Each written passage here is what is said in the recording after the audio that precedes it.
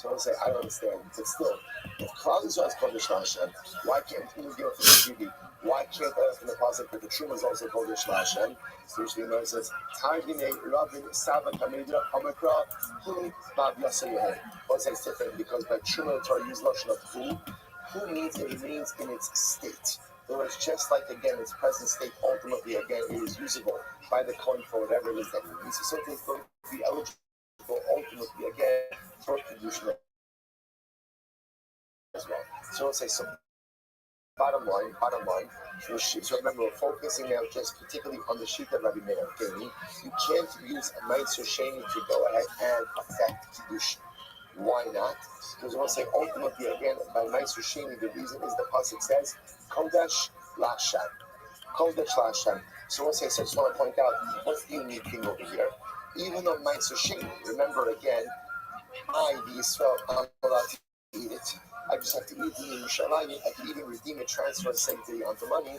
But what I say is still considered to be the property of the Ribono Shel Olam. And therefore, again, Allah can't use it for kedusha. I will say we're going to see guidance in the halacha l'maisa. And again, the interesting part of it is the Gemara's contrasting all these other things. So you can use challah, you can use truma. Again, what the Meir's understanding is it's a unique concept by Meiser Sheni because the Torah uses the phrase Kodesh LaHashem. Incredible. Let's go back here. Over Hektish B'mezi, Kiddush B'Shogeg Lo Kiddush, the very there. But we use all Rabbi Shogeg Kiddush and Lo Kiddush. So now we're moving on to Hektish. So again, if a man betrothed woman with Hektish, so again, the way the Mishnah read is what a Meir sheet is. If you did it B'mezit, then the Kiddushin works. If you did it B'Shogeg, the Kiddushin doesn't work. That's what he made. As the Rebbe says, if you did it B'Shogeg, it works. B'mezit, it doesn't work. So let's analyze what's going on here. Amar Yaakov, Shamas Nina Rabbi Yochanan Taiti. We can learn that from Yochanan's Shita. Two things. Number one, Shigas Meiser Daviduga. Shigas Hentish Karimeh. Like I said, both in the case of accidental use of Meiser Sheni, the betrothal woman, right? And Shigas Hentish, or accidental use of, so that's accidental use of Meiser Sheni Karimeh, and accidental use of Hentish according to Meir, Shnehem, Ein Isha Miskadesh Esbaim. So I will say in both cases, Kiddushin doesn't work. So again, accidental use of Meiser Sheni according to Yehuda, and accidental use of Hektish by Rabbi Meir for Kiddushin. Kiddushin will not work in both of these cases. Chada, Lefi Shein Isha Ratzah, in one of the cases because the woman does not want the item. And Chada Lefi Shein Shnei Ratzah. In the other cases because neither of them want the item. So let's say the problem is we don't know which is which. I'm going to give you. Next time, let's analyze this. Next time, Meiser. So I'll tell you what, the woman is not going to want Meiser Sheni. We'll say, why doesn't she want Meiser Sheni? Because what happens if she's betrothed to Meiser Sheni? What has to happen now? She has to take it to Yerushalayim. She doesn't want that tircha. What did she need that headed for? I should have it's not a headed to get to Yerushalayim. But it's a tircha. In other words, now for her to utilize that Meiser Sheni, she has to take it to Yerushalayim. Ilu Nechalei, the Nikni is Samila. He's more than happy to use Meiser Sheni. We'll say, why does he have to use Meiser Sheni? Because for him, no sweat off his back, right? In other words, that's easy. That's easy. On the other hand, Tavai Lo Nechalu. I'll say, by Hektish, neither would want it to be used for Meiser Sheni, for Kiddushin. Why? The Mischel Hektish Al Yadai. Because remember again, let's be clear. When you're using Hektish for Kiddushin, let's say, what are you effectively doing? What are you committing? Me'ilah, right? Just the difference of the Shaila is that perhaps through your act of Me'ilah, the Kiddushin becomes deconsecrated, and through the deconsecration, it can be used ultimately to affect Kiddushin. But the Pashtus, neither of them wants to go ahead and do Me'ilah. So therefore, I'll say, it must be in the case of Meiser Sheni, right? So man is happy to use it. Woman is not as happy to use it because of the tircha involved without having to transport it to Yerushalayim. So Rabbi Yaakov is just the opposite. It comes down. Just the opposite is true. You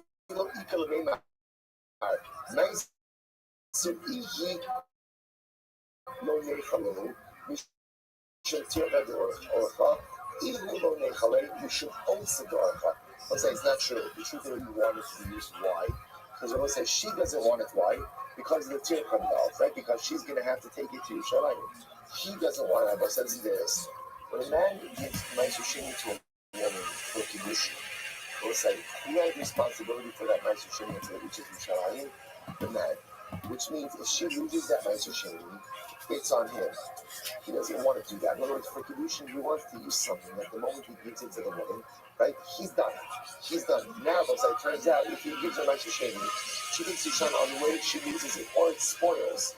He has to replace that Ma'aser Sheni. So in other words, she doesn't want it because she doesn't want to be bound to taking up her kiddushin. So he can Yerushalayim. He doesn't want it because he doesn't want to be bound ultimately by responsibility. When it comes to Hektish, however, so say so a woman in general is not going to want to become in possessions with Hektish. Why?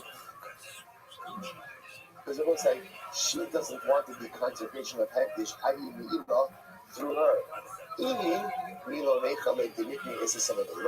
will say he's fine with that. In other words, so let's say, so Lamaisa, he's affecting Kiddushin. Okay, so let's say he's going to have to pay a surcharge, right? He's going to have to pay the Me'ila penalty. But Baruch Hashem, he's married. He's married. So that's something he's willing to do, not something she's willing to do. Okay, so let's say, bless you. Sees the two sides, just doing like one little step for today. When you made of Krista, no, that's for Krista. Isha, in Miss Kadesh. So let's assume right now that if you use hektish money, right, that a woman ultimately again would not. Rashi says on Isha. There's Kaddish Hashtamia Nechal. I'm sorry. Kalkamia the Imi Kudesh's Ishkat Shigas Loshamer. So what's the sprinkling there? Ultimately, again, if a man were to give a woman money to hex dish, so right there, if it was done to Shogig, she would not be Nikudashas. So by Isha in this Kadashas, most shades of the Chiyah. So we'll say here's the Shiloh. Ultimately, again, even though she's not Nikudas, does the money become Chiyah? So when it becomes it's okay. About like Isha in this Kadashas, most of course not. Of course not. Allah Kalamaysa. If what? If the money, right, if the Kiddushin is not affected, then it will say what? Then the money remains hektish and is not deconsecrated. Not deconsecrated. So it's like, so we'll stop over for today. We'll stop with this. We'll stop with this last piece. So let's say, sorry. This last piece is a little bit confusing because what we have over here is really like two streams happening over here. We have ultimately again Rabbi Meir and Rabbi Yehuda, right? Ultimately again we have now in hektish, right? Rabbi Meir telling me that if you use the hektish, the mazid, it works. The shogig, it doesn't work. So what's just the logic behind that? The mazid, if you use hektish, the mazid, I'm gonna say, what are you doing? What are you doing? Me'ila. But what Me'ila generates is a penalty, but at the same time, what else does it do? It deconsecrates the item. Now, once the item has been deconsecrated, then what? It's yours. Once it's yours, you can go ahead and use it to affect Kiddushin. So right there, it's interesting. If you use Hektish B'mezid, ultimately it works. The Shogig, it doesn't work. Right? Right. The Shogig, the Mazid Kiddush, that's right there. Yehuda says the Shogig, it works. The Mazid, it doesn't work. Now, how that works, and we have to we're going to see what I say. We'll stop up there for today. Shemay is so just remember, the schedule for tonight is special. I think we're going to do the daf tonight this way again. I know people are davening with different minyanim, over on Shana Rabbah, and davening either way ends later tomorrow morning. So, Eretz Hashem, 7:30 tonight in the Sukkah. We're going to do Friday's daf. We're going to give ourselves some time also to do it. We don't have this nice making davening in general. We don't have to rush. We'll do a beautiful daf in the Sukkah. There might even be some refreshments, some English, about some refreshments flying around. And the Eretz Hashem will be beautiful. And then have everyone, even if you don't know me, see this year. I love Shana Rabbah. Right after that, I'm going to do Chassidus at 8:30. It's going to be a beautiful Piagetz, a little bit of singing, a lot of singing. And that's going to be beautiful. And we'll bring in the Hashem Rabbi together. We'll say, Shibbayach. All right, have a great day, everyone. A good night.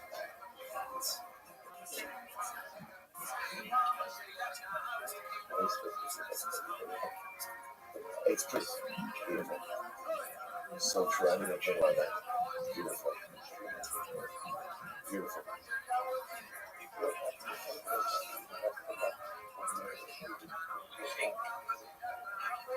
I'm sorry.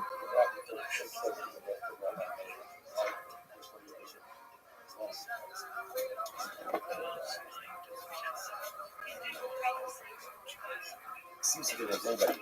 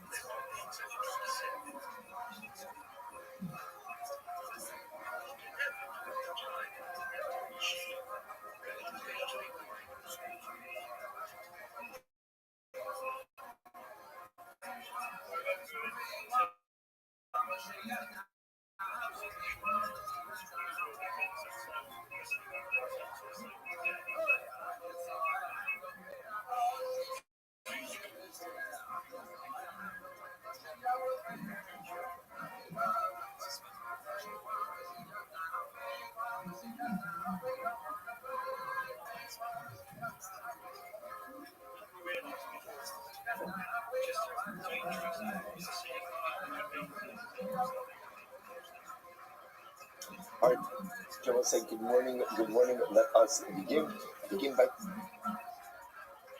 thanking our sponsors for this morning share today. God coming to our sponsors for the month of Elul, Jerry and Sarah Velasquez for dedicating all the shul and drushos this month.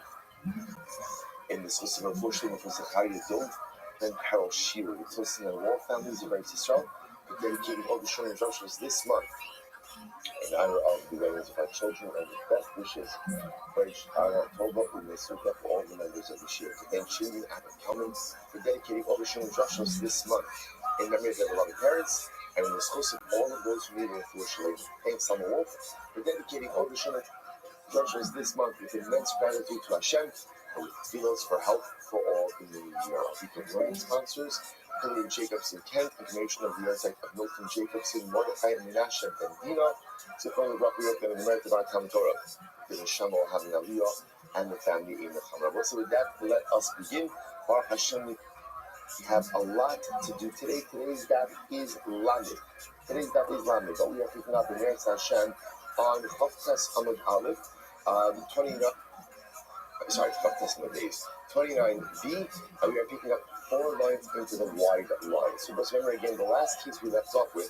Very interesting scenario about what happens if halacha l'maisa, a person has enough funds to go ahead and either fund his own learning or his child's learning. So the Gemara explained that halacha l'maisa, one is supposed to fund his child's learning.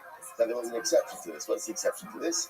If the father is, I guess we'll call it, possesses greater intellectual ability than the son, or the father possesses greater learning potential than the son. In that case, the father would go ahead and fund his own learning over his son. The Lord gives an example of this. Rav Yaakov, the son of Aka Yaakov, Shadrach will occur that by. So again, Aka Yaakov sent his son Rav Yaakov to go ahead and learn before Abaye. He also, when he came home, he saw that his son was not so sharp on his learning. In other words, he will see this concept, or say that his son didn't seem to have really like a command of the knowledge. So at that point, Rabbi said to his son Yaakov, "You stay home, and I will go and learn." Shama Abaye the kahava asim. So Abaye heard now that Rabbi was coming to the yeshiva. So this hava hu mazik be'rabanan da Abaye. So there was a particular shade, a particular demon that inhabited the base medrash of Abaye. Now this shade, this demon, was so powerful that he had a highly basrin afidik yimama hadanisiki. This shade was a generally shading, don't start up with people during the day. This shade was so powerful, so brazen, that it started up with people even during the day. Not only that, the Gemara says it also started up with groups of people. Normally shading stay away by day, normally shading don't start up by groups. This shade was so brazen that it started up with everyone. So what happened? So Abaye gave instructions to the townspeople. No one offered to host Rabbi. If no one offers those Rabbi will have no choice but to sleep in the base medrash. And if he sleeps in the base medrash, then hopefully again he will be able to go ahead and come back to this shade. So of Basu will be Rabbanon, Ibni Leketanin the Shiver Shiasa. So what happened? Sure enough, Abaye had no offers for hospitality. Therefore, he had to sleep in the base medrash. And sure enough, when he came to the base medrash, he encountered this shade. The shade itself had 7 heads. Called Kriya Vikara. So when he davened, every time Abaye bowed, so Nasar Chad Reshe, one head of the shade came off. So once I say the idea is, Abaye, through his tefillah, was able to go ahead and totally decimate this shade. Now the next day, Rabbi Yaakov runs into Abaye. He says, by the way, Amaru, Lamachar, Ilo Israch Shnisa Sakinsin. So Rabbi Yaakov says to Abaye, listen, essentially, like Bruce's translation is, do me a favor, give me a heads up, right, the next time you have in mind to do something like this, because had a miracle not occurred for me, I would have really been placed in significant moral danger. Okay, incredible story. We'll say now, by the way, interestingly enough, halacha l'maisa, remember, so in this case, so going back to the halacha, if there is a question between funding one's own Talmud Torah and one's son's Talmud Torah, so again, we've seen a pattern that mitzvah de gufei, right? Any mitzvah that has to do with who takes precedence over an obligation you have towards someone else. Now, the only exception to that is if a person sees that his son has incredible potential, then under those circumstances, there will be an obligation to fund his son's learning over his own. Now, there's a lot of discussion in this, that the pashtus with this is tradition of the shinam from the banach. In other words, they'll say, so it's not the pshat, my kids are as I start yeshiva, okay, so I'm looking at this, should I pay my kids tuition? Or maybe I should go ahead and spend the money on me so I can advance my learning. Well, obviously, as an adult versus a child, I'm going to have greater success. So that's not what I was talking about, really, after a father has funded his child's formal education. And then there's a question between supporting a child in learning versus my own learning. That's when one's own learning will take precedence over the child's learning. Unless, of course, the child exhibits potential, in which case the father would fund that learning as well. Incredible, let's go back there. We'll say what happens, what's the proper order in terms of learning and getting married. Right? So the person is of age, so should I get married first or should I learn Torah first? So the Gemara says, person should go ahead and learn Torah, and then afterwards go ahead and get married. Learn Torah first and get married. Now, let's say, now what's the logic behind that? The logic is relatively simple. Marriage comes with awesome responsibility. So as such, again, the idea is better to learn Torah before one gets married. This way one learns Torah without the yoke of parnasa, without the yoke of responsibility upon them. Then get married. That if a man cannot live without a woman, that's what that's referring to is, if a person's mind is preoccupied with desirous thoughts, and he has no permissible outlet for those thoughts, and therefore again he's going to be preoccupied with those desires, then better to get married first. Then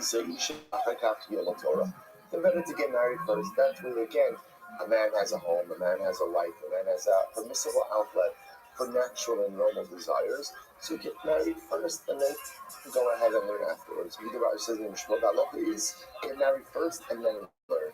right, verse. I will say now what you see also, like embedded in this is Chazal speak, get married young. Get married young. That's what you're trying to push forward here. Get married young, get yourself settled, and then go ahead and be able to learn. You have to understand, once you get married, you have to support a wife. You have to support a wife, right? You get married, you have the obligation to support a household. So how is a person going to be able to devote themselves to it? I mean, literally, again, it'll say, means like the grinding stones around your neck. The yoke of parnasa is on you, and you're going to be able to learn. Once the Gemara is not really arguing, talking about reflecting two different communities. So let's say, interestingly enough, one was said about Babel and said about Eretz Yisrael. In Babel, it was very common for men after they got married to go to Eretz Yisrael to learn. So therefore, let's say in Babel, a man can get married, have the Yishuv Hadas, have the inner peace of knowing he has a wife, he has a home, and then he goes off to learn. So because he's going off to learn, he's not saddled with the day-to-day responsibilities of running the household. And that's why, again, so in Babel, you can get married first, and then go learn. In Eretz Yisrael, where often learning was happening right there, if a person were to get married, and then go ahead and learn. So once they get married, because they'd be living at home, they'd be saddled with the responsibilities of running the household, and therefore, again, that would distract ultimately from learning. So let's say, it's just interesting. So you begin to see just these different models, these different lifestyle models. So should a person get married first and then learn? Should a person learn and then get married? Again, different practices. So let's go right there. So we'll say, so Rav Chisda was praising Rav Hamnuna to Rav Huna, the Adam Gadol. Rav Hamnuna was a great man. So Rav Huna says, okay, when this guy Rav Hamnuna comes along, bring him to meet me, I'd like to meet him. He also, so when ultimately again, when the Chisda brought Rav Hamnuna to meet Rav Huna, how did Rav Hamnuna so Rav Huna saw that Rav Hamnuna was not wearing a cloak over his head. That was like, wearing a cloak over your head was a sign of marriage. So Rav Huna saw that Rav Hamnuna was unmarried. However, my time will appreciate it. Rav Huna says to Rav Hamnuna, why aren't you wearing a cloak over your head? However, you know this shit now. So I'm not married. I'm not married. So I drew a lot at that point when Rav Huna heard that Rav Hamnuna was not married, he turned his face away. He wouldn't look at him. I will not look at you until you get married. So Rav Huna was very disappointed that Rav Hamnuna was not yet married. He's not yet married. He felt that for a person to not be married by a certain age was an unhealthy thing, and therefore then his Torah would be practiced like that. Therefore he refused to look at it. Interesting. So he says, Rav Huna was using the Amar, then ask him Shalom enough. So he saw Hayama Ba'adeh. Okay, so Rav Huna's like, opinion, so if you reach the age of 20 years old and you are not married, all of your days are lived in sin. He said to a man, if you reach the age of 20 and you are not married, all of your days are lived in sin.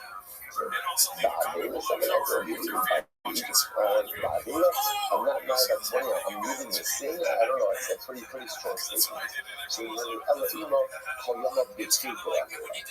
your days are spent with desires or lustful thoughts. Thoughts about it. What the Quran is focusing on over here is there's a reality, right? The reality that people have natural desires and natural wants, healthy desires and healthy wants. So at the end of the day, just want to program us this way. So Rav Huna was a big proponent of getting married young. This way, again, a person has a healthy and productive outlet for these desires and these wants, and that allows a person not to be preoccupied with these things and to be able to be successful in other areas of life. If a person doesn't have that permissible relationship outlet, so a person becomes consumed by these things, and that becomes their focus to the exclusion of everything else. Incredible. So I'm not a rabbi. You know the Rishon. I trust Shani. You should have Rishon and tell the other Muslim Yisrael. So Rabbi says, Rabbi Shmuel says, until the age of 20, until a person reaches the age of 20, who waits patiently, when is a person going to get married? If a man reaches the age of 20, because he really referring to men here. If a man reaches the age of 20 and he has not gotten married, Amar, Rashi says, let his boat only swell up. So in other words, the idea being that his heart is displeased at someone who is unmarried still at the age of 20. Let's say, I want to point out also, sometimes you read these comments and like, what if you didn't find the right person? So understand that the concept of marriage, is obviously very different. So, well, you're not the right person. I was getting you're a man, you look at what's like, that's a perfect ship. That's fantastic. So I just want to point out, just like, our concept of marriage, right? In other words, our construct of marriage, the concept of love, right? These are all modern day concepts. Remember, marriage was a very utilitarian union. Of course, was there loving marriage? I was loving marriage, but unlike us, we sometimes a little foolishly look for love before marriage, as I understood that love is the result of marriage. In any event, that's what I'm saying. It's like marriage is like so simple. Like, I would say, how can you be 20 and unmarried? You know, so we think about this as, how do you need that?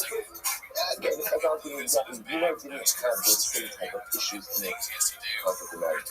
It might be something to be learned from this. Get a different discussion.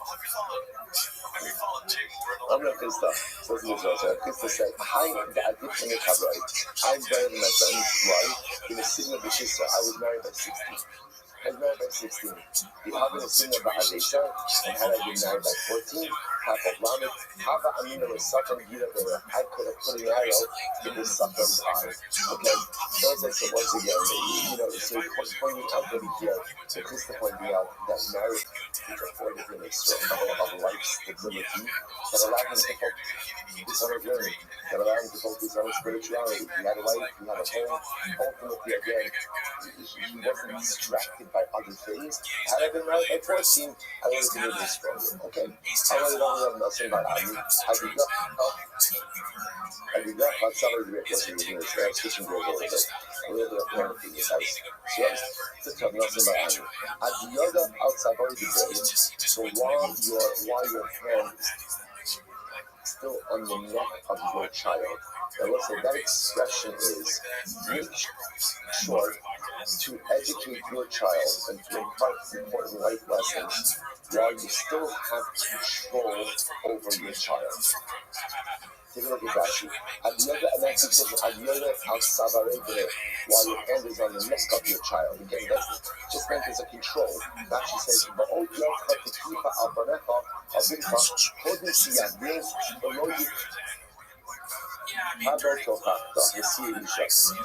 over here, it's a reference ultimately to marrying off. But we're going to see the next Rashi talks about not just marrying off, talking about a parental obligation to impart important life lessons upon a child before the child goes off into the world. So while you still have the ability to influence your child, utilize that influence. So you might say, so what age does a father have influence upon his child? This is fascinating. Mishisa Yat between the ages of 16 and 22. By the way, until you say others say from 18 until 24. Let's say, just to turn it like into modern day ages, is right between the ages of 4 and 9. Right? That's the window, right? That's the window. You have the idea being also that these ages, again, one of the hardest things today, also particularly parenting, is, parents think that their obligation is to be their child's best friend. I don't want to alienate my kid. I want to be their friend.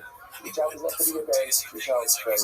And sometimes parents do go ahead and upset their children by the feelings that they have to say to their kids. But if a parent doesn't give proper hadlaka to your child, if a parent doesn't say, this is right, this is wrong, you can't do this, you can't do that. Even if the child gets upset, he's going to do that for the kid. So you are saying make sure that during that window, and it is unfortunately in this society a diminishing window, when a parent has influence over a child, use it. Set boundaries. It's right, it is wrong. Don't let kids do whatever they want. Don't let them act in mischievous ways. Don't teach them the concept of legal order, the concept of respect for authority, the concept of respect for adults. If you don't exercise parental influence in the window, then at the end of the day, children grow up without such fundamental building blocks of freedom. You must keep an eye. I'm not going to be like an educated child according to his right. But even if you become the prophet, I'm just about to ask you so I say here, and the focus is now. So Shalom Aleichem the Mishnah, Chanuk now. Let's just say Chanuk now, right? Chanuk now. What's a now? What's a now? A now is a young man. I was going to say, parents in the maturation of our children where they may be too young to absorb certain life lessons, and then there's a time where they're already a little bit more set in their ways, and already a little bit more independent, where they're also not be willing to accept those lessons. Or say, see, this is the challenge, one of the challenges by the parents. At one time, my child is too young to hear. At one time, my child is too old to hear. There's a window. There's a window. What's that window? That window is now tight. Now tight. When my child is in now, that's where I can get to the thing. Chanuk now is when the child is in now, keep in the proper light of your heart. Keep that going. I'll be back in the right way according to who and what he is. What is that window? So what is that? What is this? You should start about answering the thousand in 16 to 20. So the kind of thing is sorry about that. I've already say from 18 until 24. So once again, these windows also reflect just a different reality, different societal reality. Okay, aside, these windows would definitely be much younger contemporarily. But yet, in the image of one's children, identify the window in which one could observe real influence, identify the values, the ideas, and the ideas you want to impart. Don't just see them, but model them for your children at that critical time. Incredible. I'm here from type of them the longest in our talk. So what this memory again. Father, we established the Mishnah. One of the obligations the Father has for the son to teaching Torah. So how much Torah is the Father obligated to teach his son? Or what is the Shas? What am I obligated to do? I'm not going to do it because Zuvim Ben Dov. The example would be like, it's not what says Zuvim Ben Dov, not a biblical figure. Rashi says, Talmud Shahayim Yinei. He was a person, he was a man, he was a guy. Zuvim Ben Dov. Shalida Avi, his grandfather taught him. Mikra, Mishnah, Talmud, Halachas Adabs. So there's a lot happening there. Number one, that again, Zuvim Ben Dov was taught all of these things. Number two, we taught him his grandfather. Like he did, he was like that was in this place. Not to do them on the Mishnah. And Christ says, all the Father really has to do is teach his son Torah. The Ikra of Shinam and the Ikra of teaching one son Torah is finished. And once you teach him finished, you're not obligated to teach Mishnah or anything else after. So Amarama, Nikra is the Torah. Ultimately, finished, that Nikra is finished. So it's not like you have a Mishnah and Father has to teach somebody to finish. So what do you mean? We were done. There's grandfather telling calls out for love. So two words is like, he's doing by never look, he's doing by done. You want to say that the obligation to educate one's child, that's doing by done, and not like doing by done. Also, kids doing by done, shalom go avi, legs doing by done, and that is grandfather's part. Right? So that's interesting. That's part of the mitzvah of kunos for children is on the grandparents. Is on the according to Father. A little bit more, that a grandfather has an obligation to learn with his grandchildren as well. So what is moving by now? Not like moving by now. The Pasam Mikra Mishnah Talmud Da'alach is Zagamis. You have some Mikra Levad. So on one hand, what you might try to extrapolate from that from Zuvim Ben Dov is that there is an obligation upon a grandfather to learn with his grandchildren. But what's the nature of the obligation? Just unfinished.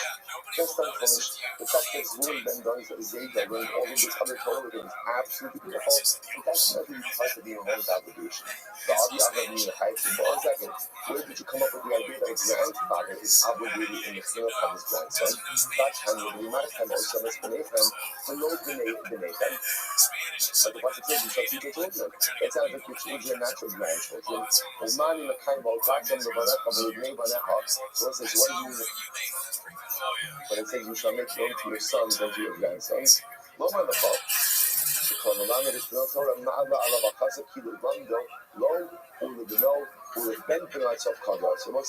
it means is when you teach your son Torah, it is as if you are teaching Torah to future generations. It's also again, what's the logic?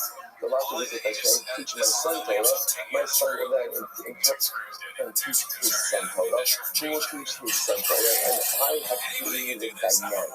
I have created a chain reaction that makes it as if I have taught Torah to future generations as well. But in reality, the core obligation of Torah is from a father to his son, not from a father to his grandson. What's going on? What's going on with Ruben and Gad? We don't see Ikana. We don't find Ikana. The Samuel, we might have told some explanation. Torah says you shall teach your sons, any other than him. I only know my sons. I don't know even my grandsons. So what he said was, in the original concept, the concept is you shall teach your sons and your grandsons. So you speak of the mitzvah of Kira is for grandfather to remove his grandchildren. In King not Talmud So what's that? What is the concept meaning? It's the Rimanaka on Shabbos B'neicham. That you should teach your sons. B'neicham, the no B'no Seichem. That means your sons and not your daughters. Meaning that the obligation of Torah, the obligation, the formal obligation to learn Torah with a child, that applies to sons and doesn't apply to daughters. You saw it in yesterday's daf. Okay. The Shalom says this one, this is a beautiful Gemara. Anyone who learns Torah with his grandson, Torah treats it as if you received the Torah from a act of learning with a grandchild, like the teaching one to a grandchild, makes it as if you are. When you're learning with a grandchild, it is as if you are experiencing Sinaitic revelation. Where do you get that from? The Amar. So that's when we're going to have the some play Yom Asher Amar Chalifei Asher Lahad. You can't show it the part. Because also the part says you should instruct your children and your grandchildren. And the next part of that passage is the day that you speak before Hashem on Hashem. So it's such an interesting idea. Right? The Torah equates learning with grandchildren and the Sinaitic revelation. Yet learning with one's own children is not necessarily Sinaitic revelation. What's the fact? Let's say it's grandparents. It's fascinating how so much sweeter when done with grandchildren than the same acts were when done with children. Often there could be natural friction between parents and children. So sometimes the father tries to learn with his sons. It's not always the most pleasant experience. It's not. Sometimes the son is resistant to it. Sometimes the father-son dynamic doesn't work out. So the father pushes, the son pushes back. So the father fulfills an obligation. The sweetness of it is sometimes not good. That's why sometimes one of the sweetest things is when you get your children when they get older. And there's a great appreciation for what it means to learn like a parent. Right? Sometimes as a kid, there's that struggle. With grandchildren, often that dynamic is totally different. But with grandchildren, again, the friction isn't there. It's all sweetness. It's all beauty. So it's interesting how when learning with children, obligation for a father to learn with his son. But yet when a grandfather learns with his grandson, that's like Matan Torah. Like that's like Sinaitic revelation. The sweetness, the beauty, the purity of that is not just like receiving a Torah blessing. That's an incredible story. Ashton Shabbat the Shadi, this is not Adam Shabbat gets like. So the Abba, they get the Yeshua Levi, most of the Shadi gets narration, he like threw a towel on his head. He ran out of the house, he wasn't even again. kind of thought him goes out with his head covered, but you just like throw a towel on his head instead of going ahead and putting on his full head covering. They tell him not giving the nuclear definition, bringing his grandson to yeshiva. I remember my kid high, so let's say the ultimate be like, so the kids that didn't show maybe why you run out of the house with a towel on your head. So I'm going to use it like the sit on top of the record. The son of like Yom Shamat of the Shalakeh of the Korea. So he says, this is a simple thing that it says that teaching the grandchild Torah or enabling your grandchild to be Torah is like receiving a Torah from Sinai. And I was going to say, so I'm sure that I had to get my grandson to yeshiva. It is such a source to enable the learning of my grandson that I just threw a towel on my head and ran out of the house. Like my grandson should not be, a grandson should not be late for yeshiva. And kind of the Elah for the Elah Abba, but Tom Omsa has a new thing in the from that day forward, and Yeshiva Abba wouldn't eat breakfast. He wouldn't eat breakfast until he learned with his grandson. And reviewing what his grandson learned the previous day and teaching him an additional lesson. So people say, Lala Rapuna will time Omsa, and the man said he needs to do Russia. So we're going to have Rapuna will not eat breakfast until ultimately again he brought his breakfast. And it's like, he would explain the short answer. So again, you see this powerful soul, like how there's a mitzvah to learn with one's children. That's the Shnemtom of what I have to teach my son.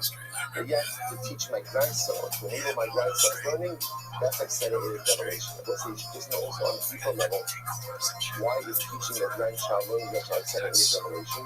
Because remember again, whole Yisod of Har Sinai is Yisod. Like Moshe Kibel Torah Sinai, so Yeshua is a king. The whole idea that are cultivated in the Syria of the transmission of Torah between Har Sinai. I think that a grandfather is qualified to give Torah to a grandchild. That's Yisod.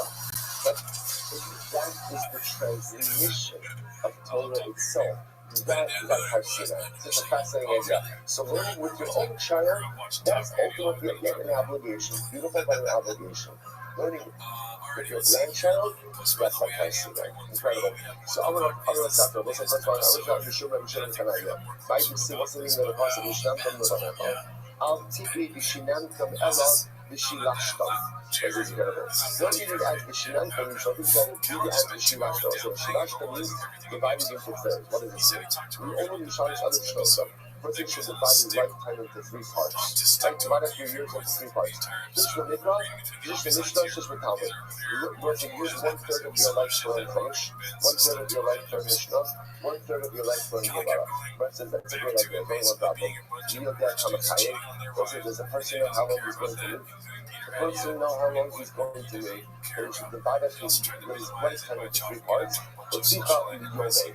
Or say rather, it means like this. It means divide up his day into three parts. Every single day you're learning should be divided up into three parts. 1/3 Chumash, 1/3 Mishnah, 1/3 Gemara. The idea being able to say that every single day a person should have a well-balanced spiritual diet. The kind of it also shows you something amazing. What's the key to successful living? What's the key to live every single day like it's an entire lifetime? You see, what's like the problem often with the way we live is that we burn through time. Right? We burn through days. So there's often say we often look at time as an infinite renewable resource. There's no urgency. There's no urgency in the way we live because, hey, whatever you don't get to today, you'll get to tomorrow. It's not a big deal. The Lord says it's not true. You have to live every single day like it's its own self-contained lifetime, right? The Lord says a person should divide up his life into three parts. 1/3 for Chumash, 1/3 for Mishnah, 1/3 for Gemara. Whatever I'm going to live, good. So divide up your day. In other words, you know how long you're going to live. Therefore, each day should be lived as if it's a lifetime unto itself. And imagine today, Pastor Shalom was my last day. Imagine, you got the note. Today is your last day. What are you going to do with it? What are you going to do with it? Like, I can tell you one thing for sure. You're not going to be on TikTok. Right? That's for sure. That's for sure. I can identify the things I would absolutely eliminate from that day, knowing that it's my last. Also, there's something to that. Now, again, the person live every single day like it's their last. You can't just know. You can't do that every single day. But at least to create an awareness that a day should be treated like a lifetime, because a day is a lifetime. One day in the life of man is a lifetime. What you can accomplish in one day is you can accomplish, it's like a lifetime accomplishment as well. Live each day as if it's truly the unit of a lifetime. You're not going to live off. Look who's trying to talk. You know, and therefore, again, the earlier scribes were called suffering. Shiny suffering, color, also Shiny Torah. They used to count all of the letters in the Torah. Shiny Omen, Vav the Gachon, Chatzon Shorosios. The Vav of Gachon is the middle letter, right? The middle letter of the entire Torah, Sefer Torah. Garosh Garash, Chatzon Shotevos, that's the middle word in the Torah. Vizkalach Shotevos, Vizkalach is the middle pasuk in the Torah. Yikar Semena Chazim Yar, Ayin the Yar Chatzon Shotevos. So the Ayin of Yar is the middle of Sefer Torah. So it's just interesting facts, just about again. We count the psukim and words in Torah. But we'll not really count it all. That's the psukim is the middle of psukim in Sefer Torah. Love the Gachon, the Vav of Gachon, which the Gemara said before. Don't finish the middle letter of the Torah. The Hagisa and Hagisa, does it belong to the first half or the second half? However, in the Nisi says, I'm in the bring it Sefer Torah, let's count it out. So we don't know how to shut actually, Sefer Torah, not turn up the word, so we've already counted it out. However, in the Bikina has your sins in us. I don't know if it's in that, but I don't know the Bikina. It was actually interesting idea. We know that the Torah there are what we call Haseras and Yisiras.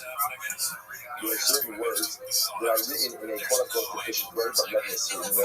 And other words that are written in a complete way.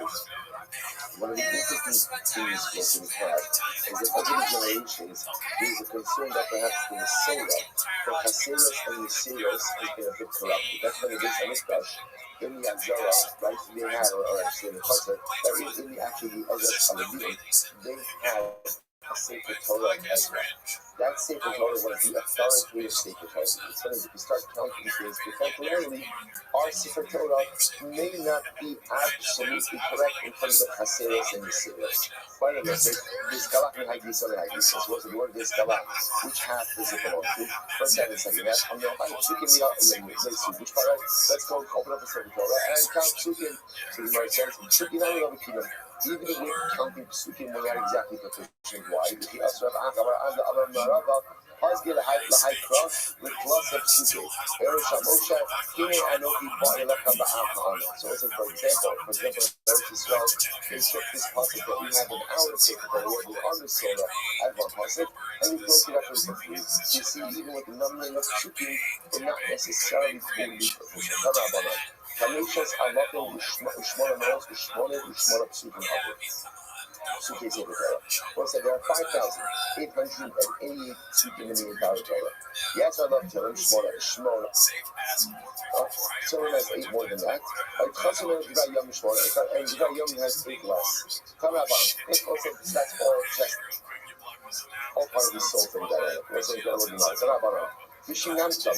So it's Vishinamtam, we're going to have to teach your sons. What does that mean? But Vishinamtam is also an interesting word. There's so many different words one can learn, but the Manatam. Teach your children. Why Vishinamtam? She is a Torah Mekudat in the future. Also, it teaches us not only for the child, but really also for the teacher. Words of Torah should be sharp in my mouth. Also, it's a contraction of Vishinam Tam. The Shira means when you learn, your learning should be complete. What does it mean that your learning should be complete? That a person should be clear on the details of his learning. She different time with the judge in the future. The words of Torah should be sharp in your mouth. You should have clarity on your learning. Somebody asks you a question. Don't stammer. Don't stammer and try to figure out the answer. Rather, be decisive and be clear in your ability to answer. As the Pasuk name say in the base, tell wisdom you are my sister. Let's say that what's the pshat? So it actually points out this very interesting. Just like you always say, if you ask a person, are you allowed to marry your sister? They'll say, wow, I saw it was like, what can I say? No. Right, no. Just just like a person has clarity, like a lot of marrying your sister, right? So too, again, one should have clarity in all areas of Torah that they learn. And we'll say, now again, this is an interesting idea, such an interesting idea to learn in the midst of Dafyom, right? Like we're flying through a page of Gemara.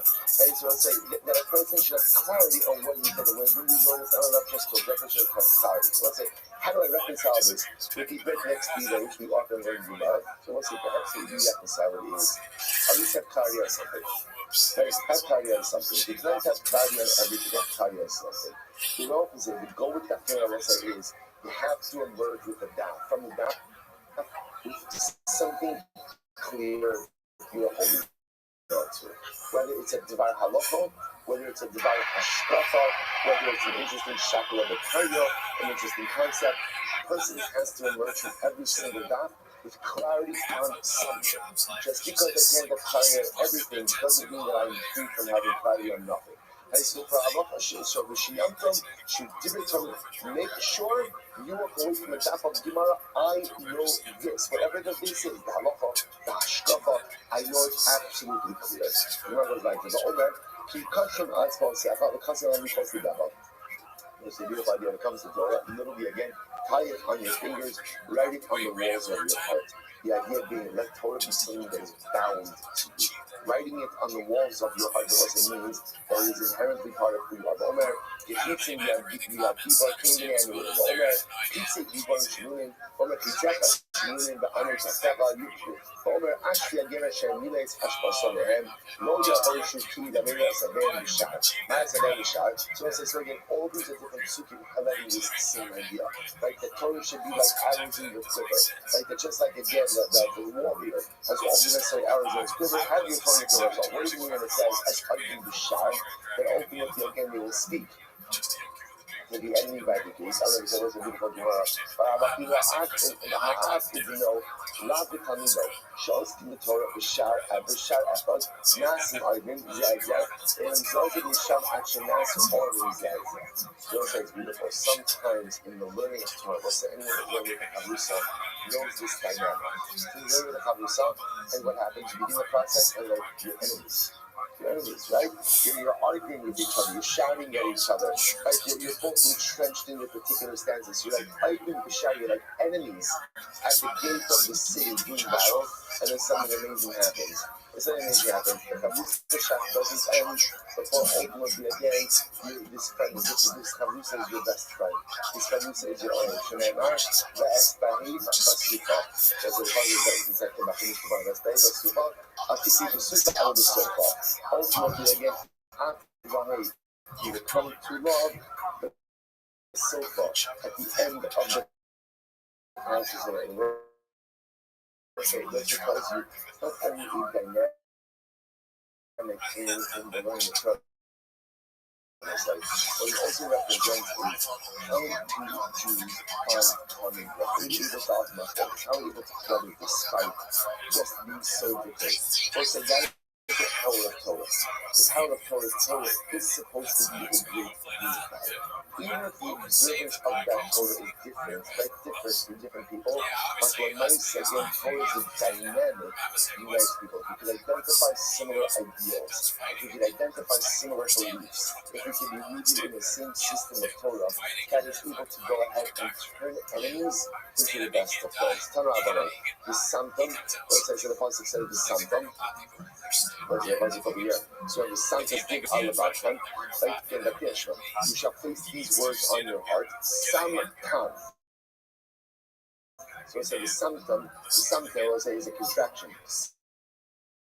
Samtam. Sam is a potion, or an ointment. Tam means complete. It affects complete healing. New Torah.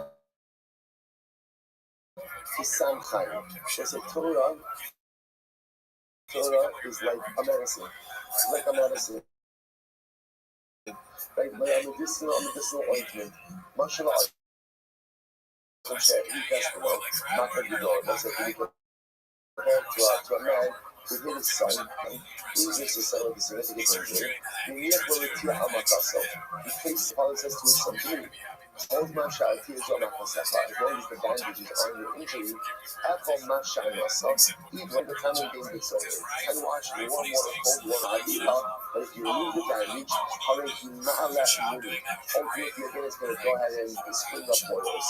Kaka Kodesh Baruch Amar Nisa. So what's the issue? So the marshal is, just like if a person is injured, they put the bandage on their wound, and the bandage takes care of the injury, and you can also, as long as the wound is bandaged, you can mix do whatever you want. You'll be fine. So listen to this. Kaka Kodesh Baruch Amar Nisa. So it's like a 12% supply Nisa. But that's the Yitzhak, that's the Torah tablet. I've created the Yitzhak, but I've also created Torah as an antidote. Einatem Eskim Torah, Einatem Mutar Biyado. To learn Torah, you will not be handed over to the Yitzhak. Shneamar, Havon Keiti says, Einatem Eskim Torah, but if you don't learn Torah, Atem Musaram Biyado. Ultimately, again, you'll be handed over to the hands of the Yitzhak. Shneamar, the Pesach Chatas Elohim. Joseph is that not absolutely incredible.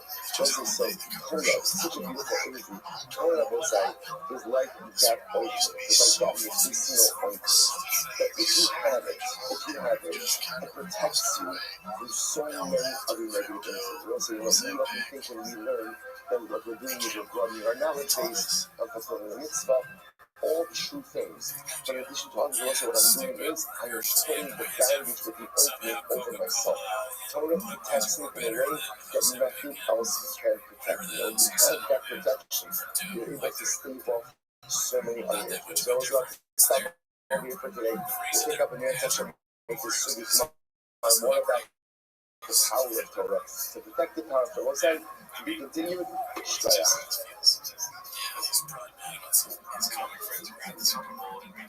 All right, have a great day, everyone.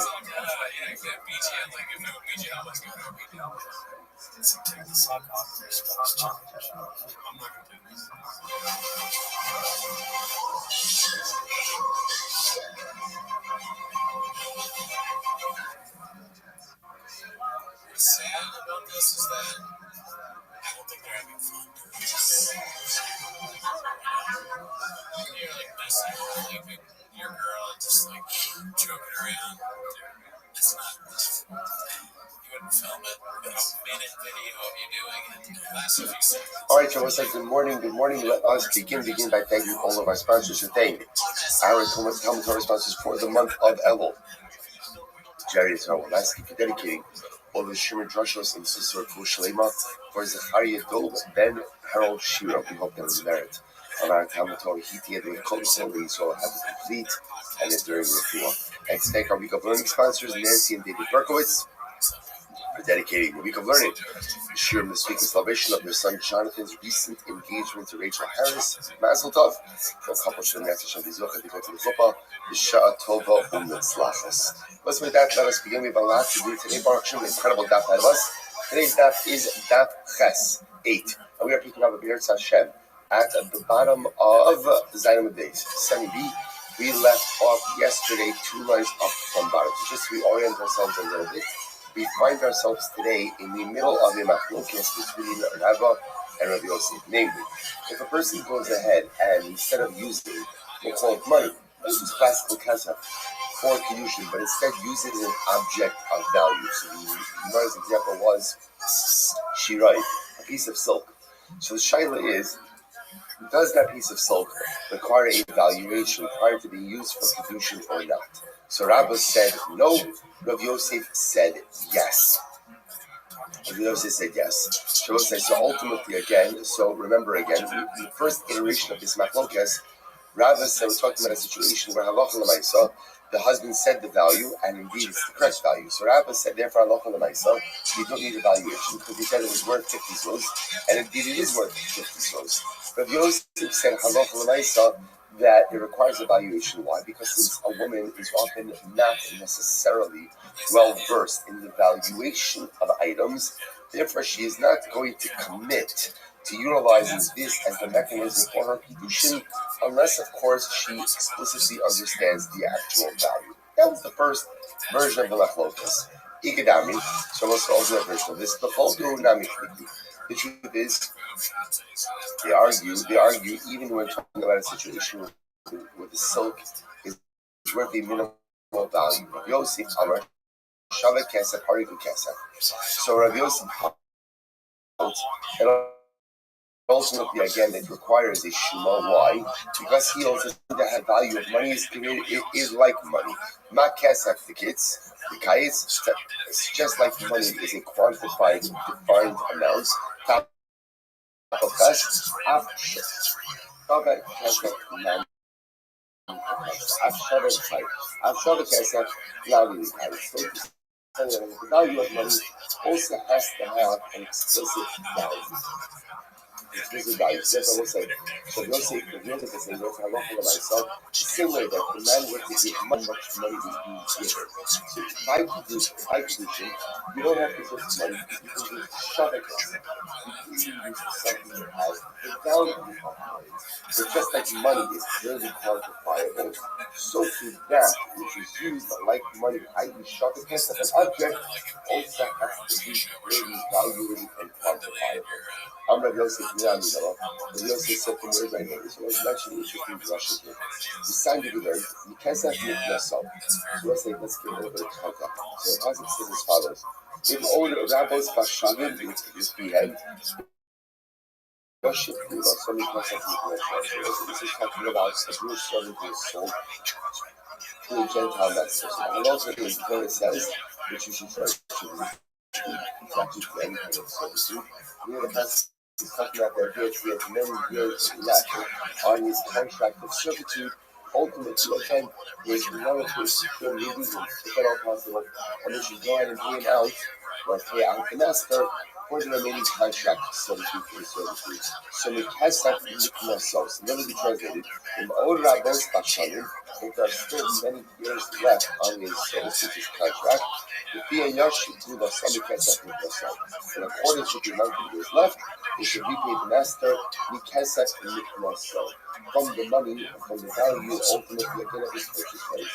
So you know, so the Kesef Miknasos. The Kesef Miknasos, there is a Mikna before the Kira. You can redeem the Abed, you can redeem the Abed with money that you cannot be given throughout the years with rain or Kalim, or ultimately again with utensils. So the Gemara says, what are you talking about here? How to go out the Kalim with the money? So you talk about the use of the meat and utensils. What's the context? He says, Ilema, Ilo Miknir with the cloud. So if you want to say that, hello, for myself, that ultimately you can't affect any type of transaction with the Gua and Kalim. That's not true. Yashid Ula Salt on the Rahmana. The Torah says Yashid Ula Salt, which literally means Yashid Yeshapeh is redemption. The rabbis Shava Kesef to Kesef. And that teaches us that the same way you could redeem an other with money, you also redeem it with something that is worth money. Shava Kesef. You use the less to shove it through something, and if it doesn't have a place, it can always be a sheep or Kalim in question. It's not even worth a puta, so my area to draw a Kalim. Why do you have to bring up to draw a Kalim? I think it can't set them. And we also, obviously, since you have Kalim or utensils and you're not worth a puta, then of course it is not good to work for redemption purposes. But the truth is, just that people don't get wrong. Money doesn't work either. Money doesn't work either. Which the Gemara says, Elalav the Ismail Shabbat. Rather, we must be talking about a situation where halacha l'maisa does have a Shabbat. Okay, so I'll say so again. So remember, let's take a step back. What are we talking about? First, telling us that if you want to redeem the other, essentially you look at how much the master paid for him, how many years he has left on his contract, and buy out his contract. That is contract. So it's telling you that not only can you use money for that, but you can use Shabbat Kesef. Use Shabbat Kesef. Because the Rice said you can't use grain or utensils. So what's the case when you can't use grain or utensils? If you tell me it's not what the fruit are, okay, so you can't use money that's not what the fruit either. So it must be that it's worth a fruit. But if it's worth a fruit, why can't you use it to redeem the asset here? And the answer must be, and a lot of people show the kivas of Okaisi. Was he talking about a case where even though I know that it's worth more than a puta, what's the problem? I don't know how much it's worth. And that's a problem. and you don't know how much something is worth. Like even below heights, the low. And then what they say to begin to see is yes, halacha l'maisa, you can go ahead and you can use items that have the value of money to affect transactional reality. And when is that so? Only if you know how much that Shabbat table is actually worth. Now let's remember that these people all this down. This is a Yosef. Right? So Yosef is one that says that even if you know you have an object that is absolutely worth more than Shabbat Kudah, if you want to create transactional reality with it, it is going to require evaluation. So you want to be mechanical with a piece of silk. Is a piece of silk worth more than a Kudah? It's worth more than Kudah? Of course. So you need to know how much it's worth. You need to know how much it's worth in order to affect a transactional reality. So you are supposed to say, this is a Yosef, this rice I have a Kirani, is of Yosef's proof to that reality. The other opinion, i.e. Rabbi, will say, I'll say color, but let's at this point, that will be a little bit actually, Yoshev Gu'ulaso, he writes down from the top, Rashi says, Yoshev Kwa Yisilahu, the Matzil Mikdav Rafiyan Gu'ulaso, the Rabbi Shabbat Kasa, the Indian video, so let's remember again, just going back to this a moment, the phrase Yoshev Gu'ulaso is actually the extra phrase. That's what we learn out. Shabbat Kasa, which you could even redeem the other, not just with money, but even if something is worth money. Now, Rashi just points out this is our next subject. The papers the mitzvah say it's mediate nami maknebe, but simply also because that's not so. Now, those are going to see because we want to make this switch in just a moment. Whatever you could use to redeem an event, obviously could also be used to purchase an event. Right? Back to this point, back to this point.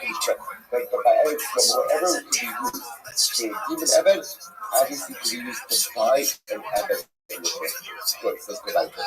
Let's read it up. Rabbi will say, Hakikama, the Torah's Kesef in Mikna, but ultimately again, an everything can be purchased, the Torah's Kesef, Ve'im Mikna, the Torah's Tavua Bekir.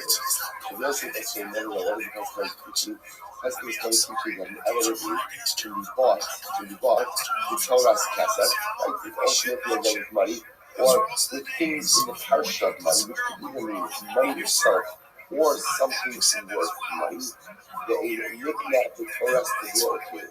And evidence from that before, literally again, within the framework of Tavua and Kilim. What does that mean? It might be a little challenging.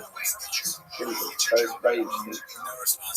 Rabbi in the present has quite speaking, but evidence gets to be bought within the context of money. It can either mean money itself, or something worth money that cannot be acquired without matter redeemed, with Khalifin. Or Rabbi Nachman, the Rabbi Nachman, Khalifin. But thanks to Nachman, he says that you can't use heroes like for Khalifin, so my economy, right? And what ultimately is the vice of coming to say that it says Tavua. So you guys say, oh, the last two Shabbat Kuka. Just like that, it must be when the vice talks about the use of Tavua, it must be talking about again, there's less than a Kuka. The Kamrit, my area of Tavua became Akidu Kesef Nami. And now, what we said before, well, obviously, if the Tavua or Tefillin are not worth a Kuka, it looks like those without saying that they can't affect, they can't be used to go ahead and redeem the other commodity. Because obviously, even if you have money that's less than a Kuka, obviously, if you have money less than a Kuka, you can't use that reality as well. Which the Moses, you're right, Lomi Bai Kala. So, Lomi Bai is like it's a stylistic process through which sometimes the Gemara will say A and certainly B. Right? Not only do you have to say B, but A, but A also. The Gemara says, let me buy Kama, let me buy Kesa, the Iske Shabbat Mutahim, the Eno Lows. What's that Kesa? What's that Kesa? The Kesa is worth a Kuka, and it can affect transactional reality. And if it's not worth a Kuka, it cannot affect transactional reality. That's obvious. So the Gemara says, this is another problem, maybe that by grain and by utensils, Ema, we do Kamakaras Ahana Sayu, Gama, Umakri Nashe. So I say we're switching gears for a little bit. We're not talking about necessarily redemption of an evidence, but rather again the scale of an evidence. So let's say it goes without saying that halacha to myself. You can't sell an evidence, right? An evidence can't be bought, so to speak, for less than a sheva pita. So that's happy. So you give less than a sheva pita. I would have thought that maybe you could buy an evidence for the rule of even less than a sheva pita. Why? Because they're saying remember, switching gears for just a moment. Now you want to purchase an evidence. Unless you purchase an evidence, who does somebody go to? Who's going to go to? The evidence yourself. Assuming you're not purchasing from an adult, right? The evidence yourself. So therefore, if you're purchasing an evidence, I understand that for less than a pita, you're not going to get it. You're not included. Even if it's less than a pita, maybe it's ever. Maybe he'd be willing to commit to such. He's going to get his day. How he's going to get his day's benefit? He's getting great. He's getting included. He's going to be immediate benefit. Maybe he would commit himself to this even for less than a pita. Kamash no. Kamash no was a halacha that doesn't work, but you cannot affect any transactional reality with either money or objects worth less than a sheva pita. Those I just think very careful with the hospital. Most of these hospitals say that what we're willing to do for infertility is better. Right? So it's such one of the greatest resilience of our contemporary generation. Right? So we live in a time of consumers benefits. No one wants to actually be for anything. We want all of the benefits, but we want none of our we don't want to have to do.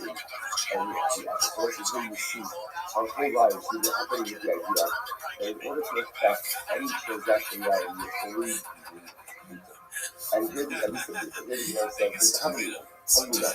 Then you give someone to do well, especially if you listen, how much to do well? You have to create, you have to take the rest of the people. You have no idea, but it can't be a lot. It can't be a lot. And the notion of a person willing to go ahead and really change the course of their destiny, like is inevitably willing to sell himself to someone for a little bit of Jeruah, what it's here right now is the power of the Lord of instant gratification. And how scary that is, how much in the pursuit of instant gratification, sometimes we're waiting for gratification. Is this not the entire challenge of faith? There's a lot of these things. I don't know what you're doing, but I'll tell you, right? Right, so why does your ever? There's a lot of different types. Guys like, hey, bro, it's so simple. You know what sin offers? Faith offers? Faith offers is useless, let's be honest. Useless offers don't offer instant gratification. Like, this is like big words, but not necessarily that sin high. Then not be able to. I cannot be able to give you immediate pleasure right here, right now. I was however I'm going potentially however I'm going to make a consequences. Because that's the way. That's the way we can have a vision. Because you can take your right now and in an intense way, you can make this commit certain risks and things. Also, here it is. It's not me. It's not a generational thing. This has always been the great challenge of life. To engage in this cost-benefit analysis, which is giving it right here in the moment, with long-term detrimental consequences, and having the ability to recognize that giving good in the moment is not the essence of life. Such an incredible use. So anyway, I'm going to go say, no, let's back to that. Yosef is real on this. Remember, Yosef is one who says that even when you know you are using silk that is worth more than a few dollars, you still require evaluation. So where do we know this? From the sign of Egel Zel, please don't do it. As well as imagine for a moment the person has to do that. So let's say you do is the calling a calf. He says, this calf should be for the pinion of my son. How does this Zel this cloak should be for the pinion of my son? No, I'm a quote. Statement is meaningless. Okay. Egel Zel becoming Shlomo. But if I say, This ego should be worth 5 slime. What is worth 5 slime for the redemption of my son? Or Thomas Zoo, the Hamish slime of the Or this talus is worth 5 slime for the freedom of my son. So what's Talaka Rosai? You know, heavily. Ultimately, in that case, the son is redeemed. So he was himself. Hi, don't very dummy. Okay, so what's going on over here? What's going on over here? Elema, the low shabby. So I'll say, if you tell me that ultimately again, both the cat and clothes are not worth this amount. Shabbat, but even though Shabbat, cultivate, and ultimately again, we could actually smoke it. Cultivate, ki amar befanish stomach, so I'll say, good. If the ego is not worth 5 slime, and if the cloth is not worth 5 slime, then what? So the guy believes to affect the ego goes, let's take it back. What's the case? I want to redeem my son. I want to rejoice that actually in our family. In our family, we have been really, my mother's side of the family, my wife is about baby. No, anything that does, anything that does ever comes around, I love it. So anyway, listen, you might say stuff. You might say, so here's the case, right? A guy wants to be told that his son. What do you want his son? So he goes over to the Kohen, and he says, Kohen, here's an eagle, right for the fear of my son. Here's a cloak for the fear of my son. So he might say, if you just say that, it doesn't work. If you say, here is a cat that's worth 5 slime, let's say 5 slime would be the amount of silver, the amount of money you need to figure that out. Right? Before 5 slime, here's the fear of that. Or here's the color that's worth 5 slime for the fear of that. That doesn't work. Versus, well, what's the case? If we're talking about a case where the cloak or the cat is worth 5 slime, is not worth 5 slime, so, but obviously why should it work? Right? Listen, just because you say something is worth 5 slime, if it's not worth 5 slime, ultimately again it should not work. And Allah, Apagad, the Shabbat, right? It was a must be. That Allah for myself, we're talking about a case where the cat and the cloak are worth 5 slime. But even the low kaisi low. That was a case number 1. Remember, there were 2 cases. Case number 1 is where the father of the child just gives the item to the Kohen with absolutely no value attached to it. Case number 2 is where he gives the same object with a value attached to it. Case number 1 does not work. Case number 2 does work. So listen, what do you see from here? You see from here that even when you give an item of value, if it is not to be evaluated, ultimately again it cannot create a transactional value. So therefore again, if you just give the cat, let's say it's clear, everyone knows the cat is worth at least 5 slime. Still, unless there was a valuation, it cannot create a transactional value. First you want to say, well, the olam below shabi. So I want to say that that's the case actually. The case that we're talking about is where the cat or the talus is not worth 5 slime.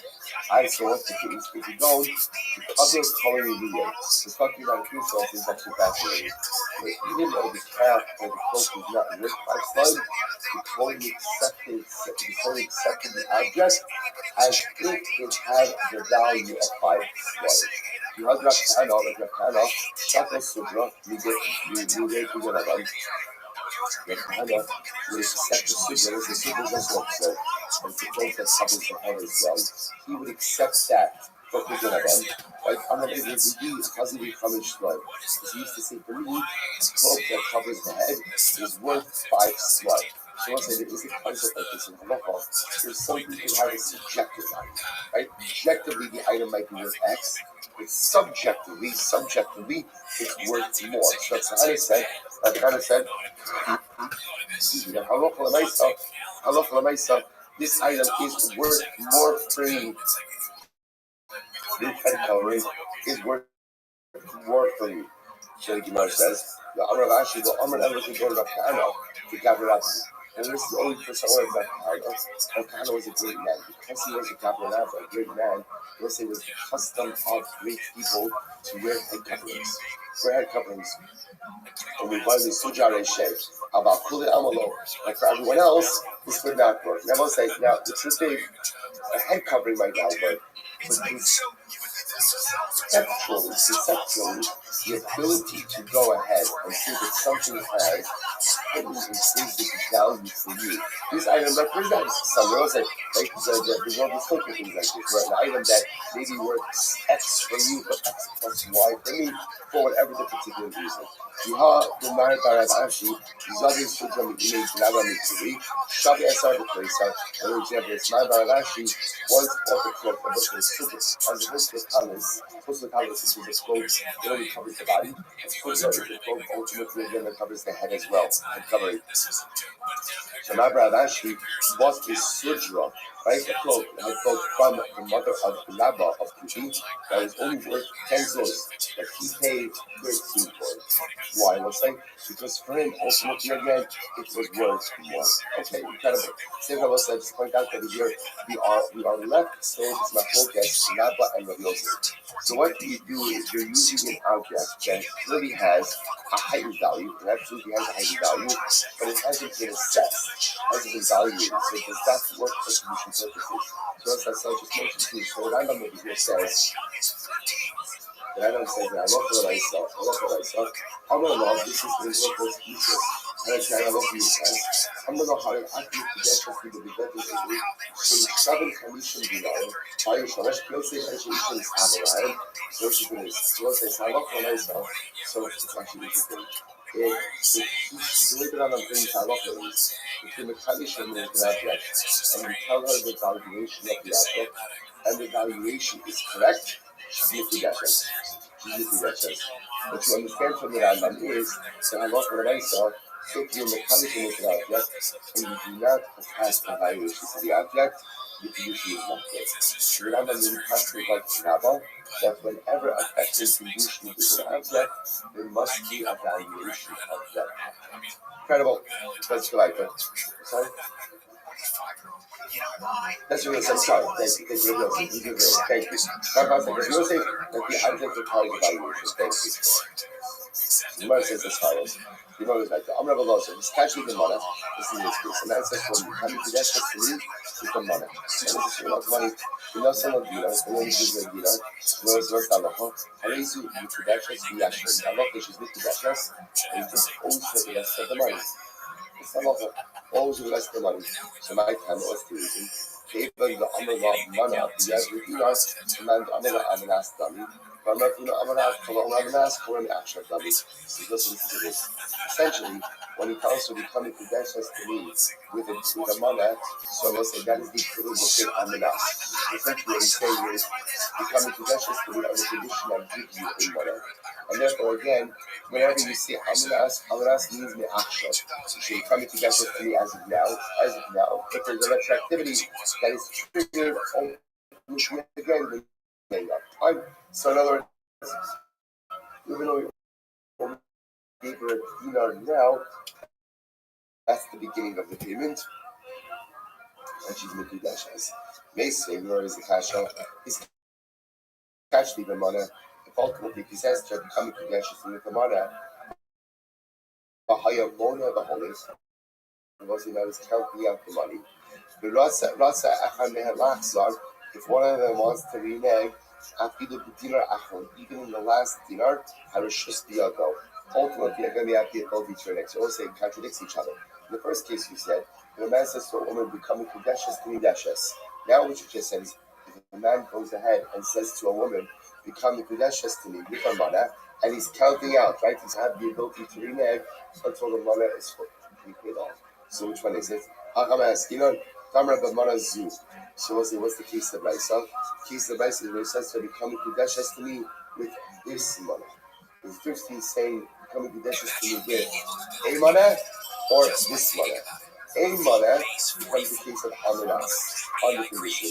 Therefore, once the first installment is paid, the condition is chal, and again it's fully chal, ultimately retroactively. As opposed to mana zu, this mana for das is only to become credentials when she receives the full amount.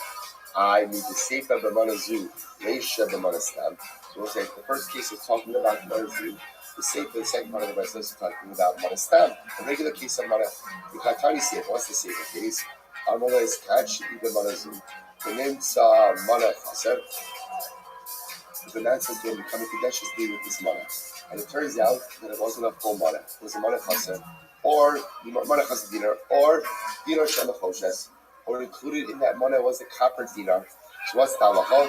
Ain't Kadesh's. Ultimately, again, the condition is left with dinar ra. What happens if it turns out that there was a dinar ra, bad dinar? We'll see that bad dinar is just a little bit. So how are you using the Kadesh's reactive? The condition is still good, but he has to swap out the bad dinar for a good dinar. Here's the Gemara says, Rabbi says, what's going on over here? Because again, we just said before that this would be a case of Manistam. To which the Gemara says, no, Reisha of the Seifa, both the Reisha of the Seifa are talking about is the Amar, the Manazu. So it's like both Reisha of the Seifa are talking about Manazu. Uperusha and Kamer Farish. And what is going to explain the other? Latsa Achame and Latsa, Afilo Begina Acharo, just the other. Let's say in the case of the Brennan, let's keep the Manazu, and the man has told me actually the Manazu. And the Kadesh's Manazu. Let's say when is the condition found? In the condition found, after it finishes in her the entire mana. And therefore, at any point in the course of this process, either of them want to releg and have the ability to use. Okay, so we learned the Amar Lab and Manazu. The Hakanami was Stabra. These are like Kari Shabba Manastam. Because if you think the beginning is called Manastam, Hashta, the Manastam Lahat Kushe. We'll say Manastam doesn't work to create Kushin.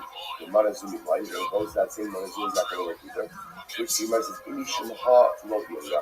If I was saying, this guy in being a Raya, Tana Sefa Lukuye Risha, ultimately again, we just need to kind of teaching the Sefa to shed light on the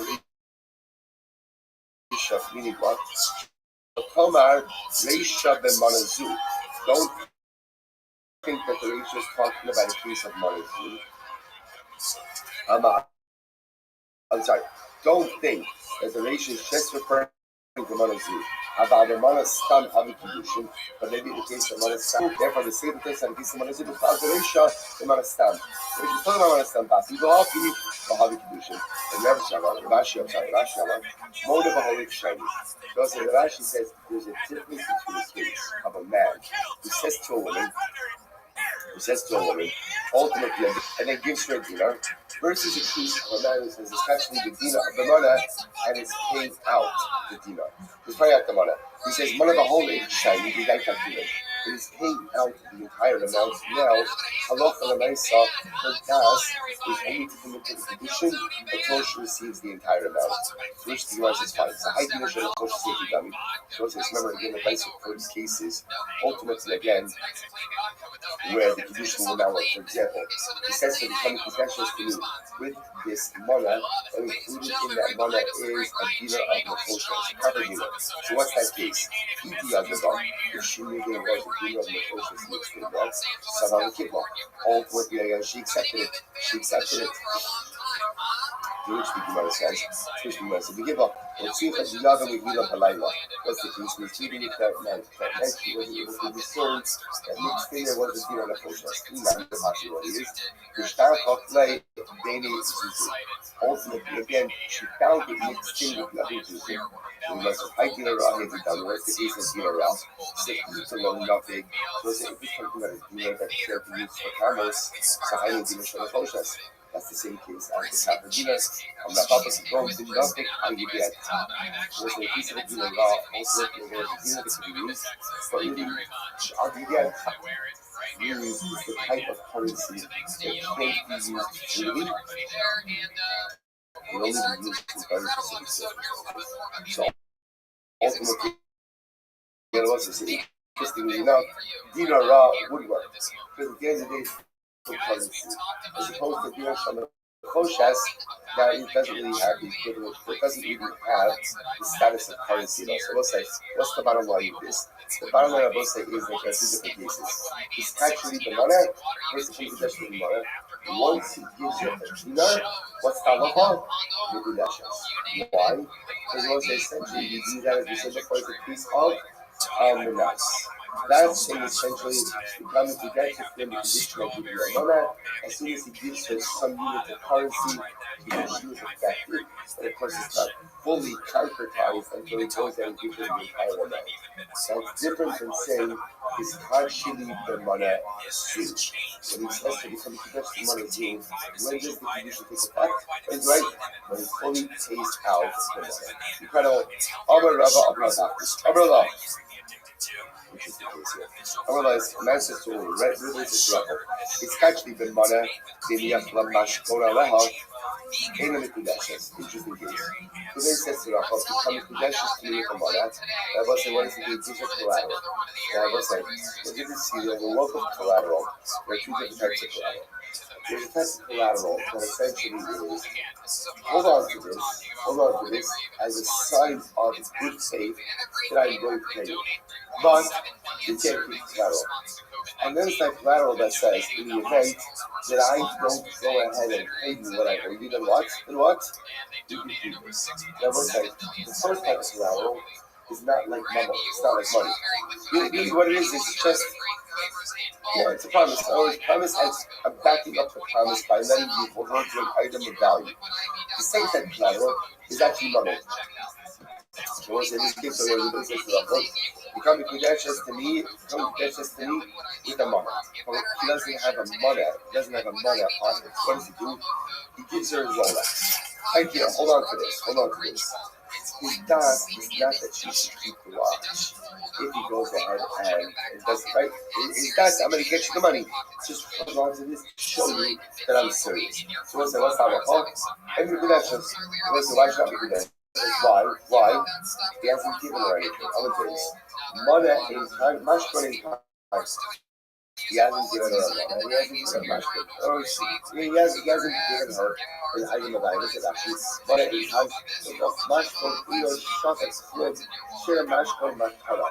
It was like the whole company is here. He's not giving her the much for to keep. In the event that he does not pay her the money. I'm going to pay the money. This is just to show you that I'm serious.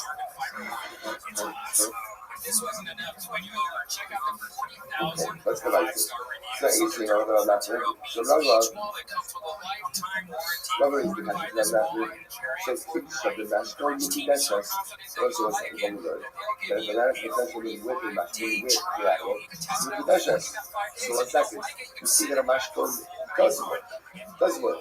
So what's going on over there? To which the guys, no. Hassan, the national bacteria. Let's talk about other people's collateral. What does that mean? Let's say this is national bacteria before you are. So how you do that, though? The teach of the Polish reach for Allah. Then also the Kudeshes shall national of the Korea. So say watch this. Imagine my situation. That eBay should lend $1,000 shilling. So what could shilling do? Shilling gave eBay a large sum. Now let's say now the fees are going to the moment that they use that sum of money and they secure that debt to match code. He owns the match code, the creditor. And therefore let's say I love when I say now what happens to eBay takes that match code and uses the calculation lawful with that match code. To which the Gemara says that's a case that'll work because since a barrel code ultimately suits the creditor owns the match code. Therefore, when he uses this to affect condition, he ultimately is using an item of value to affect condition and it works. So you says, do that mean stuff? None of these stuff. When I get back for the match code, how do I know that the creditor actually acquires the match code collateral? So that matters. With a plus the extra. So what's that? So remember again. This is talking about righteous case where you lend money to a poor person, and the only thing that the person has to pledge as collateral is you can imagine like these pajamas. So what do you do? What is going on? At night, even back in pajamas, you can do them. And the next morning, they go back to you. In the car, yes, like that. And this will be thought of for you as an act of charity, an act of generosity. And the Lord says, in April Poland, stepping life. The only reason why is considered to be act of charity and generosity by me to is why? Why? Because I own the national. See what I say? If I didn't really own the national, they're giving the proper back which really belongs to her, is not an act of generosity. Like, why is it called the tzedakah? Because since I own it, technically speaking, I'm allowed to keep it. But I'm not going to I'm performing an act of generosity by giving the proper back which really belongs to me. So as you see from here that I'm not going to a creditor acquires collateral. I must say, this happens to be a bit more complicated than you might have seen it out to now. The notion of whether or not a balchol is kona and mashkona is a big discussion halacha. So now we're kind of taking it for granted that there is some quasi, we'll call it at least some quasi level of ownership. Some quasi level of ownership. Was it interesting enough of an ownership to what? To use it as a vehicle of production. It's very interesting. Very interesting. Well, it says, Yehuda bas Avin, Zavin, who let's read this. Yehuda bas Avin bought a maid servant, for a maid servant, for some pupils. What happens? Lo hava ba'adayim. I should say, he actually sold a maid servant for some pupils. Lo hava ba'adayim. And what's the ultimate thing again? He's giving that the pupils are right.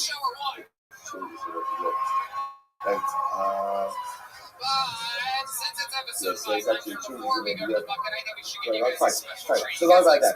So the purchaser didn't have the pupils on him. What happens? Okay. So ultimately, again, he gave him a silver bar as collateral. So he did that. So was it? What happened afterwards?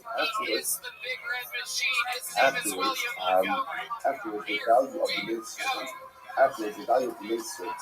Ultimately, again, went ahead and drank that. So it says, what happens? The seller wanted to do that. Now you can get more money, ultimately, for the maidservant. The buyer wanted to say, I put that for the sale is done. You can't go back out. So that's good. Rabbi. I'm a little in time last day. I'm saying no sale. Because the Putin right the price we're not giving and the silver bar that was given on sale. Remember again, we go back before the two types of collateral. One type of collateral is actually put back the transaction. One is more to say, I'm serious about coming back to the table with the money.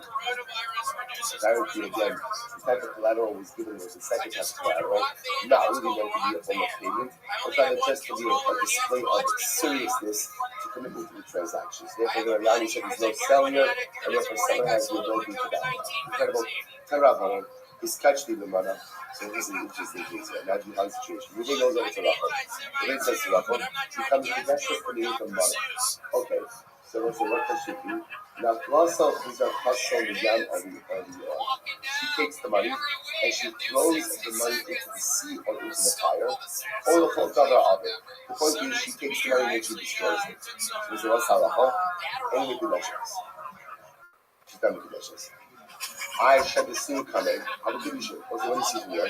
You see from here that if she were to accept the money, but throw it back at him, she wouldn't do it. I was going to say, besides the fact that the reason why she's done it is why? Because she's destroying the money. So the sense of over here, if you were to give her the money, then she were to take it and throw it back at him, she would be looking at this. You know, it says, Haka amrale shakil lo ba'ira. I was saying, like, you don't really have to be like a relationship expert, but like, if a woman takes the basic position and then throws it back at the guy, the conscious, she might be likely to decline the offer of pollution. To which the wife says, no, let me buy first to this. So let me buy color. Let me buy Shadasilu Kamei for the hobby pollution. Let's say, it goes without saying that even if she accepts the money, she throws it back at him, that's not pollution. It's not pollution. About the hustle down over your arm is what this was. But if you throws it into the sea, throws it into the fire, Amal, cable to the Kaiba of the Kedusha Kaddish Natural. And let's say, like, remember this, here's the difference. If you didn't use up the money, she accepts it, throws it back in his face. He goes back to this like Kedusha. Watch this. The case where you didn't use up the Kedusha. and she throws it into the fire or into the sea. Unless it's before anything else. Ultimately, again, who's responsible for that money? Who's responsible for that money? Rachel. So I don't know what this is. So now she's on the hook for that money. I would have thought that she is committing herself to delusion. If she's committing herself to delusion, so why is she throwing the money into the fire, into the sea? The Gemara says, Savra, ibdike lahagavra irasachnu olo. This is incredible. So if she's committing herself to the delusion, so at the end of the day, why is she throwing the money into the sea, into the fire? What is she doing? I want to test this evidence. I want to see what kind of guy this is. Right, so I say, so remember, because since anyway, if she takes the money and she throws it back in, no harm, no foul, right? There's nothing wrong with that. Right, there's nothing. So, right, obviously, what she's saying is, I don't want to be married to you, take your money, get out of here. The nice stuff, if she takes the money and she throws it into the sea, throws it into the fire, halacha l'maisa, she's on the hook for that money. So maybe what's really happening over here, and she's saying, I'll marry you. I want to see what kind of need I want to see what kind of need you have. Right? What happened, listen, you know that says, you can tell a lot about a person in 3 ways, right? Hoso, Kiso, Kaso. Right? How does a person act when they get angry? So speaking of, I'll get married to you. I'd like to see what's your life when you get angry. Let's say, see, a man would never do this, right? Why would a man never do this? You don't throw good money into the sea or into the fire, into anything else. So let's say, if you see it is for a woman, for a relationship, having a husband who is going to cheat in a proper way is much more important than anything else. See, men will sometimes choose money over relationship. Women will always choose relationship over money. So you're losing out on the kiss of pollution. You're losing out on the money. Better to know the quality of the man that I'm marrying than to go ahead and have the money. It's such an incredibly soul difference in relationship. Anyway, so let's say, so I'm going to put that as over here. Kamash no. So let's say, Kamash that's not it. Kamash Malon, if a woman receives kiss of pollution, and what? Either throws it back in the guy's face or throws it into the fire, into the water, she's not making that shit. But I want to. It's catching the money. This is what I'm saying. A woman says, so Shavu visits the Rachel, she comes to Kudeshes to me with the money. So she says, today, Rabbi, she says, give it to my father or to your father. Ain't no Kudeshes. This is not a Kudeshes. Ain't no Kudeshes. Don't say why. Because the nice stuff, what she's saying over here is, give your money to someone else. The first line, she accompanied now, however, if she says ultimately again, yes, I'll be coming to precious for the condition that you give it to my father, to your father, and ultimately again, you could precious. So that makes sense. Yeah, absolutely precious. Ana Abba, well, you have confirmation. Says interesting. In this case, you bring down father, you just had that case also saying, even when she says, so we come to possession to you, she says, give it to my father, even in that case, what she's saying is give your money to someone else. Kana Avicha, sorry, Kana Avicha, well, Avicha, called by the Seika. And most time, in the second case, where she says, to your father, I'll become a possession to your father, even though she's saying, give it to my father-in-law, since she's saying, I'll become the possession to my father-in-law, that case works as well. Incredible. Let's say second line. He's catching the money. It is a struggle. Becoming possession to your money. So it's name your clothing. Let's say she says, give the money to Shimon. Ain't the possessions. Ultimately, the answer is not the possessions. Why I will say, because we view her statement as saying, just give the money to someone else. I'm going to ask, she accompanied me, but if she says, give the money, right? I'll become the possessions on the condition you give the money to Shimon. Then the possessions. But I said, that case works. Now, why do you need both of these cases? So the 2 cases are saying the same thing, right? You said before. And she says, if he says, to accept this money, she says, I'll become the condition you give it to my father, to your father, she's the possessions. Same thing. If she goes and she says, I'll become the condition you give it to Shimon, she's the possessions. Why do you need the same case? Sweetheart. Yes, really, Abba Abisham. People were just like, this is my father, your father. Hustle with the Abba Abba Nash, Shika, Baby Abba Kedushin, the Samcha, Daika, Ibu, I'm going to tell you this, like, in the case of a father or father-in-law, those are people she depends on to execute her agency. Savra, Abdin, Yushu, Hussein. These people, my father-in-law will act as my agent. Allah, holy law. Also, in the case of the stomach guy, she says that she's really relying on him to be an agent. Therefore, as the Gemara says, even if she says on the condition of giving a Shimon, that is going to work as well. We actually even holy. I didn't just say the case of Shimon. Oh, if the Amr is being reported, no habitation, so no makarba, daika, legabe, the mistake, and the Makana. Also, I'm going to talk to maybe stab, where she says, give the money to you, right? He gives her a mother, and she says, give it to Reuben. That's the case ultimately when the condition will not work. Why would it not work? Because since she has no shaykhus to Shimon, ultimately again she's not just going to give him the stomach gift. Abba va'avitza, in the case of my father, your father, in the part of life of the Rabbi, so there is a closeness to both of these people. Ema b'vatana yadisim, maybe she's ready to give it to him as a machana. Never see that. Let's say, there's no matter in this case. So let's say, it comes out bottom line is probably the case. But Reuben says to Rachel, become infectious to you with a mother.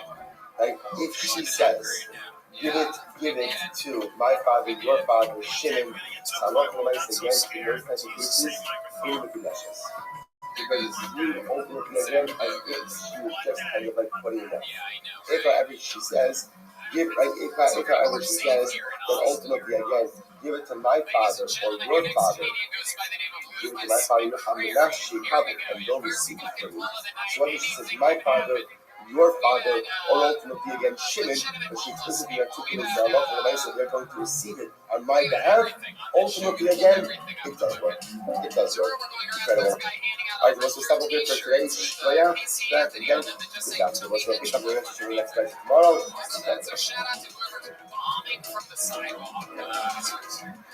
Oh, here he is. It's Lucas McCreary, everyone.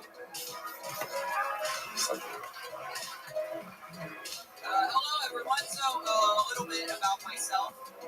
That's why we all came out here tonight. So, I'm non-binary, right? So, I use they, them pronouns. And I have to remind my dad about this. This is a pretty new thing. So, I'm like, hey, Dad, if you don't mind, I use they, them pronouns. But it doesn't matter how many times I remind him because he keeps calling me faggot.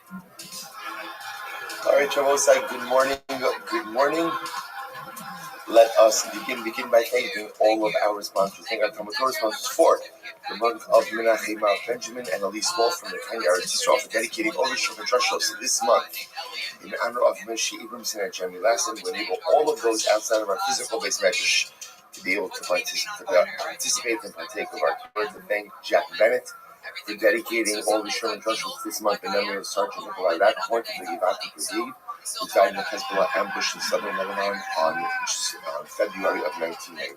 To thank our week of learning sponsors, Larry and Laura Franks, and Sister Refushim for Chaya Mira Bas Sarah and Sarah Bas Elisheva. Our Daf Yomi sponsorship for this week, Yanki and Elisa Statman and Sister Refushim for Chaya Rivka Bas Nechama.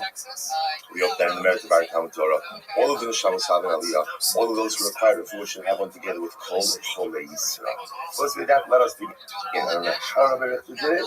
As long as I didn't finish the Parak yesterday, which is incredible. So it was amazing for this morning. But Hashem says today, we had the incredible approach to begin the 8th Parak of the Sefer Gittin. That Ayin Zayin on the Aleph 77a says the Mishnah, Hazorik get Rishto. So this is a very exciting Gemara today, because a lot of these concepts that we really have not focused on at all over the course of this episode. Before, it's really exciting. So a man throws a get to his wife. So what's this now? Right? Hazir Arizim Rashas. If she is standing in her home or she is standing in her chutzner, ultimately again she is divorced. Now this is obviously what we're talking about over here is he's throwing a get at her, or throwing a get to her. She's obviously not catching the get, right? That's not the case over here. She's not catching the get. The get is landing on the ground. So now the Gemara says, Mishnah says, if she's standing in her home, or if she's standing in her chutzner, she has the ability to be divorced by dint of the fact that the get is landing in her property. And what the mechanics of that are, we'll talk about in just a little bit. So Rashi is the Rabbi someplace up. Shamnichse mulod, bizarre kula agave kalka. Obviously, the Gemara says, what's the case of her property? Nichse mulod. Remember again, obviously, there are two different types of property that a woman brings into marriage. Nichse mulod and nichse from barza. Both are the same in that one is wife retains title to both those properties.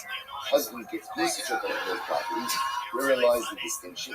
Nichse from barza guarantees the value of the property. So whether the property appreciates or depreciates upon better divorce, here is a state according to the value of the property. Versus that's what that's called nichse from barza, like iron sheep, retains its property, retains its value. Versus nichse mulod, which retains title, whatever is or isn't left of the property as a death or divorce, ultimately again goes back to her. Fine. Either way, the point is she's standing in her house, or she's standing in her property. Husband is throwing the get right into her chutzner. Into her house, into her chutzner, she's divorced. They will say, how is she being divorced? There's a capital halacha called a kinyan chutzner. A kinyan chutzner, literally again, your property has the ability to acquire on your back.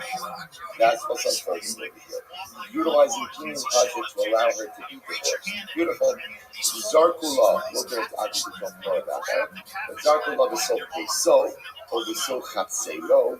So I will say so, let's say he throws it, right? He throws it, and it lands, and she's standing in his house, or she's standing in his chutzner, and he throws it to her. Halakha l'maisa afilu u'ima b'mida, even if he is with her as dead. That's okay, right? But ain't any gracious. Ultimately, again, in these cases, she's not going to be gracious. She's not going to be gracious. That was the why she's not going to be gracious. Because l'maisa. That's what the world needs. A person who can express himself just genuinely, who doesn't even remotely feel performative. But then your comedy's really good, so kudos. Right? She's not the gracious ultimately again because halakha l'maisa, ultimately again it's landing in his property. So the Gemara says as follows: the sochika or the soch kalsa. What happens if halakha l'maisa close together? So remember, case one is she's standing in her home, her chutzner. Okay? Get lands ultimately again in her property. Halakha l'maisa, she's divorced. That's case one. Case two, she's standing in his chutzner, his home. It's not divorced. Case three is an interesting case. Case three is she's standing in his home. So what does he do? He throws the get. It lands in her lap. Or the so-called son. Kalsa is her basket. Actually points out over here, there's a basket that women often kept with them, and they kept like needles and threads. Essentially, it's not really equivalent of a purse. Right? So case number three is she's standing in his property, she throws the get, it lands in her lap, or it lands in her purse. What's Salafa? Ultimately, again, she is divorced. Right? So the Maisa again, what's the Kiddush of that case? The Kiddush of that case is that halakha l'maisa, even though she is in his property, her body or her utensils are able to acquire the property. So we'll discuss that. So we'll say, so again, case number one is what we're going to start with. Case number one is where you introduce to the concept of kinyan chutzner. That when a woman is standing in her home, a woman is standing in her chutzner, and the husband throws the get, and the get lands in her property, ultimately, again, she is divorced. Says the Gemara, Menachem. So see, what do we know this one? Now, what do we know what was? So let's say, remember, the Torah, in speaking about Gittin, tells us, V'nasan yaza v'shilcha v'zeisan. Torah says it's the process for giving a get. What's the process for giving a get? Husband takes a get, and what does he do with it? What does he do with it? And also the other. He gives it, he puts it into her hand. So so from a biblical perspective, when you read the passage, again, without extrapolating anything, there's a way that divorce occurs. How does divorce occur? Husband puts a get into his wife's hands. That's it. That's get. That's get. So from where do I know this idea? From where do I know this idea that there's a concept? In concept, to which the one says the Tanur Rabban, here we go. V'nasan b'yada. Torah says he gives it into her hand. Amy ela yada. I only know that he delivers it into her hands. Gaga, chatzera, karfifa minan. How do I know that if he delivers the get onto her roof, into her house or courtyard? Let's say karfetz is an enclosed area. Minan, how do I know that works still affects divorce as well? Talmud Lomar, v'nasan mikamako. We focus on what we know. Something else means he will give, right? He will give a real place. And we learn that to teach us that even not into her hand, but rather into anything that is her property. Listen, I think we Rashi. There's more to this drasha. There's more to this drasha. Rashi says, "Some of the Sinikamakom, Vidashino and the Antinafshe, Vidlosim, Ubiyada Yitinano, Mashmola and Sina told me." Also very interesting. See, had the Torah just wanted to limit the ability of a husband to deliver a get into the wife's hand, right? There would have been a more specific way to write it. How would you have written it? The yada yitnena. In her hand, you'll place it. The fact that it uses a more generic lashon of b'nasan b'yada, tells us once again that the operative phrase, the operative word is b'nasan. He has to give it to her. Now, how does he have to give it to her? So we'll say, so b'yada becomes a bit more descriptive than location specific. B'yada means the get has to be given over into a place that is like her hand. Rashi says, so we'll say this is fascinating. So the Torah, so again, had the Torah just wanted to say the get can only be delivered into her hand, there would have been a better way to write it. How would you have written it? The yada yitnena. In her hand it shall be placed. That was the unity. Right? Now that it says b'nasan b'yada, give it into her hand. Really, b'nasan. Husband has to give a get to his wife. How does he have to give it? In a way that is like b'yada. I'll say, what does that mean? Just like her hand, we're going to talk about this more, is mishtameres. Mishtameres means it's guarded and secure. So too the get has to be given over into any location that is mishtameres. Guarded and secure. Guarded and secure, we're going to expound on that a little bit. So from there we learn that what? From there we learn halacha l'maisa that the get to be delivered into her home, her body, her chutzner, her courtyard, her carpet, her enclosed area. As long as the area is mishkan. So let's just for a second, and we'll see in the Gemara. What does mishkan mean? Mishkan means that it is guarded. That is the kind that the item is not going to get taken or stolen. So it can either mean the area is enclosed, or it can also mean that the woman is standing right there, asserting her ownership over the area. So now we just learned something amazing. A get could be delivered into any area that is mishtameres by the woman. Incredible. The tiny on Rabbi Gano, we find a similar halacha by thief. Listen to this, by theft. So I will say, remember, Torah, where is that kind of concept? Talk to the pasuk outside. The pasuk is, do not say, if the person moving steals an item. If you find a stolen item in Ruben's hands, you sure that Hamor Atzeh Chaim Shnai Misham. This is a concept that if a person Ruben steals something, when you find a stolen object in his possession, he has to pay kefa. He has to pay a double amount. So listen, so once again, the Torah employs the lashon of if you might say biyado, which you find in his hand. So the Gemara says, "Se'ini eliyado." I only know that if you find it in the guy's hand, he has to pay double. Gago, kasero, kafifa minayim. How do I know that if you find the stolen item, was it in his property, that you also have to pay double amount? Talmud Lomar, You must say Mikomakom. The Pasuk says also same Lashon. You must say Timase, wherever the item is found. Now listen, I just want to point out over here, what are we talking about? So I say, what we're talking about over here, and this is passing, Rashi says this, they don't need to say it right now. When we think about theft, right, ultimately again, how do you steal something? You know what I'm saying, maybe you have a friend, right? Okay, so what do? You take an item with your hand, and you take it as your own. There's never a steal. Imagine for a moment Reuven is in his house, and Shimon's animal walks into his house. Like Shimon's animal walks into his house. And what does Reuven do? Reuven purposely closes the door with the intention of keeping Shimon's animal. So let's say this is a fascinating case where Reuven has effectively stolen the animal of Shimon, but has not done anything with his hands. Instead, what has he done? He's utilized his property to effect theft. So that's really the most. So again, the Torah, when it speaks about people, speaks about the concept of go. Right? Reuven has stolen with his hands. How do I know that if Reuven even steals with his property?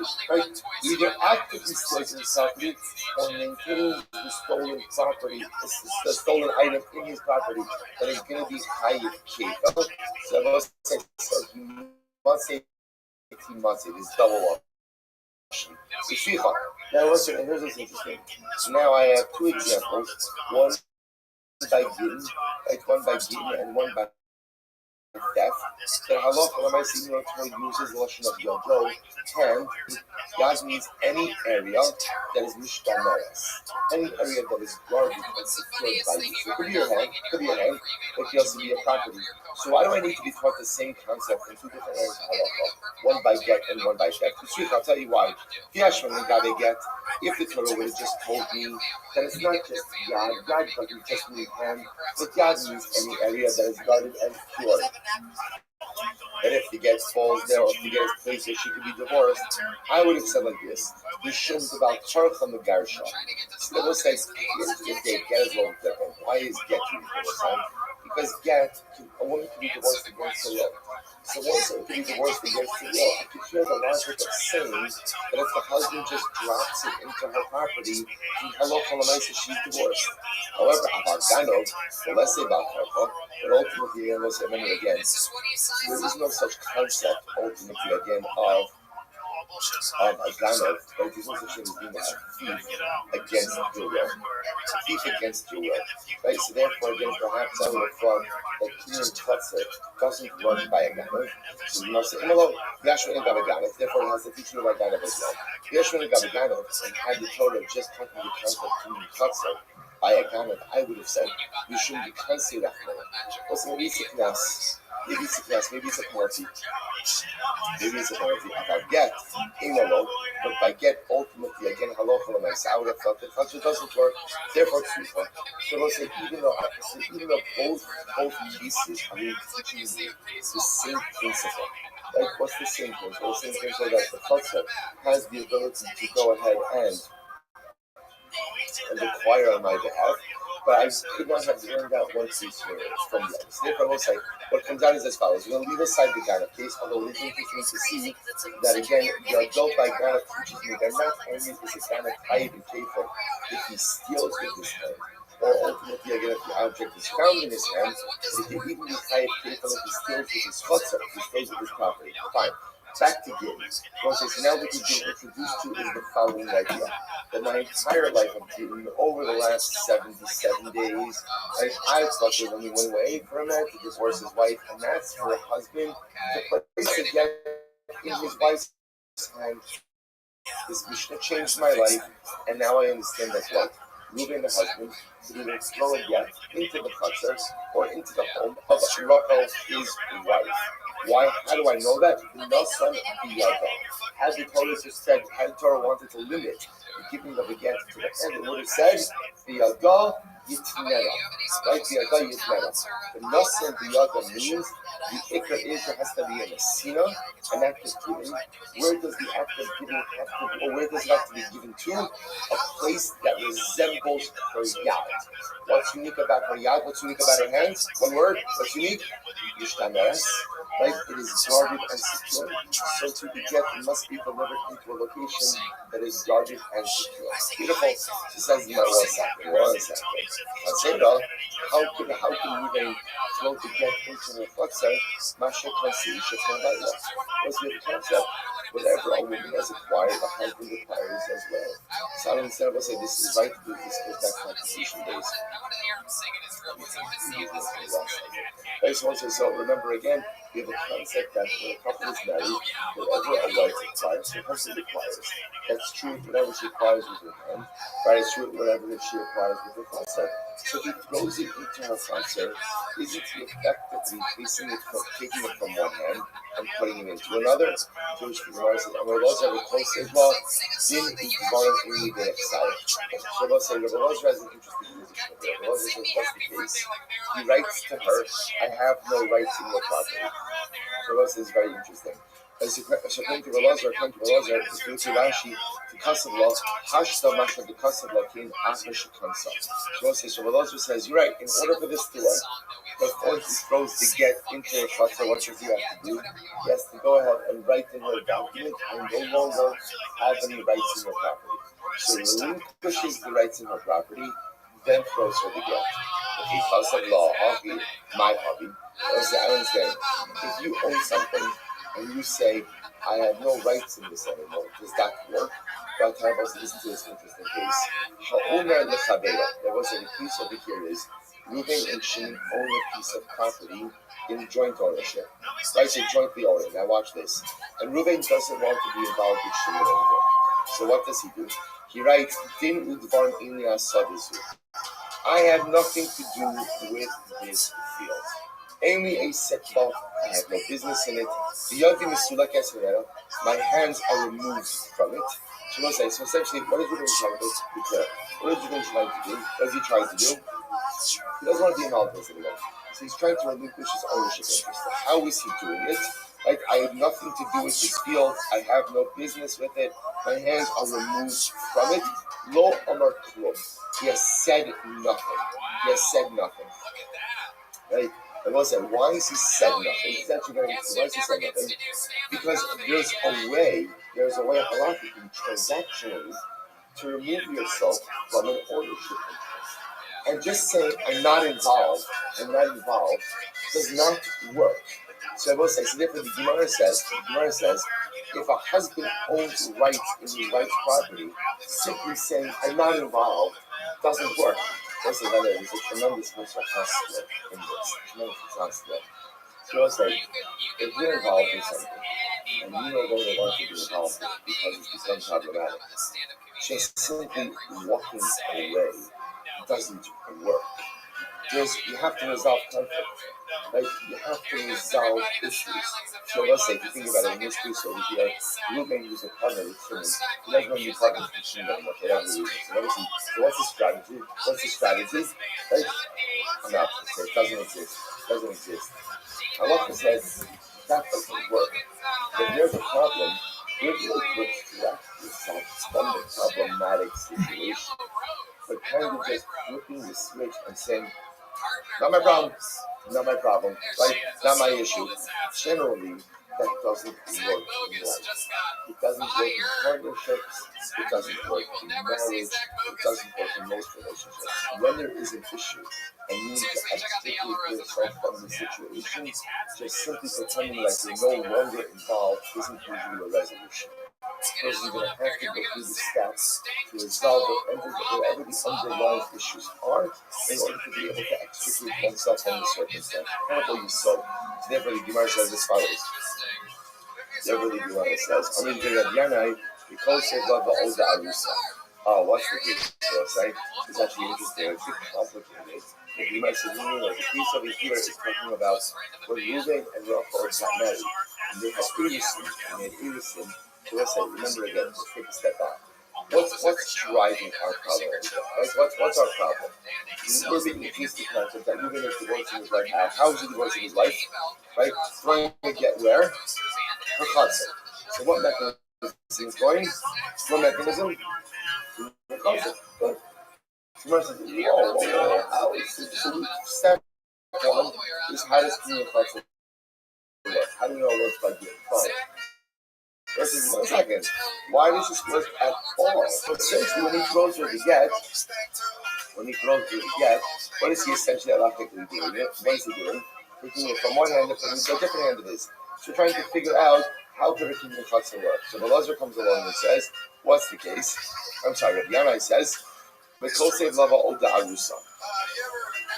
What's that? He is going ahead and writing her when they're in Eris. And what's that? Husband only requires right over his wife's property after he's suing. That's a full-fledged marriage. So what's it? Then I say, what's the case? While she's still in Arusa, he writes to her, Din Igvarim Amy the Messiah. I have no rights over my property, over your property. So what's it? This is an Erusin before he receives rights over property.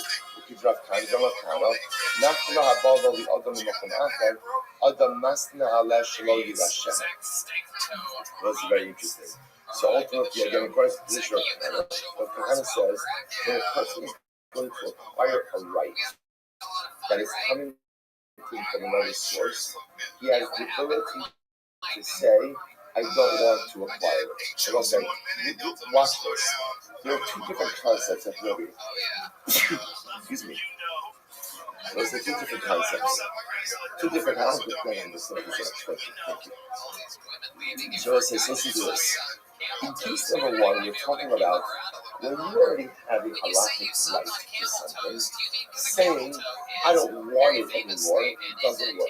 It's going to have to be a more formal process for you to untangle your ownership interest. That's different than in a state where you don't yet have a right. If I'm going to have a situation where I'm in a state right now, I don't have a particular halakhic entitlement, but I'm going to have it. So let's say, before the right is vested in me, I have the ability to say, I don't want it. And just by saying I don't want it, that's enough to prevent it from devolving the property. So watch this. When does the husband acquire rights in his wife's property? When does he acquire rights? When? He's suing. So let's say if during Erusin, which is before he is right, during Erusin he says, I don't want rights in my wife's property. Simply saying I don't want it is enough to prevent it from acquiring it. So then what's that? Just follow the train of thought here. So therefore, the Rabbi says, what's the case of a husband who has the ability to throw the get into his wife's sponsor? Right? What's the case? It must be where Reuben, the husband, during Erusin said, I don't want to have rights in my wife's property. And also, you can do that. In other words, you have the ability to decline a right that is coming your way. The Rava says, Ha'omer, what's that word base? Ha'omer, if she did that coming to go zu, Shomelo.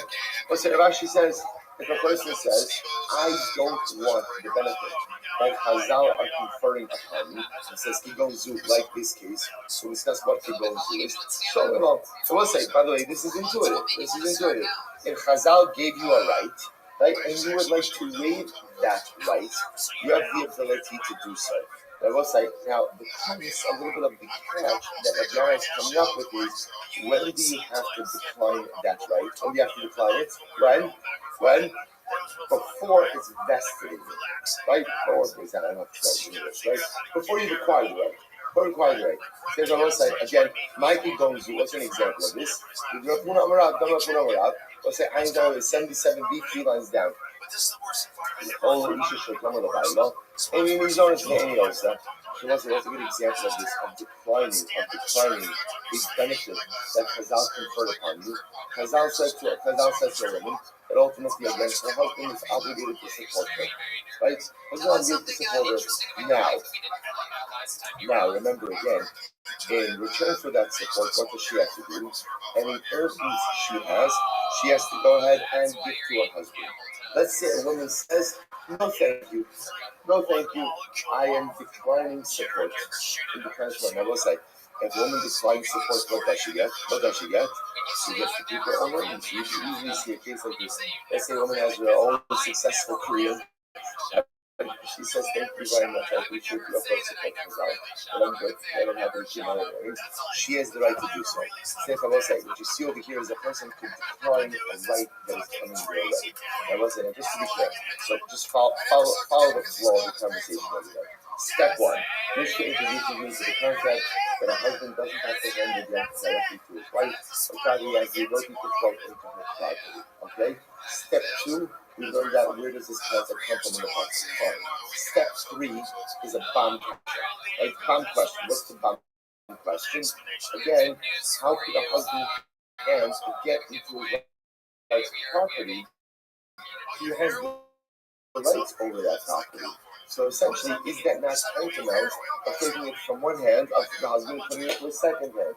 So we're trying to figure out now, is it must be that he's declining rights in the house. That's the case. He must be now. What's the legal in that? According to when does he have to decline the rights in the house? When? During the before the rights vested. Right? Because apparently, again, if it's during the suing, just saying I don't want rights, that's not really going to work. So it must be like an irritant before the rights vested in him. He says, I don't want this, I don't want this. And that works because whenever Chazal institutes something for the benefit of a person has the right to say thank you, but no thank you. Okay, fine. So Rabbi, so let's say comes along Rabbi. Let's say Rabbi changes our life. Rabbi says, so Rabbi Amar, so we'll say, Rabbi says, by the way, you're going to get caught up in this ownership piece. We'll say, isn't her hand acquired, the wife's hand, isn't her hand acquired by her husband as well? Or else she's going to ask on this. Remember, technically speaking, husband has certain rights over his wife's rights. What do I mean by that? As we just said before, husband is entitled to her earnings. It was like, Rachel's walking down the street. She finds $100 bill on the ground. She picks it up. Technically speaking, where does that $100 bill belong to? Where does it belong to? Her husband, he is Zakkai ben Mitzvah. He has entitlement ultimately against whatever she finds. So Rabbi says, if you get worked up about the fact that the husband owns the house, hey, guess what? The husband has certain ownership rights in her hand as well. So you can ask, how could a husband ever put a get into his wife's hand? After all, isn't putting a get into her hand halachically equivalent to taking it from one of his hands and putting it into the other hand? What do you have to say? Hello, each of the other right half. And then what you have to say, and this is the best, is halachic simultaneity. So what you have to say is, just like a regular get, what happens? The moment the husband puts the get into her hand, what's happening in that moment? She's divorced. And when she's divorced, what does she have full autonomy over now? Her hand. And how does that happen? Simultaneously. Halachic simultaneity. Because everything is happening in the same moment. Therefore, again, I love my son, the Gemara says,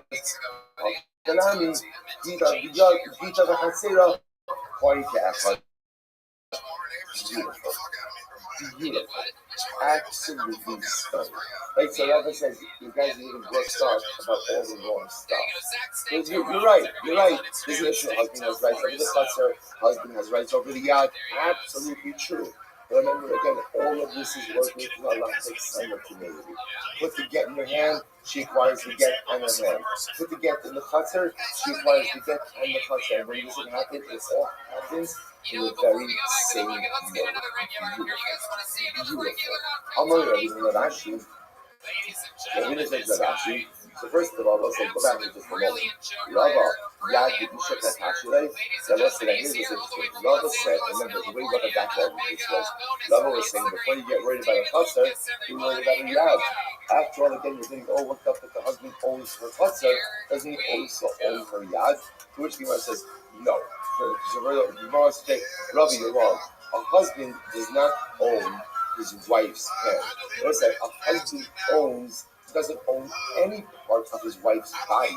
He says, my siyadeh, yada gufa, mitakari. Right? Let's remember again, a husband has an entitlement to a right. Or if you say, a husband has a right to certain things. He has a right to her earnings. That does not mean he owns her hand. He doesn't own her hand. Right? So again, remember, the only time you could possibly own another person in what type of situation? Conflict. You could own your Evet Kinani because an Evet Kinani is like karka. A husband cannot own his wife. So the Gemara is just clarifying this. Rabbi, husband doesn't own his wife's head. He may be entitled to her earnings. He may be entitled to what she earns, but ultimately, again, it's not entitled to her hand. Amalei Rabbi. So the Gemara says, Amalei Rabbi, so obviously you're right. Not ha'evet compassion. You're right. The case I was really referring to was saying not the hand of a woman, rather I will say the case of an evet knam. This is what it is. Remember of the Shai the Atzmo, the Yad Evet Ka'adavod. We'll say, listen to this. Rabbi was saying, here was my passion case. My passion case was like this. We'll say, remember we spoke about this before, you want to emancipate your Evet Kinani. Emancipate your Evet Kinani. What do you need in order to emancipate your Evet Kinani? What do you need? A shtar sheker. I will say, there's a concept that, let's say I own, right? I own an Evet Kinani. I want to emancipate him. So what do? I take the shtar sheker, I take the document from that station, and I put it in his hand. But why should that work? Listen, who owns the hand of the Evet Kinani? Who owns it? I own it. It's the master. So putting a get shifter in the hands of the Evet Kinani is that not the equivalent of taking it from one hand and putting it to another hand? Rather, I would keep the other by the effort. So it's very interesting. Rather, again, what you have to say is, so why does it work? Once again, halachic simultaneity. So I'll say the same way when I place the get shikra in the hands of the Evet. So again, he acquires his yad and his get at the same time.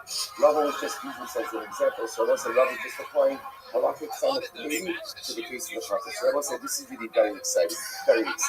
So now Rabbi said now I have a full picture. Here's what I know. Step one. If the husband doesn't have to deliver the get directly into the hand of his wife, he can put it into her chutzah. Where do I know that from? The Nasham Biyada.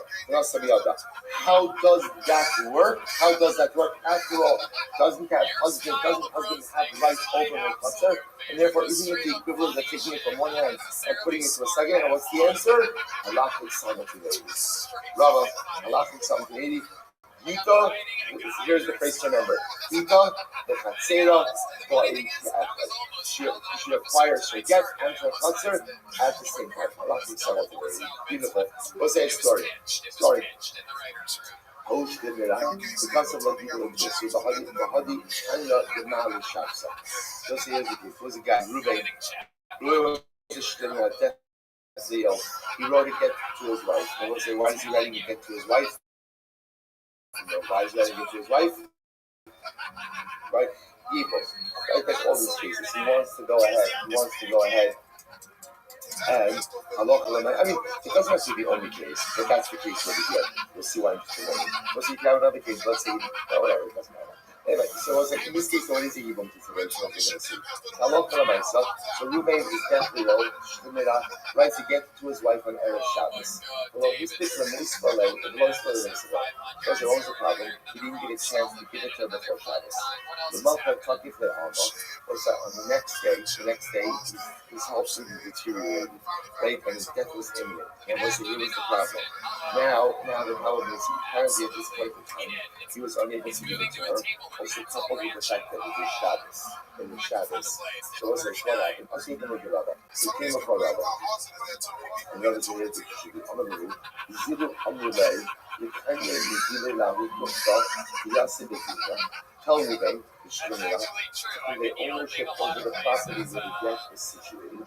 The case of Evi is sacred to sift up the taxes. And let Rachel go over this piece of property.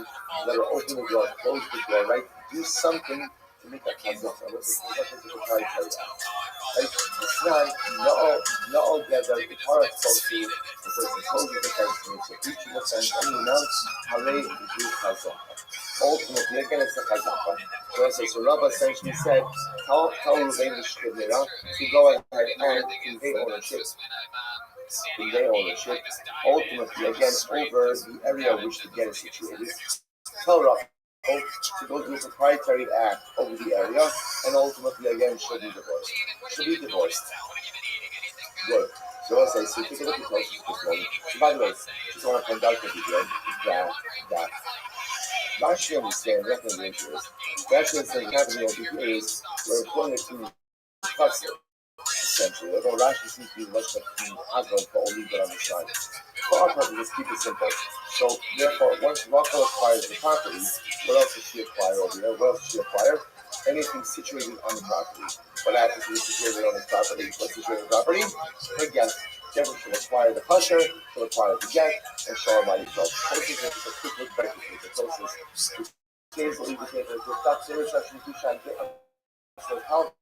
So the most of all, אף אגב שבקונספט הזה משאיר את העניין. אם הגשתי לשבס, השאיר מידע כאילו לא טיפות כמובן.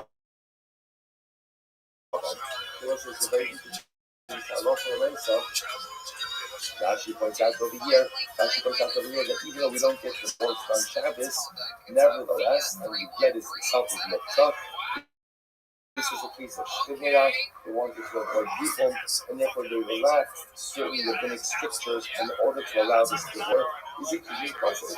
Like Rachel acquires the property. He becomes the work. I'm going to do a village Rabbi. So those says Rabbi, Masha comes to Isha Kanabaila. So those aren't you running into a village? Said, one second. The husband has rights over the cluster. His rights over the cluster. Salah for the isn't the get still under his ownership. That's it. Someone was embarrassed. His Sophie was also Darius happy. Also, then it turned out that in fact the husband wasn't on Yusuf. They were in Aries, since she was an Aries, so they began Yusuf. Therefore, he did not yet have rights over her property. I'm a Rabbi.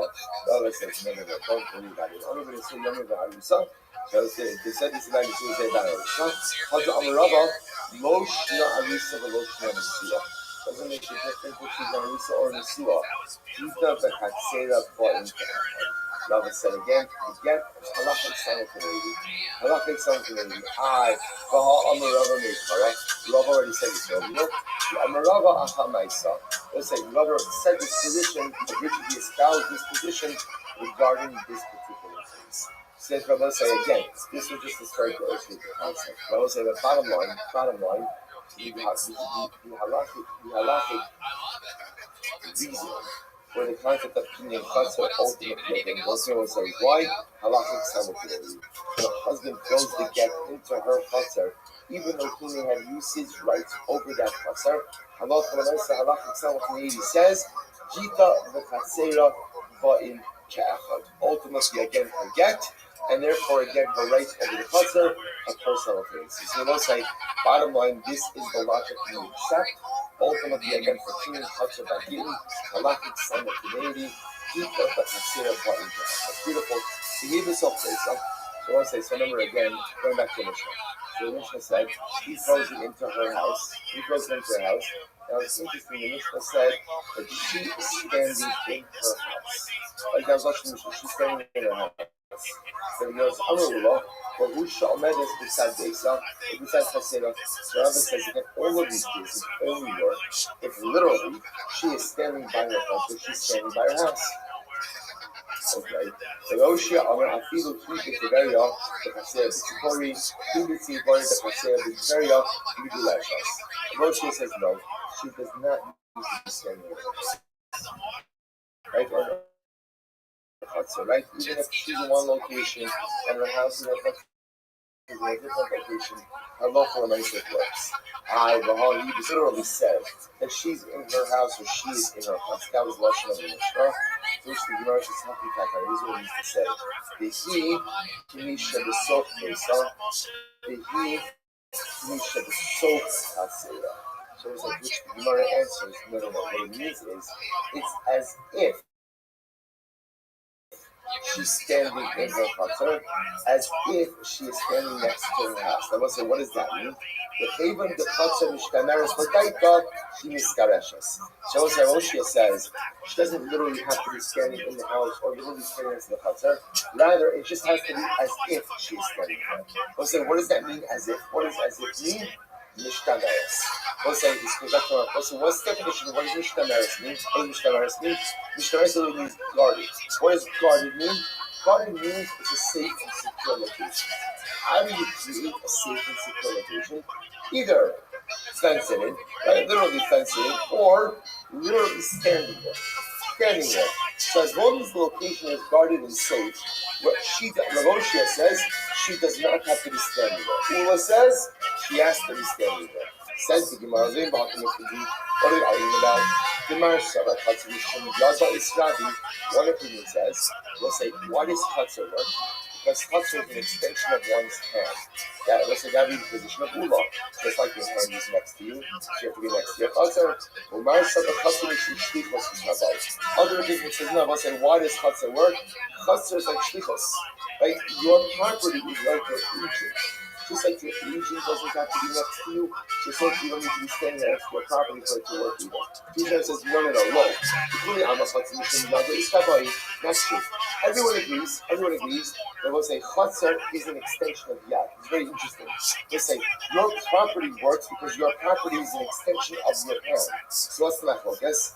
My Sarah Yada, my Yada Bislucha, Chatzar Bislucha. So Ula will say, just like your hand literally is next to you, so to your Chatzar has to be next to you. The Ida. We'll say, Roshia will say, well, if that was true, why don't we say just like your hand is attached to you, your Chatzar has to be attached to you, so it's supposed to be ridiculous. I like Yada, my Yada Mishtameres L'daita, Av Chatzar Mishtameres L'daita. We'll say, so again, the second opinion, Roshia will say, no, just like your Yad, we'll say, Mishtameres. Like your Yad, your hand is a secure location, so to your Chatzar has to be secure, but it doesn't require you to be right there in physical proximity. Okay, that's Sarah Mishtameres Shalom L'daita. All come to exclude a case of a Chatzar that is not Mishtameres. So we'll say, so this is about the Yisod Mishtameres. So we'll say, it's very, very, very exciting. So now that I know that there's a concept being Chatzar, now that I know why Chatzar works, we're not somebody other. Now I know about halakhic simultaneity. Now I will say, now I know a fourth thing, which is, why does Chatzar work? Chatzar, my property, is continuous this burst an interesting progress. So I will say, so where do I have to be in proximity to my Chatzar for my Chatzar to work? Ula says, you have to be right there. Just like your Yad, the sum of your Yad is next to you, for your Chatzar to work, you have to have proximity as well. And one Shia says, no, I don't need proximity. What do I need? Mishtameres. Just like my hand is a secure location, so too my Chatzar is a secure location. And if my Chatzar is secure, even if I'm not in proximity, ultimately again my Chatzar requires. So we'll have to stop over here for today. Again, we'll see how to resolve that machlok this morning at Hashem. Mazel tov on starting a new parak. Incredible. Okay, instead of cutting trees down, we cut down towers instead. Listen, okay? I drink beer, I eat pork, I have unprotected sex. I'm part of you, right? Like, lumberjacks, you know what they do? They harvest wood. All right, everyone, good morning. Let us begin. Begin by thanking our sponsors for this morning. Should thank our Talmud Torah sponsor for the month of Tammuz, Rabbi Matali Tilson of Talmud Eretz Yisrael, for dedicating all the training drushos this month in commemoration of the yard site of his beloved parents, for Kiona Ben Avram Leib, Rivka Bas Yaakov. We hope that we met our Talmud for the Nisham Sahadim Aliyah and the families in the family. So with that, let us begin. A lot to do today, Baruch Hashem. Today's daf is Nun Zayin 57, and we are picking up in Eretz Hashem on Nun Vav Amud Beis 56b. We actually left off a few lines up in the further lines get very long. The master name that is Mike. Remember again, we were talking about the night for the Yochanan Ben Zakkai, smuggled out of the city of Yerushalayim, facing the future Caesar Vespasian, asks for 3 things. Give me 30 How's it going? Well, how are you? How are you? Doing fine. Are you busy? I'm working on something. But let's make a little time. How's your day going? Prior to the It's going good. I just had some things in my mind. that's philosophical stuff. We were I didn't know if discussing you- the remedy of Rabbi Tzaddik. I didn't know if you had any time for it or not. You and Maya. But So let's say I the first can day, do my best to make some time. If you don't mind, First, you don't if I mind multitask? mix of bread. I don't. Maya dis yeah. Yeah. Lamacha Maya So the next day water mixed with flour. And the Ravach Maya part until his stomach opened up. basically that came about during fasting. So the time of Isaac Luria, Rabbi Isaac Luria, as a around result of staying fasting, so his stomach had essentially shriveled up. They had to go ahead and century. rebuild it by giving him a little bit of food slowly. Just Good. a Also, minute. I should say the 16th century. So remember again, Vespasian goes back to Rome, now being crowned as Interesting. Caesar. Who does he send in Things his on place? Titus. Titus. So this is the idea. Wasn't really around, at least not in written form before Isaac Luria, and it's an idea basically of a complete contraction. That's what it means in Hebrew. Some level of reverence. Can also mean Titus, on the other retraction, hand, is totally irreverent. and Titus it's enters in basically fasting the and idea what did Titus that do? Tafas is all of the other Nicholas there's like two aspects of the Titus took a world. harlot, You've got Ein took a Sof, zona, which now is those with the infinite holy light, importance. literally meaning without end, and then the opposite, which is this idea of Ein Sof, this contraction, and Remember again, I will say, some people basically can refer to it as vacant space. goal was to conquer the Jewish people. Titus's goal really is not simply a physical victory, but a metaphorical theological victory type as well. description, Titus is perhaps, intent on conquering the God of the complete Jewish people. absence and So he takes his sword, the opposite plunges somewhat it of into Ein the Sof, Barokas, hanging up into the curtain of the Kodesh HaKodashim. without end. That's a basic blood started to summary. come out of the curtain. Kisavra Haragas Hatzmo. Titus thought he had successfully killed HaKadosh Baruch Hu. Shagu Zorecha B'Ker Moadecha, so Ososim Ososim Avachayim Mi Kamocha Chasim Kaf, Mi Kamocha Chasim Dekasha, Sha'at Shomen Utzo V'Giduf Sha'osarasha B'Shosei.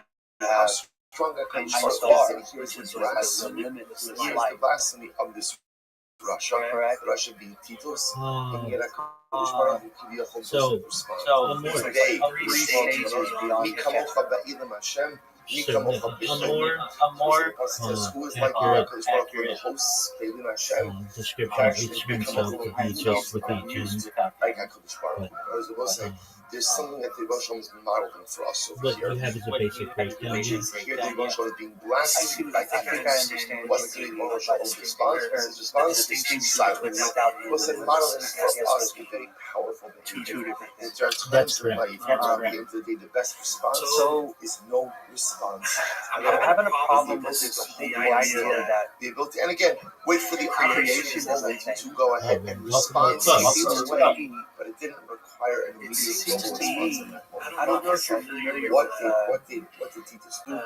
pre-Socratic or Greek philosophy, but there's took the the idea that he tore down the curtain.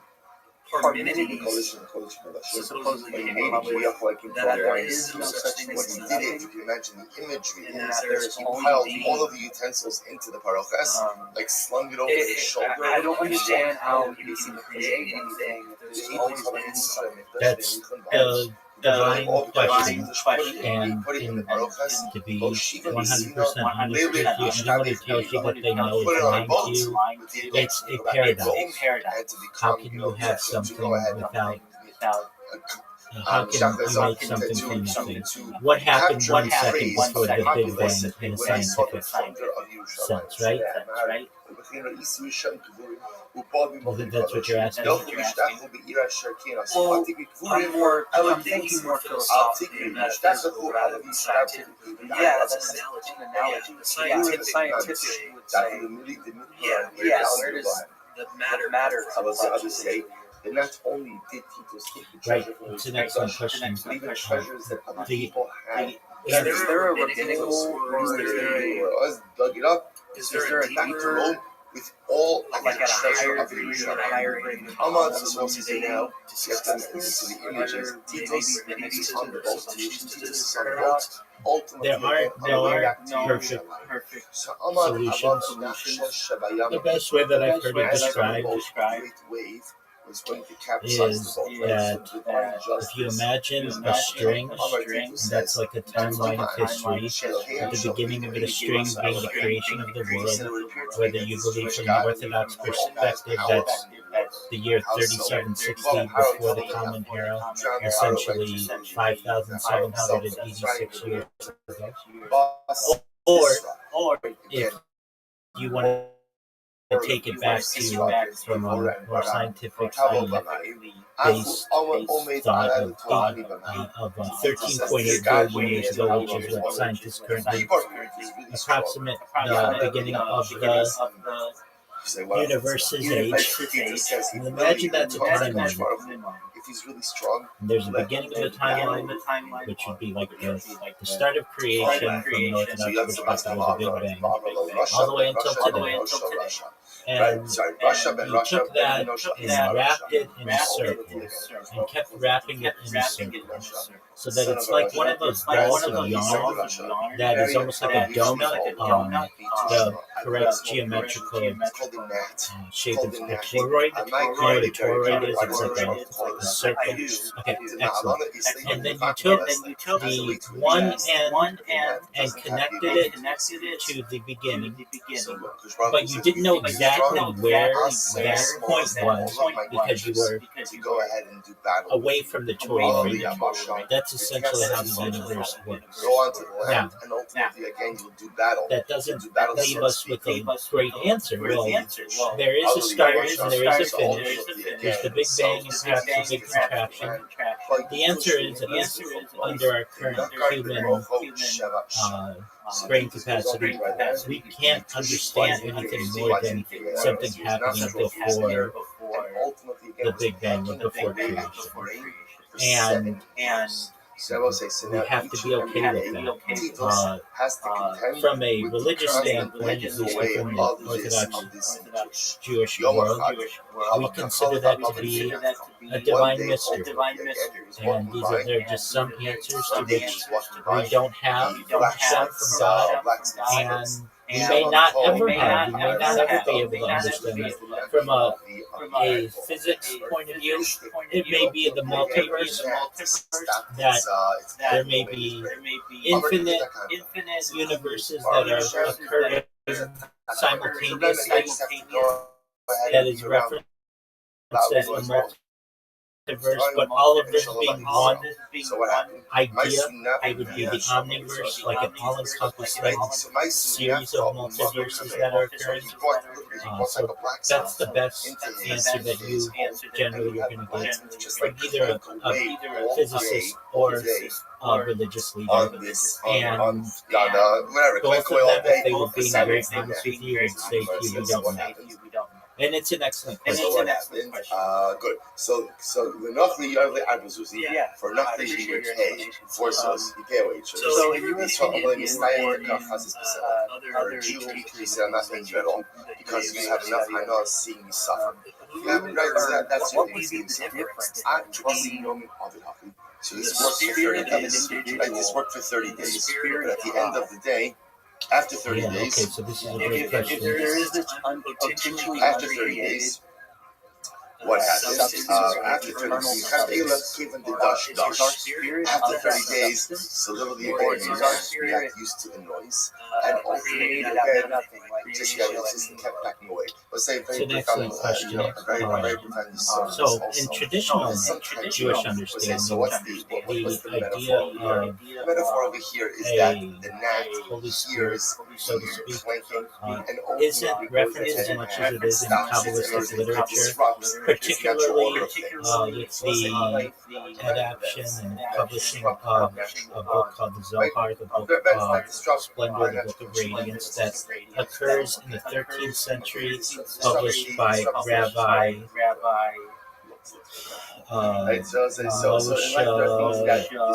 pardon me, Moshe De Leon of Cordova, and now from a traditional Jewish understanding, this was the writings of a teacher from about 1,000 years earlier, Rabbi Shimon Bar Yochai. However, if I'm going to be honest with you, which I would only want to be, there's a lot of evidence that's shown that perhaps Rabbi Moshe De Leon perhaps made up a lot of the teachings within the Zohar. Much of it is written in Aramaic, that's very medieval, and not from the ancient Near East. Also, many of the geographical references are simply inaccurate. It would be like saying head east to California. But we know California is west. It was almost as if he was writing it as having never been there. Or not just that he had never been there, but the rabbi, specifically Rabbi Shimon Bar Yochai had never been there as well. When we know that he said that Shimon Bar Yochai was certainly not there. Additionally, there's reference to a lot of Spanish influences that Shimon Bar Yochai wouldn't have experienced. Moreover, upon being pressed on the issue of Zohar and where Moshe De Leon was getting this hidden knowledge, he kept pushing off anyone who would attempt to inquire, and eventually someone really made a valiant effort to be able to get to the bottom of where these new texts were coming from, and Shimon Bar Yochai, Moshe De Leon said, come back in some time, about 6 months or so, and then he ended up dying. And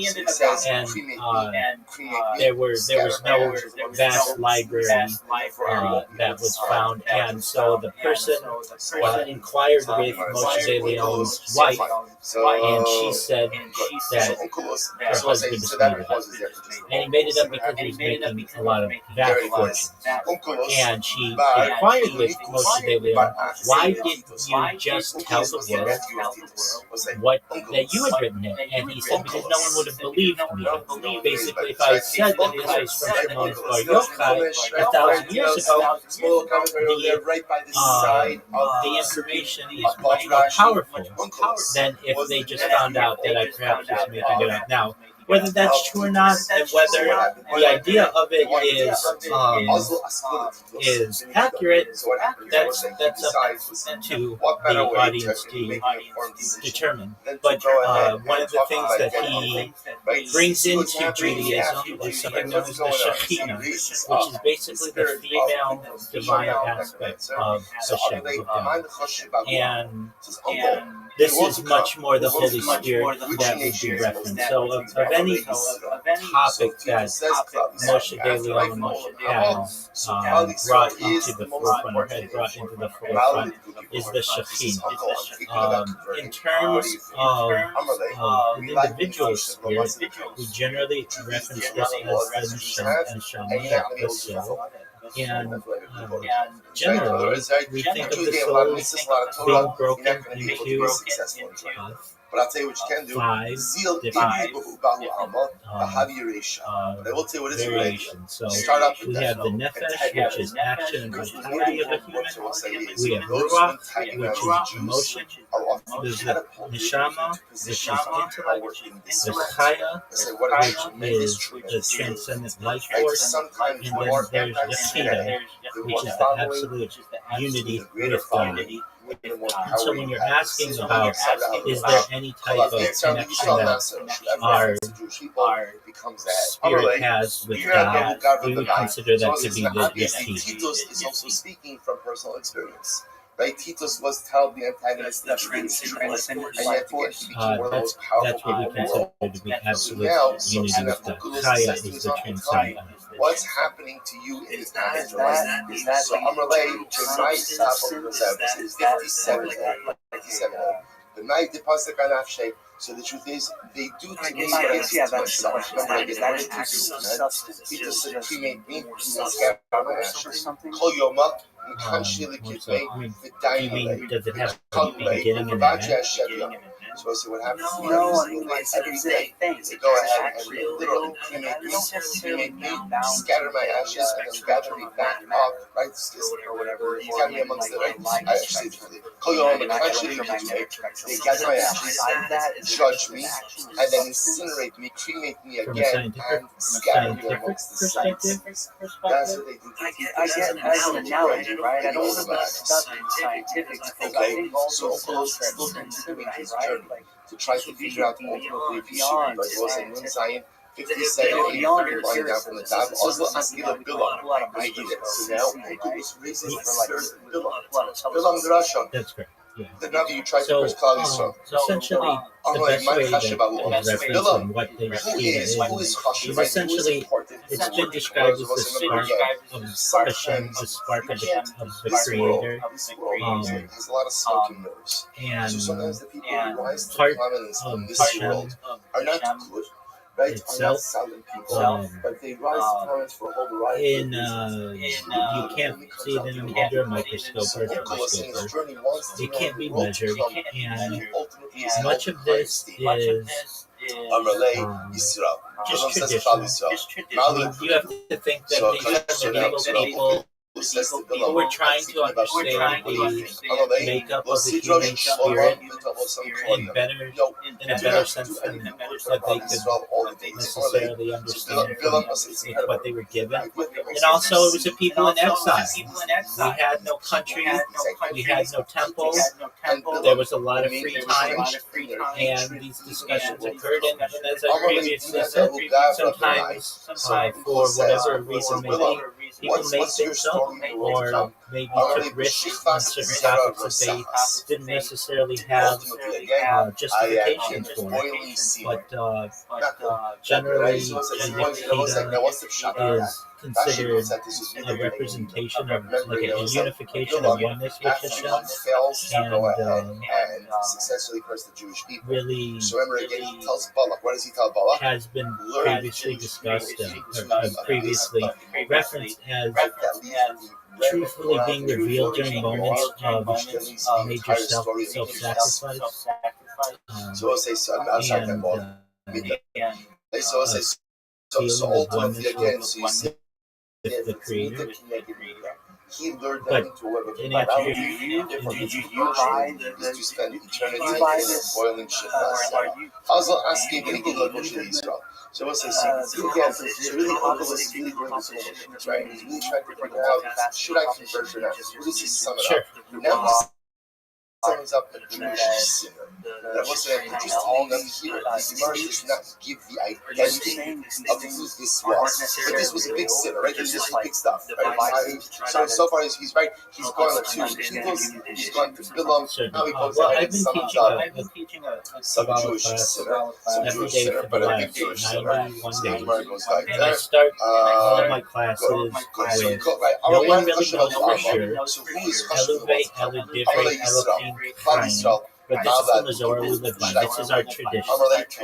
And so I'm a realist, and I'm also open-minded. But I recognize as well that I live in the 21st century, and I have the opportunity at the push of a button with any need that I may desire to have all of the world's answers at my fingertips when a 13th century rabbi did not, and certainly a 2nd century rabbi did not. And they were just doing the best that they could. I see this as the Mizorah, our tradition. But if you were to ask me, do I feel as if every single person really has something measurable, perhaps like he disparaged halacha. really Specifically, thinking of do I think people have a soul? Whoever goes out and disparages I'd be honest with you, I don't think we know, and I think that's an honest answer.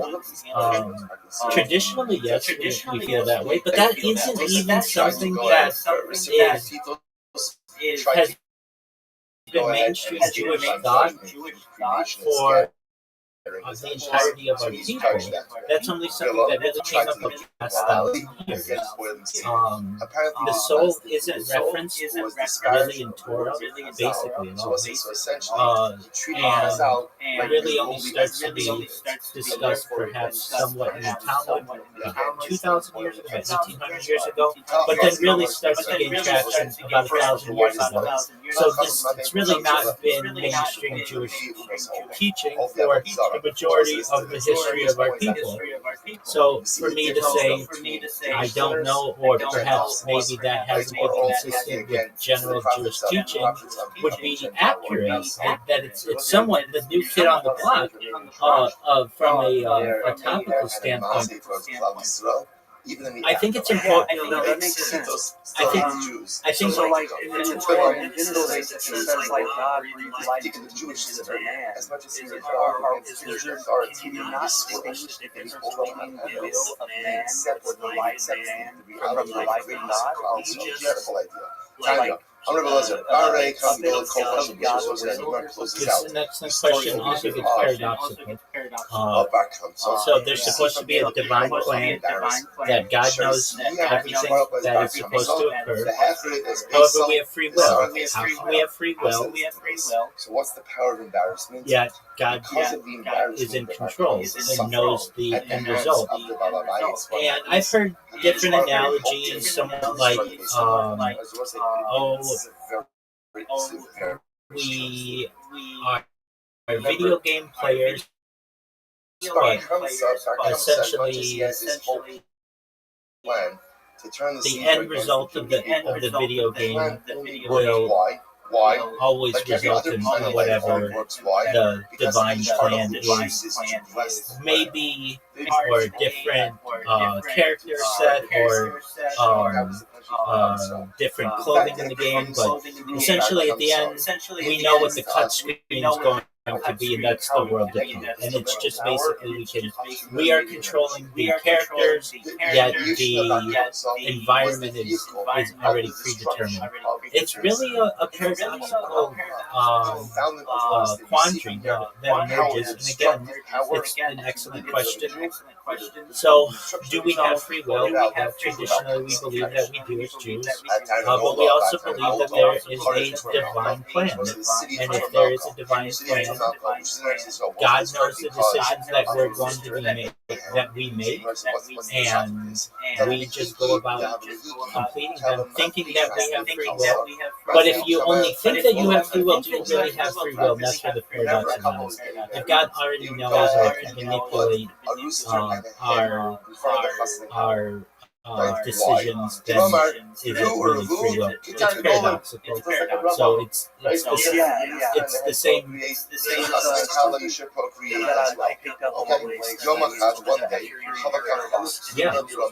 absolutely.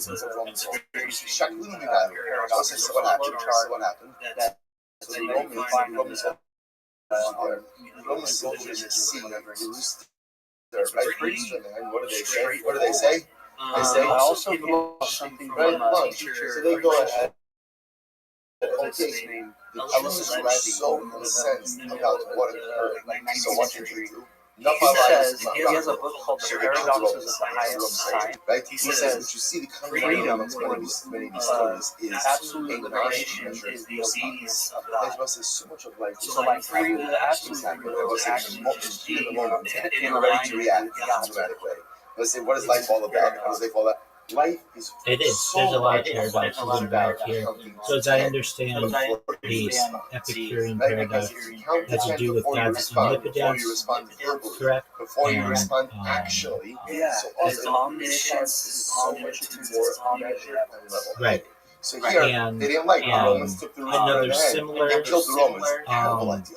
Terrible idea. Paradox is just notice the omnipotence paradox is The Jews God rebelled against you. is all powerful.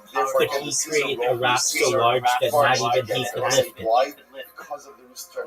Literally, the And city it's of like, Tormel. well, okay, when you first hear that, well, God can do everything. Okay, can He create a rock so large that not even He could lift it?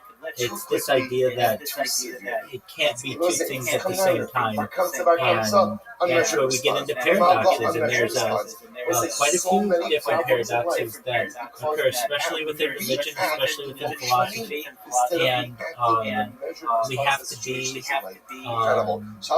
satisfied knowing that these are paradoxes that we, at least with our limited brain understanding, cannot figure out. When I talk about these things, lend some credence to the idea that perhaps we could evolve someday into a being that may be able to understand these paradoxes in their complete form, but we currently are not evolved enough to be able to have that type of understanding, and it's frustrating. And so, if you're frustrated by it, I completely understand, because we desire answers. I'm just exploring, right? Like I'm not Rabbi said, frustrated "Yeah, by it. the other day, It's had God." I'm So Caesar says, in "Coach that Baruch, do me a I favor. don't give up. Do not Essentially. allow me. Don't deliver So me." yeah, no, I appreciate your explanation. I won't take You any want to more of your time. There's one last question that I'd like to ask you. But do not allow me to be It's actually involves a picture actually of from a the Bible. Hebrew Will text say so. Isn't that that I cannot find in the edition. And so I was hoping that maybe if I take a picture this guy, over your story of like the cover of the book, could you maybe he says, "Hello, Anthony, it's an additional text time. You have forsaken us." Like, so I don't know which one Certainly. Here's the I don't know problem. what this David person is doing, so David apologies. Mel said this question as well. Okay, first thing that I would recommend that you do is just take the screenshot, put it in ChatGPT, and it should give you the answer. Shalom. Yeah, so why don't you do that, and that should tell you far more than I'd be able to tell you about whatever it is you're referencing. And if you still have questions, come back to me, and I'll be happy to help you, okay? As a result of this arrogance, what happened? All of these things, thank you. So Excellent. Is there anything else I can do for you? No. Excellent. Okay, before you go, I'm curious, how'd you find out about me? From the Just pit. search Right? YouTube. And ultimately, And again, I've had one previous discussion with you, and it was the not it was a top of the list. Hold this back to the top. So,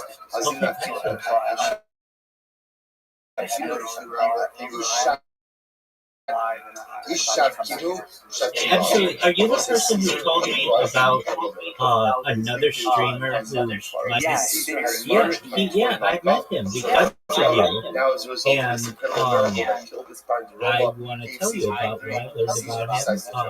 So I'm not saying, yeah, so, okay, so to our friend here, I'm just giving you a polite warning that we're having a discussion. Feel free to listen. Please don't make any noise.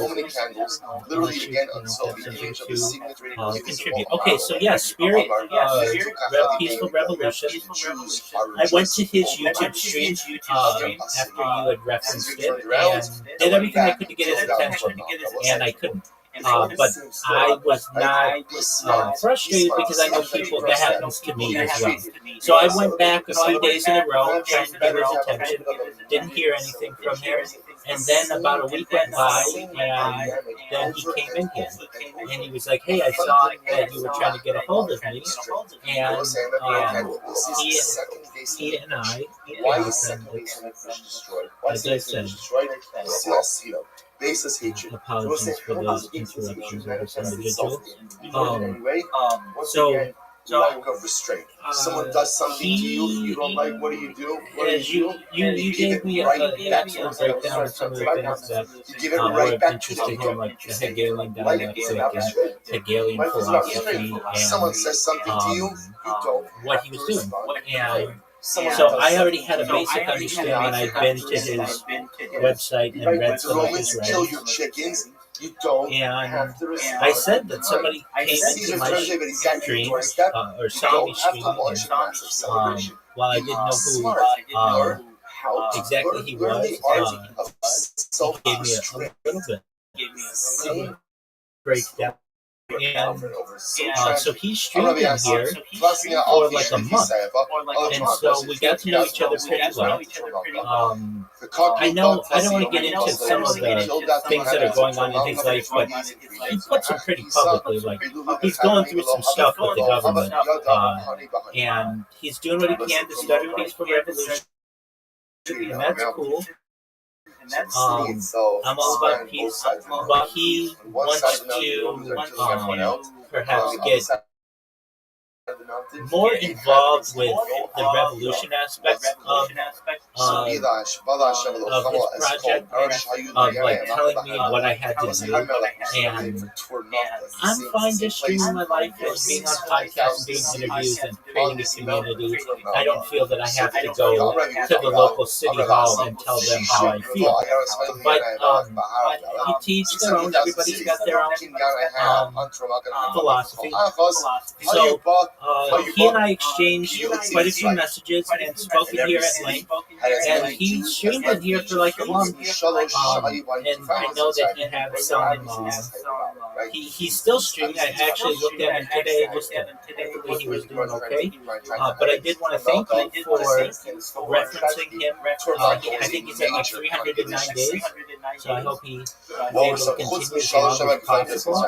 And we do have a lot from the stream standpoint. It was really nice to just be able to talk to someone who understood what I was going through. Like, hey, you have to start your streams every 12 hours. And he's like, yeah. I'm like, hey, you know that you can get your account banned, so it's good to have like backups and everything. He's like, yeah, I need to do that. It's good to have someone else out there who knows about the limitations of bandwidth and processors and just computer capacity with all the things that we're doing. And it was really great to just be able to bond with someone over that. And we were both pretty surprised that we could not find other people who were doing what we were doing. We know that they exist, but it's very hard to find somebody to drop it in the ocean of all the content that is YouTube. But I did want to thank you for referencing him, and I followed up and was able to connect with him and build somewhat of a friendship. So thank you. You can't even fit 600,000 reads into our back. Yeah, you're very welcome. The central mark goes so big. You're saying it's so small. All that time went by. I'm not even aware it's felt. It's been a whole month or so now. Oh yeah. I also am concerned with him. Not previously, even in better mental health. I'm going to bet on his ear is very unique. His interpretation of the alien when you shut it and inflate it. If you and try now to put it's some right, back more into so the mind, it won't work. The height focused on activism after you go and trade off the enemy. So to Eretz Yisrael, I agree with you.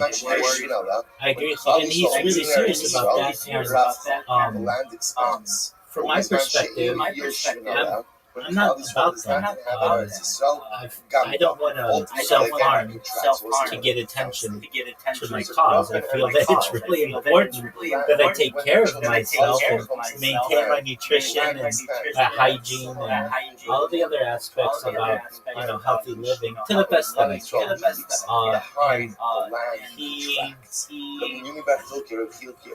He really wanted to have a lot of religious discussions with me as well.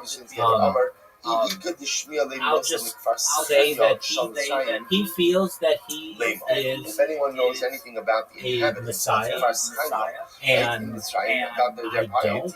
Say it over. And I'll tell you a story. He's trying to convince people that he's Messiah. But that's his prerogative. There was once a story of a man named Zarusa. That's a huge red flag if in Judaism. They were taken captive. We're awaiting our Messiah, and we know what Messiah is going to do. He's going to rebuild the Beit HaMikdash, the third temple, and he's going to unite the world. And he's Jewish. He comes from the Davidic line. There are some key aspects, but if you don't know that, and you're saying that you're that person, okay, well, what can you teach us about Torah? What can you teach us about Gemara? What can you teach us about Kabbalah? And if he doesn't know anything about those things, well, one major key aspect of Mashiach or Messiah is that he will be learned in all of those, and a great teacher, a great leader. So it's hard to not insult someone when they tell you that they are your Messiah. And I would dig into this because he's I would say, well, you say that you follow the teachings of the Nazarene, as that guy from basically 2,000 years ago, who was allegedly crucified. Isn't that the Messiah for you? And he's like, well, I am that person. And so that leads me to be like, wait, so you are a guy from 2,000 years ago, you're his spirit or something? Like, I mean, it's just, as you can tell, like, it's confusing. And I was fine with it. I had to tell him no. He was like, I would answer his questions, and then the next day I'd get this huge amount of paragraphs of just like all this stuff, and I would read it, and I would respond, but it's like day after day after day after day after day of that. At a certain point, I basically said to him, with all due respect, I'd rather not have religious discussions with you. But the reason why I said that, he wanted to tell me how Jews are supposed to pray. And it's like, we have been doing this long enough that we don't need some random person telling us what we're doing, everything is wrong, and how we should be focusing our attention and our belief system. And so I gave him quite a few. I gave him a lot of my time, and I could see that he was very aggressive towards making some kind of peaceful revolution by the spring. He kept saying, like, it needs to be done by at least the summer or something like that. And, I mean, okay, what do you want me to do? I mean, I'm just living my life just like you are. And that's the thing, too. If you're Messiah and you've been here for 309 days, I've been doing it for like 1,700 days. What does that make me? And so, but I was very understanding what he was saying. With the hunger strike thing, I don't know if that's the way to do it. I don't want to make any accusations, but it's all of these ultimately again you drink with the base. One of the people on the base there was one of the elders of Shammai. I have an interesting Misora. Remember, if you've ever read a lot like the White of the Egg. How do you know the difference? Lovan Beitza Solid Shabbos is very interesting. So the white of an egg is supposed to find ultimately what says Solid is Misyavish Skale. Literally again it dries up. It dries up. On the other hand, Shechvas Zera Dochem Menor. Shechvas Zera flows away from fire. Also, let's go to the scene. Let's check the evidence. So we'll say what happens. But we must have used Barav. So ultimately they found that it was the wisest thing in that Siman. The view of the base. So they recognize again also they recognize what we try to do. So they view the basing Bill Kua. They grew up Subasa. We'll say they flogged the guy, made him divorce his wife because obviously he's not her husband. I agree. When it takes a physical toll on you, that's concerning as well. Clearly, I mean, I'm not saying that hunger strikes can't work under the right circumstances, but that there was a system exactly.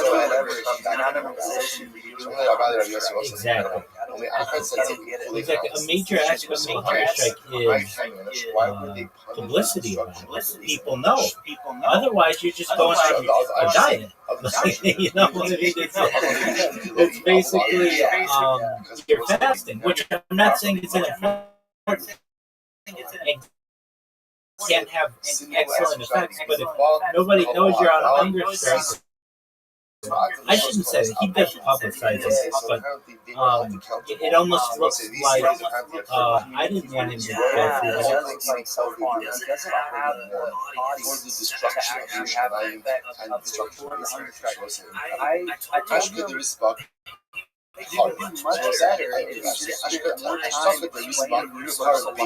The city of Beitar was destroyed because of the side of the land. You should talk more about that. I'm sorry. Davnigi, Shasti Arzal, Yunuksa Shlasti Turnisa. When a boy was born, they would plant a cedar tree. And when a girl was born, they would plant a pine tree.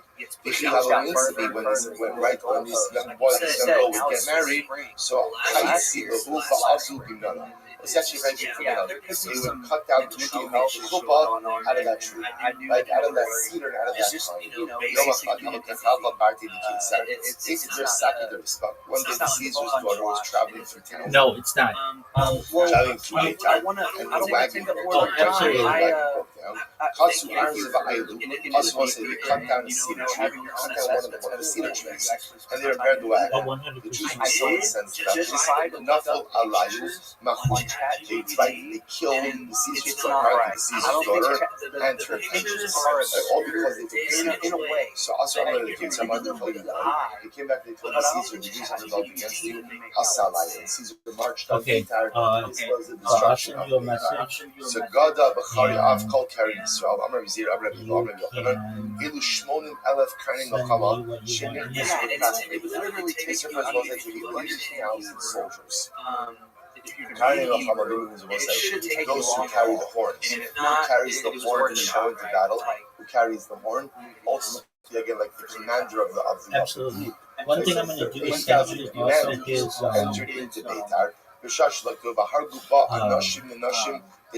they killed everyone. They killed men, women, and children.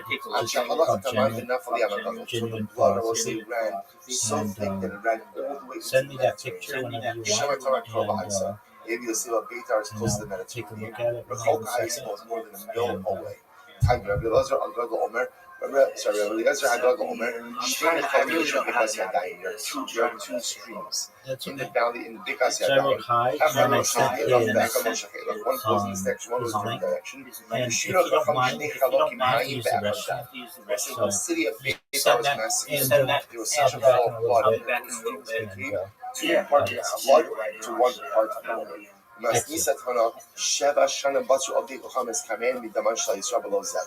Others say the non-Jews in the area of Beitar were able to have their fields fertilized with Jewish blood for 7 years. For 7 years, they did not have to add any additional fertilizer because of the Jewish blood which ran through it. We'll see on the base.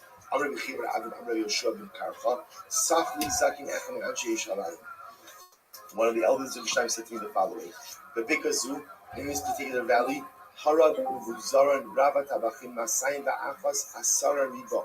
So we'll say in this valley, the Vuzaran killed 2,100,000 people. Ubi Yerushalayim Harad Tishim Ba'arba Ribo. In Yerushalayim, he killed 940,000 people. Al Evan Achas on one stone. I will say the Gemara here is sensitizing us to this idea that when Yerushalayim was destroyed, when Beis Hamikdash was destroyed, let's say it was not simply the loss of a building.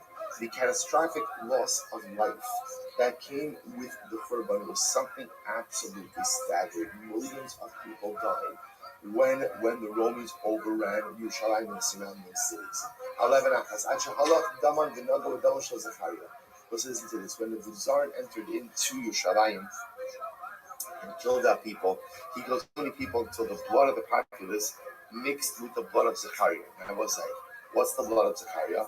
So remember again, Zechariah lived a number of generations earlier. Zechariah was killed ultimately by King Yoash. Why was he killed by King Yoash? Because he was giving muster to Jewish people and rebuking them for their ways. They killed Zechariah in the courtyard of the Beis Hamikdash.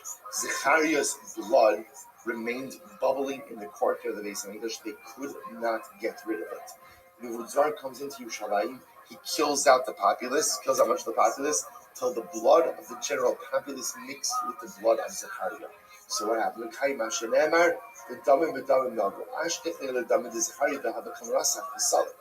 the Vuzar enters into the Beis Hamikdash, and he sees that the blood of Zechariah is bubbling. Amar, my high. So what is this? What is this? Amrulay, dam zvachim dishtab. I will say, the Jews did not want to tell the Vuzar what this was because it was embarrassing. So they said, oh, it's just the blood of Karbanos. So I see that maybe lo idmi. So Zechariah, so the Vuzar said, really? Because I've seen animal blood before. He brought the blood of all different types of animals, and none of it resembled the blood in the Mikdash. Amrulay, he says, if you tell me what this is good, and if you don't, I will literally remove the skin from your body with combs of iron. He threatens them with violence. Amrulay, my name of the Chak, what should we tell you? Neviah Hava, then the Hava Kamuchach Lamemiri Dishmaya, Kaminar Ilu the Kakbinole. This is the blood of a prophet who rebuked the people. The people didn't like the rebuke, and so they killed him where he stood. And it's been a number of years already, and his blood has not settled down. So the Vuzaran says, the Vuzaran said, I will appease the blood of the murdered prophet. I see Sanhedrin Midola, this Sanhedrin Kitana, Kato Elai V'Lonach. So we'll say he killed out the large Sanhedrin, the smaller courts, and the blood of Zechariah did not stop bubbling. Bachurin Ubisulos, he takes some men, young women, Kato Elai, he murders them, V'Lonach. We'll say ultimately the blood of Zechariah doesn't stop bubbling. We'll say first of the widest lines. He takes children, he murders them, V'Lonach, and the blood of Zechariah does not stop bubbling. Amrulay, Zechariah, told him Shabahani Barat. So the Vuzara says, Zechariah, I killed out the best of Klal Yisrael. Do you want us to continue to invade the Jews in order to appease you?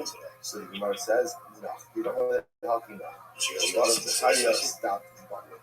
Oh, Shaita, hear her tshuva b'daite. We'll say in this moment, the Vuzar had thoughts of tshuva. Why did he have thoughts of tshuva? So he said, Amar, Uma in nefesh achas,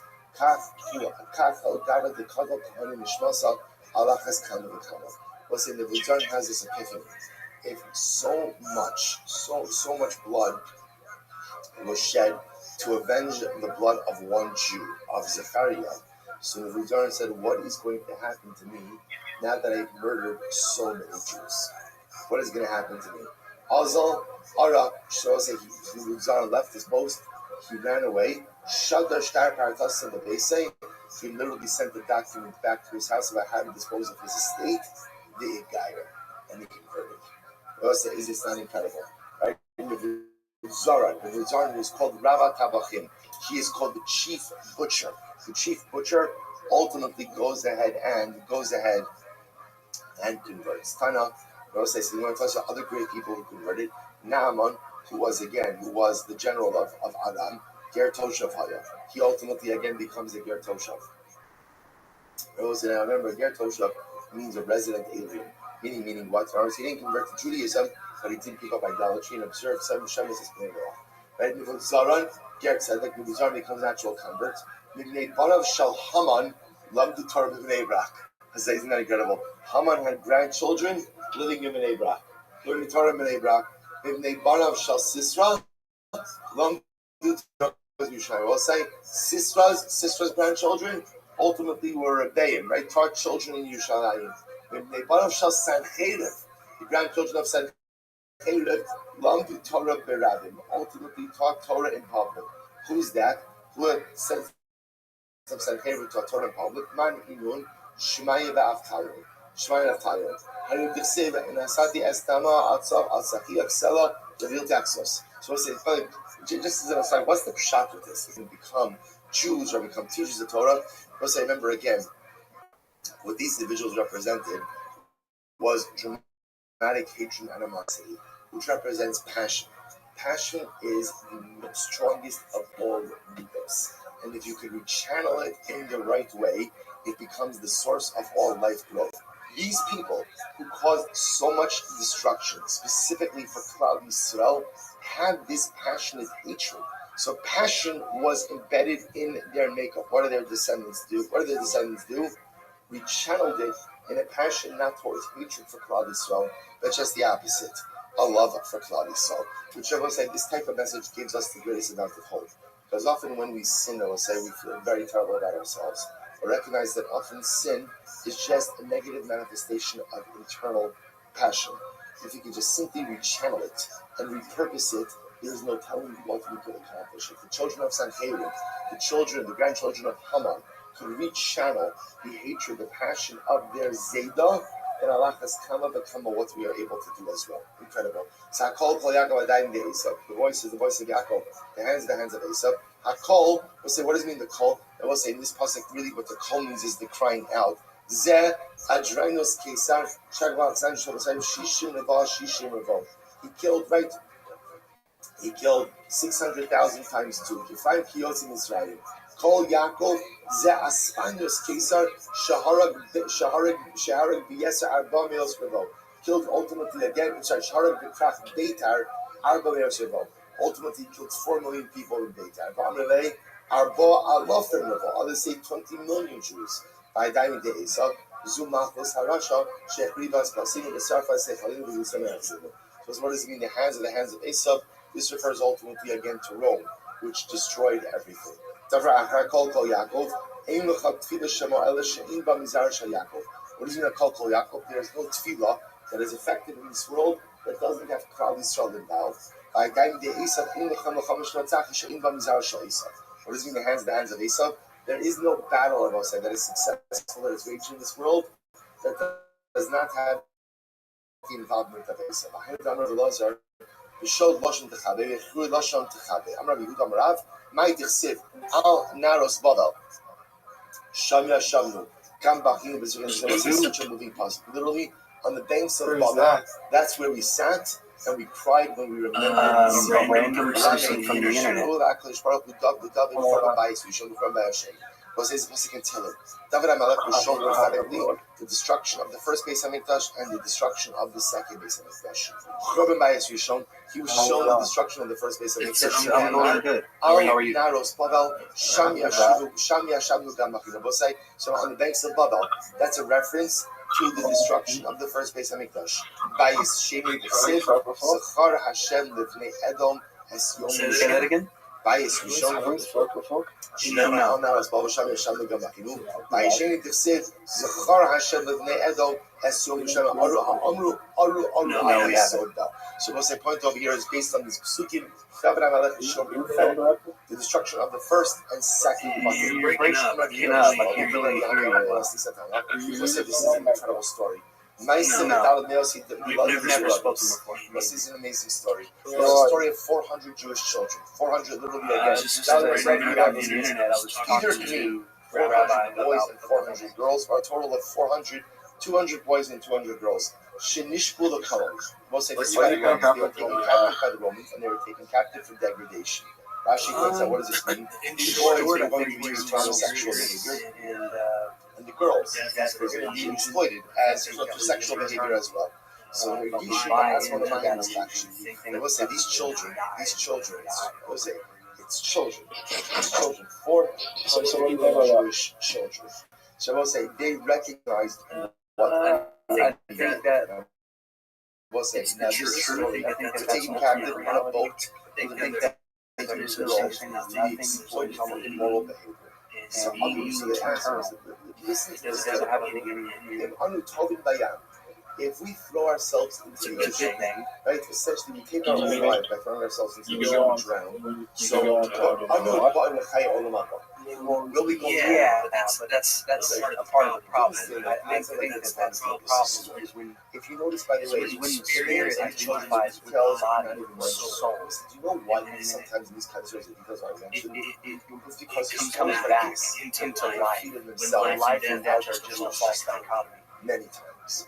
So the spirit will fashion itself with a soul and a new body. Another 70, 80 when a years, story repeats and itself, it doesn't understand this problem. Keep doing that. You don't say names, you don't say places, because it's representative. It's representative of a heart which has played itself out so many times. It means that understand what you are why calling you're life taking to roll. So they want a simple question: if we jump off the boat, it's not true reality, it's an illusion. and we avoid this immorality. Well, we have all them happen. Goal So what happened? The oldest child. The oldest child says, Amar Hashem Mishpashim Ashim Ashim Misilos Yam. The oldest child will say, quote the pasuk. Tehillim Samachas. What does the pasuk say? So Mishpashim Ashim, this is child.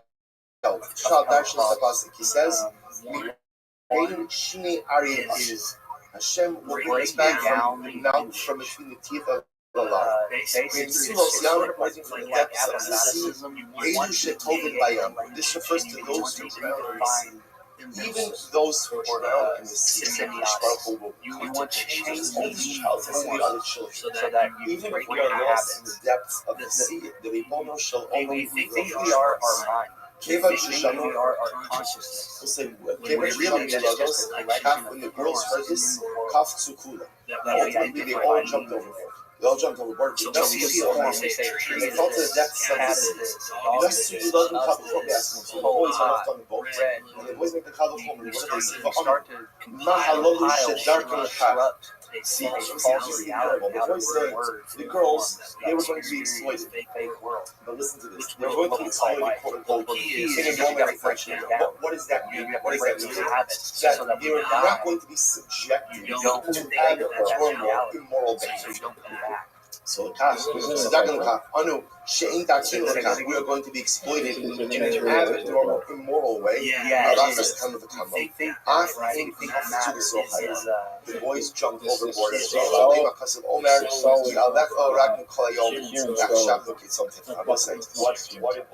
is not designed to be materialistic. Soul is designed to travel. Jump overboard. Yeah. Soul is exploitation. I would say the soul is matter too. But yes, it is. It does travel. It's like the body. I just want to point out, you read a story like this. It moves. Sometimes we face challenges in life. And we don't know, do I have the requisite heart to be able to face my challenges? I will say, these are our ancestors. This is the nation we come from.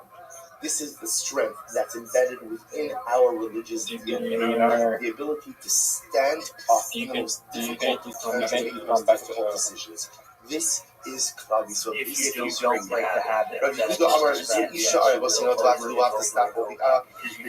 just give you a fact. Because you're eternal, you should come back.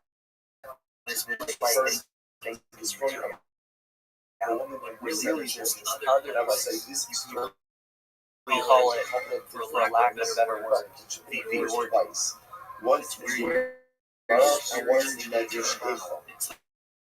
So we'll stop here for today. We'll start with this story tomorrow about the story of liberty.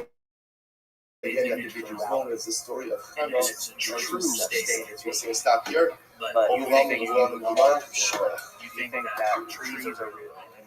Water is what you drink to live. Life is.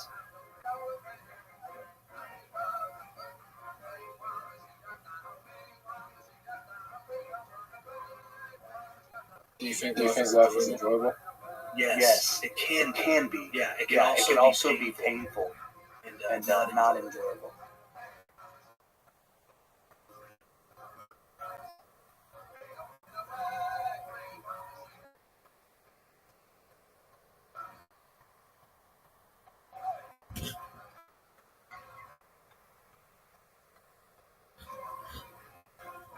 How would you answer on the suffering?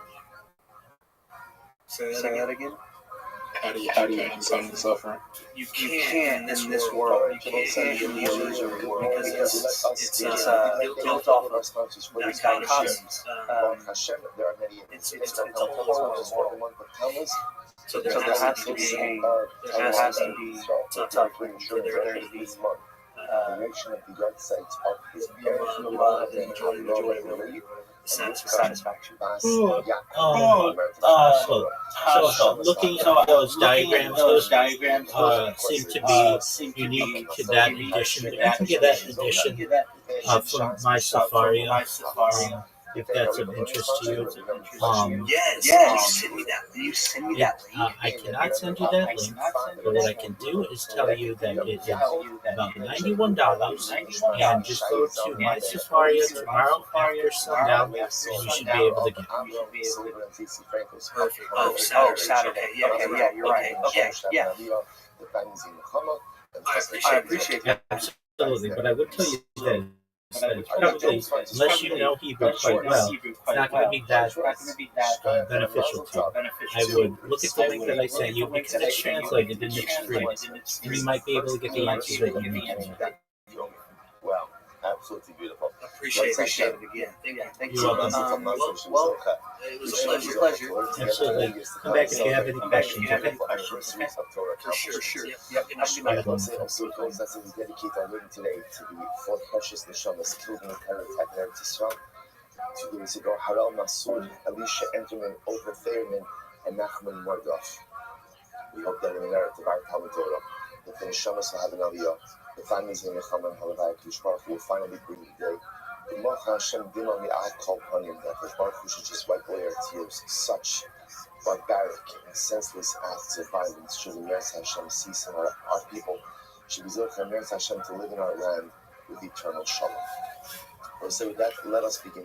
Just send them a link. 37, and we are picking up the Meretz Hashem on Lamed Vav Amadeus. You have a really great sugya today ahead of us.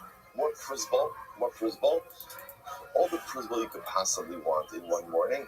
Meretz Hashem, and also we're going to get into some interesting inyanim with Shemitah as well. So we left off yesterday.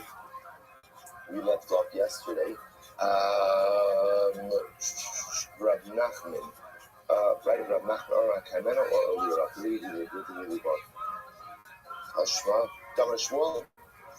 Okay, perfect. So Tashma Damar Shmuel, thank you. So let's say that is 2, 4, 6, 8, 10, 12, 14, 16, 18, about 20 lines on the bottom. So Tashma Damar Shmuel. Hop was below, Ubula Bidaini.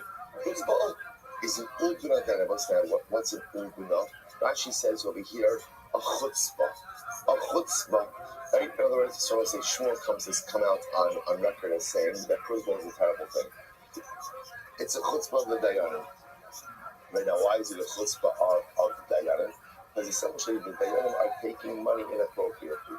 When they say taking money, they're telling the borrower not to repay. It's true, but by telling the borrower not to repay, what are you doing? You're effectively taking money from the lender. Right? In other words, you're telling the borrower doesn't have to repay, so therefore, again, you're taking money that technically, biblically, the lender is entitled to, and you're removing it from him. So Shmuel says it's a little bit of, if I had the power, I would be mavakulit. Well, I'd be mavakulit. Avakline, you'd be mavakulit. But all in beings, not mavakulit, there is in Chader, Inkin, Bedlam, and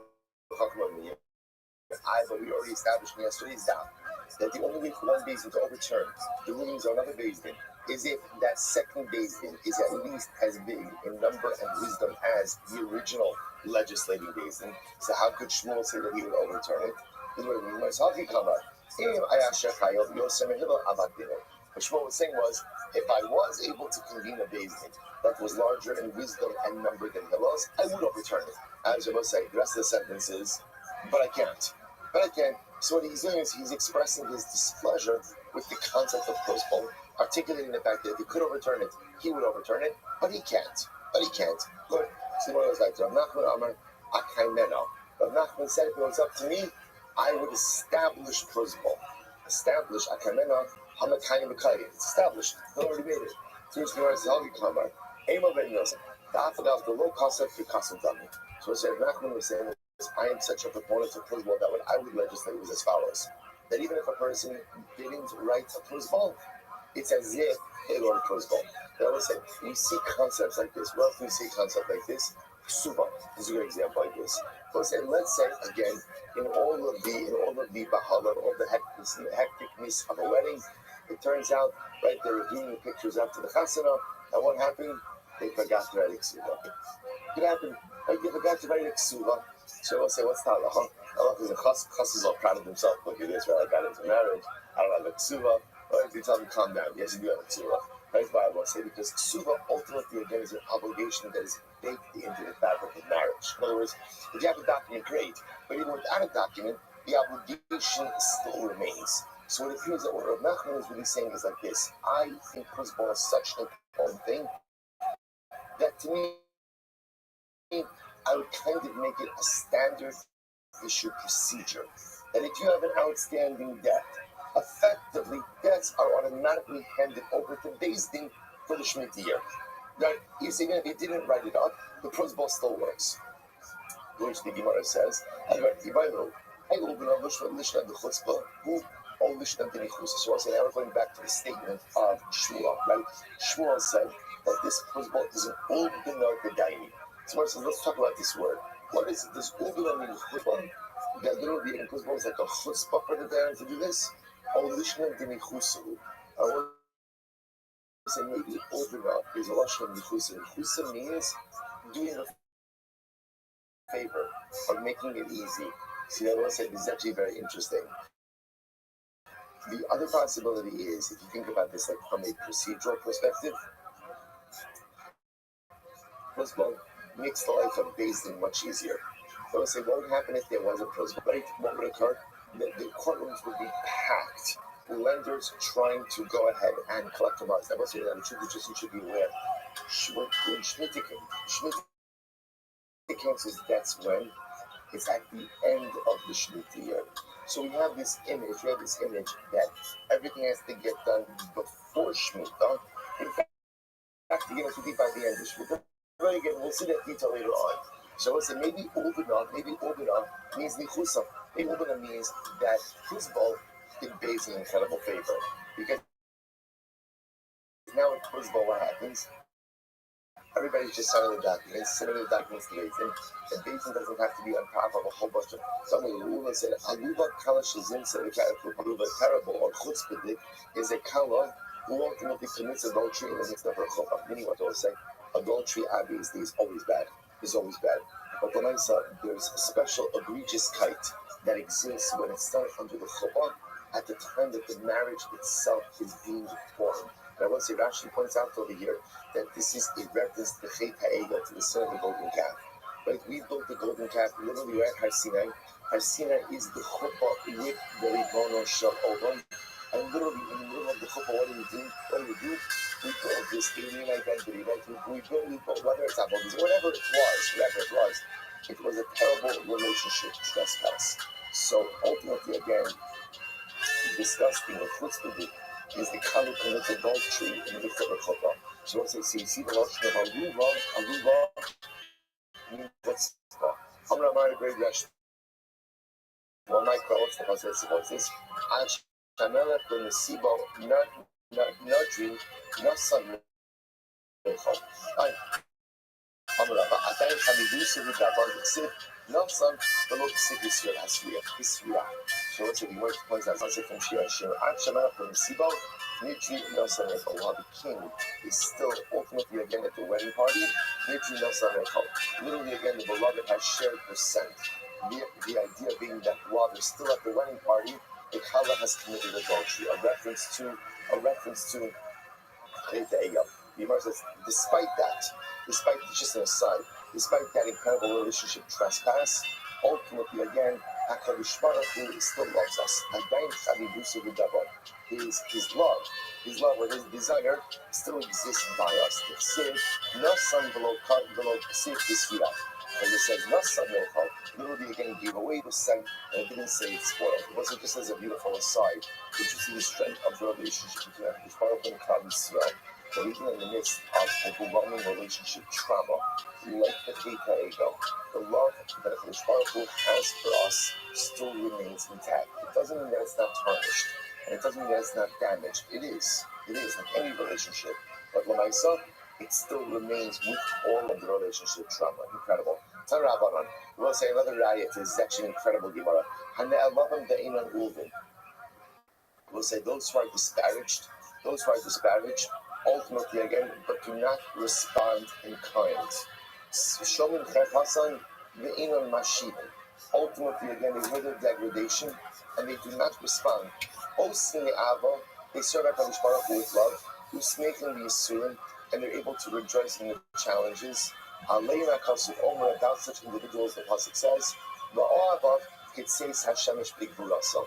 Those who love HaKadosh Baruch Hu are literally again are as radiant as the sun is when it rises. So I will say, the reason the Gemara is bringing down this pasuk is, remember, why are we asking? Shmuel said that first of all is an Ulbin of Dudaini. That Ulbin is an interesting word we never heard before. So what does it mean? What does it mean? So the Gemara itself floated two possibilities. Possibility one is it means chutzpah. Possibility two means nichusa. That actually favors something good. The Gemara just bringing proofs that Ulbin means chutzpah. Ulbin means chutzpah. Shmuel going on record very much against the concept of principle. Now let's say this Gemara over here, we actually had this Gemara before. This Gemara is absolutely striking and beautiful. So let's say just understand, what is the Gemara describing over here? Gemara is describing those who are most beloved. Ohavav, those who love HaKadosh Baruch Hu are radiant like the sun when it rises. What are the qualities of one who loves HaKadosh Baruch Hu? So let's say, look at it, it's incredible. The pasuk doesn't talk about how much Torah you learn, right? The pasuk doesn't talk about, again, how many mitzvot you do. Well, that it does. But what does it talk about first? Those who are able to exhibit inner strength and not respond when mistreated. And I love it when over. So let's say, you're disparaged and you don't respond in time. Someone's degrading you and you don't respond. Let's say the inner strength it takes not to get into the mud. The inner strength takes not to, also, we all know, we've all been on this. Someone says something and you're like, oh my gosh, I am about to like verbally decapitate you. Right? I have something so much better that is going to mamish like clip your wings.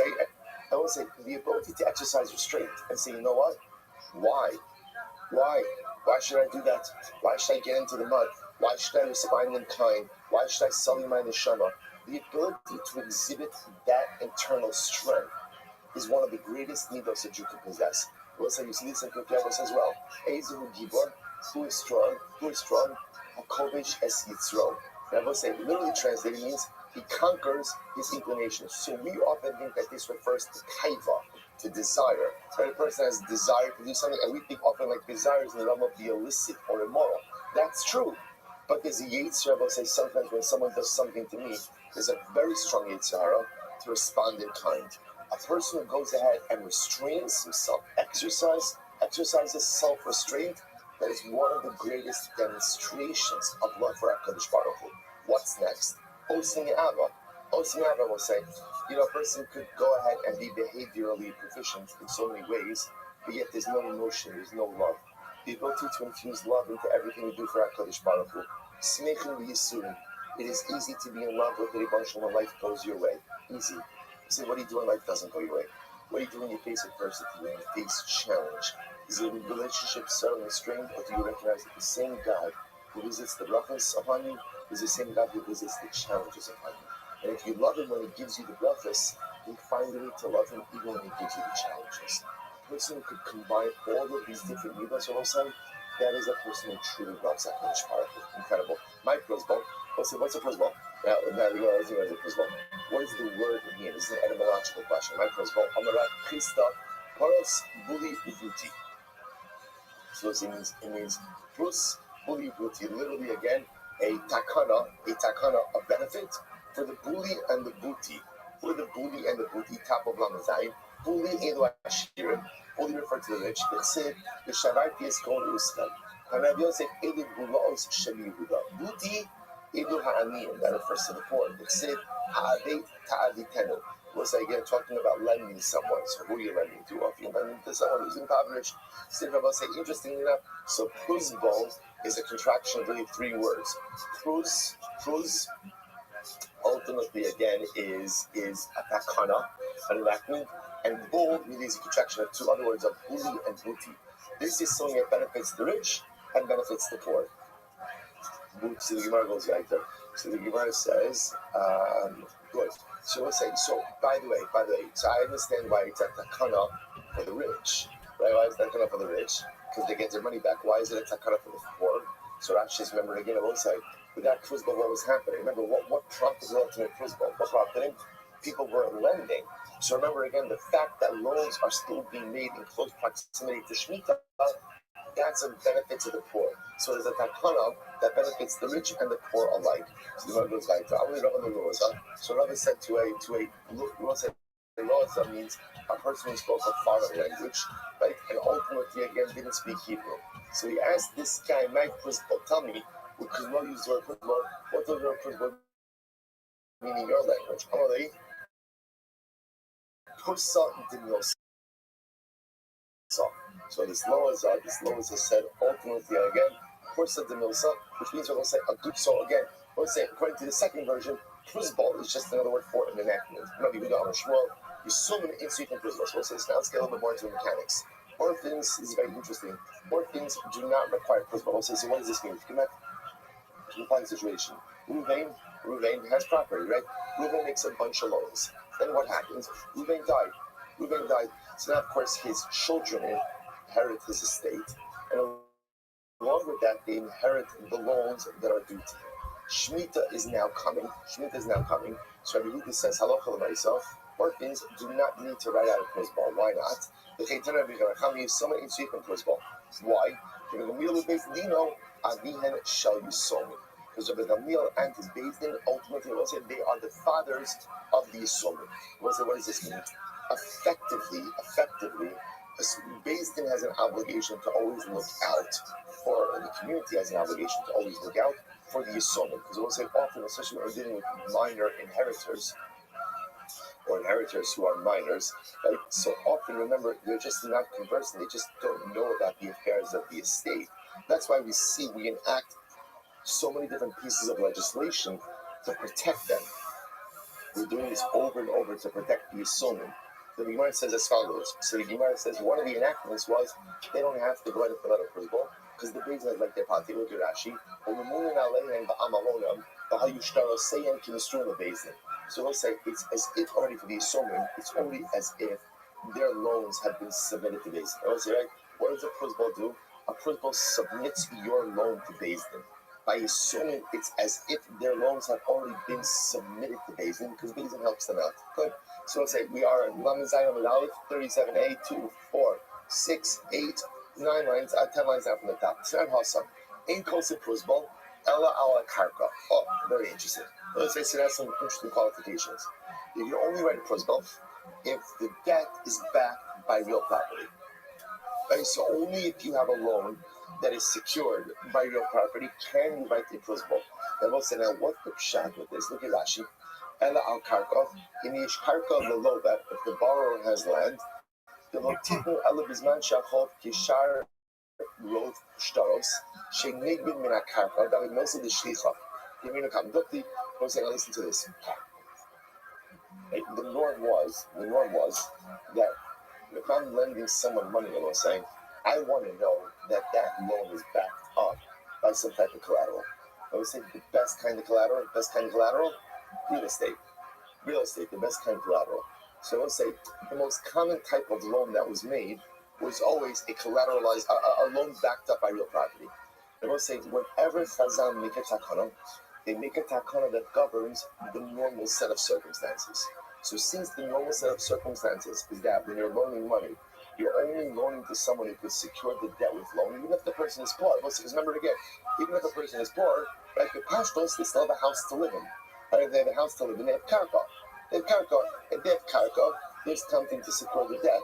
So the Gemara says that having a loan secured by real property is what we call the milsa de shlicha. That's the norm. And Chazal only enacted their takanas in a normal situation.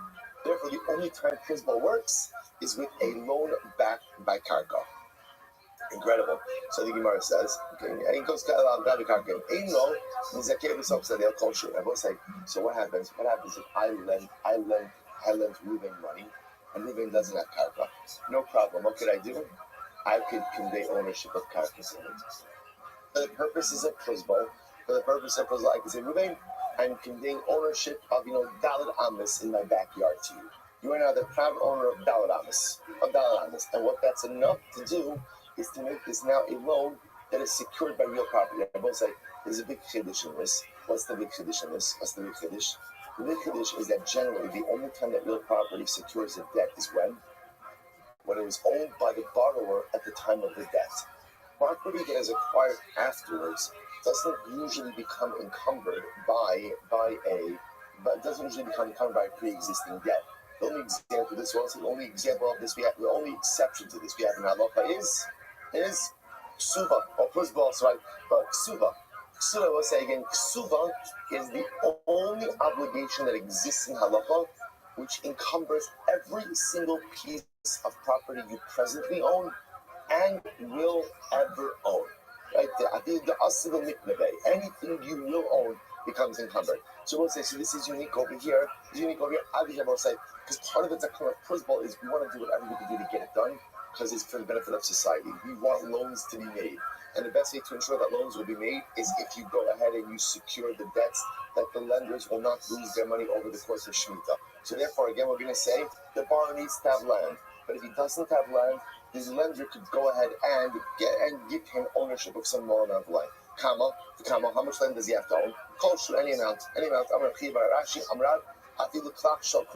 Literally, again, even the size of land, like a stalk of cabbage. In other words, we'll say literally, you just have to own a tiny piece of land. That's it. Then it's called a debt secured by real property. Then it's a milsa the shlicha, common occurrence. If it's a common occurrence, then it's covered by principle. Amar Yehuda, I feel the shlicha makom with kanon of the kirayim kosa principle. We'll say not only that, even if the borrower doesn't own land, but what? He's borrowing land. That's enough real estate ownership to allow for principle. So let's say, for example, let's say I lend Reuben $1,000. Now Shemitah is coming. I want to write a principle. Reuben doesn't own any land. So I'll say, so what could I do? Rabbi Yimar says, I can lend him some space in my backyard to put down his property. So I can say, Reuben, literally his stove. Reuben, you could put your stove in my backyard. So the fact that he's allowed to use land, that's enough land ownership to allow for principle to occur. Even is that so? Vatani, hello. In constant principle, Ella al sits knuckled.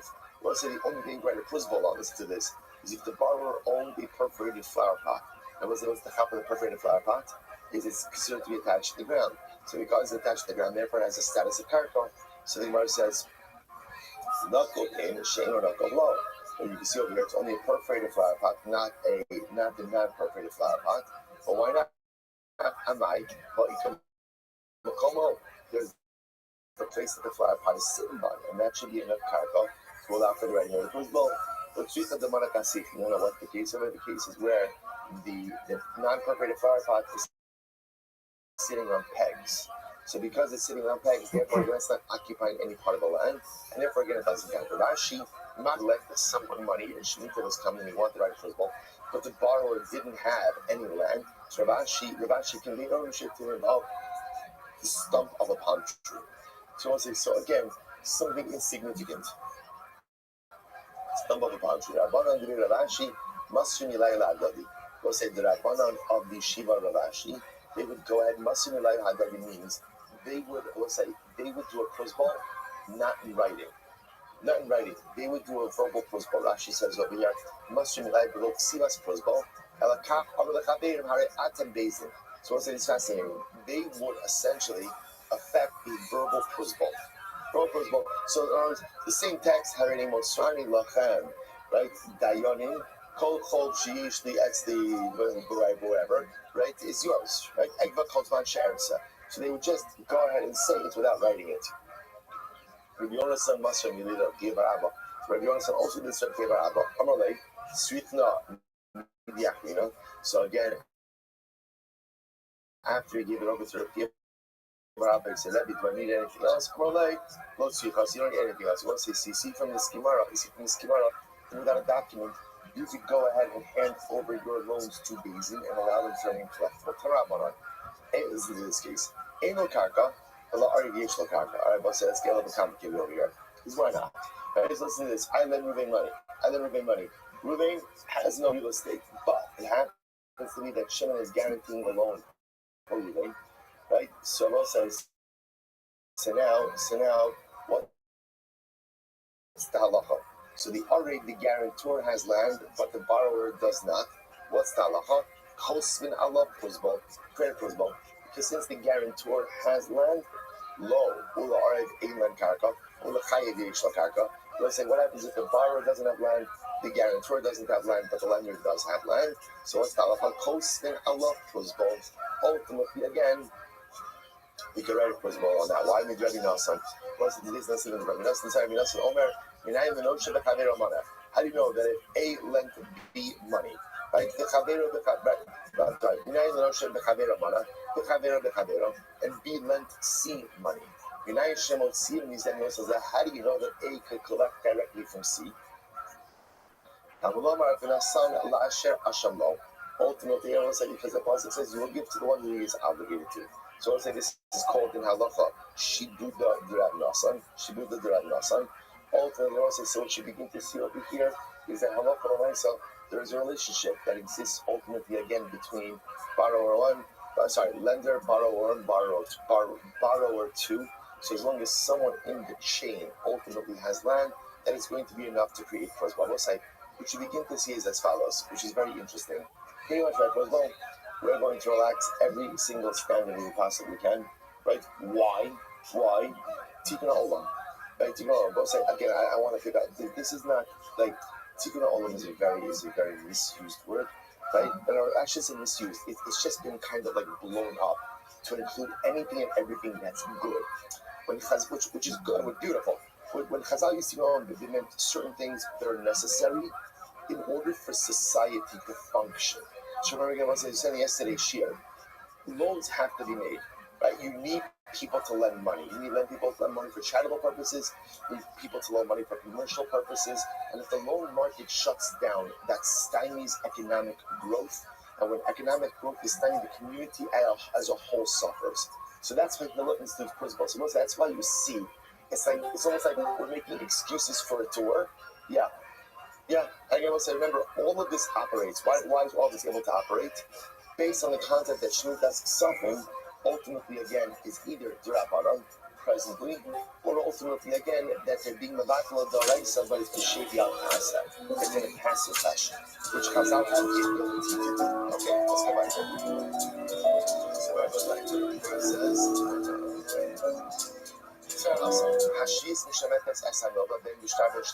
Shemitah cancels all debts. I would say whether again it's a debt recorded in a document or a verbal debt. Rabbi when we talk about what do you mean a document, a loan recorded in a document? When it says shtar means a loan that is secured by real property. Shalom Ishtar means Shimba Chayis Nechasim. Also, when it says a loan that's not in a document, that doesn't mean a verbal loan. That just means a loan that's not backed up by real property. Kol Shekim Nova Alpeh. So Shemitah is going to go ahead and cancel a loan that's backed by real property, a loan that's not backed by real property, and certainly a verbal loan. And the Yochor, the Shim, the Lakish, no. The shtar means, it also means a document recorded, a loan recorded in a document that is not backed by real property. Right? Shalom Ishtar Milva Alpeh. Shalom Ishtar ultimately means a verbal loan. Avav Shtar Shiyish Ba'Chrayis Nechasim Eno Misham. Now let's say if you have a loan that ultimately is backed by real property, Shemitah does not cancel that debt. So let's say, so this is now a major machlokas. Machlokas essentially centers on the following idea. I know that Shemitah will go ahead and wipe out so a loan that is not leave principal on the side right now. Now we're just talking about just what Shemitah does to loans, leaving principal on the side. What does Shemitah do to loans? It cancels loans. What kind of loans does Shemitah cancel? So here's what we know. Shemitah will definitely cancel a verbal loan. Right? Shemitah will also cancel a loan that is not backed by real property. Does Shemitah cancel a loan backed by real property? That's a machlokas. That's a focus. So Tanya Kavah said Rabbi Yochanan Rabbi Shimon Lakish. We have a price that supports Rabbi Yochanan Lakish. Amar, so I'm sorry, Shtarkol Mishamit. Is right if you have the Yesh Ba Christ the Chasim Eno Mishamit. Supposed to the price doesn't say explicitly. If you have a document that is recorded, if you have a loan that is recorded in a document but not backed by real property, Shemitah will cancel it. But if you have a loan backed by real property, Shemitah will not cancel that debt. Tani Ida for the Brisa. See, bless you. See, let's say, if let's say I lent Ruben money and Ruben identified, he says to me, if I don't repay you, you can collect that field. He identified the field. Ultimately, Shemitah will not cancel that debt. Why? Because once again, this is a loan backed by real property, right? Where it says, not only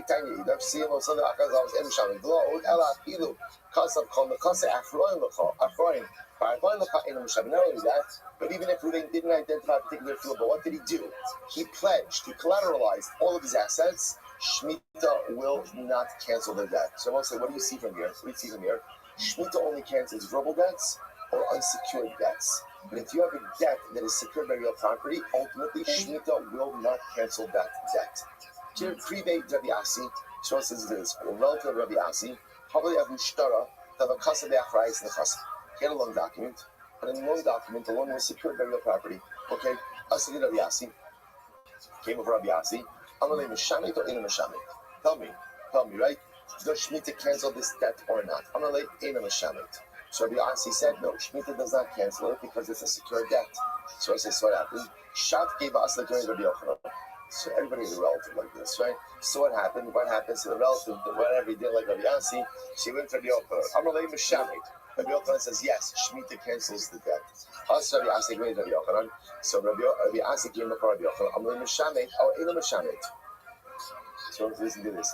So I'm asking the Rabbi Yochanan. He says, tell me, does Shemitah cancel a secured debt or not? Amalei Meshamit. He said, no. He says, yes, it's Meshamit. B'ham maru da'amar ina Meshamit. And ultimately, again, he said, but you're on record as saying that it doesn't cancel it. Just because ultimately, again, what's interesting is just because something appears to be true, like in the theoretical, doesn't mean that that's practically how we operate. I bet there's a rice that supports you.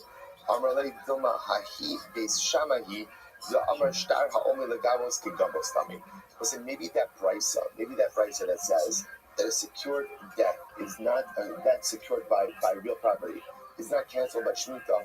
Maybe that's reflective of Beis Shammai. Or say Beis Shammai has an interesting position that Beis Shammai says that any document or any debt that is ready to be collected is as if it's already been collected. So therefore, if you have a loan that is secured by real property, so that means that there's a source of repayment that is already present.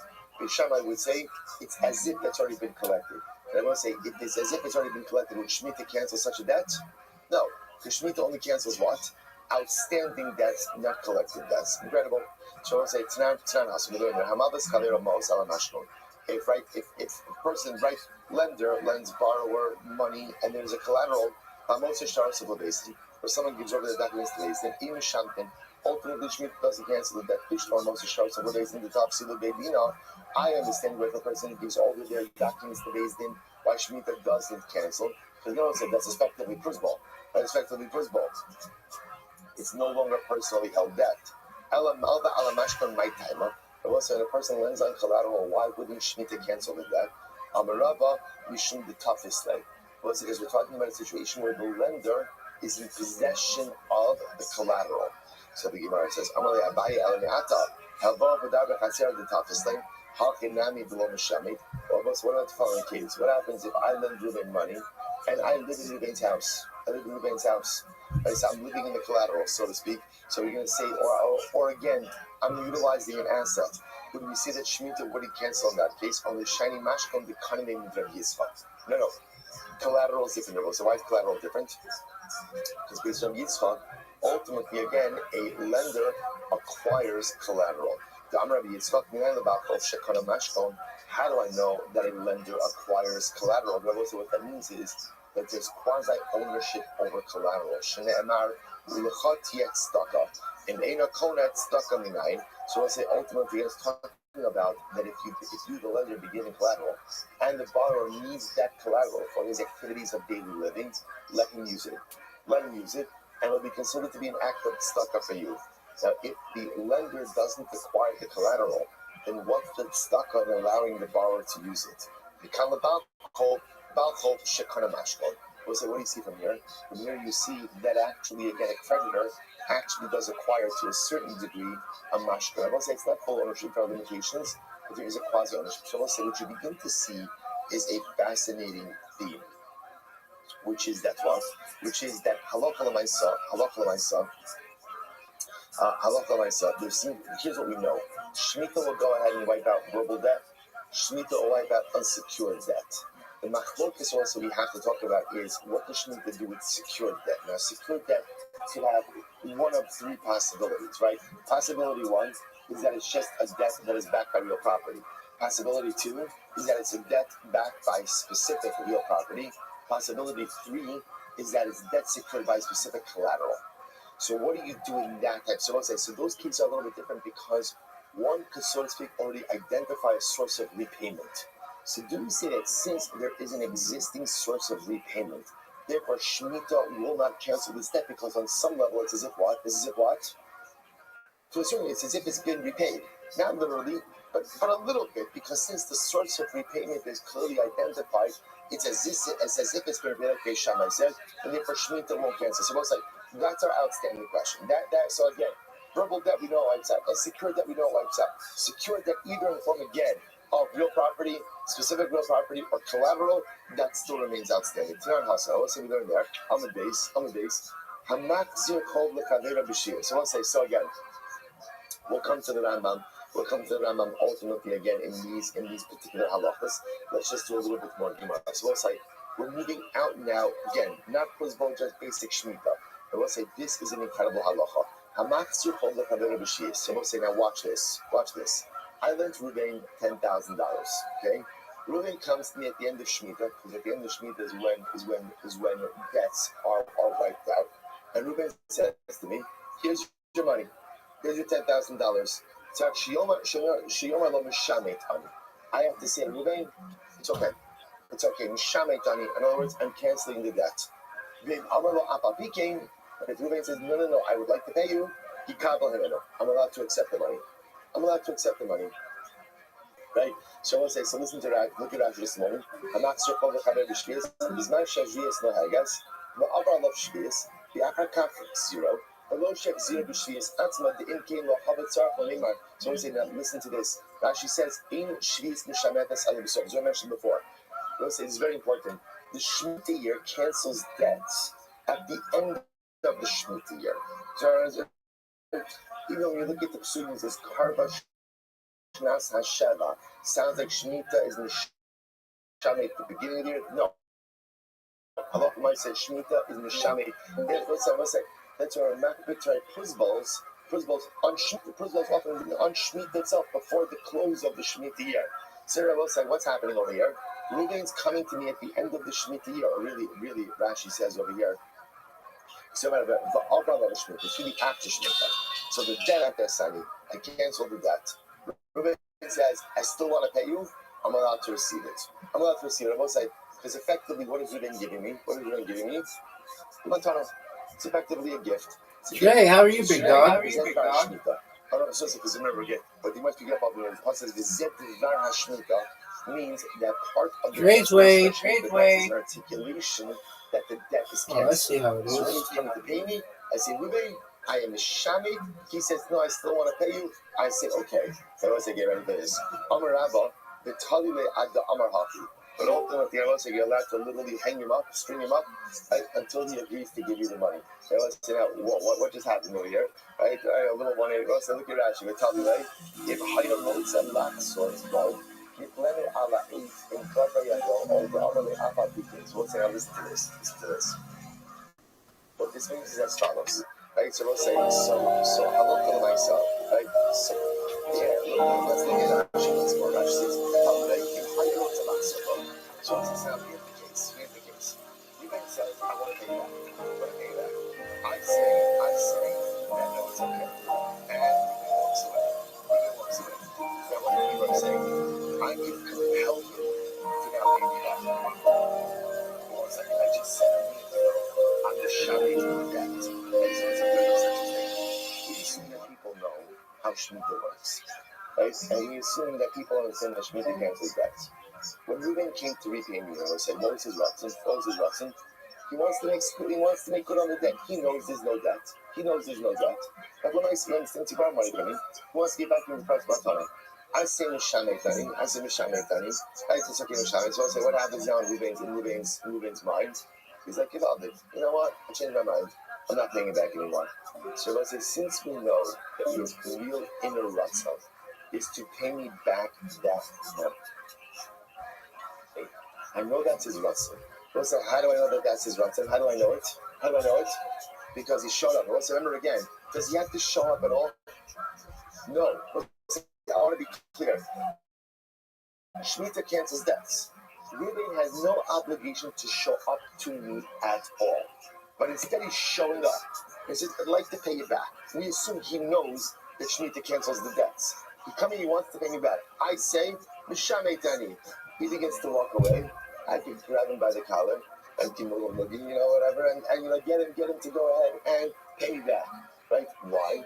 Because also we assume that his Ratzon is to pay. But I say sometimes saving a little bit of money gets in the way of people doing the right thing. But I say, so therefore again, this is one of these cases of Kolpin also at ROTHSCHILD. I can do some level of physical compulsion to get him to pay me back the debt only because he expressed the interest to do so. In other words, I will say, when doesn't this work? Right? Let's just play out a different case. Reuben owes me money, $10,000. Shemitah comes, right? Debt is canceled. I see Reuben at the Kiddush. Can I put it on a headlock and say, you really want to pay me back? Right? No. Why? Because when I say Shemitah cancel the debt. Right? That's it. This case is different because Reuben is approaching me, saying, I want to pay back. I say my part, Shemitah cancels it. He walks away. Whoa, you came to me. The fact that you came to me indicates you want to go ahead and pay the debt. So therefore, again, I'm allowed to use force in order to get you to comply with your original desire. Incredible. So where it says, "Ace abai kishu no sefelo."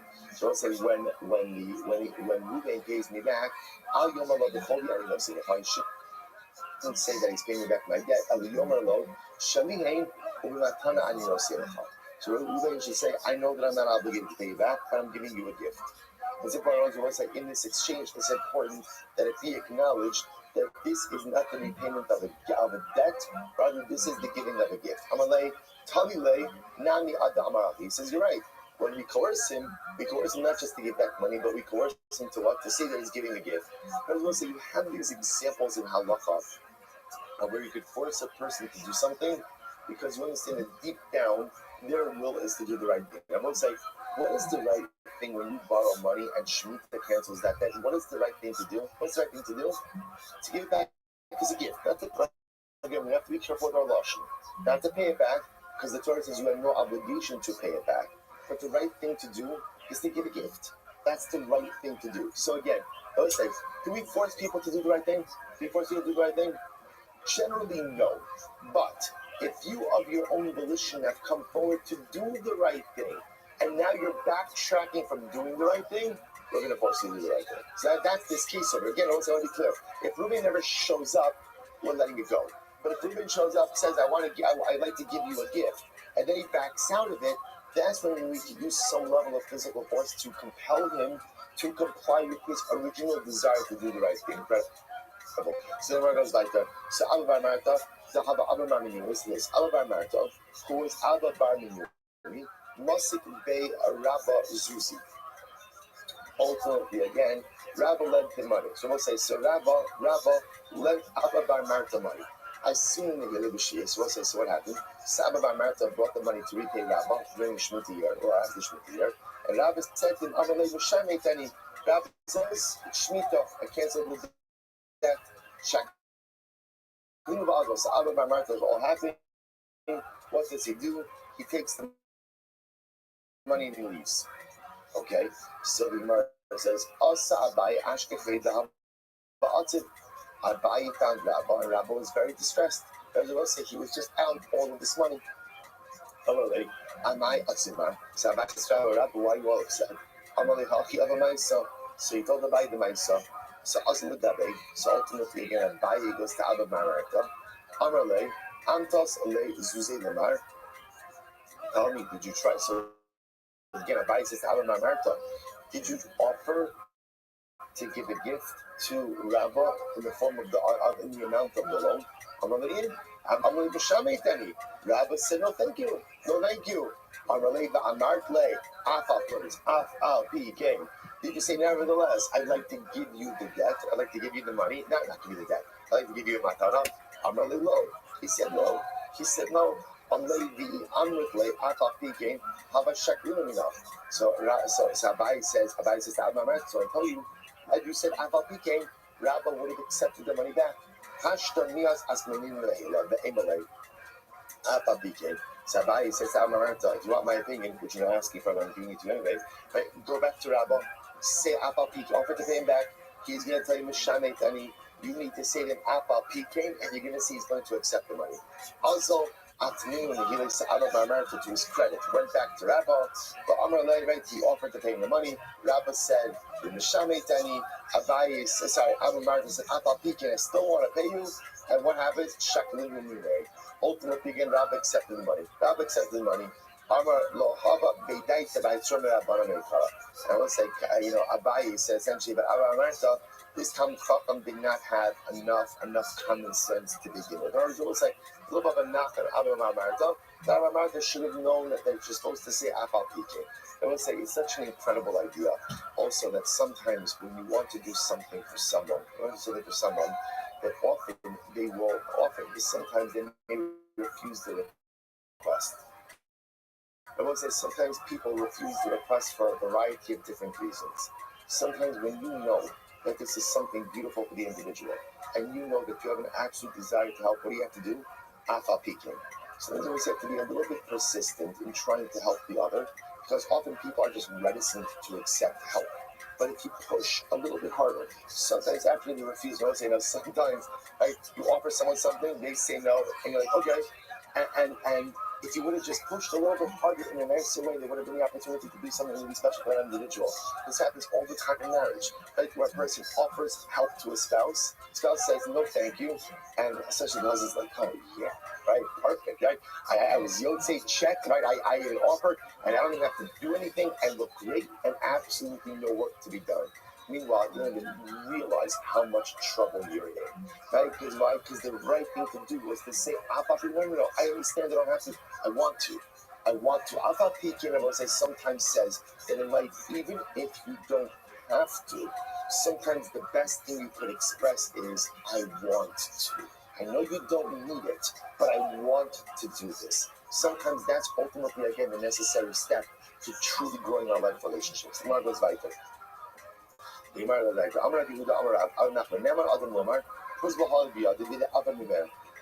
a person is believed to say, I had a prisbal and it was lost. Right? That was the reason. Because it won't say there's no reason to think that a person is lying about prisbal. Since Chazal introduced a prisbal, since a prisbal is easy, we believe a person to say that they had a prisbal and they lost it. So I say when a situation like this used to come before Rab, they would ask the person, tell me, did you have a prisbal, maybe you lost it? The Pasuk says sometimes you have to open up the mouth for the person who is mute. Now, so to again, if a lender produces a loan document and it doesn't have a principal, or ultimately again you can't cut that principal. So tonight it's not like the sun. He signed up. Once he shot, she emo principal.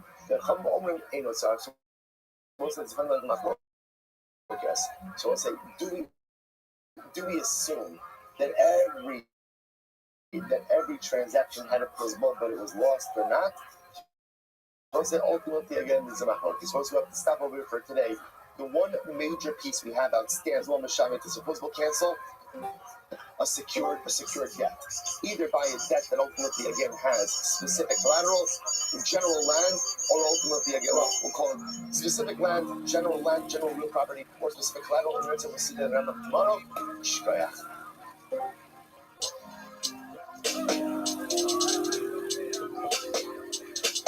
All right, remember the first grade everyone.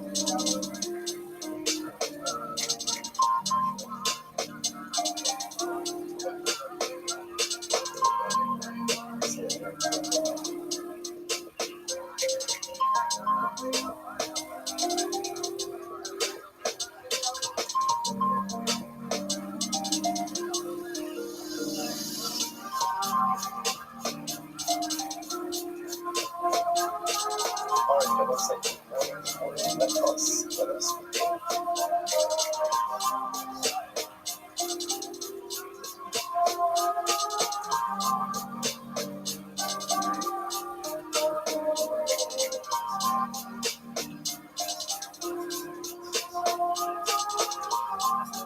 We'd like to thank our sponsors for this week. One should thank our wonderful sponsors for the month of Stephen Coleman Catholic College, dedicated all to sharing and precious this month. This was the share month.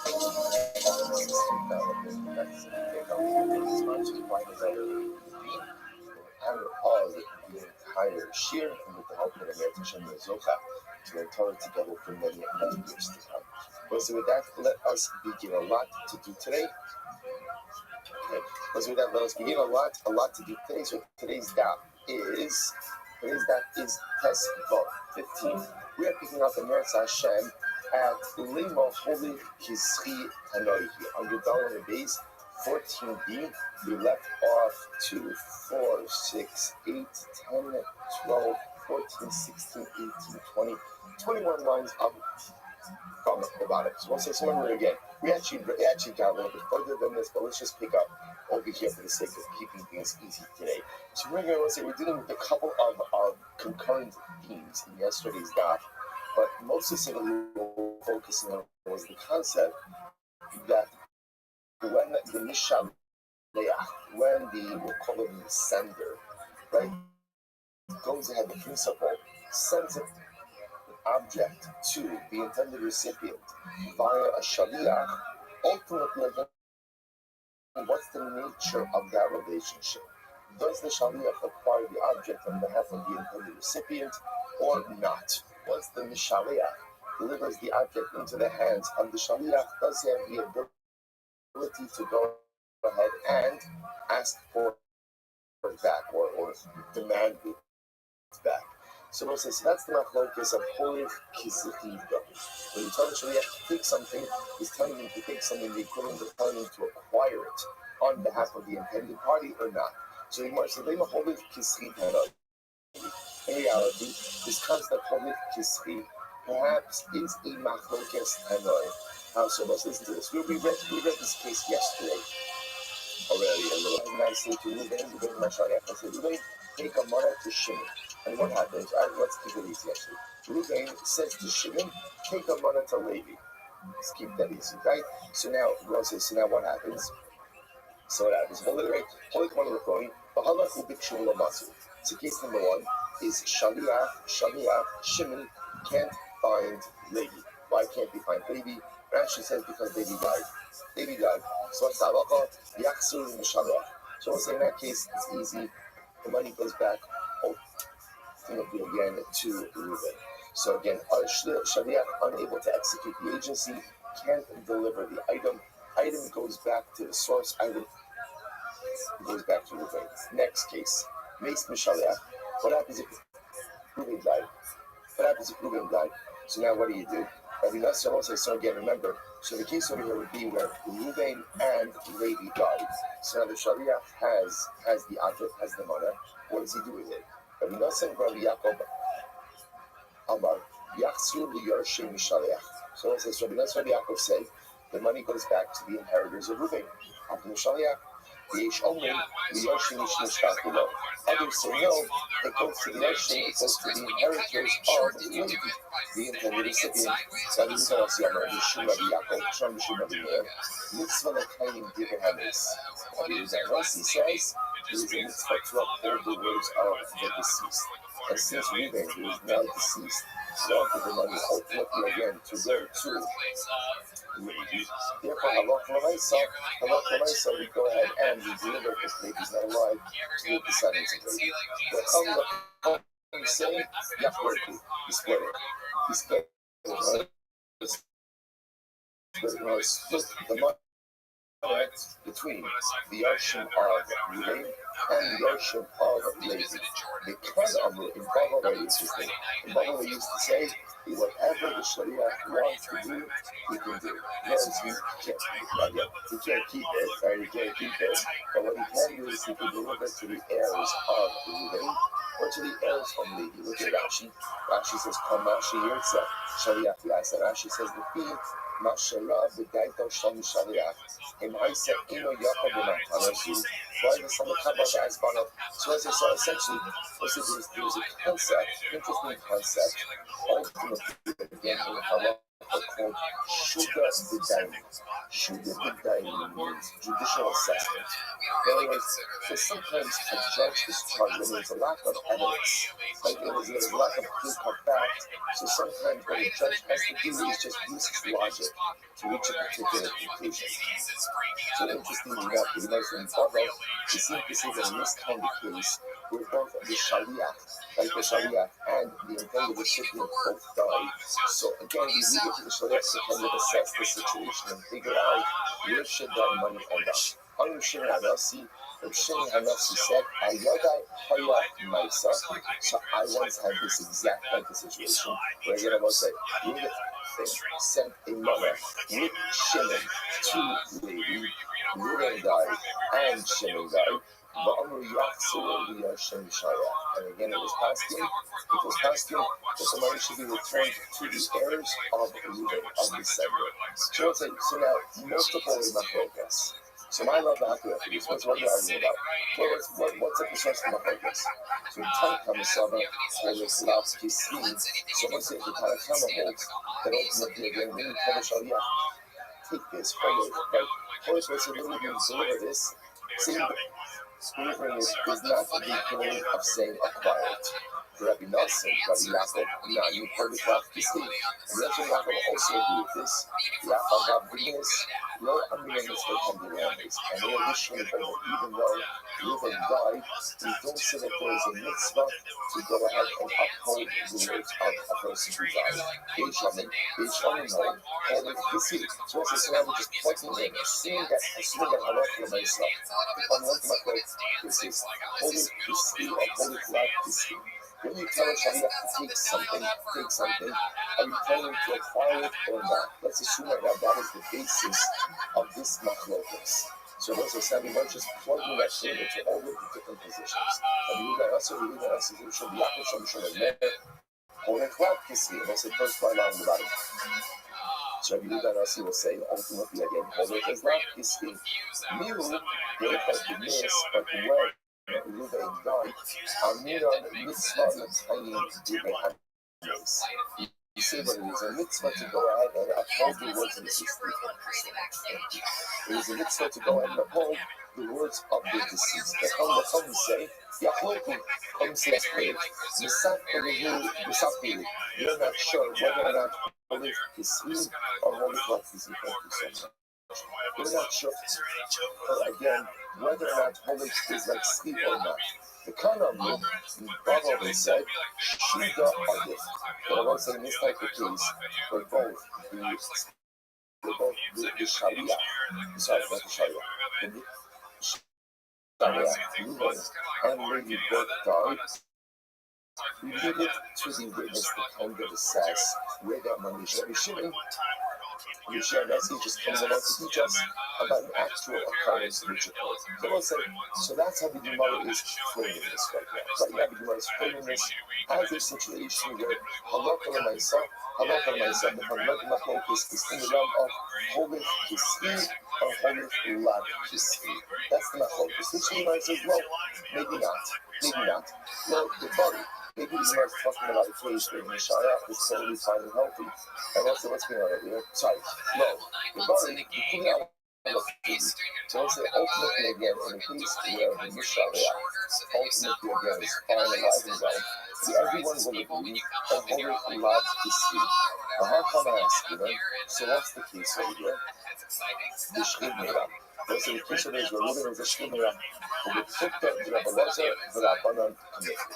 And ultimately, again, the machlokas, right? We're filling out the machlokas of Rabbi and the Rabbanon. What's the machlokas was the Rabbanon? It's then, and the Chalik Nefasavaku, whether if somebody divides up his estate, gives away his property verbally, one side of him, Rabbi or that, Achim Bari Be'achim Mesubah. Whether the person is hopefully ready to Shchidnera, the person Sheish Lenachai is looking because of the Shtab Chazaka, movable property to be acquired ultimately again only to look to you, gets a Shtab Chazaka, or gets of his money, Shtar is a document, Chazaka is a proprietary act.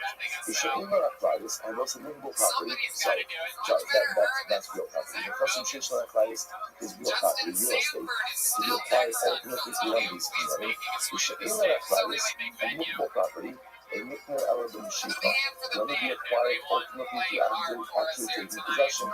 The Chachamim the Chachamim say, Eilu Bi'elim Miknim Ba'amira. Ultimately, again,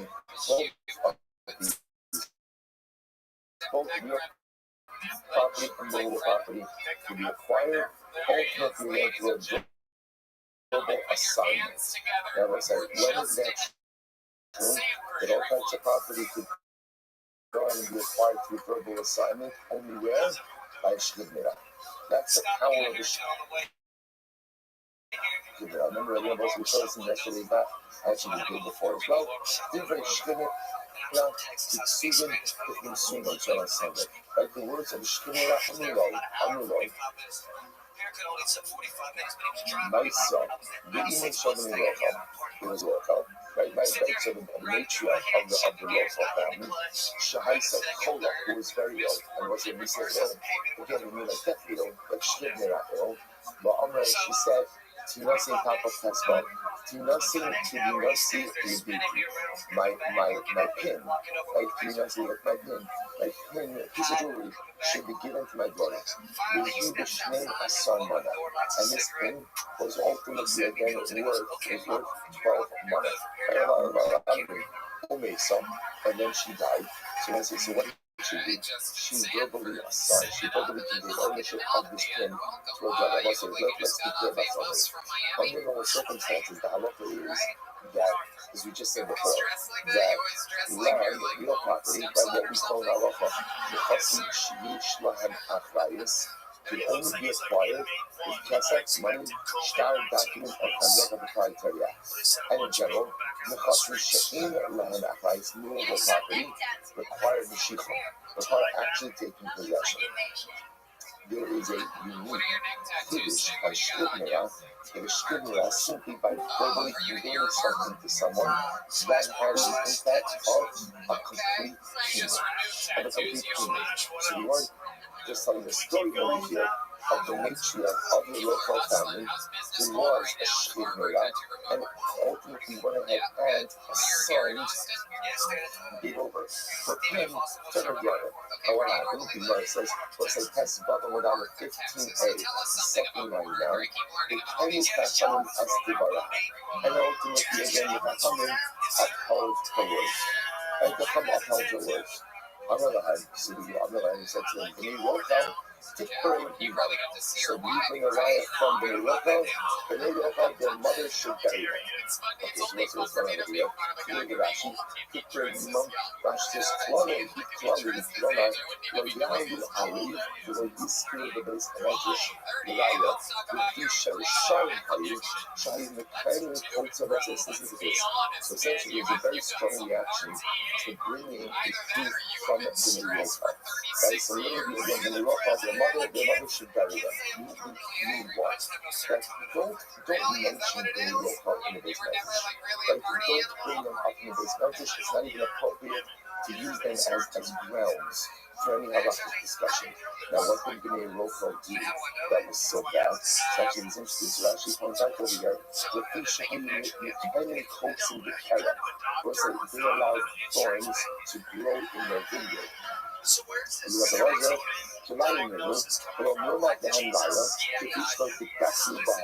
Chaisa also Tzavash and Josh Marishon is good as a medrash. So this is fascinating. So apparently again, in the local, they used to allow thorns to grow in their vineyard. So it says so there is a machlokas.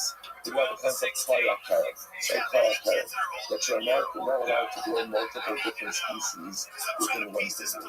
There's a machlokas as to whether or not this prohibition applies to allowing thorns to grow inside of the vineyard. And the Rosers have the opinion that it applies to thorns. It applies to thorns. And if Allah they were Rishayim, and because they were Rishayim, they were kept at arm's length. They weren't mentioned, they're not to be mentioned in this bench. Okay, point of the is, don't bring this story as a raya.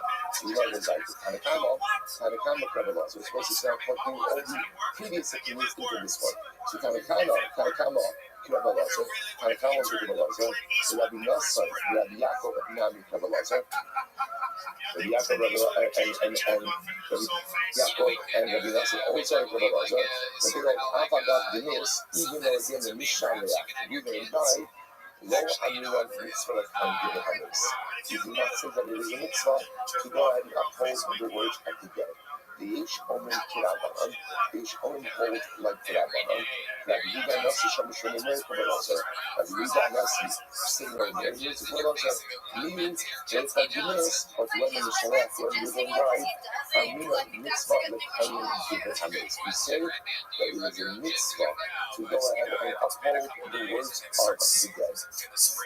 The Chum say, come say ultimately again, you should spread it early. So this is where, again, Reuben died and Levi died. So what should the Sharia do? Split the item between both sets of heirs. The statement is clearly is ultimately in the Sukkot.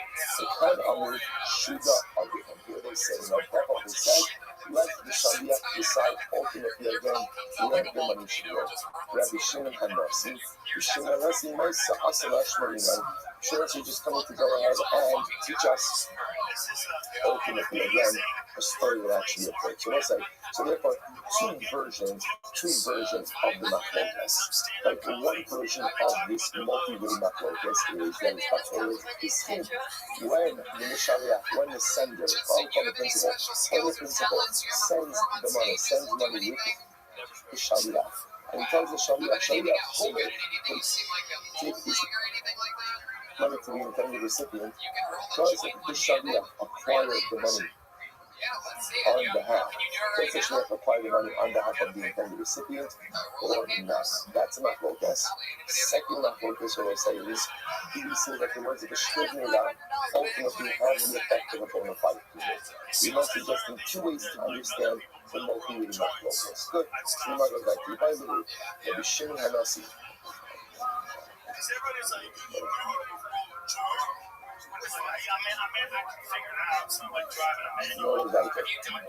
By the way, Shimon HaNasi, Nasi, and the Shmei Natzko, this is by the way, what it says. This is being important. Rabbi Shimon HaNasi. Is Rabbi Shimon HaNasi an actual Nasi, was he a Nasi, or was he quoting this halacha in the name of the Nasi? So Tashma, Rabbi Yosef, halacha Rabbi Shimon HaNasi. Right, ultimately again, so Yosef says that halacha follows Rabbi Shimon HaNasi. By dying to fight about so the question so Nasi, or you actually Nasi, or they come with the Nasi. Or is he saying over the name of the Nasi? Also, you're saying yourself, who cares? But it matters. It matters a lot because, again, you try to be clear with who is saying what, as this has an impact ultimately again on the nature of the Messiah, to which the Gemara says take it. We're not sure. We're actually not sure. We're not sure if Rabbi Shimon is the Nasi, or ultimately again if Rabbi Shimon is saying over the name of the Nasi. Okay, so let's analyze this last part. So Rufa, Rabbi Yosef says, halacha Rabbi Shimon HaNasi, halacha follows Rabbi Shimon HaNasi. Halacha follows Rabbi Shimon HaNasi. This one, just remember again. Good. Halacha follows Rabbi Shimon HaNasi. Okay, so the Gemara says, is that true? Is that true? I'm sorry. So I read the how come alone? Divrei Shtimira, Kiksuin the Kinsuin. And also the real problem. Because we already established that we custom ultimately again that the words of the Shtimira are as if they are best, or as if they are written and given over. So the Gemara says, Rabbi Yosef Mokila B'Bari. So the Gemara says, Rabbi Yosef will set up the beat and giving within the Sharia, ultimately even the sender is totally held the guy. The whole Yoshim Sheh.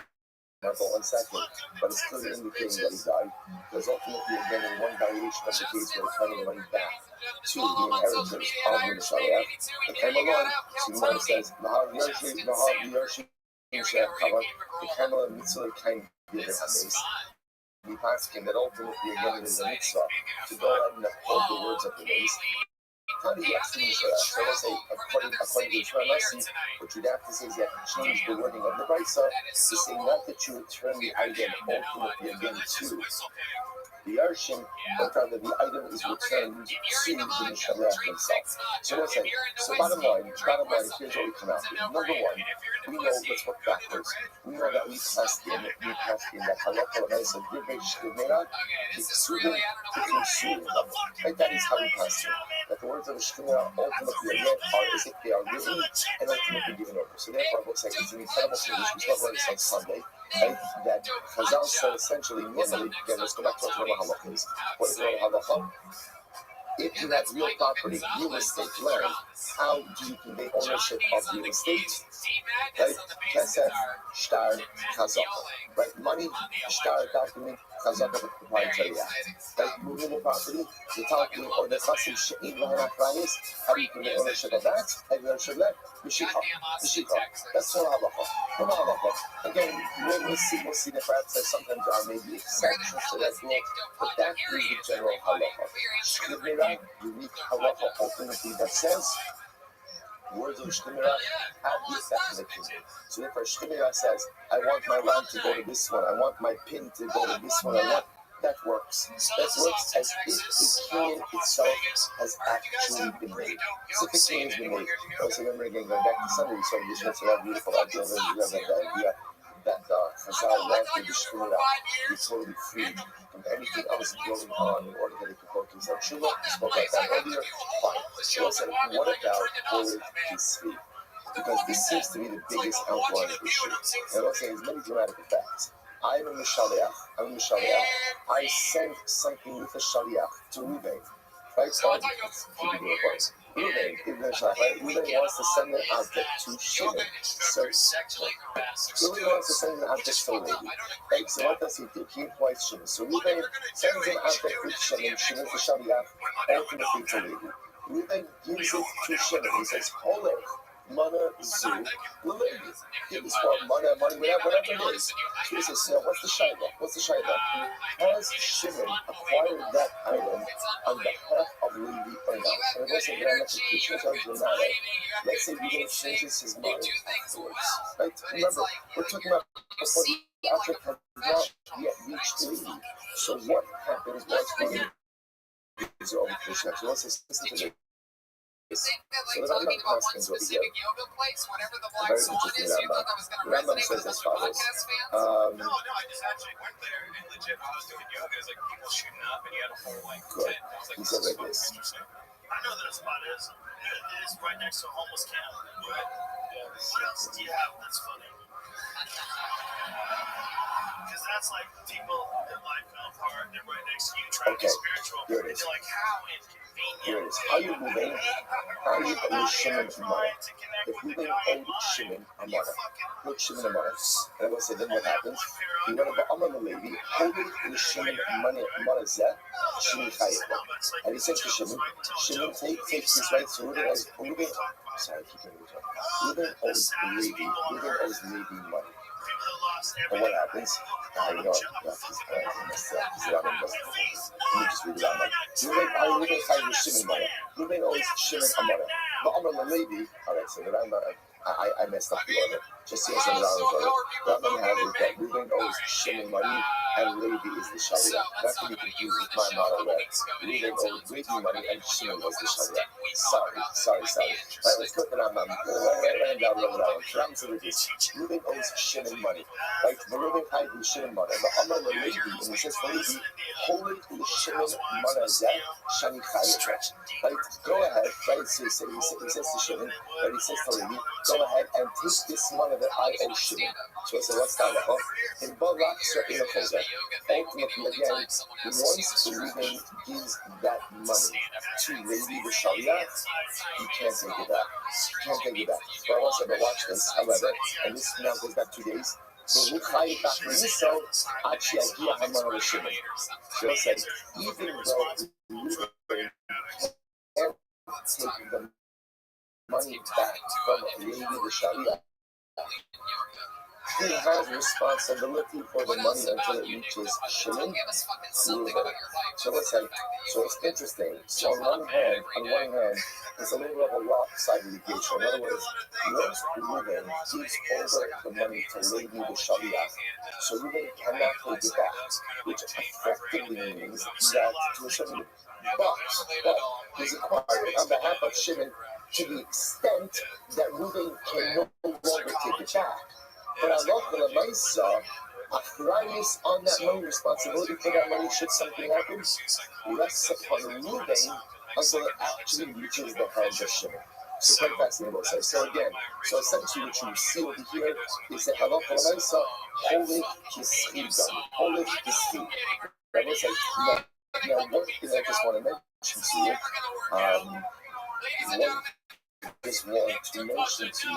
is I remember, so this piece over here is a piece of a loan. Right? So you're thinking about it in this context, there are two different kinds of cases, right? What are the two kinds of cases?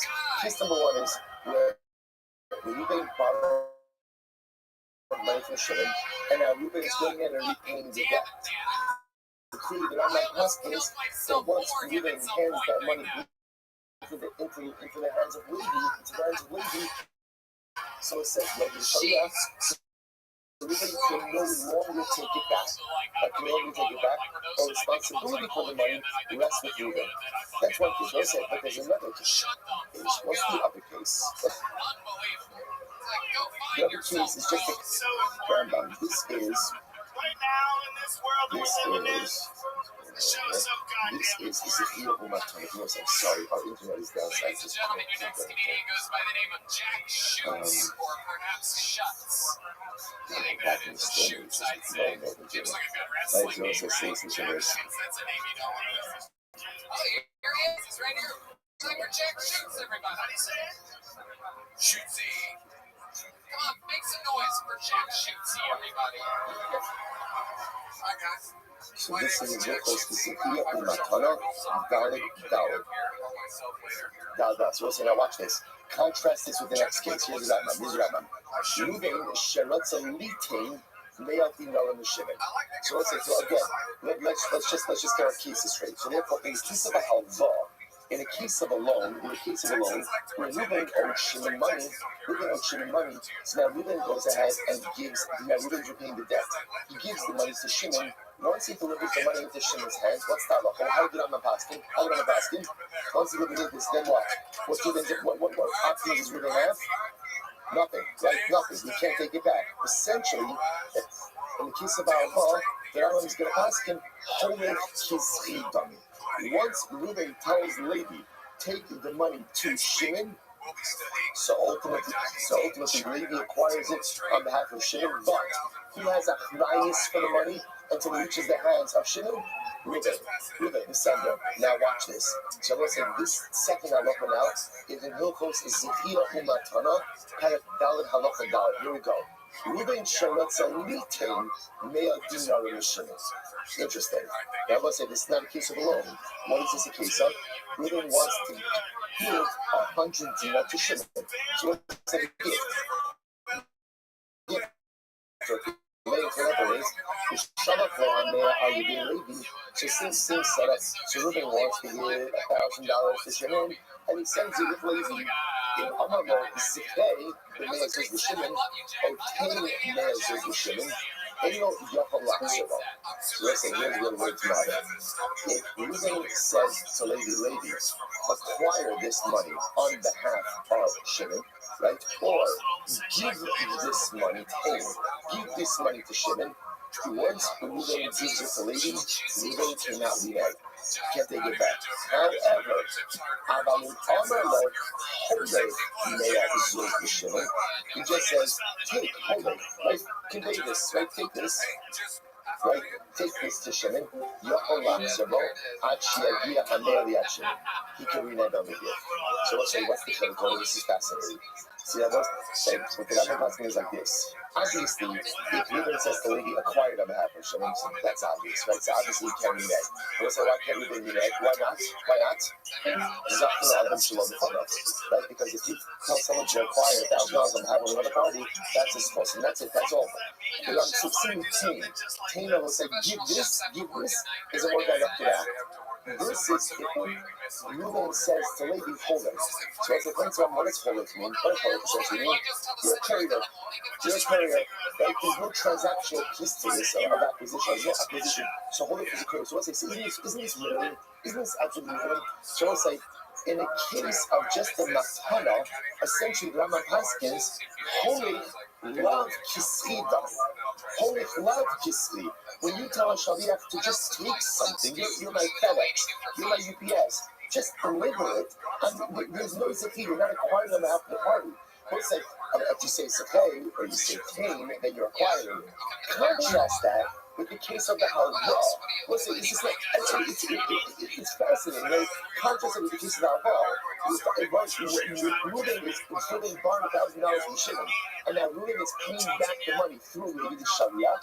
Once Ruben gives that to Levi, then what? It doesn't matter what Lashon he employs. Is he allowed to renege? Absolutely not. I will say, it's actually a very logical distinction. What's the logical distinction? In the case of the halva, that when Ruben's paying it back to Shimon, who does the money belong to? Shimon. Therefore, I will say, it's Shimon's money. So because it's Shimon's money, it makes sense that once Ruben gives this over to the hands of the Shaliach, we're done, right? There's nothing really to speak about anymore. As opposed to the case of the gift, where Shimon doesn't have any level of entitlement to this money. So the Rambam says if you just use Stam Lashon HaCholech, that is not going to be enough to affect acquisition, but Lashon of pain, or Lashon of Zikay, of acquire, obviously will work. So that's the distinction. Hadron Allah, Hamid Kama, what's that? Mazel tov, respect, beautiful. Says the Mishnah. Hamid Begin with Guinness Hayam. Let's say if a person goes ahead and brings a get from overseas. Interesting. So I'll just point out that here. So remember a get. If you remember here, it says Hadron Allah, Hamid Kama. This part is also called Hamid. Right, so what's that? So the first paragraph is called Hamedi Get. Second paragraph is called Hamedi Get. There's both Mishnahs begin with the same phrase. Person goes ahead and brings a get from the Dinas House. What we already established in Parakal. Right? First Mishnah begin. If you are bringing a get from overseas, what must you do? Why? You have to do it.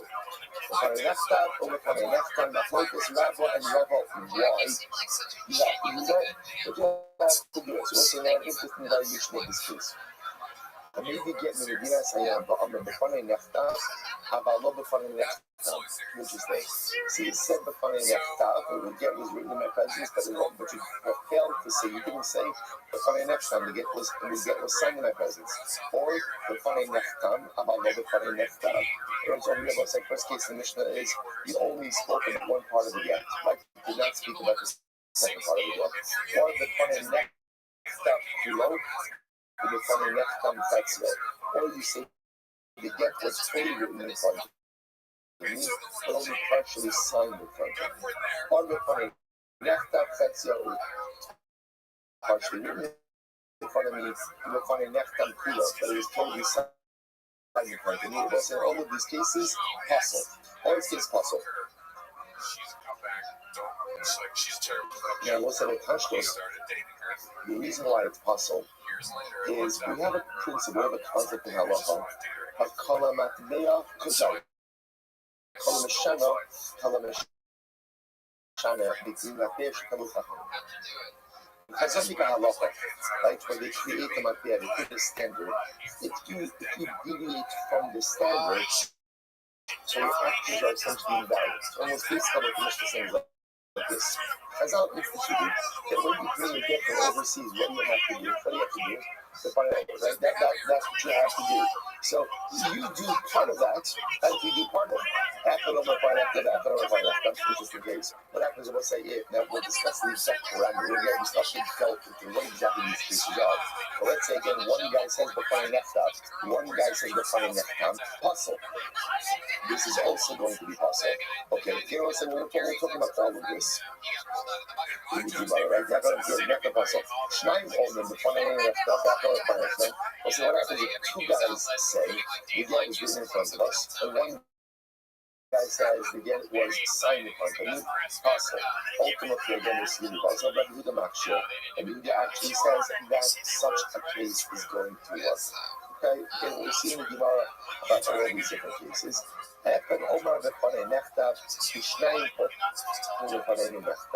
If one guy says the get was written in my presence, and two say the get was signed in our presence, ultimately again the get is kasha.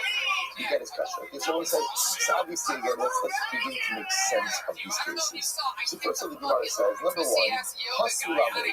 Why do I even read this Mishnah? Or as we'll say, the first Mishnah in the section, maybe about midweek today, that in order for an overseas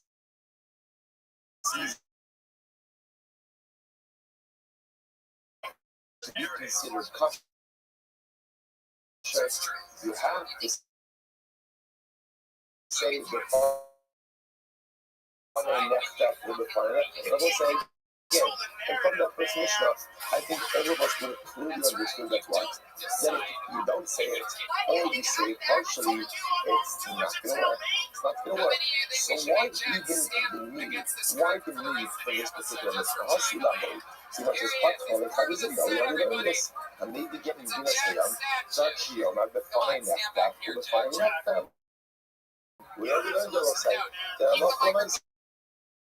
So the bull gets overseas. That's it for that. Which one says no. You know, I mean, how about I mean, it's sorry. The evil of a kasha. So let's say this is very interesting. This is very interesting. That Guinness Hayam. Sorry, Lomar, it's funny next up, it was funny next time, right? Sorry, Lomar, right? Sorry, you don't have to source it. What does sorry mean? What does sorry mean? But you have to. But if you didn't, ultimately it's your passion. Hamash Malon, our Mishnah says, sorry, doesn't just simply mean you have to. Rather, what does sorry mean? You must. Let's say, by the way, what a profound yisod. What a profound yisod. What the Gemara is saying is that from the lesson of sukkah, I would have thought, it's something you really have to do, but if you didn't do it, fine, did you have your kasha? So, ultimately, again, what our Mishnah has is it's not just that you have to do it, you must do it. It's an incredible yisod in life. A lot of times in life, we set out to accomplish things. And let's say, you know, I've mentioned this many times before, like the death knell of any life initiative, right? The moment you go ahead and you say it once, you say, because I'll try is by definition saying, most probably I'm not going to do it. Yeah, I'll try. I'll try to do this. I'll try to do that. So we'll say, see, that's the tzarech. So we'll say, yeah, this is really good. I'm really good. The way you have to view it is it must occur. Now, again, when you're going to be successful, no, not necessarily. No one is guaranteed of success. When you tell yourself that something has to happen, this must be maybe wrong for one thing is still much higher than probability. We'll say such an incredible, if you think about it, like a lot of times in life, we'll say, great people have this in work, right? You're going to work, And what happens on any given day, there's a lot of things that have to get done, right? So you sit down at your desk, you look at all the things you have to get done, and also then what do you do? What do you do for an organized person, right? You take that list of all the things you have to do, and then you subdivide that list. What do you subdivide it into? The things that have to get done today, right? Because there's always those things. There's a couple things I'd like to do, but then there's a deadline. And so you divide yourself into buckets, you divide your work into buckets. This is the bucket that must get done today, and this is the bucket that I must do. What is it that I have to accomplish? And those are the things, don't give yourself an ounce. Don't say you're going to try, I'm going to try. I'll say, by the way, I'll say, yeah.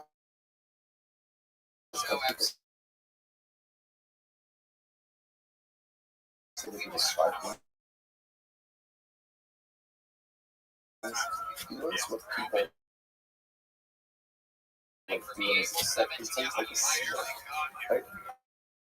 They're going to check. It's almost like, I know that I'm not going to do it. I know that I'm not going to do it. I know it's the funniest thing I think I have because often as a person who twists a lot of arms to get people to do things, right? I have become a student of facial expressions when people say they're going to try something, even though I can't ask, like, are they going to try? I'm not doing it, or maybe I'll do it for a day, or I'll do it for 2 days, or what's like, and so often make it a must. You just make it absurd. Something that's nice, let's say if you want to accomplish something that must get done without absolutely no excuse. Let's go back there. There were those like that. Hetzio. See, what is it? Then the Mishnah said, again, the case of half of it was written in front of me, half of it was signed in front of me, the whole thing is possible. Hey, Hetzio. So let's say which half was written in front of me. So the Gemara says, hey, Hetzio. See, even a Makatzio Rishon. Say, if you want to say it was the first line, I will say we haven't gotten to the Sefer. What we're going to see is that on the first line of the get is a separation. Like, for example, name of the husband, name of the wife, things like that. So what's the first line? Remember, I will say, once you go ahead and write that first line in the Shema, that's enough. That's enough. You're right. So we'll get more into this. But when we say that if the witness says, that it's possible, that's assuming that he did not witness the first part of the get, which goes ahead and contains the personal information, but only saw the second part of the get. Okay? He says ultimately again, the get was totally written in front of me, but only partially signed in front of me. I will say this is fascinating. So I'll say, watch this case very quickly. So what happens? I bring a get from overseas. And here's the edus I do. I say, listen, I saw the whole get written, but to be honest, I only saw the signature of one witness. I only saw one witness sign. So the Mishnah says, Pasuk. But Chisda adds, and I will say, watch this. What happens if two witnesses come along and testify about the authenticity of the second aid? So I say I saw the get written, good, we're good with that. And I say I saw the signature of the first aid, but not the signature of the second aid. And then what happens? Two witnesses come along and testify about the authenticity of the signature of the second witness. That sounds like it should be good. But Chisda says, no, not good. My time, what's the reason? O kula b'kiyam aget, o kula b'kiyam takaras hacharim. And let's say, listen to this. And let's say, if we authenticate a get in that way, let's say, what are we essentially doing? We're authenticating a get through two different halachic mechanisms, right? When I say b'fanei nechtav kulo, and then b'fanei nechtam, I testify about one signature. That's the takaras hacharim b'fanei nechtam. If then there's two witnesses, two witnesses authenticating the second signature, that's kiyum shtaros. So I will say, you can't validate a get through two different halachic mechanisms. Either it's b'fanei nechtav or b'fanei nechtam, or it's kiyum shtaros. Maskit or Rabbi. So it doesn't make any sense. Me ika midi the ilu amr chad kasher hashta the ika trey puzzle. So you're going to get this straight.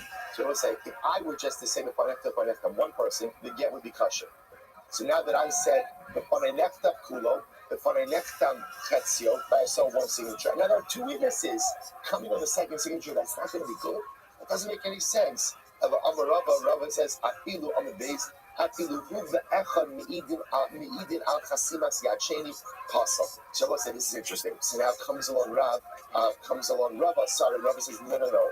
What's the case?" Rabbi saying, "The case over here is fascinating. The case what I want to say is where I come along and I say, I saw the writing of the get, and I also saw the signature of one witness.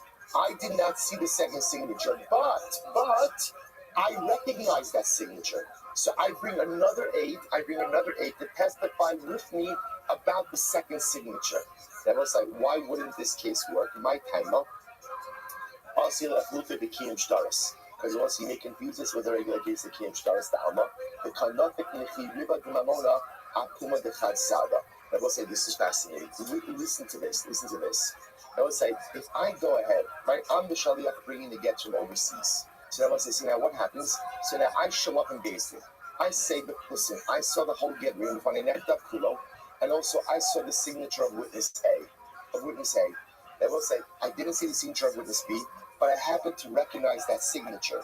But again, now in order to authenticate signature B, if I didn't see it being signed, we're going to have to do Kiyum Shtaris. So I bring another witness with me to authenticate signature 2.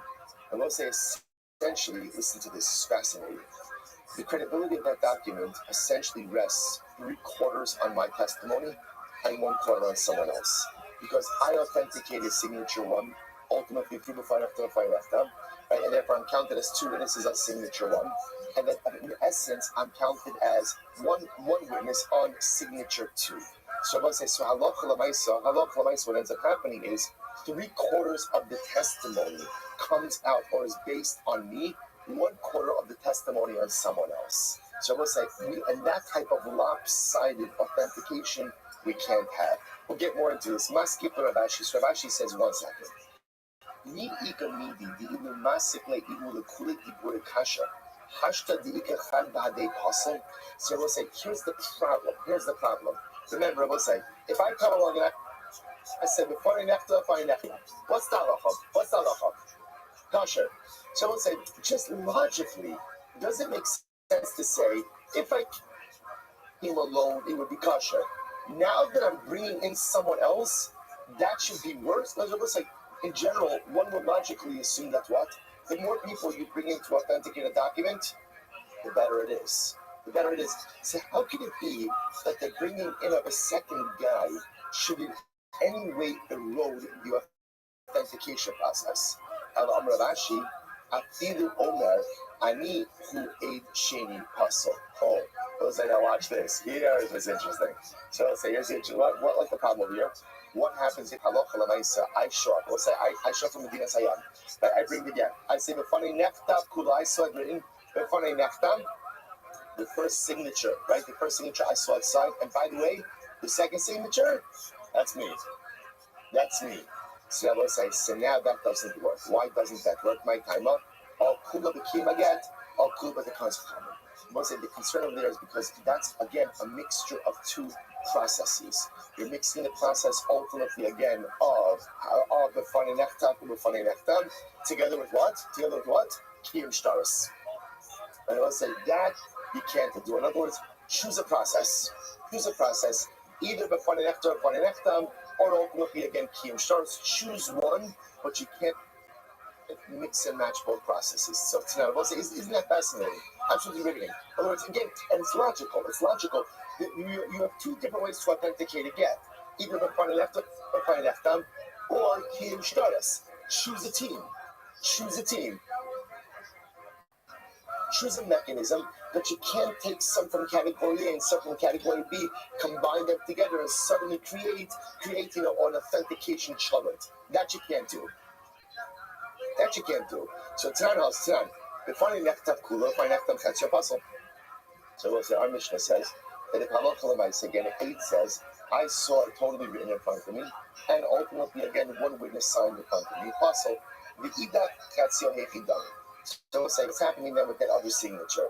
So even with the leka the kamasi the klal, if no one's testifying about that second signature, hashka echad omer b'fanei nechtam, the echad omer b'fanei nechtam.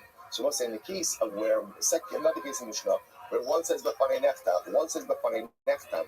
In that case, the high kamasida kula ksiva, the high kamasida kula chasima apostle, where we'll say you have one witness fully testifying about the writing, a second witness fully testifying about the signatures. That's going to be possible.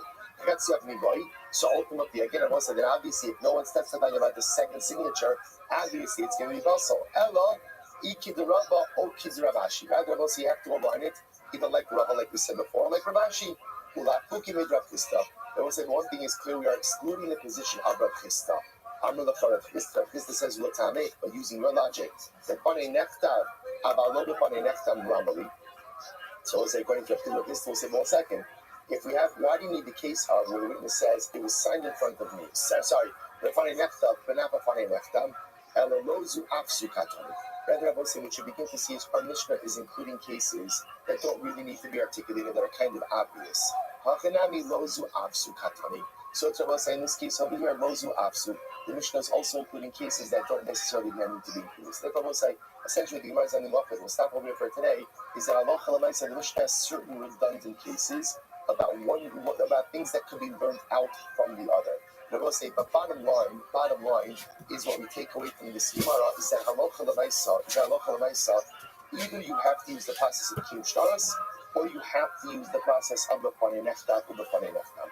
But you cannot go ahead and combine the two to create an authentication process. And also tomorrow we're going to begin with an incredible sugya of the combination. So that's our premise. You can't combine halachic processes. Tomorrow the Gemara is going to challenge that assertion and bring examples of the combination of halachic processes in order to create a result of create reality. I will say,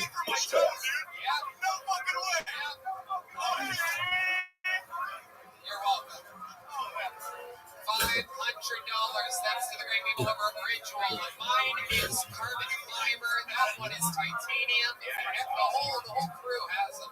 It's the best wall in the entire world. You should have it right now. They're the shit. They are the shit, and you don't have to use that look at the size of that clunky bucket. It's like half a cow's ass. That's what this is. By the way, this is the second time that the great people at Rich have given us a line. We had no idea we were going to get to film. We had no idea he was getting called Phil. And the 2 times that we've done it, both people have had me ridiculous wallets. One guy had a piece of special manila paper.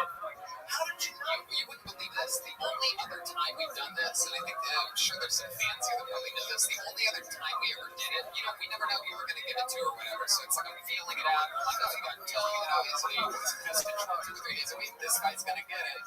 But both times, the other guy was home too. Both times I've asked.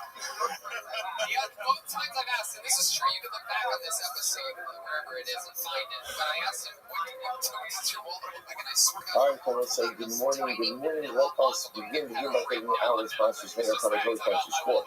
The month of Tia, Stephen Curry's into dedicated education adjustments this month for the honor of the newest grandson of Kevin Schmuel Howard. We recommend mental health employees so now with look to be incredible. Successful than far more that you shining. Once we got carries back in days 42 and an incredible basket is. We're picking up on them eligible days 41 G's, and we are picking up 10 lines up from the bottom. Versus remember again at the end of yesterday's draft, we got into the suit of Hanifa, Valerie, and tonight talking about the curious effects of Hanifa and how again Hanifa ultimately again condemns the individual for all types of punishments, which we'll get into in just a moment. So you want to say spouse, I'm ready also. So what can she spoke Hanifa? Maybe after Olam. Any person who goes ahead and brings and literally has flattery in him is also an interesting Russian of Shirish Bo Hanifa. Has flattery in him, we'll come back to next moment. Maybe after Olam brings anger to the world. Which also means invites the Midas Hadin, divine attribute of justice, into the world. Any person who has flattery in him, his tefillos are not heard. Do not listen to Shnei Amar, let's say just a little bit of background to this. What is it that's so bad about Hanifa? I don't say flattery is not good, and I certainly understand that. But when I saw why the intensity, right? Why the intensity ultimately again comes out about this. So let's remember again what does Hanukkah represent? Hanukkah represents the height of personalistic insincerity. Right? When a person has the need of Hanukkah, the person is just a flatterer. So what ends up happening? They're not sincere. They're not genuine. They're not truthful. And suddenly what comes out is anything they say is always subject to what? Is always subject to, like, oh, really? Like, do you mean it? Do you not mean it? Is it just in order to get something? So it's like that's the cover with Hanukkah. The total insincerity, the total sense of lack of genuinity. Right? Genuinity. I always say, so what's the problem? What's the most important midah that the Mishmarach needs from us in this world? The most important midah is honesty and sincerity. Mishmarach does not ask me to be perfect. He doesn't even ask me to be great. But he just asks of me to be honest. Because if I'm an honest and sincere person, then we're on their side. Which I do multiple times every hour, right? And ultimately, again, at least I have the chance, I have the ability to go ahead and fix it. But if a person lacks sincerity, a person lacks genuinity, then at the end of the day, there's absolutely no hope for such an individual. That's why you see the strong response to Hanukkah. If you possess Hanukkah, your tefillos are not heard. You possess Hanukkah, ultimately, again, you're bringing anger to the world because it's the antithesis of the honesty, the sincerity, the genuinity that the Mishmarach needs from us in order to be successful people in this world. Incredible. Mother right there. Mother loves us.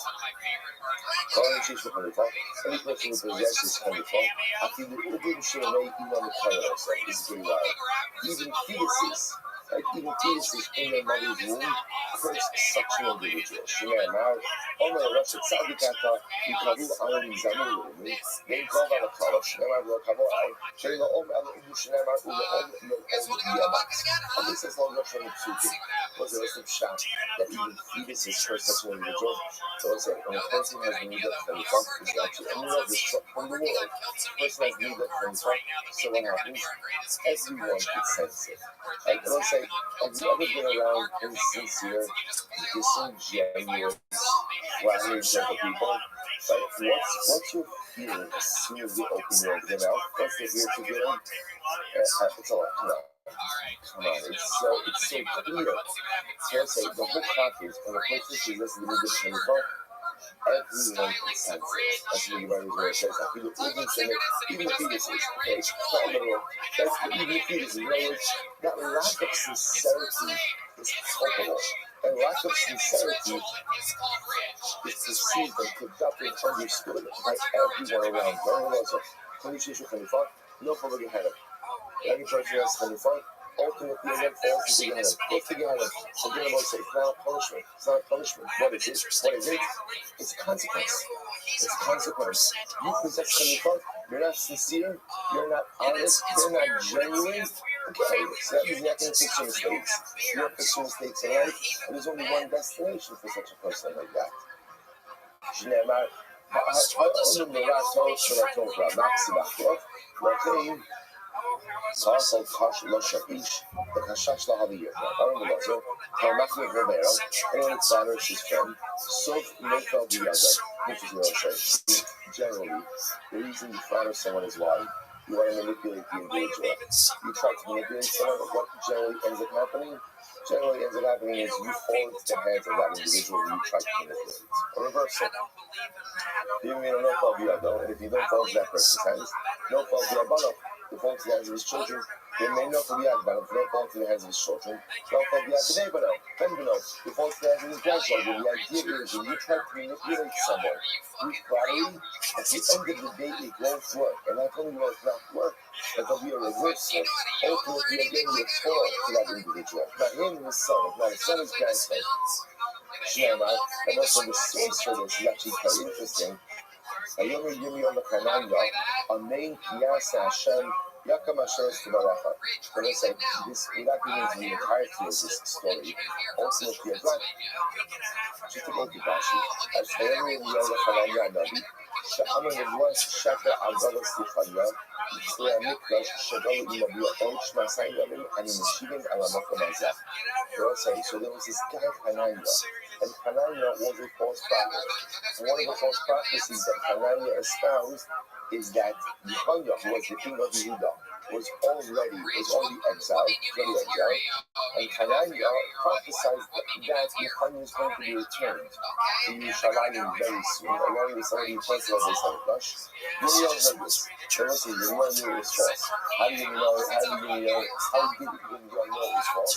Because he wasn't happy. And he did prophesy about destruction. But yet when Hananiah said this, what did he say? He said, Amen, Ken Ya'aseh Hashem. Okay, so Yirmiyahu said, Amen. And say, now the Gemara understands that was the form of Chanukah. Right? Yirmiyahu was flattering Hananiah. So because Yirmiyahu disbelieved in the behavior of Chanukah, so what happened? The sixth top of Memphis, top 42a, first line, Vayu Ushar Binyamin, Ushar Baal Kivers, Ushmo, Yirmiyahu ben Shamia, ben Hananiah, Vayu post the Yirmiyahu Hanavi Lemar, Alakastin Ata Milcha. So I will say, so fast forward a little bit. So again, Yirmiyahu later on is arrested by a guy by the name of Shamia ben Hananiah. I'm sorry, Yirmiyahu ben Shamia ben Hananiah. The grandson of this guy Hananiah goes ahead and arrests Yirmiyahu Hanavi. And he makes a claim that Yirmiyahu was a traitor trying to aid the Kasdim. So by Yirmiyahu Sheker and Yirmiyahu Kasdim. Yirmiyahu says no. What's the point of Yirmiyahu? See, are you supposed to know by the Al-Asar? He's arrested. Yirmiyahu's arrested. Who's arrested by the grandson of the guy who flattered. This is just the line up that when you approach flattery as an intent to go ahead and manipulate someone, it backfires. You're trying to get that person to do what you want, meanwhile, looking somewhere down the road. Either now or 2 generations from now, you will fall into the hands of this individual. I will say, it's all the sin or teach. If it's one who just wants us to be sincere, honest, and genuine people, and the need of Khalifa flattery is the antithesis of that. So when you go ahead and you act with the Nida, that is the antithesis of what who wants of us, nothing works out. Incredible. Let's say this is actually double divine energy, but I will say so now what we're doing is we're switching from the individual to the collective. Any kind of ego congregation, right? So as that congregation can mean Klal Yisrael, or it can mean any group of people. Possess this terrible midah of Khalifa. Mu'isa literally means disgusting, like a midah. Also, it doesn't mean disgusting. It is not disgusting, consciously. Right? So again, Mu'isa, we're going to see the definition of just a moment. Shne'emar, ki adam starach gamu, shekin b'kach ha'elyon, holy midah. Right? So often, in the following they call the midah agamuda. My gamuda, Gemula Midaila. Someone who is removed from her husband. So that's what it means is like this. In the same way that the Nida is removed from her husband, and Ada, the congregation that possesses or a group that possesses the Nida of Khalifa is removed from her husband. And it's like, what's the unnormative of that statement? See, normally we make a distinction between the individual and the collective. And sometimes the individual could do things which remove, which removes his bond, or which fractures the bond between himself and Hakadosh Baruch Hu. We always operate under the assumption that there is a general divine providence, Siyata D'Shmaya, that devolves upon the collective tzibur. Like that's like tefillah b'tzibur. Like davening with the meaning is so powerful because my prayers have greater impact when they're part of the collective than when they're just done individually. But you must highlight over here is that the midah of Khalifa is so corrosive and so destructive that it even damages the relationship of the collective to HaKadosh Baruch Hu. Not only does it damage the relationship of the individual, but it damages the relationships of the collective to HaKadosh Baruch Hu. And I say, it makes sense, because if Khalifa represents the Khalifa represents again a lack of sincerity, a lack of honesty, a lack of genuinity, which is the core midah of midos that allow us to forge a relationship with Hashem. It has Rishon, the tzibah has this. It fractures the relationship. Incredible. Rabbi says, any congregation, any group within Klal Yisrael, that's Khalifa, at the end of the day will be exiled. Be exiled. Simchaka, Yadas Hanakam, Simchasan, Shamarta Babacha, Miyala Viasila, and Shukula, the Gamuda, Gola Visula. Incredible. I don't even know about it. There's another interesting Are the Kitos in the congregation? Because it is a profound statement. There are four groups of people, who literally translated, do not receive the faith, do not receive the countenance of the Shema. That was this community one of two things. This community wasn't they don't receive what they are Shema. It can either be a reference to Olam Haba, and want to come, that there are four groups of people ultimately again, as if we don't have a portion in the world to come. Or again, it could kind of back what we were just saying before, four groups of people who engage in four different types of behavior, who ultimately fracture the relationship with Hashem, even in this world. But the idea is, is a relationship still. It's not a punishment. I mean, it is a punishment, but it's more a consequence. They don't have a relationship with Hashem. They don't have to see that again, they want to come or here. One of these individuals calculates him. Let's say this is incredible. A group of Leitzim. Let's say what's calculating. So we start to see Siras Yisharim. Like this idea of Leitzaros. Like what's a Leitz? Someone who just doesn't take anything seriously. Like everything is mocked, everything is a joke, everything is cynical, sarcastic. There's always something to say about everything. So that's a Leitz. So let's say if nothing is treated seriously, you accomplish nothing in your life. So calculation. Next, cut connections is connections. Like a group of flyers. Like flattery, cut stone, liars, and cut the sackers of Sahara, those who speak Russian Hara. So let's say these four groups are not in the Kabbal Pinesh. And let's say if you think about it, each of these things by themselves really represent. So let's say, it takes nothing seriously. Once you take nothing seriously, you're not going to grow in life. You're not going to grow in life. You're not a growth-oriented person. So you don't have a relationship with Hashem. And we just spoke about before, lack sincerity, honesty, genuinity, then there's no hope for personalistic development. Shkarim, sheker, once again, as I said, sometimes come down between these first three is honesty. Honesty and integrity. If you're not an honest person, you're not going to own your mistakes. You're not going to own your mistakes at the end of the day, and then no hope for growth. And cut the sacrifice. So let's say, this one kind of stands alone on its own. What's the whole top of Lashon Hara?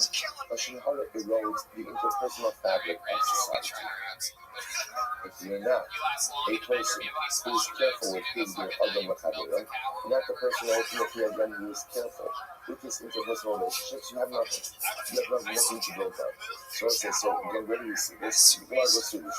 Calculating the ksiv, mashach yada aslotisim, kat chanitim, the ksiv, kilo lefanav yada, kat shkarim, the ksiv, dover shkarim, lo yikon v'negedin, this are the Lashon the ksiv, kilo kel chafetz lasha'ata, or yigor chara, tzadikata Hashem, let it go more good for us. So let's say these are just one sequence that ultimately highlights this idea that these four groups are not the common.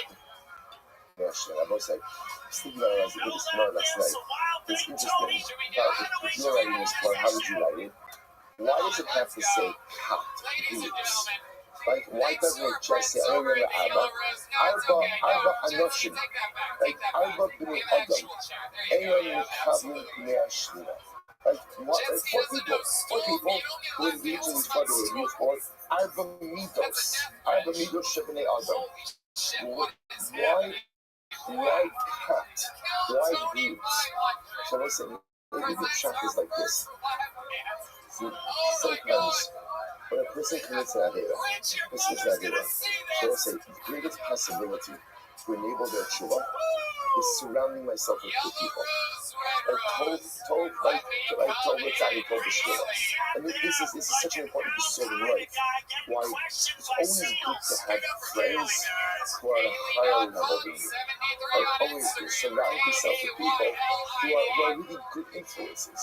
Because this is even when I mess up, which I will, when I know that I have a good friend to support people around me, positive guys, good people, good influences, good oriented individuals, even when I am alone, Yetz Hashem, they will lift me up.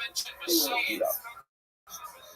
And I always say, on the other hand, let's talk about tshuva. On the other hand, if I go ahead and I surround myself with negative people, or I surround myself with people who are not the right kind of influence, so what ends up happening? When I'm down, I just sink lower because I know who's good to lift me up. So what happens, the more popular over here is, who are the people, or what's the situation you're not in the Yeshiva? It's not just a person who speaks Lashon Hara, or a person who's a lex, or a person who's a liar, or a person who's a flatter. Rather, what is it? It's cut. Let's say group. See, the danger is not just when I'm a lex, but what? I'm part of cut race. Not just when I go ahead and I have Khalifah. I'm part of cut. Because now suddenly, not only do I go ahead and possess this negative need of my I'm surrounding myself with people who behave in the same way. Then,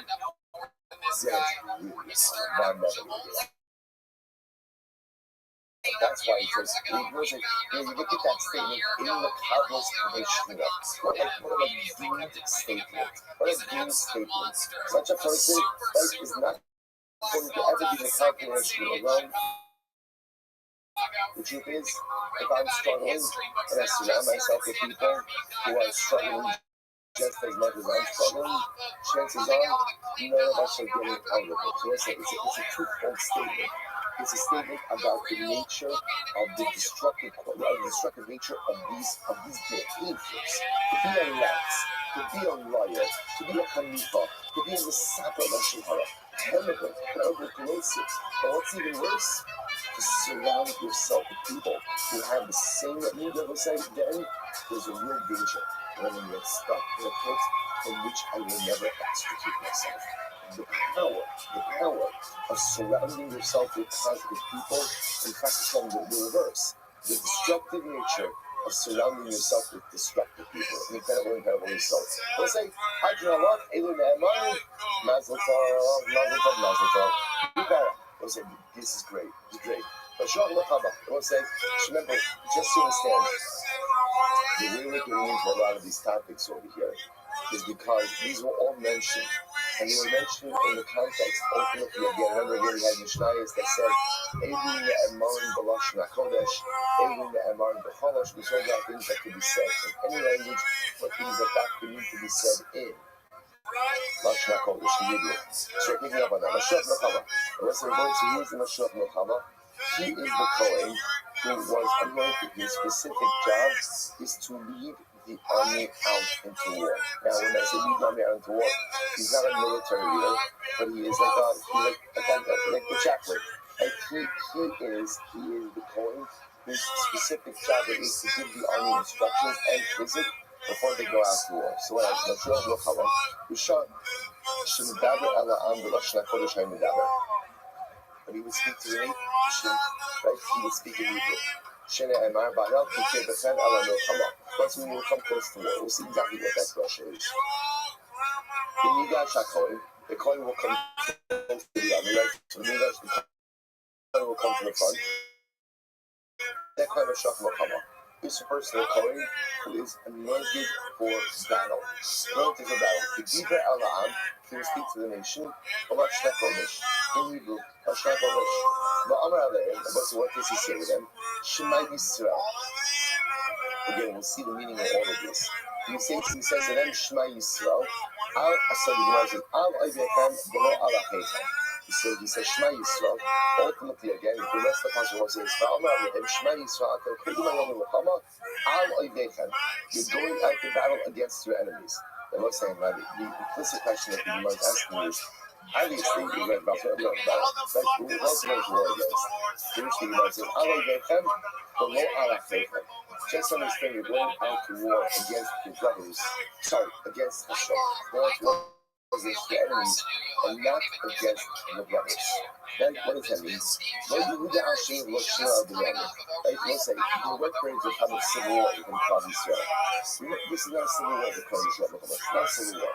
You're not coming up brother against brother. Because what happens if you go to war against brother against brother? So typically, you go to war more. The rest say, this may sound strange. What's the difference of civil war? What's the next civil war? No civil war is you pretty much count on brotherly compassion. Right? At the end of the day, if you fall back into the hands of your brothers, he is going to treat you compassionately.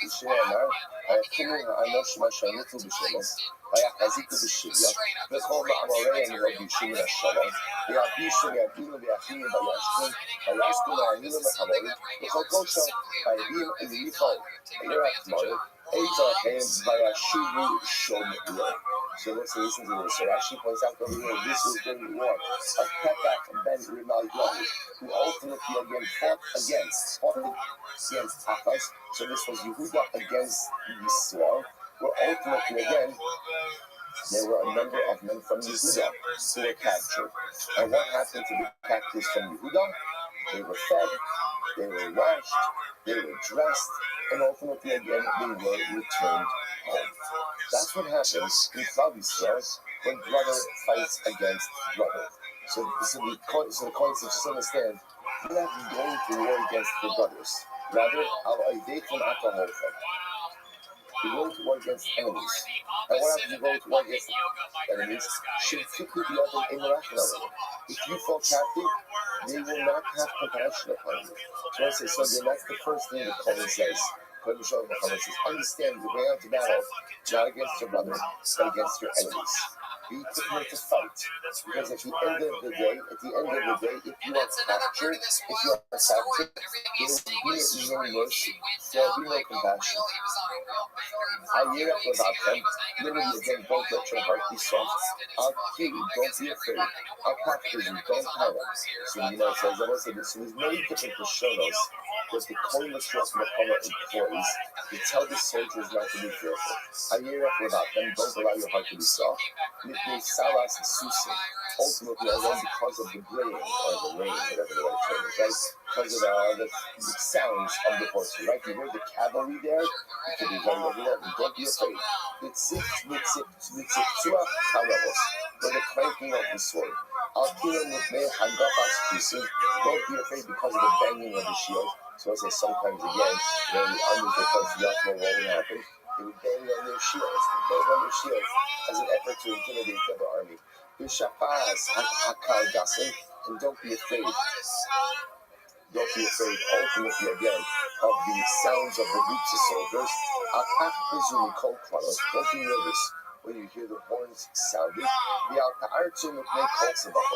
And don't be broken as a result, ultimately, again, of the cries of the opposing army. So what's incredible about this is, whenever you tell someone not to do something, by definition, what are you essentially saying? I recognize that this is normal.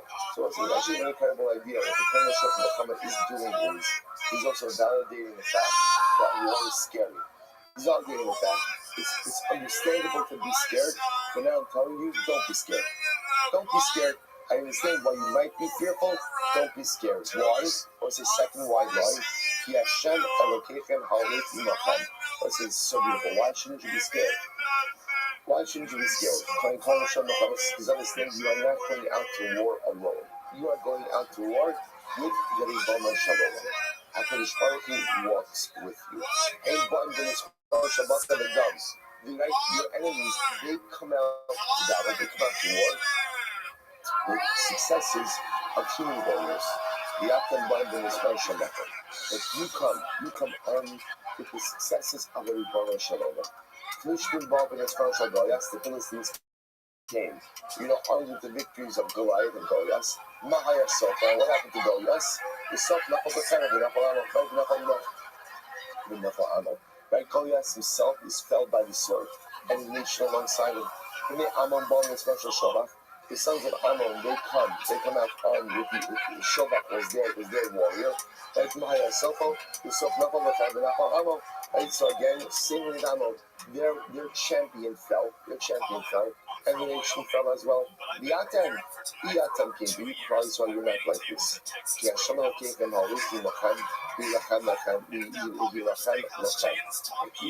this person comes out to battle with you. He's going to wage your battles. Not going to allow it. This refers to is the Aron. Well, let's see actually what the Gemara means. But this refers to the Aron, or the camp of the Aron, which came out to clog these strong this war. We'll discuss exactly what that means. So it says the Gemara, let's go back to the beginning of the Mishnah. The Mishnah said that the Kohen Mashrach Mechama would utter his instructions in Mashrach Kodesh, would utter his instructions ultimately again in Hebrew. So it says the Gemara, Shneimar, the Dibad. As it says, the Kohen would talk. The Nemar Lala, Moshe Yidaber, Kimyan Arbakol, but I see that Mala Alam just like I have seen that everything was said. Rosh Hashanah, after Rosh Hashanah, so it's what we always said Rosh Hashanah as well. Incredible. The Midah Shachar, the Diba Abraham, the Pasuk says, the Kohen will come close and speak to the nation. Yaakov Kohen hadn't been chesed to the army, the Dibra Shotru. The Pasuk says the officers will speak Mashotrim and Amuna, just like the Shotru officer is appointed position. Kohen B'Amuna. So it's again has to be a Kohen is appointed for this particular job. The aim of Kohen Gadol, maybe it's the Kohen Gadol who does it. First thing was the Shota. That's what's known to a Shota. Right? Why? Not Shota, Shishimuna Agava. Just like the Shota has a superior above him. Kohen Shishimuna. So it's a Kohen who has a superior. But the Kohen Gadol, Kohen Gadol doesn't have a superior. Yes, the Kohen Gadol does. God, this is Kohen Gadol, Namla Ikam Melech. Kohen Gadol reports to the king. Right? The king, right on the organizational flow chart. The king is above the Kohen Gadol. So the Kohen Gadol does have a superior, which we must have a gossip when he's in his Avodah. The Kohen Gadol doesn't have a superior in Avodah. He's the top guy in the Avodah of the kingdom. Therefore, you need a Kohen. Because remember, in the same pasuk, there are two people who lead two groups of two people, so to speak. One person and a group who leads the army out into battle. There's the Kohen and there are the Shotrim. So the Gemara is saying we have to equate the two positions. So just like the Shotrim is appointed, the Kohen has to be appointed. Just like the Shotrim reports to someone, the Kohen has to report to someone as well. The aim of Scan, maybe it's the assistant Kohen Gadol.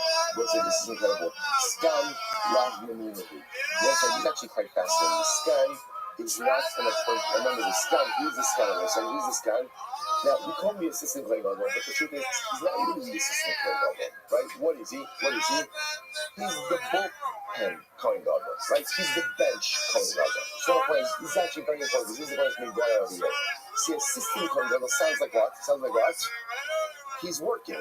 Let's say, what is the Scan Kohen Gadol doing on a regular day, right? The Kohen Gadol is happy and healthy. What is the Scan doing? Okay.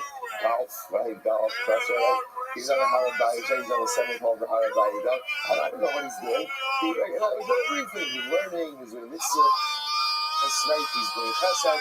He's not doing anything in the Beis Hamikdash, right? Because remember, he is only activated when something happens to the Kohen Gadol himself, right? So we call him the assistant, but the truth is, he's not really the assistant. He's on the bench. Replacement.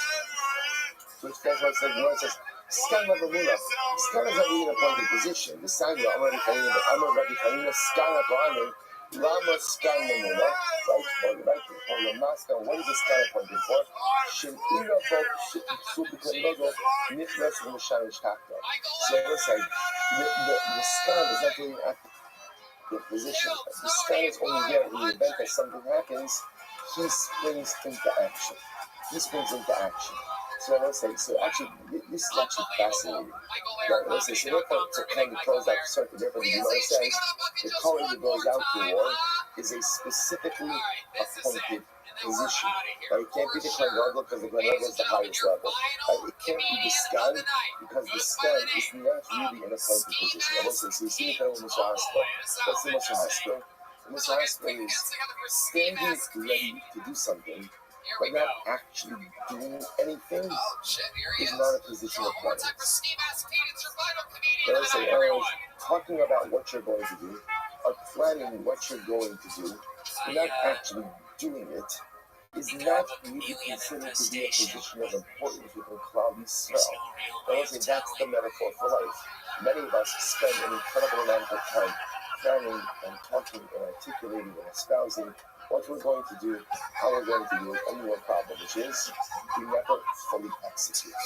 We never fully execute. Well, if I can't fully execute, then at the end of the day, that's nice. Maybe one day I'll be important, but the nice right now when I'm on the bench, it's not all that important. Incredible you say. So the goes back there. Shema Yisrael. So the Kohen Muhammad says, then he gives an own speech. Shema, like the speech is Shema Yisrael. Listen, Israel. I can create in Hayom Muhammad. It's the way out of battle. So it says the Adi Shaila is why this point Rosh of Shema Yisrael. To which the Gemara says, my Shema Yisrael. I'm not the Yochel, Misham Lechai, and Ashmir will say, it's this. Rabbi Yochel is over here with us on the 34th day of the Omer, right? But one seat is the beauty. Once you create a relationship with Rashbi, a lot with the Omer, that relationship stays with you even into life. That's the beauty of the Torah of Rashbi. So Rashbi says, Amar HaKadosh Baruch Hu Yisrael, Atili Lokiyamtem Alakiyash Shabbos, Va'arvis Yatam Yisrael B'Yadam. Baruch Hu says, all you need in order to be successful in life are spiritual merits. And rest two things that you have to be, as we say, a very tzaddik. You don't have to be so righteous. Even if all you come to war is armed with the mitzvah of Kriyat Shema, Shachris, Va'arvis, they will say, then what? You'll be successful. They will say, now if you notice, by the way, Imam doesn't say all you need is this use of Kriyat Shema. And what does it say? You need Kriyat Shema when? Shachris and Arvis. See how I say, what's the coupling of Kriyat Shema, Shachris, and Arvis? You've bookended your day with rookiness. See how I say, if I just have episodic rookiness, then that's not enough. But if I bookended rookiness, even if in the middle of the day, everybody even is not so great. But if I'm starting with Kedusha, I'm starting with Shema, I'm ending with Shema, HaKadosh Baruch Hu says that's great. That's a fantastic start. And then for the next again, that's enough of a source to allow you to be successful in battle. I need that without cannot to you. Don't be afraid. Cannot button. What's this is? I'm not even down very much. The Kohen Muhammad speaks with us into the army twice. After the Safar, or the start, one time was when we immediately leave Eretz Yisrael. So the army goes out to battle, ultimately again, so he speaks us the first time when we leave the borders of Eretz Yisrael. Ladies and gentlemen, it is Muhammad. And literally the second time, literally on the front, right when we're actually about to go out to battle. This Safar Mar Omer, on the border, what does the Kohen Muhammad say on the days? Shimu divine after the Muhammad, right? Ultimately again, hear my words, those going out to battle, because remember, so as you tell you, anyone who is entitled to go back from battle, go back now. Go back now. Exemption. Okay, Rashi. Shimu divine after the Muhammad, Milay Latzah, Milay Melech, the culture how you eat Latzah to go and Balabayas, we talk about all this. Natakerem, Elas Isha, Yeri Barak HaLeibam. So what's this? That's a very interesting. So the first speech is given at the borders of Eretz Yisrael. And it's there that he says, essentially, whoever is fit for battle come, or whoever has an exemption, go back home. So everyone said, what do you see? We're going to tell this, what do you see from this? What do you see from this? What do you see? Everyone goes out.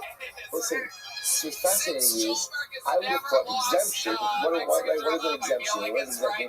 Don't go out. What do you see from here? No. everybody goes. Everybody goes. Then when you get to the border of Eretz Yisrael, what happens? And he speaks about the exemptions of those who don't have to go out. About this more. What's the logic?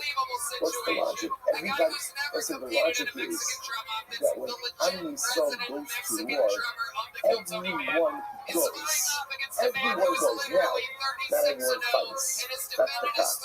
Not everyone fights. But if Klal Yisrael is going to war, there is no such thing as a Jewish man who is not packing his bags and going out with the army. You may not fight, you may be sent home because of a variety of different things, but the at the end of the day, listen, that's when you can talk about Yisrael. Am Yisrael is in danger, Am Yisrael is facing a threat, you're going to stay home and eat cholent. What are you talking about? Pack your bag. Pack your bag. Everyone knows when they see you schlepping along, there's no way, we're not sending that guy out. Right? Nice, right? But you should stay with each other, right? But nice, on the left shoulder, right? But everyone goes. So it's just an incredible you saw the achos, right? So when the army is called up, everyone goes to, everyone leaves Eretz Yisrael. At the border, we're going to send you back home. You know what I'm saying? You know what I'm saying? Achos, you know what Achos is, you are part of the cloud. No matter what is occurring, even if at the end of the day, you don't have the specific way to help. In other words, you join the ranks. You join as a cloud Yisrael. I'm here. I'm counted. They're going to send me home because of whatever different reason. That's fine. Maybe I'm going to get sent home. But I'm still going to join the ranks of Am Yisrael as they march towards battle. Such an overwhelming idea. The Gemara goes weiter. So I'll say that's the first speech. So the first speech the Mashiach Muhammad gives is at the border of Eretz Yisrael, and where he says essentially the exemptions. What's the second speech? We'll say Members 42b second line. So then he tells them, don't be there. Because let's remember again, everyone who's present at the second speech, the front lines, who is that? That's the army that's going to fight. Right? So again, anyone who was going home was already exempted during the first speech and was already home. So the second speech is given to the standing army who is going out to battle. And what does he say to them? Don't be soft of heart. Don't be afraid. Don't panic. Don't be broken. This corresponds to the white form of shoulders of Jesus, four expressions of chizuk, confined to four things that armies would often do to intimidate opposing armies. All armies do. Magipim, Umariyim, something ramses. So that's right, they would go ahead and flash right, they would go ahead and raise their shields, they would blow their horns, they would cry out, and ultimately again, ropes, and they would stamp their feet or have those horses stamp their ropes. Which the moment is functional was. So remember again, the example the Mishnah gave is the Jewish army, we come armed with HaKadosh Baruch Hu. Our aggressors, our enemies come with some human champion. So for example, the Philistines, they came with Goliath. Goliath, what happened to Goliath? He was killed by David HaMelech. He was in Goliath, he was David. And so much as Goliath, I'm going to be up and on. Sha'amak is Givli Khan of Rabbi. Let's say, why is he called Goliath? Goliath's the lesson of Givli. Right? Givli again, he was Megala Khan. Let's say Megala Khan is the lesson that says of chutzpah. Right? Goliath was chutzpah to HaKadosh Baruch Hu. Shneimar. Baruch Hashem ish v'yirei. Goliath, remember again the story with Goliath. So remember, Goliath's issue is a challenge. But so Goliath essentially says, we don't have to wage army against army in such a loss of life. I'll be the champion for the Plishtim. You Jews, you send out a champion. Let's just do one-on-one combat, and that's it. We'll call it a day. Whoever wins that one-on-one combat, that's the victor, and everyone goes home. So Baruch Hashem ish, choose a man, and come fight me. The Ish ala Kadosh Baruch Hu. It says sometimes ish refers to Hashem. She'emar Hashem ish milchama. So the Gemara understands that Goliath was essentially extending a challenge to the Ribono Shalom. He was saying, Kishmarach, come fight me. Come fight me like a man, God, right? I'll take you on. So you might say, well, I'm not going to talk to you. Ayat Ben Ish. His brother says, I will cause Goliath to fall, not in the hands of the Ish, but a son of man. Shene'emar David ben Ish Eflati. So they say, ultimately, how is David identified? Not even as an Ish, but as a ben Ish, the son of a man. I'm going to be up on Mishum Rabbi, Mishloshim Akavos, Lachtoki Lo'os Rasha. Let's say there are three places where Goliath is now betrayed. But let's say he said things that foreshadowed his own demise. Number one, I thought, or the Chavish, the Yireh Eli. Like, choose something, man. The Yireh, what's it, Nagloshna, the Yireh Eli, remember again. Aleph and Ayin to be interchangeable. So by Yireh, like also me, the Yireh, Eli. Choose the man, ultimately again, Vayireh, who will trample upon me, come upon, which is a reference to the fact that Goliath did lose. So unfortunately, he didn't even realize it. He didn't realize it, I said. But ultimately, again, he was foreshadowing his own demise. If someone is able to go out and do battle with me and smite me, so getting me a reference to that he will be killed. He got to come on with David. And again, Dharma comes out with his slingshot. So Goliath taunts him and says, what am I, God, that you come out again with your sticks? Ultimately, again, a reference to the fact that you be beaten like a dog with sticks. Rabbi I be doubled Nami Amalei. After Bayer, I declared the kindness of the kingdom. I have decided now also use this same motion. Had the Amalei, but I know people are left of the Shannon to the coast of the Israel. My uncle is Israel Shakharafka. David qualifies it ultimately again by saying, I don't just come out to you with sticks for family. Again, I come armed. I come armed as an emissary of HaKadosh Baruch Hu to you. Alright, Vayagesh Shapishkiashki Mara. Listen to this. So the Navi says that Goliath would taunt the Jewish people every morning and evening. Early in the morning and in the evening. So it's about early in the morning and in the evening. I'm going to be referring to the background Nikia Shema Shaklis Vazis. So let's say, what did Goliath want to do? Goliath wanted to interrupt Shaklis and Mary. Right? He wanted to interrupt Kesha. I'm saying that, Father, if you notice, what did we just say before? When the Kohen gives his speech, what does he say? Shema Yisrael. Shema Yisrael. Why does he say Shema Yisrael? And says to the army, even if all you have are the zechuyos of Kriyat Shema Shel Shaklis, Kriyat Shema Shel Arvis, that's enough to make you successful. When does Goliath do his stuff? I will say, you're going to see how Goliath do his stuff in just a moment. But Lamaisa, Goliath purposely taunted, purposely interrupted in the morning or in the evening, so as to undermine your recitation of Kriyat Shema Shaklis and Arvis, hoping to undermine the zechuyos of Klal Yisrael. Incredible. He went ahead and he taunted them for 40 days. On the real point, ultimately, again, this corresponded ultimately again to the 40 days in which we received Torah. Moshe was up on the mountain for 40 days. So Goliath, when he goes and you see all this, and Goliath trying to undermine the spirituality of Father. So I'm going to be up on you make it at one motion. Fine. We need to Ish Harinayim, we must know something. It was very interesting. There was an Ish Harinayim who emerged from the camp of the Krishna. There was another reference to Goliath. Might be Nayim. Why does it call him Nayim? So Amarav Shemavuna, he called more. He's, we'll say, Goliath was a perfect physical specimen. He was built up, he didn't have any blemishes. He didn't have any blemishes. He didn't have any blemishes. He was kind of like the middle, like the average one amongst the brothers. In other words, he came from a very strong and valued family. They find that Goliath was the champion of the Krishna, just always kind of like the average one amongst his brothers. He was managed at a building. And Goliath was at a building. When Yochel Amar, Mea Papi, the Chazan Manor, he was the result of 100 stepfathers and ultimately one father. Also, now we're going to see what this news is at the end of the day. His mother was incredibly promiscuous, right? And slept with a lot of men. So here Goliath's father exactly wasn't a dominant nuclear. And Goliath Shlomi Gat. His name was Goliath from Gat. Goliath said, Shakom Doshin Estimo to Gat. everyone literally again had fleshed his mother like a class. In other words, like promiscuous lady.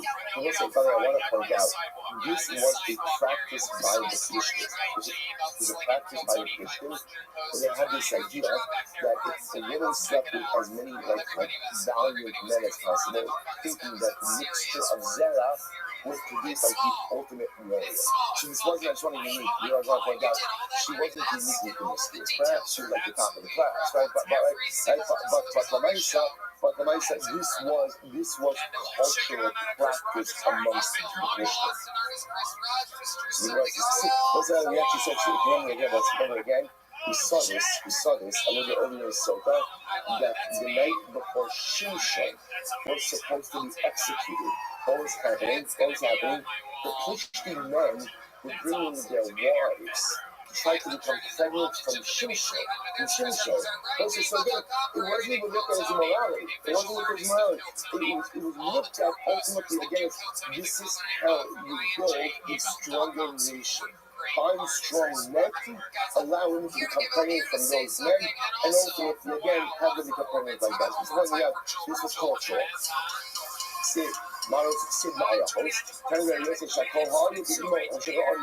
Everyone had relations with Goliath's mother. Harpa. So let's say, interestingly enough, what was her name? So I called her again Harpa, and it's written as Harpa. Some say the name of Goliath's mother was Harpa. Why is her name called Harpa? Shakal Harpin also me Achalea. So I'm going to say again, a revelation over here of this is a reference to the Shloki Derka. Beside Amar Harpa Shma, the Lama Krishna Harpa, Shakal Dashin Osa Kavivos. In Omer, Hakika Haisha, the Kipos Samasa Kapina Be'er, Hakishta Hala Erivos. So again, all of this just from the difference, the incredible immorality. Again, but they call it immorality. They didn't call it immorality. They just call it nation building. Right? But when I said that, Viva Zera Kazmas and second wife, right? There's in the Haka, in the Kapish, as I don't know, Fish, the so Kalifos Valley. The S are boss in the Yogi of Harpa to that. So by you put the W the other brothers. So I say again, Harpa had 4 children and 4 sons, and one of them is Elias, who's a primary topic of here. And all 4 of them ultimately again fell in the hands of David and his servants. Maimir, as they were the 4 sons of Harpa, like Maimir, Amrakista, soft women. This is Goliath and his brothers. Ultimately, again, so we fell in the hands of David and the hands of his servants. This is incredible. This is Takisha Harpa Lekamosa, the news of Gaba. Which I just want to point out, something absolutely amazing. We're going to stop over there and pick up this tomorrow night session. But let's say, just to point out, Goliath is a descendant of Harpa, and David is a descendant of Lis. So if you remember again the dramatic moment in the beginning of Megillas Lis, where the army has 2 daughters in law, Lis and Arpa, and ultimately Arpa goes away, Arpa kisses her mother-in-law, goes away, and Lis stays. So let's say, point out, that's the moment when Lis and Arpa, their paths split. And let's say, but Lis and Arpa, their paths once again collide. Where do their paths collide? When their respective grandsons meet on the battlefield. Like David and Goliath, the grandsons, like David, the grandson of Lis, Goliath, the grandson of Arpa, meet again. This is just the last line. The last line, the Gemara says, let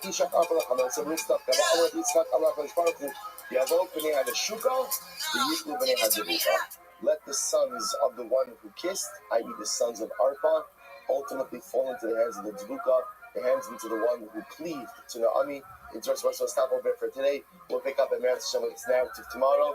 Incredibly dramatic. Shkach Olosai.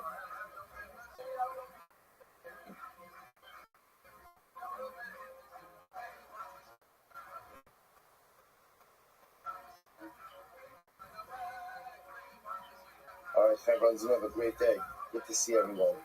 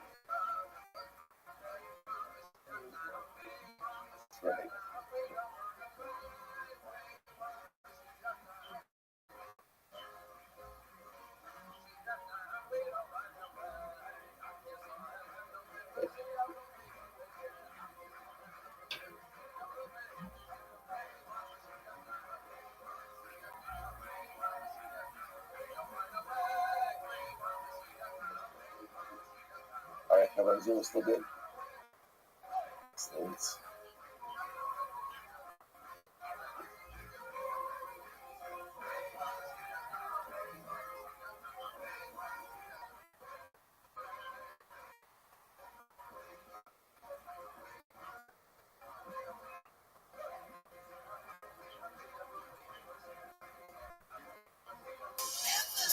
All right, so let's say good morning. Good morning. Let us begin. Beautiful, beautiful day ahead of us today. We might thank all of our sponsors. Thanks. Our commentator sponsors for the month of Nisan. Morton Catholic College for dedicated all these coming questions this month in memory of all parents. Shmuel, Ben, Zachariah, and Sarah Bas Alon. And Kim Shinding, Adam Coleman. Dedicating all the children this month in memory of Adam's mother, Sarah Braina Bas Yoshua Heschel. To thank Andrea Learning sponsor, Rita Walker and family, in memory of Hashim Walker's becoming Rafa, and the nation of the 70th anniversary of his liberation from Brooklyn. Incredible. To thank our Gabriel sponsors for today, Dragon Nature Levitar, the creation of the 50 year old of Rachel's mother, Sylvia Schreiber, we love that in the Merit of our Talmud Torah. All of the Neshama Slav and Aliyah and the families in the Chama. And once with that, let us begin. Today's daf is Chaf Aleph 21. We are picking up in Meretz Hashem on 20b. Chaf Aleph days. So let's just pick up again at the two dots, the second two dots up. Again, Omen Holt Seeker. Well, we actually started this already yesterday. So this is 2, 4, 6, 8, 10, 12, 14, 16, 18, 20, 22 lines up from the bottom. Then Omen Holt Seeker. So remember again, this is talking about once the waters begin to check with the initial explaining that the effects are really instantaneous. So they would say, quickly go ahead and figure out before she died in the base of the Mikdash. Which the Gemara says, my time, but what who's going to figure out immediately? The Doma Mesa, because perhaps he's going to die. And obviously having a corpse in the base of the Mikdash and using the courtyard is not a good thing. Which the Gemara says, when they know the Mesa, also a Machal Aliyah, is that to say that you can't have a corpse in Machal Aliyah, which then again, we ended up with this yesterday, that like the desert, so the base Mikdash is structured in the same way. You're traveling in the desert, there was Machane Shina, which was the Aron, there was Machane Leviyah, which was the ravine surrounding the Aron, and then of course there was Machane Yisrael, which were the rest of the Shvatim. So to the base Mikdash, the base Mikdash courtyard proper, which is the other side of Shar Nikanor, that's the Machane Shina. The outside of Shar Nikanor, which we'll call again the general courtyard, that's called Machane Leviyah. And the rest of Paradise from Yerushalayim is called Machane Yisrael. So the Gemara says, I understand, you're allowed to have a dead body in Machane Leviyah. After all, the Gemara says, not only Ketani Mace coming to Machane Leviyah, but even Mace Atzmo Shneimar Vayikach Moshes Atzmos Yosef Imo. It's also ultimately the pasuk says that Moshe Rabbeinu took the remains of Yosef with him. And also, again, we had this beautiful Gemara about Moshe Rabbeinu taking the remains of Yosef to show the and again, the Gemara says, Imo, what does Imo mean? Imo means when it's also that where Moshe Rabbeinu traveled, ultimately the remains of Yosef traveled along with him.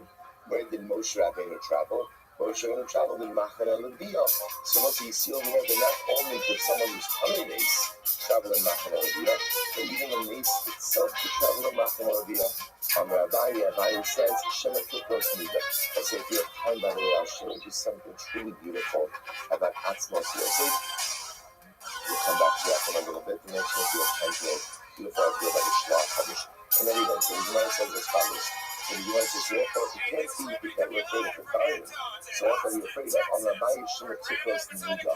We're afraid that ultimately, again, she may become a Nida. She may remain straight. As a result of the fear of the situation, she may remain straight. And that type of Shema, Nida could be potentially problematic in Machane Leviyah. So the Gemara says, let's take a look at Rashi. That's the Shema Kikos Nida. Agav B'Yisosa, Damin Yimayim Hamar, Valija Ba'azah Ba'Kaya Sur Machane Leviyah. Also, we're concerned that as a result, ultimately, even if it's fewer for the order, she may come to no straight. And again, remember, so that type of Tumas, Nida, or Zaba, people who are coming in of that type of Tumas are not allowed in Machane Leviyah. That's all it is. Which the Gemara says, Lememra, to be Susamarapia, is that the same that fear really was a fear loosens. That's what Merapi is. Fear loosens, that in other words, that fear is also willing to menstruate. Which we have the thing, we see that this Kalkal Hamalka Ma'od.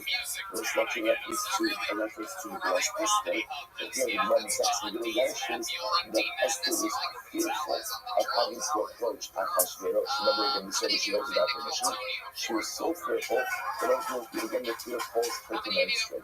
Remember that Shafir Seniga, I Bahanan Tiyan, Kaladan the Salak is coming. But also we have the concept ultimately that fear actually prevents women from menstruating. She's constantly set his knees up. But when a woman is living in a state of fear, that fear can actually prevent a normal menstrual cycle.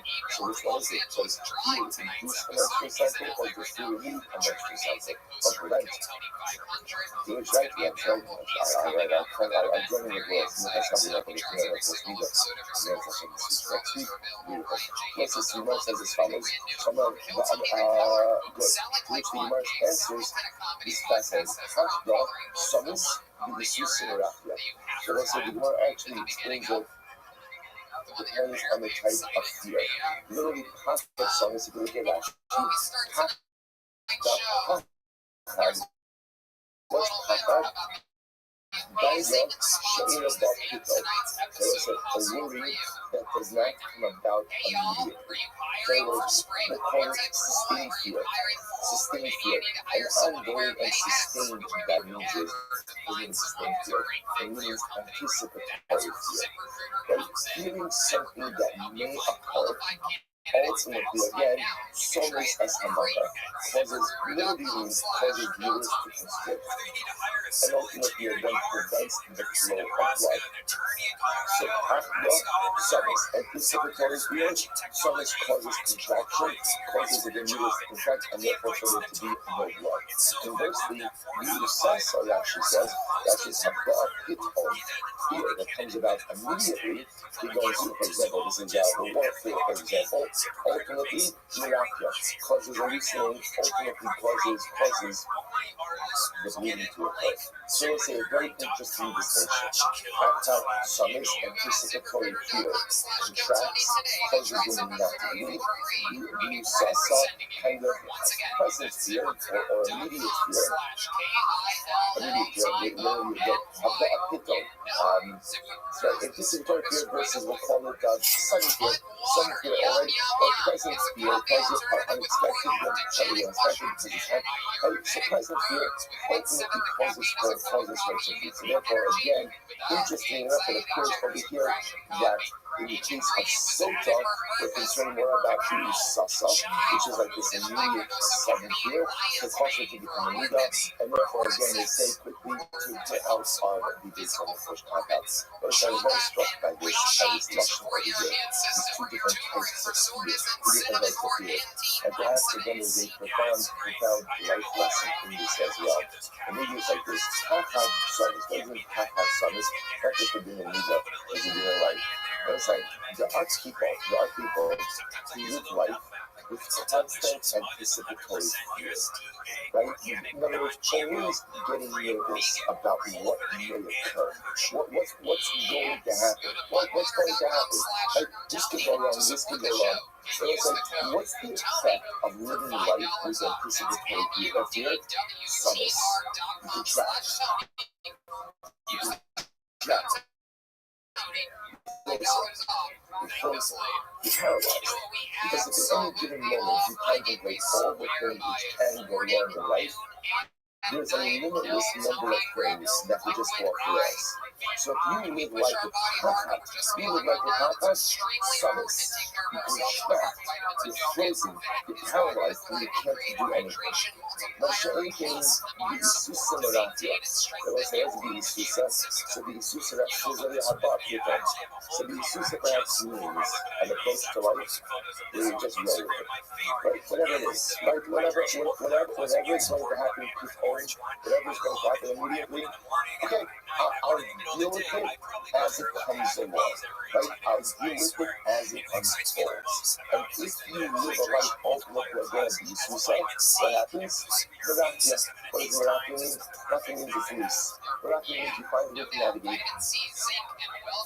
You find a way to fit it. You find a way to move forward. The Susa live life with constant anticipatory fear about what may go wrong. Summits, distraction, paralysis, can't do everything. The Susa, a willingness to just engage and encounter the challenges of life as they unfold. The Latvia, the loose, be able to pivot, be able to meet the challenges. Kind of like it. That's honestly like that. Each was Swiss high school, so we're going to chill Swiss. The Swiss ultimately are going to go ahead and stave off the effects of the waters. So the United says, money must be used. Now, I also honestly feel like the idea that the waters that the Swiss could be total off for a year, 2 years, 3 years, 2 months, or 2 different years. Money must be seen. No, obviously, been common, whether it was been disrupted by God, and one of these small writers of this idea, each was Polish production for the Akaras over the Abidesi Ben Hanan. So, as one says, if she has a Swiss, the Swiss can go ahead and delay the effects of the water for 3 months. What's 3 months? For 3 months, the amount of kind of takes for pregnancy to become visible. So the ones that are used to tell them on my test kadosh for not 3 months, but 9 months. And I reach 7 days by Zara, Ulmahavan, Omer, Zara Yahagan Yusufa, Zara Ranga Saka. Rabbi Shmuel says, Shema Saka, 12 months. So this last piece is absolutely incredible. Where does he get 12 months from? So this is based on a story in Daniel. So that chapter is if Rabbi Daniel says to there is a divine decree that you are going to be punished. So this Haneta is punishment, by the way, is that ultimately again he suffers some type of breakdown that leads him to think that he's an animal, and he ends up living with the animals. Daniel says to Rabbi Haneta, you could effectively state off this decree if you engage in Pesach. It's incredible, right? If you take care of the poor, the Jewish poor, you can stave off the decree. That's the customers putting over there. The Siva and Malcolm up, you shop at Lefa. If you can't have the stock up here, if you see from the Micha in them, top of Papalis, and you can have it out of the Shaiba Sir. So again, the Lord says, to the Haneta, if you go ahead and you engage in Pesach, you could prolong that's what it is. You could prolong a sense of tranquility for yourself. And how long does it work for the Nebuchadnezzar to stave off? To stave off the effects of this decree. He staved off the effects of this divine decree, ultimately for what? For 12 months. For 12 months. Let's take a quick look at Rashi. This Rashi says, hey, you can have the Akala Shabasik. ואז תהי אורה זמן לשלומי שלא יבואו עליך הפרונס. So Nebuchadnezzar was able to stave off the divine decree. Then as Nebuchadnezzar is to do this, and Nebuchadnezzar before you on me Yisrael She'edi Begoya. Every single day Nebuchadnezzar would gather the Jewish poor. Whatever again. Why are they poor? Why are they poor? They're poor because he decided to exile and he exiled them. When the Spanish react the real fishes, it's as the captain's cabin. She asks you have a goal, the Kazma Arab. So this is incredible. So Daniel says that if you take care of the Jewish poor, you could stave off the divine decree. Sign out the cabin. To his credit, ultimately went ahead and did so. So give me so much to talk about each of these Gemaras. But just to point out the power of Pesach, the actual power of Pesach, that even if there is a divine decree that is hovering over an individual, at the end of the day, Pesach has the ability also, when you live a life that is not about yourself, but there's a live a life that is focused on others, the ability to become empowered Pesach, literally was if it can work for Nebuchadnezzar to stave off a terrible divine decree, but imagine what Pesach can do for each of us in our respective lives as well. Absolutely incredible. How long did it stave off the decree for? Here's the Gemara says it's us not betray us. 12 months. 12 months. In 12 months it went ahead and stave off to listen. By the way, it also tells you that what's the power of Pesach. So a lot of times in life we get ourselves into bad situations because of bad decisions we've made. And sometimes I find myself in a bad spot because of life circumstances. Sometimes I find myself in a bad spot because of poor decisions on my part. The power of chesed is not only the ability to stave off a divine decree, but the power of chesed is the ability to help you back out of bad decisions that you yourself have made. It's an incredible idea. So how long did it stave off the divine decree? And that's our 12 months. Therefore, I will say again, the Gemara suggesting that maybe if the soul that has the source, ultimately again, this source could help it for up to 12 months, which the Gemara says. The older Rabbi Shmuel, so let's say in reality, this Mishnah refers to the Rabbi Shmuel. The Ashka, Kra, the Amar, the Tani. So ultimately, Rabbi Shmuel found the pasuk. What was the pasuk? The Tisid, Kra Amar Hashem, Ashlosha Kishay Edom. Okay, he says, ultimately again, for the 3 sins of Edom, ultimately again, I'll give them a little bit of time. So I said, the Gemara said, the Shmuel Daishes, three sins, maybe again a reference to 3 years, and that's where the Mishnah gets our idea of up to 3 years that is supposed to be told about. So it says, I don't understand why does Rabbi Shmuel go ahead and discount the power of this particular pasuk? Again, it seems to be a good idea. Perhaps again, we say, since ultimately again bringing a pasuk from Edom, maybe when it comes to the Edom for Rabbi, maybe when it comes to idolaters, so perhaps again, HaKadosh Baruch Hu doesn't hold them to the same level of accountability. So look at Rashi. So let's say, by the almost one of the nations of the world, Hashem does not exact retribution from them as quickly as he does for Klal Yisrael. Let's say very profound Gemara. By the nations of the world, Hashem does not punish us quickly. By the step again, maybe that pasuk that is quoted, which is by Edom, is not such a good pasuk. Again, commercial, that's why again, it's not an explicit Russia, but ultimately again, it's a remnant. It's a remnant. Also, I think this last piece is circumvented as well. Because Baruch Hu runs to exact punishments in Klal Yisrael. And then when you do something wrong, ultimately punishment is exactly why. It's for our benefit. It's for our benefit. Because so much better to go ahead and have judgment measured out against us in this world. That whatever iniquity and whatever couple of loyalty there is that is done with, so the Hashem that pleads the way, ultimately again, nationally and individually, for a beautiful Olam. Incredible. The Lord goes like, you supposed to only do much money. The Lord says, when you're going to be supposed to ultimately suspend judgment for up to 3 years. Which the Lord says, supposed to mind. So they'll say, so what type of source? Right? So we've spoken about the idea of perhaps where we find a scriptural allusion to this idea. But for myself, practically, what type of source could stave off the effects of the water? Even the Swiss Torah. So what do you want to say? Maybe it's the Swiss fact that she learned Torah. Well, that's hard to understand because it's sort of the OCD. Let's say a woman is not obligated in Torah. Right? So it's interesting to say that a particular source that she's not obligated in would be the very thing that would stave off the effects of the water. And it's supposed to be mitzvah. Rather, it doesn't have to be a particular mitzvah. Rather, what the mitzvah is saying is, if she has amassed some amount of positive spiritual activity, that activity, we call it mitzvah, has the ability to stave off the effects of the water. Which the Gemara also is incredible Gemara. We'll say it's a mitzvah that powerful, save one in this context, to save a woman from sulfur, from the effects of the sulfur waters, and in general, does a mitzvah afford that level of protection? But time of this is incredible.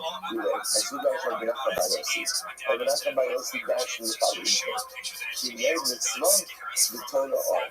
I will say this is incredible. She made mitzvah, in the audio again, so the pasuk compares a mitzvah to a nair. A nair is a candle.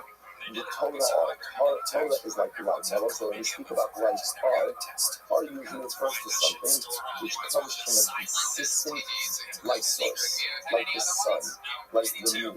So therefore you have Torah. So mitzvah is compared ultimately again to a nail. Torah is compared to a nail. So what's the distinction? Listen to this. Kala hakasa ves ha-mitzvah b'ner ves ha-Torah ba'ar. So the pasuk was that it compares a mitzvah to a nail, to a candle, and compares Torah to light. As a mitzvah b'ner ba'ar, it teaches that what? Why was it comparing it to a nail? Just like the candle only provides light for a limited amount of time. Mitzvah, so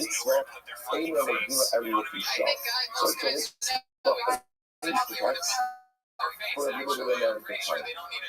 Because what that means is, just like the candle only provides light when it's lit, so to again the mitzvah only provides protection when one is actively engaged in the performance of that mitzvah. That's our Torah ba'ar.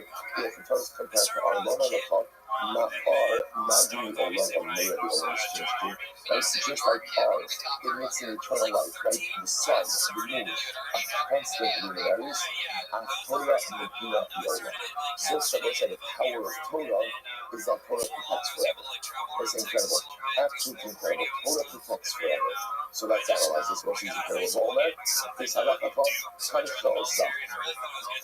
So there's a pasuk in Mishnah. There's also, if you recognize that pasuk, that we recite just at the end of the scene. This halakha come close up, the shach tishma halakha, ba'itzosa, hipisukata. So let's say, what does this mean? This halakha come close up. Literally, when you walk, it will guide you. When you walk, it will guide you. Now, let's say, we reference this in a scene because we understand that this pasuk is actually a reference to Torah. Now, watch this. This is how beautiful this is. This halakha time close up. When you walk, it will guide you. Now, let's say, it's not clear what the it is. Right? So when you walk, it will guide you. What does that refer to? Zeh olam hazeh. The walking, this halakha, the walking refers to this world. Tishma alakha, it will watch over you. Zoom Nisa, this refers to death. That's the first white, only the first white line. But it's so such heat to see that. Literally again, when you awaken, it will be your conversation. What does that refer to? The awesome level. Like transformation, you also a Shia. So that's what we're talking about. Once again, ready for this muscle. Absolutely magnificent. The second white line, Kapala from about 21A. What can we speak of her? This can be compared to a man who's walking in the middle of the night. Right? So let's say, not just in the middle of the night, but what? Pitch black. When Siari in that coat sing, in that fussing, in that violin, and obviously again, he's afraid of what? He's afraid of the thorns. Ultimately, again, he's afraid of the hills. He's afraid of all types of thistles. He's afraid of the things that can hurt him. Not only that, he's afraid of wild animals, and he's afraid of robbers. At the compound all of this, so he's afraid of like the natural obstacles. He's afraid of robbers. He's afraid of wild animals. And to compound this, the AIDS and death Mahara. Also, to compound this watch, he doesn't know where he's going. So not only is it pitch black, so he can't see what's out there, he doesn't know which direction he's going in. So let's say, so what happens? He's done the law of the and obviously you understand the metaphor, right? You understand the metaphor. The metaphor points into the journey of life. And often we're in this world, and I will say, I'm often walking in darkness. I'm walking in total darkness. And because I'm walking in darkness again, there are physical dangers of which I am unaware. And ultimately, again, there are spiritual dangers of which I'm unaware. And the most difficult part of the journey in this world is I don't know if I'm going in the right direction of life. I don't know if I'm headed down the right path or not. So what happens, I will say, when he's done the law of the Shal, suddenly again, someone gives me a torch. So I say, what does the Avuka Shal do? So what that does is, it saves me, I can see a little bit like the ground in front of me. So it saves me from the thorn bushes, and it saves me from the pits. And it saves me from all that stuff. Now, I say, once torch, look at Rashi, נזכרנו ארוך השעות. עוד כך זוקה לחיים מצווה ספרוס. So I say the torch is a mitzvah. So a person who engages in a mitzvah as a mitzvah do, a mitzvah gives you light.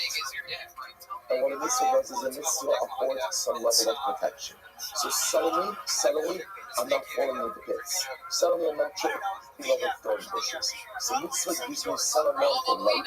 And again, the light is I can see the area immediately around me, so that I'm not falling into pits, I'm not falling into thorn bushes. What's the matter? That guy in the side of the fire is not listening. But I still have to worry about wild animals and robbers. And also, maybe a dog, there is a dog Maharis. And I don't know which direction I'm going. And also, we're going to see over here the different pieces, so like the thorn bushes and the pits. That represents certain physical dangers. So a mitzvah has the ability to protect me from certain physical dangers. That's the light. But even if I'm seeking spiritual dangers, what's the real answer from the spiritual dangers? That's represented by the robbers and the wild animals.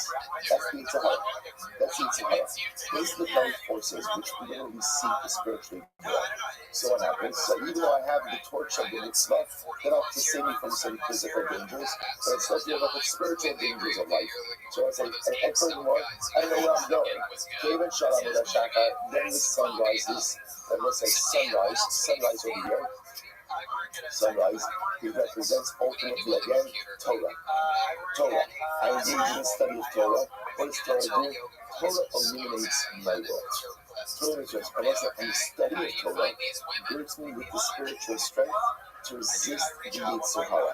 Kivan Shalom Shaka Mitzvah Mechaya Ra, and when I listen, so when the sun comes up, I engage in Torah, suddenly I have the ability to combat with ease, right, the robbers and the wild animals of life. So it's not absolutely amazing. It's not absolutely amazing. So here we listen to the metaphor. I am this person in this world of darkness, and there are all of these dangers lurking around. First thing, get your torch of mitzvahs. Engage in mitzvahs, because we're saying, what does mitzvahs do? Mitzvahs save you from the physical pitfalls of life. Engage in a life of mitzvahs, and it saves you from the thorn bushes and from the pits, the physical obstacles of life. Engage in Torah, and what does Torah give me? Torah is the torch that I carry. And I say, as long as you're holding that torch, what does the torch do? It keeps the robbers inside. This is the torch inside. Right? You call the torch a mitzvah and ultimately save yourself from the physical dangers of this world. And I will say, but that's not enough. I need the sun. I need the sun of Torah. The light of Torah keeps away the listed and the finest rust. Keeps the Yitzhahara. Like being steeped in Torah helps it get it, doesn't conquer the Yitzhahara. I say, what does it do? It keeps the Yitzhahara at a distance. It keeps it at a distance. I will say, what's the big challenge?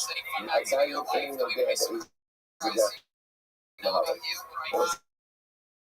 So like even with the torch of mitzvahs, and even with the sunrise of Torah, I still don't know if I'm going down the right path of life. Am I headed in the right direction? So I would say what happens, the year that touches dropping, once you get to the crossroads, you meet some Nikuda. You're saved from everything. I won't say one of the crossroads, the Yashi. The year that touches dropping, Yashi says over here, Shushan Hekir is Darko, Yakon, Yudina Uyon Hamisa. You really know if you are on the right path of life, is the day you leave this world. And I say the greatest challenge of life is I never really know if I'm going down the right path. And let's say just understand this very nuanced idea. A person can lead a life of doing good things. It doesn't necessarily mean that I'm on the path that's right for me. Like this is the big challenge of the human condition. You can live a life filled with nice and healthy system Torah. It doesn't mean necessarily that you're doing all the things you're capable of accomplishing. And this is the big challenge of life. So now I have the torch of mitzvahs. The sun is up. So I'm Torah half time, keeping the inside the highest rest, listening up, And I still walk around with like this nagging question, right? Am I living the best life I can? Am I doing what I need to be doing? And I would say that's the challenge with the human condition. And you really only know that until you get to crossroads. And when you get to the crossroads, after I'm going to play, I inspire to say on the crossroads, tell me, Shkoyach or great job, but great job, but. Like, great job, but it could have been more. It should have been more. It could have been a different people in different directions. It's overall. I did in the comments so that, during the Torah, but in the possibilities, and I think that has the ability to distinguish in itself. And that really doesn't have the ability. Plus, I was something that that you just read. I think this is probably one of the most powerful Gemaras in all Shas. This is a life Gemara. And if you had a choice from one Gemara, and that's it, Shas Shah, all the Gemara you have, right? That's it. So called Kabbalah, that's it. That's it. Get your torture mitzvahs, get your sunrise of Torah, and recognize that you gotta find the right direction, but you never really know until you get to the crossroads. And that's life. That's life. Incredible. Someone says that Avera is able to extinguish mitzvah, but Avera can't extinguish Torah Shveh. Mayim Rabin lo yikri l'chabes ha'sa'ava. Or it's like even the great waters can't extinguish love. The love in this context, of course, is reference to Torah. So we always say, because what does a Jew love in life more than Torah? Incredible. I'll say, mitzvah be'inah da'asifah. Migma Surah says, for this discussion, also says, a mitzvah, when you're actively engaged in it, migna u'matzlah. And also, this lashon is very interesting. Migna u'matzlah. What say migna means it saves you from yisurim, from suffering, from negative physical events. Matzlah means it saves you from the Sahara. Right, from the evil inclinations, possibilities, wants, and desires of life. And on it says like this: when you're performing a mitzvah, migna, it protects you from suffering. Matzlah saves you from the Sahara. Okay, so the must be the law, okay, but when you're not doing it, so what happens after performance of this? I'm no longer doing it, but I have this choice. I'm doing it. No, Asura Matzlah. It saves you from suffering, but not from the Sahara. But it's not incredible. Right, so mitzvah, it saves you from suffering even after the performance, but it only saves you from the Sahara when you're actively performing it. Once it's done, it no longer saves you from the Sahara. That's like, you don't really know that. I know that. That's life. That's like, I know when I'm actively performing the mitzvah, I'm pretty safe from the Sahara. Once it's done, I might have the stress by protecting from other things, but that's the Sahara. Torah, the Asipay, the Asipay, Migna u'matzlah. The message of the story of our Torah is that whether you're learning it or you're not learning it, it has the ability both to protect you from suffering and as well as from the Sahara. Maski for Rabbi, this is only Ata, Yon Yak Utofel, Mila Aski Torah, Amaya Diarayu, and that's his door, going up to Utofel. Like I say again, we're enemies of God, they learned Torah. So ultimately, again, why did that not prevent them from making mistakes? To which the Gemara says, no, I'm sorry, the Asik Ba'agunim, the Asuri the Matzlah, Mitzvah being the Igna of the Asik, being the Igna of the Asik, Agunim Igna, Asuri the Matzlah. So as the Gemara now revises its position. A mitzvah, at most protects you from suffering, from Yisur, never protects you from the Sahara. Incredible. Never protects you from the Sahara. Right, so you know it says, Avina, let's skip here. Yeah, you know, ask the Torah, I'm not going to get it. I'm a rabbi outside. Torah, they like to ask the Torah, Migna u'matzlah, so obviously like this Torah, when you're learning it, ultimately protects you from suffering and from the Sahara. You get the law but when you're not learning it, Aguim Migna, Atzuri Matzlah. Ultimately, also even Torah, right? Torah, when you're learning it, ultimately again protects you from everything. When you're not learning it, protects you from Yisur, doesn't protect you ultimately again from the Sahara. So mitzvah, being the Asifah, being the Igor Asifah, So the mitzvah is less powerful, and it's that might only has the ability to save you from suffering, never has the ability to save you from the Yitzhak. Rabbi says, so that's also explaining how you see this interesting machlok is about the power of Torah versus the power of mitzvahs. And I would say one thing is absolutely clear, which is absolutely riveting to contemplate. That the power of Torah is more powerful than Torah mitzvah, right? Which is fascinating, right? Because again, generally our whole conception of Torah, it's lomod amanas la'asos, right? The whole point of Torah is in order to inform and to shape what you do. You have to listen what you see here, something so profound. But what you do is meaningless unless it's shaped and informed by Torah. So therefore, again, because of that, as much as the actual component is ubiquitous in Yiddishkeit, from an importance perspective, nothing is more important than Torah. Because without being grounded in the hashkafas of Torah, everything else I do is unanchored. And if it's unanchored, I run the risk of really getting myself in significant trouble. Also, from the perspective of Chazal, Torah has a protective power that mitzvahs never had. Which is really incredible, I really contemplate. But Rabbi says, so remember, how do you get into this whole thing? How do you get into this whole thing? You're trying to figure out what supposed as the soul to have that can offset the state of the power of the waters. So it's the Torah. In reality, I'll say back what we said before, it's the source of Torah that we will be to stay up the effects of the water. The comment in the syllables, I say, we said that when is that obligated to Torah? What is the obligated to Torah? Why is that the mitzvah that staves off the effects of our most recent obligated places? You read the Hakudim and Nifkidah, so it's ultimately right.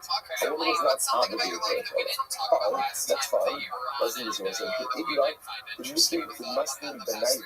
The not true source in the source that literally again, the Mikra Muslim, when I was particularly Rashi says, second wide line, the Mikra Muslim, Shetarchos Abonayem, Rabbi Beis HaSefer, Mikra Velishnos Mishnah. In the source, that a woman often prepares for children to go off to learn Torah. And she prepares them. Right? Preparing them to do everything from literally preparing them, to taking them, to picking them up, to waiting for them.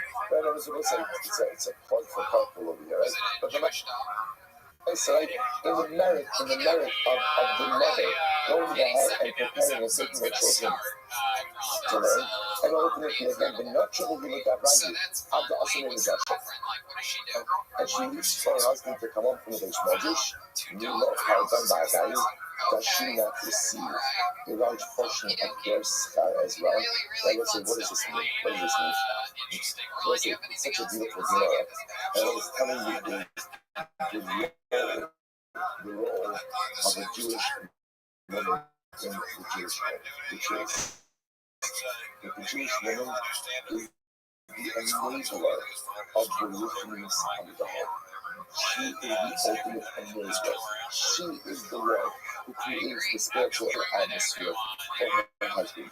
She is the enabler in general, let's say in general, the power of a Jewish woman in the home is that she's generally the enabler for every positive thing that happens in the home. But specifically, the one making a reference or a focus on the ruchnius. She is the one that allows the Torah and the ruchnius of the children to actualize. She is the one who allows ultimately again the Torah and the ruchnius of her husband to actualize. So because she is the enabler, that's like some you see many times in Chazal, that sometimes more than the merit you could achieve for yourself by doing something is becoming the enabler for other people's spiritual growth. When you become the catalyst for others around you, that compounds your own personal elasticity. So the Gemara says something amazing. What source does the soul to have? It's the source of Torah. How can she that obligated to learn Torah? It's not just simply talking about the source of the Torah she learns. The Father is talking about the source of the Torah that she enables in the other members of her family. The source of the spirituality that she enables in her children, in her husband. That's so powerful, but it can even stave off the effects of the soul to learn. Or I said, by the way, you say to yourself, come on. If she's a sota, right? You know, so remember again, who are we talking about over here? Who are we talking about over here? This woman is a sota. So now, you're telling me the sota has the zichuyos of spiritual enablement,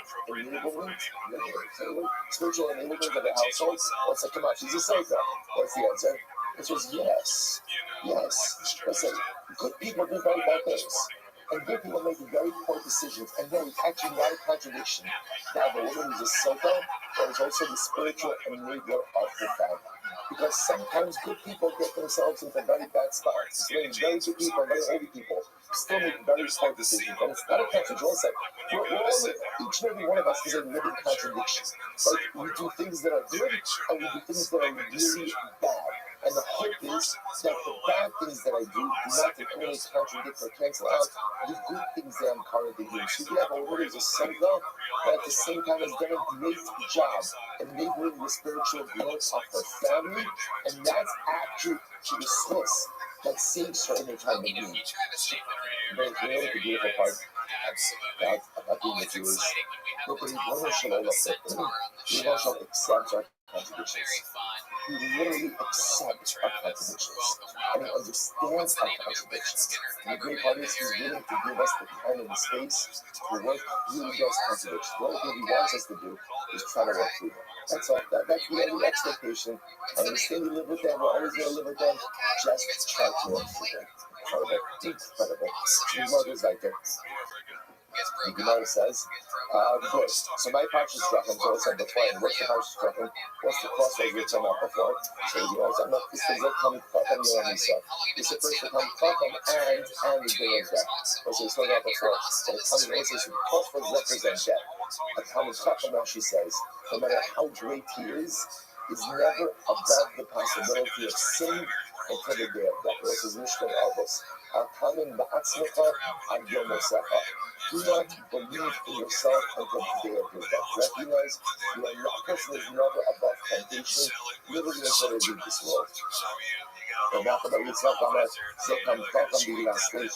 He's come Chacham the last stage. Also, that ultimately become Chacham, even after he has mitzvahs. And even after he has Torah, is never fully secure in his spiritual identity until he has the last stage, until he develops this midah of fear of sin. Now, good job on Zekam, who's a Rabbi here. Zekam Chacham, the Salka, the Shmeit, and the Officer. Zekam Chacham, ultimately, again, he's finally privileged to have his rulings accepted halach on the Mesa. Number Akar, Avera Mechada Mitzvah, Vein Avera Mechada Torah. Listen, Avera can extinguish the Mitzvah, but Avera can never extinguish the Torah. I'm going to say, Yosher Menachem Ayosi, the high truck to Sinai. No, there's a reason I. Yossi said, Menachem Ayosi. Darshan, this concept like Sinai, like was expounded on how Sinai.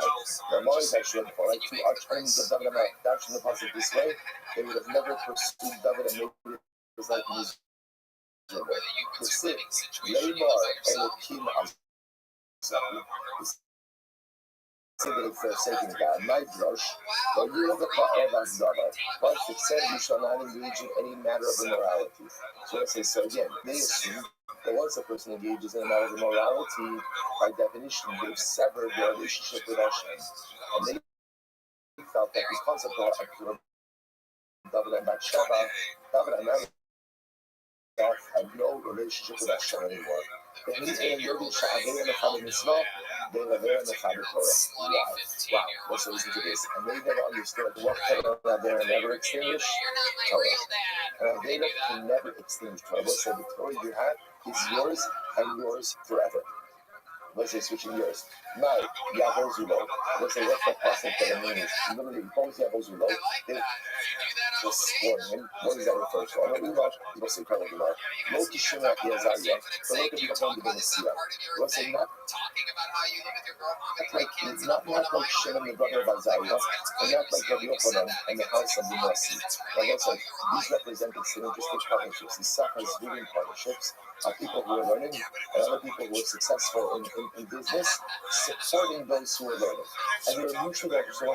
Sometimes they say, when people support learning, right? So the person who supports it is fucking like, I'm doing such a program. Right? Look at me. First, if the person doesn't realize it, when you're supporting someone in learning, the supporter gets more out of this relationship than the one who is learning, or just as much out of the relationship than the one who is learning. Because also, when you support Torah, you get this of Torah. So you want to point out that there's certain relationships where the supporter, we'll call it the Zevulun, the worker, we recognize that he is getting as much out of his relationship as the Yisachar, as the learner. Contrast that, ultimately again, about Hillel. Right? I'm sorry. I love Hillel the Shavna. I want to say ultimately Hillel and the Shavna. I want to say understand.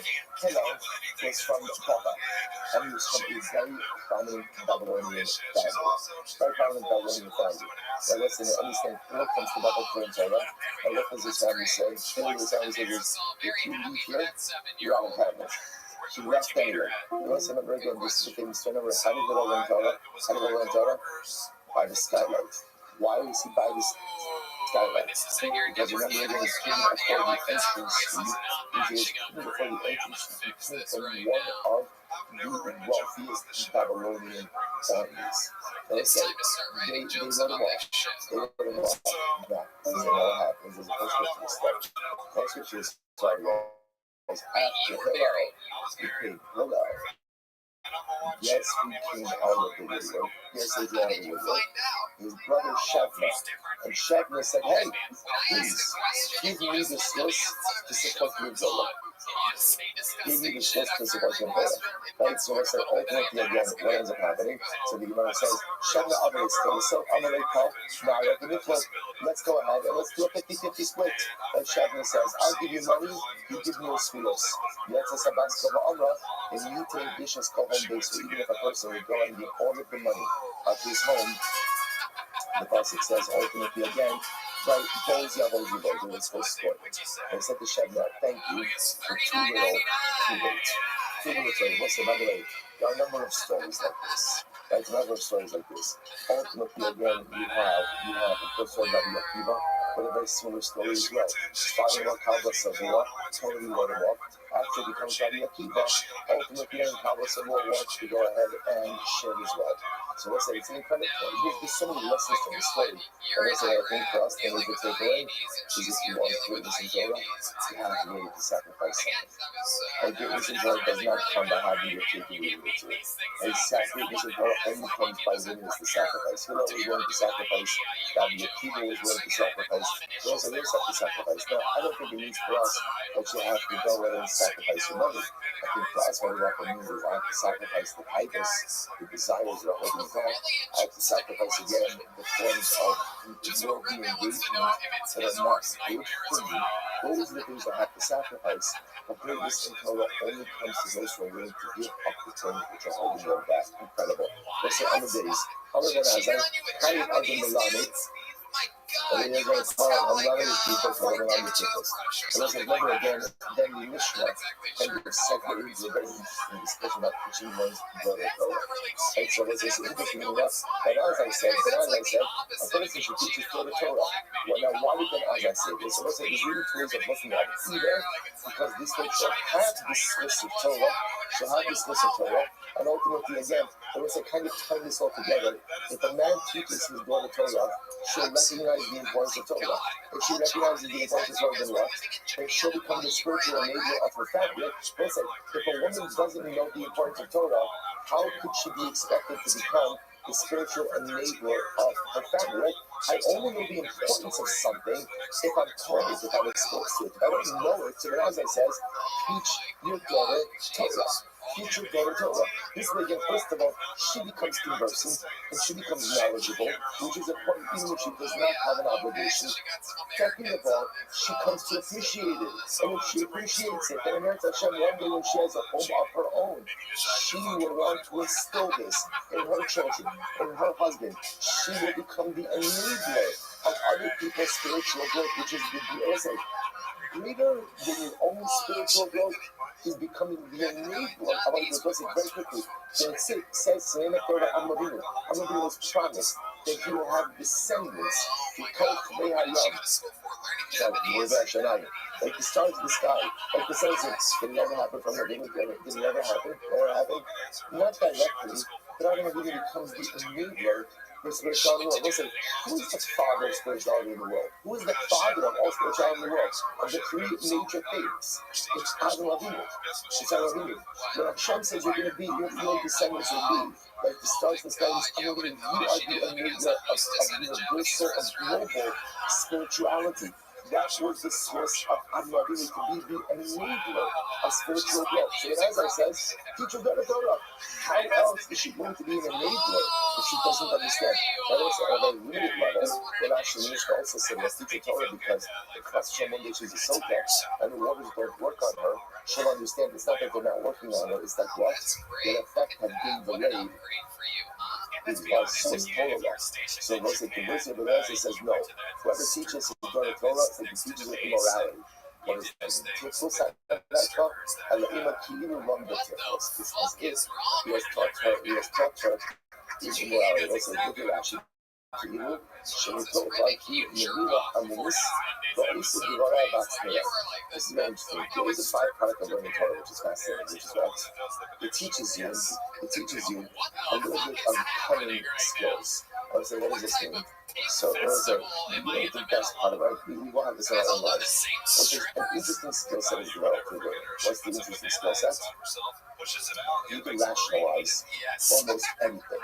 It is, you know, put this in the advertising material about the end of the future, right?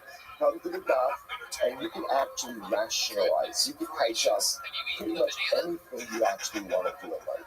First of all, you almost find a shoot up for anything, right? You can't find an opinion to support pretty much anything.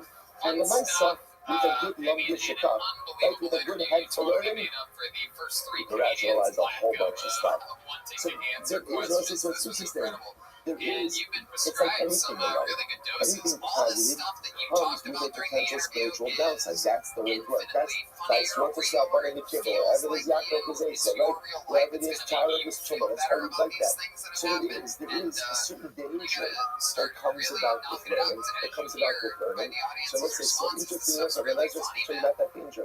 He says that perhaps a girl, perhaps a woman, a girl, possesses a certain level of just, you know, innocence is the wrong word. It's almost like a straightforwardness. I don't know what the right word is. Call it straightforwardness. And Torah kind of injects you with a little bit of this ability to rationalize. And that's dangerous. Also, it's not a terrible idea.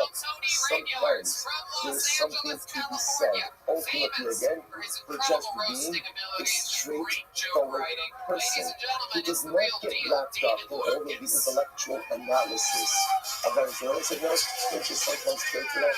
Listen, you know, depressing.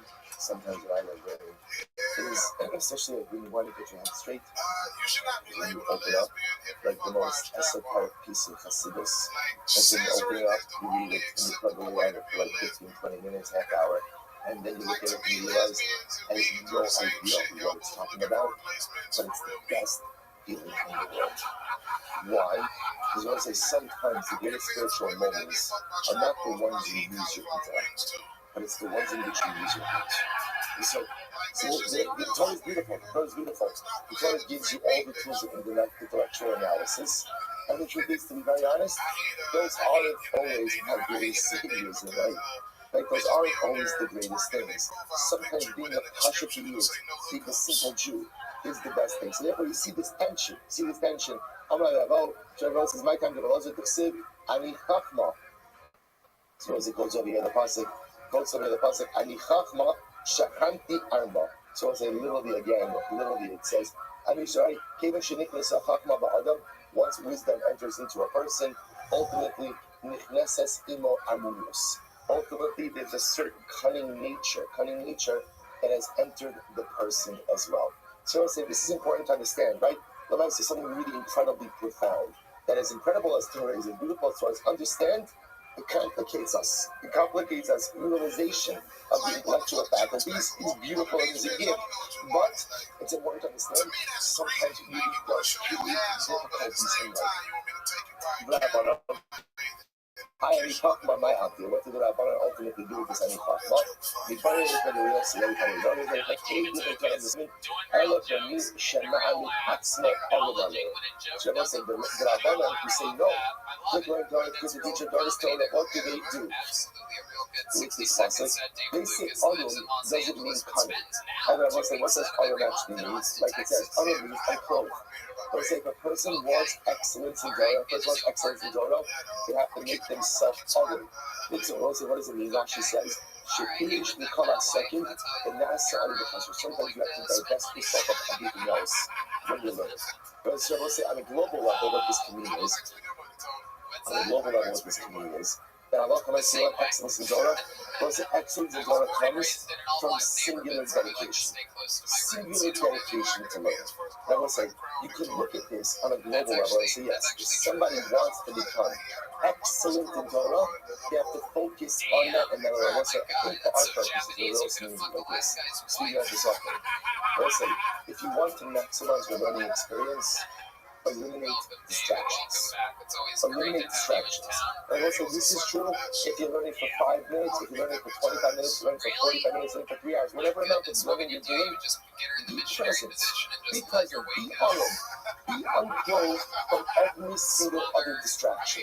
If you make yourself, I don't know if you know this, whenever you do something and you're distracted, you get about 65% of the experience. It doesn't matter if it's your learning, if it's your meeting, if it's your Valentine, whatever it is, if you are distracted, you get maybe 65% of the entire experience. So the Rabbanan will say, if you want Chachma, you want Torah, when you are with it, like when you are engaged, go ahead and remove everything else from yourself. So it's you know, we'll stop over here for today. We're stopping the world. So I also want to, we're right on schedule, but I just want to mention, we're going to come back a little bit tomorrow to some of this concept of Talmud Torah by women as well, because this is a very big discussion, especially a contemporary discussion. We'll try to tomorrow to show about minutes session. We'll start again at 5:15 session, so we'll get a couple of more minutes, and we'll catch up. What is subscribe? All right, everybody have a great day, everyone. Yeah, at least my pants can go to my ankles. Looks like they're gonna have some real trouble there with those pants and those swollen kneecaps of yours. Sorry, baby, hold on a second. Let's just fuck with my pants halfway on. You keep your t-shirt on while you fuck, like when you swim? Oh, there you go. Girls that fuck with fat boys will go like experience. Girl, tell me, take that shit off. Hell yeah. Then you take your bra off afterwards, too? Oh, goddamn, Tony. Oh, I always miss it when you go away for a couple of days. It's so much fun to have you back. What else has been happening, David? It's been a couple weeks since we've seen you. See, that's about it, bro. Same old. Waiting for LA to open up a little more. Texas wide ass open. I love this shit. Hell yeah. Still doing the same shit, eating barbecue, seeing smokehouse, golden acres, going there. Oh, that's right. I can't like actually accidentally forgot to mention that. CM Smith. That's brisket in Austin, I might say. That's brisket, motherfucker. CM Smokehouse on the mark. Yeah, I gotta take you there. Ron introduced me to the great Terry Black's. My first meal here visiting, just visiting back in November to see Terry Black. Trust me. My arguments was that really Vegas so slow. But I have done everything else Alright, guys, so let's begin today. It says in the Mishnah, and that was interesting. Hakusim Elam Muzimus. So the Gemara says the Kusim do not have a concept of Muzimus.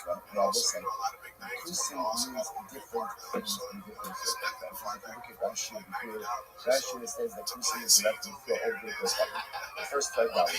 Shemati the Muzimus, in Muzimus Kala Alim, and Kala Gamer, and Yishpa Snare and Kamil. So if a non-Jew, if an idolater, those who accept upon themselves and never Judas, that's never Judas is not valid.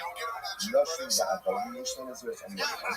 Women and servants, again, when it says above is an evident reference to ever Kinani.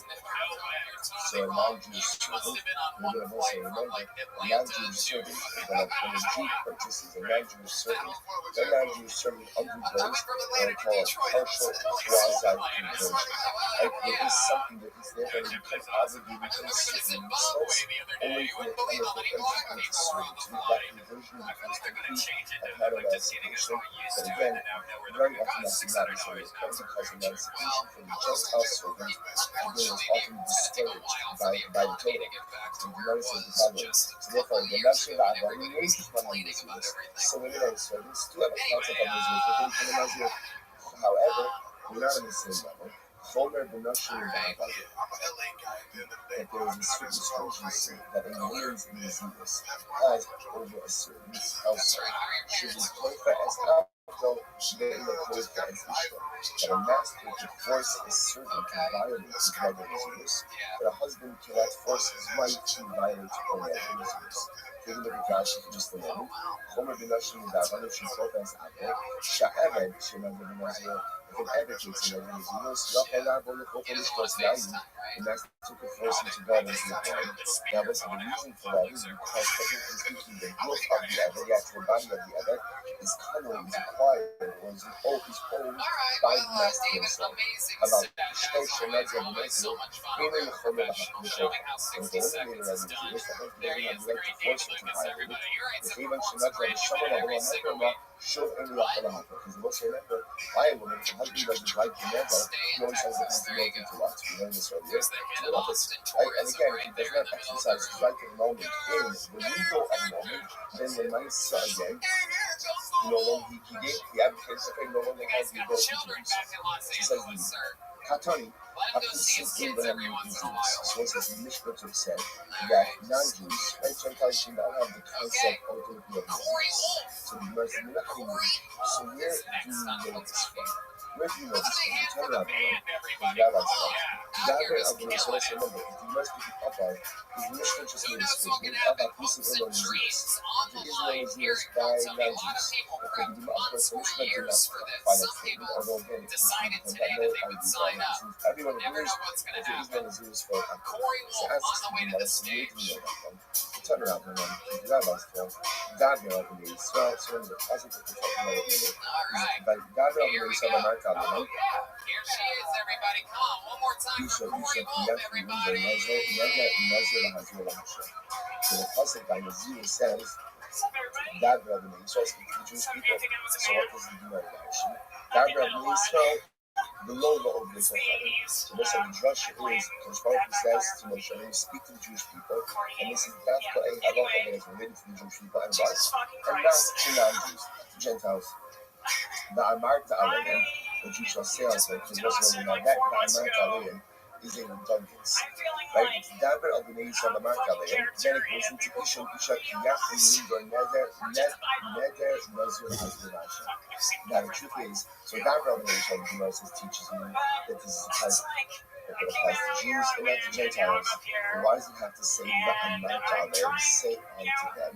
To which the Gemara explains the S. So the Amarta Alayim say to them, Daber Alayim is always one group. The Amarta Alayim means say to what? To another group. Who is the other group that is being included in this? The Rabbis Ashab that comes to include servants. And it tells you again that servants, the slaves, are slaves, not on subject of Naziris, but are in the parsha of Naziris. So when you get there, it's everything and when you want to become a Nazir, he has the ability to do so. So you can say, but why do I need to read the passage? We've already established the principle.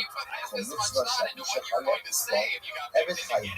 Plus, we already have a previously established principle that any mitzvah that a woman is chayat in, ultimately, an evidence chayat, in other words, that works both ways. What that really is more important is about the Torah. But just as a woman is exempt from mitzvahs as Seishat and Gaba and commandments, so too every commandment is exempt from mitzvahs as Seishat and Gaba. So the Gemara has to do over here. The Gemara has to do over here is this idea that if we've already established that when we learn the parasha of mitzvahs, then why do I need the extra things that Amarta learned to teach me that I'm bucking and subject to law? We all know you're famous When from the second solution, Chomitzvah Sha'isha Chaya B'Spa, the Gemara can started in one thing, you started in March. Chayvan Sha'isha Chaya B'Spa, is the Isha Isha. Stop moving on that one. So it's a simple kasha. You tell me that doesn't mean so teaches me that is used when it applies to Jewish people, not to Gentiles.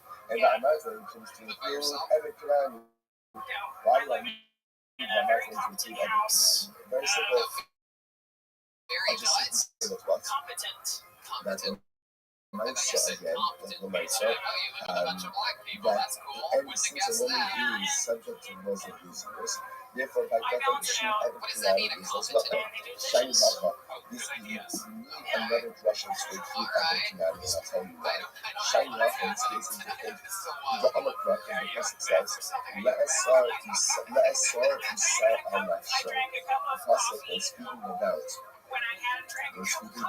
generally regarding this is Ki'ish General Hashem Oyi Shamash Dua Le'asar Isa al-Nafsho. The leader something on his soul. The meaning Shemaf Shokiluya. I would start on the general the laws of Nidar, of which Nazir is a part. Only apply to him. Someone who can use also Isa al-Nafsho. Someone who goes ahead and converted something on his nefesh, which means what they say. Someone believes in nafsho kiyudah. Someone, so to speak, owns himself. Lots of Eleg, she'in nafsho kiyudah. And this is other commandments because every commandment is the property of his master. Oil bay, nafsho kiyudah.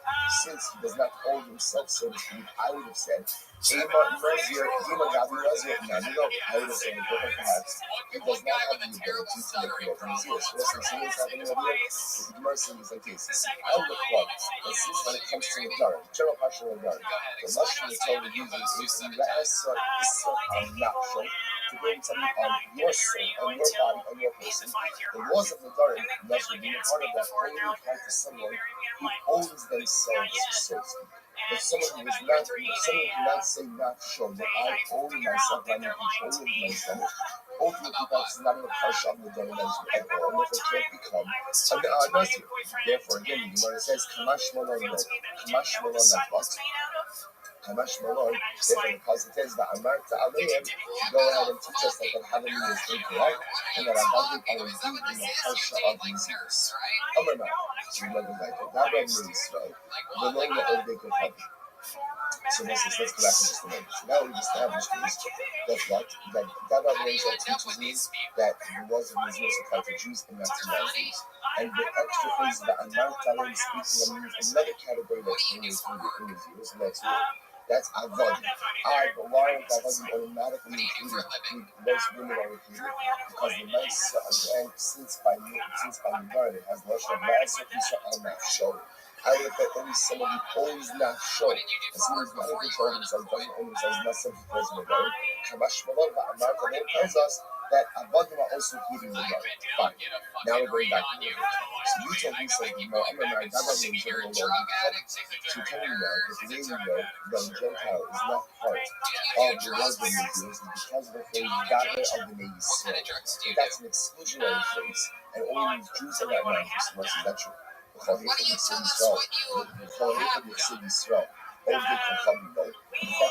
single time Torah phrases something as Gabe of the Yisrael.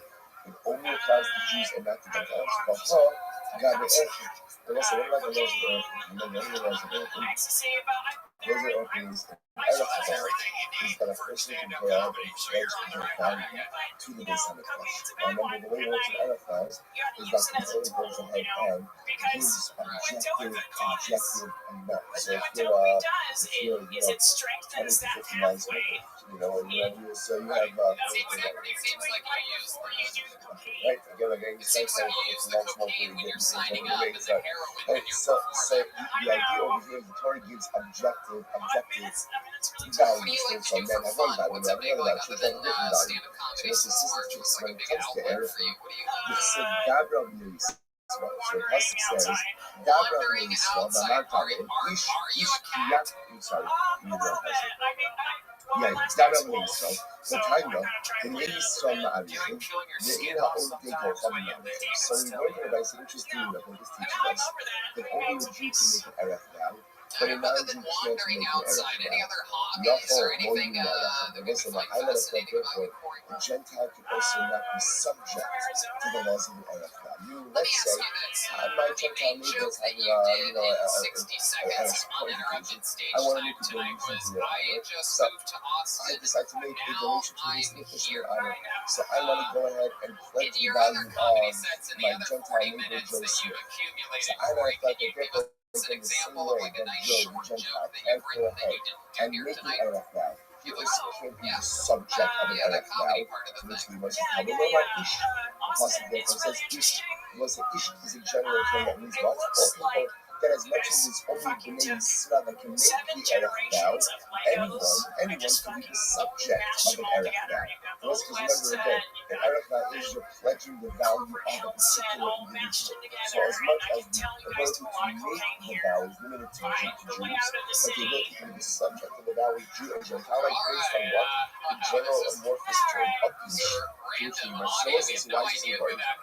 So you see over here that as much as the section of Erev has Gabra of the Yisrael, that the laws of the Erev are not limited to Jews. So this goes ahead and this changes, this challenges what we say, what do you want to know what I'm saying? Anytime it says Gabra of the Yisrael, it automatically means that these concepts apply to Jews and not to Gentiles, to which the Gemara says, Tamaloma is shining on. So this case is different. Meaning this case being Nazirus. Nazirus is different. Why? Meaning how do we know that a Gentile is here? But again, we actually need to find out and ultimately it's supposed to teach you that a non-Jew can't become a Nazir. So we're going to have to shine up with the Amaka, the Aviv will be the more lonely Tama. So it's different than here because the Pasuk by Nazirus says that he will not become Tame for his mother or his father. Therefore, what do you see from here? For me, she yishlo av, the she yishlo. So you see from here, no one applies to someone who has a legal relationship with the parents. Yatsa only gochadin she'ula. This comes to exclude a Gentile that doesn't have a legal relationship with his father. So why says, what are you talking about? I mean, that's not true. What do you mean that a Gentile doesn't have a legal relationship with his parents? Even if you want to say that he's not a legal relationship in terms of inheritance, so that's not true. There is a relationship, a parent-child relationship by inheritance, even by non-Jews. So I'm going to appeal that out, but I'm going to be open. Over Kocham, Yolich as the Divar Torah. In fact, a non-Jewish son inherits his father. On a biblical level, because what does the concept say? Kirusha le'isav nasati es har seir. And literally at his heart, he says, I have given to Esav as Yerusha as an inheritance, har seir. So what it says that means is that the Lord's inheritance on some level applied to Gentile on a biblical level as well. So what does it mean when the Gemara says over here that only someone who has a relationship with their parents? Ella b'misha musa So the Gemara says, rather, the only person who is in the Parsha Nezir is what? Someone who is commanded regarding honoring of his parents. Now, this is actually quite interesting as well. Without about Odin Kohanim Yendus.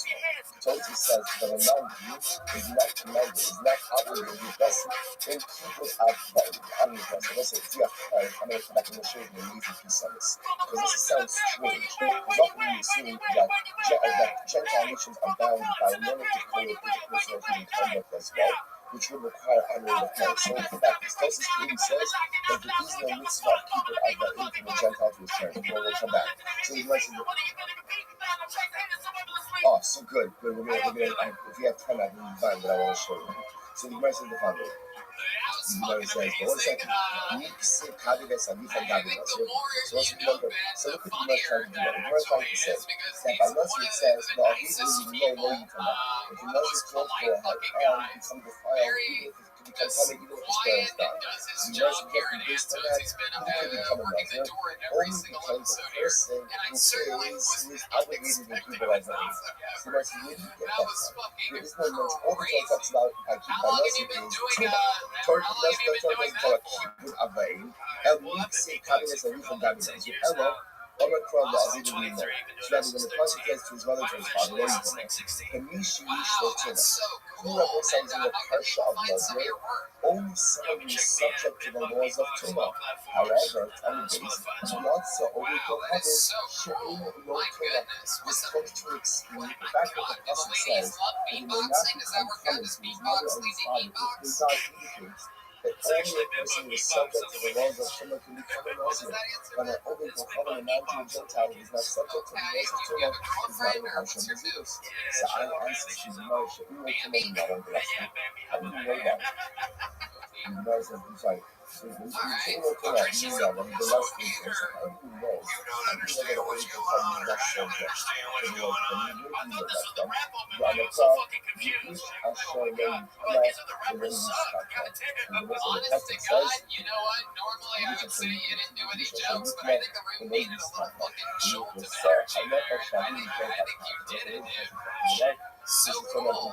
What else do you do, Ben? Tell us more about you. Well, one of their favorite hobbies is ping pong. Does anyone here like to play ping pong?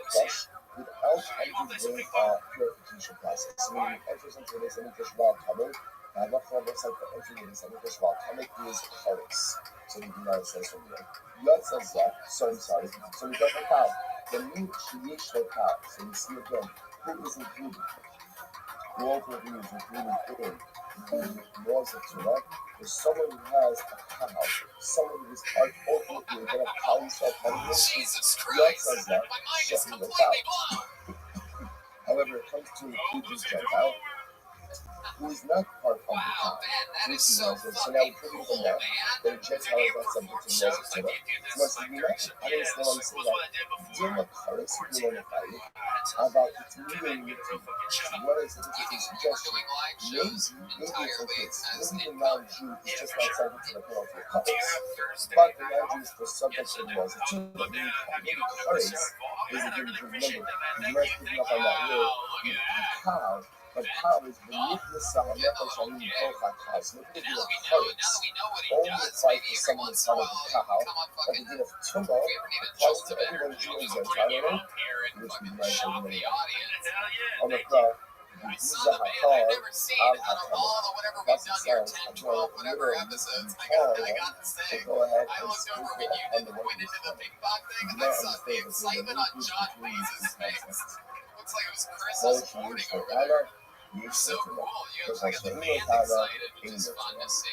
Any person who has Tyler, constant Tyler because of the Tumah, any person who doesn't have the constant of Tyler doesn't have the constant. So this is the email. Tyler, we don't have to wait. Tumah have to wait. So maybe why can't we say, since there's a possibility that goes there, that maybe a Gentile could have a state of Tumah without having the state of Tyler. Maybe ultimately Tyler is only achievable by a Jew. Perhaps Tumah is a state in which the non-Jew speaks French for Canadian text. He sounds like a weird bitch. I showed you the Lord use Do you ever do any of your beatboxing tricks in the the bedroom Pasuk or says, anything like that? that a person will become Tamek and does not become Tash. That's a lesson from Josh over here. Think of it as Rashi. Rashi is pretty much right across. Just look at bonus from Rashi's right there. Oh, it's well. Ish Asher Yitma Ben, it's so fucking cool, dude. Very interesting stuff. I've never thought beatboxing was so cool until you just did it. Is there, I already asked you where they can find your stuff, So right? let's listen to this. The Pasuk says, Ish Asher Yitma V'lo Yischato. So Yeah, go get a sticker from Ben Buck on your way out. One more time for Ben, everybody. Very awesome stuff. Very cool. 23, is that right, Ben? 23 fucking years old. This guy's gonna be a huge goddamn star. I can't wait to watch you Thursday. He already is one half of Run the Jewels. Ever does not have the ability to reach You this guys probably power. already know. Also, that's something to know. Actually, let's bring up the other half of the jewels, right? Yeah, let's do it. This guy won the extremely rare prize in almost 500 episodes of this show. Only 7 people ever have won a thing called the golden ticket, which means you have to have an absolutely perfect 60 seconds and an absolutely perfect interview. Therefore, once we He establish that reemerged we're for not only going to is not the subject to the first time processes since of winning Torah, the golden therefore, by ticket definition, in it cannot be Iowa. subject to the laws of There's only been Torah. 7 people to do it. But 1 in England, 1 in Australia, 5 in America. This is one of those guys. In his appearance last week, So why things went so off the fucking rails and what got so crazy in here why that in people June talk about it for years. This is his 3rd time ever on the show. He's an anomaly. Let's see how it goes. Make some noise for the great Halloween, everybody!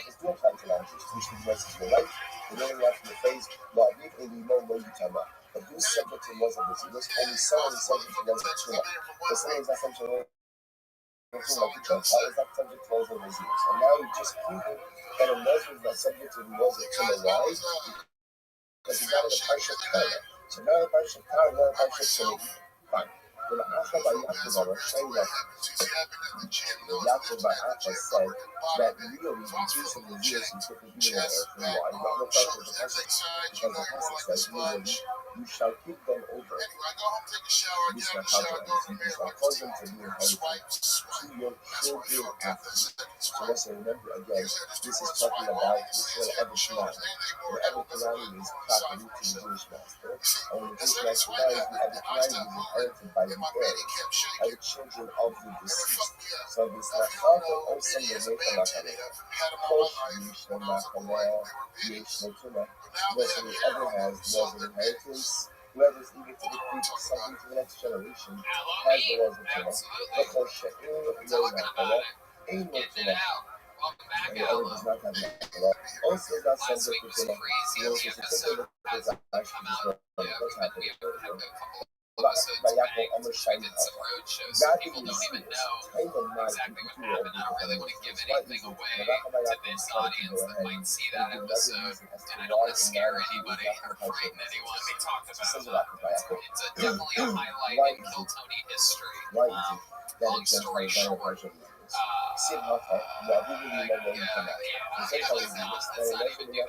how's your week in Austin, Texas, man? What happened last week was, the great Donnell Rawlings was here, and Donnell famously, housed David Lucas in a road stop. Donnell did his research on his first appearance on Kill Tony as a guest a couple years ago, and he researched the show deeply, and he realized that David Lucas likes to make fun of the guest,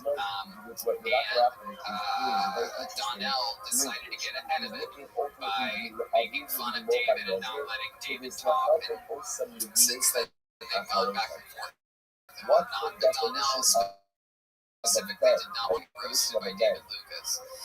And last week David wasn't here, but Halloween was, and Donnell made a single joke about Halloween, something about his genes, and Allo decided to summon all of the gods and devils that have ever existed in the world and he made fun of Donnell until basically Donnell went his middle point of the show. He went to the bathroom and then he turned the bathroom up and he fixed it over. It was I guess every person bathroom out there according to the published population. But pretty wild, Allo. You are the first person in Kill Tony history to make a guest beat the show. It's a little bit too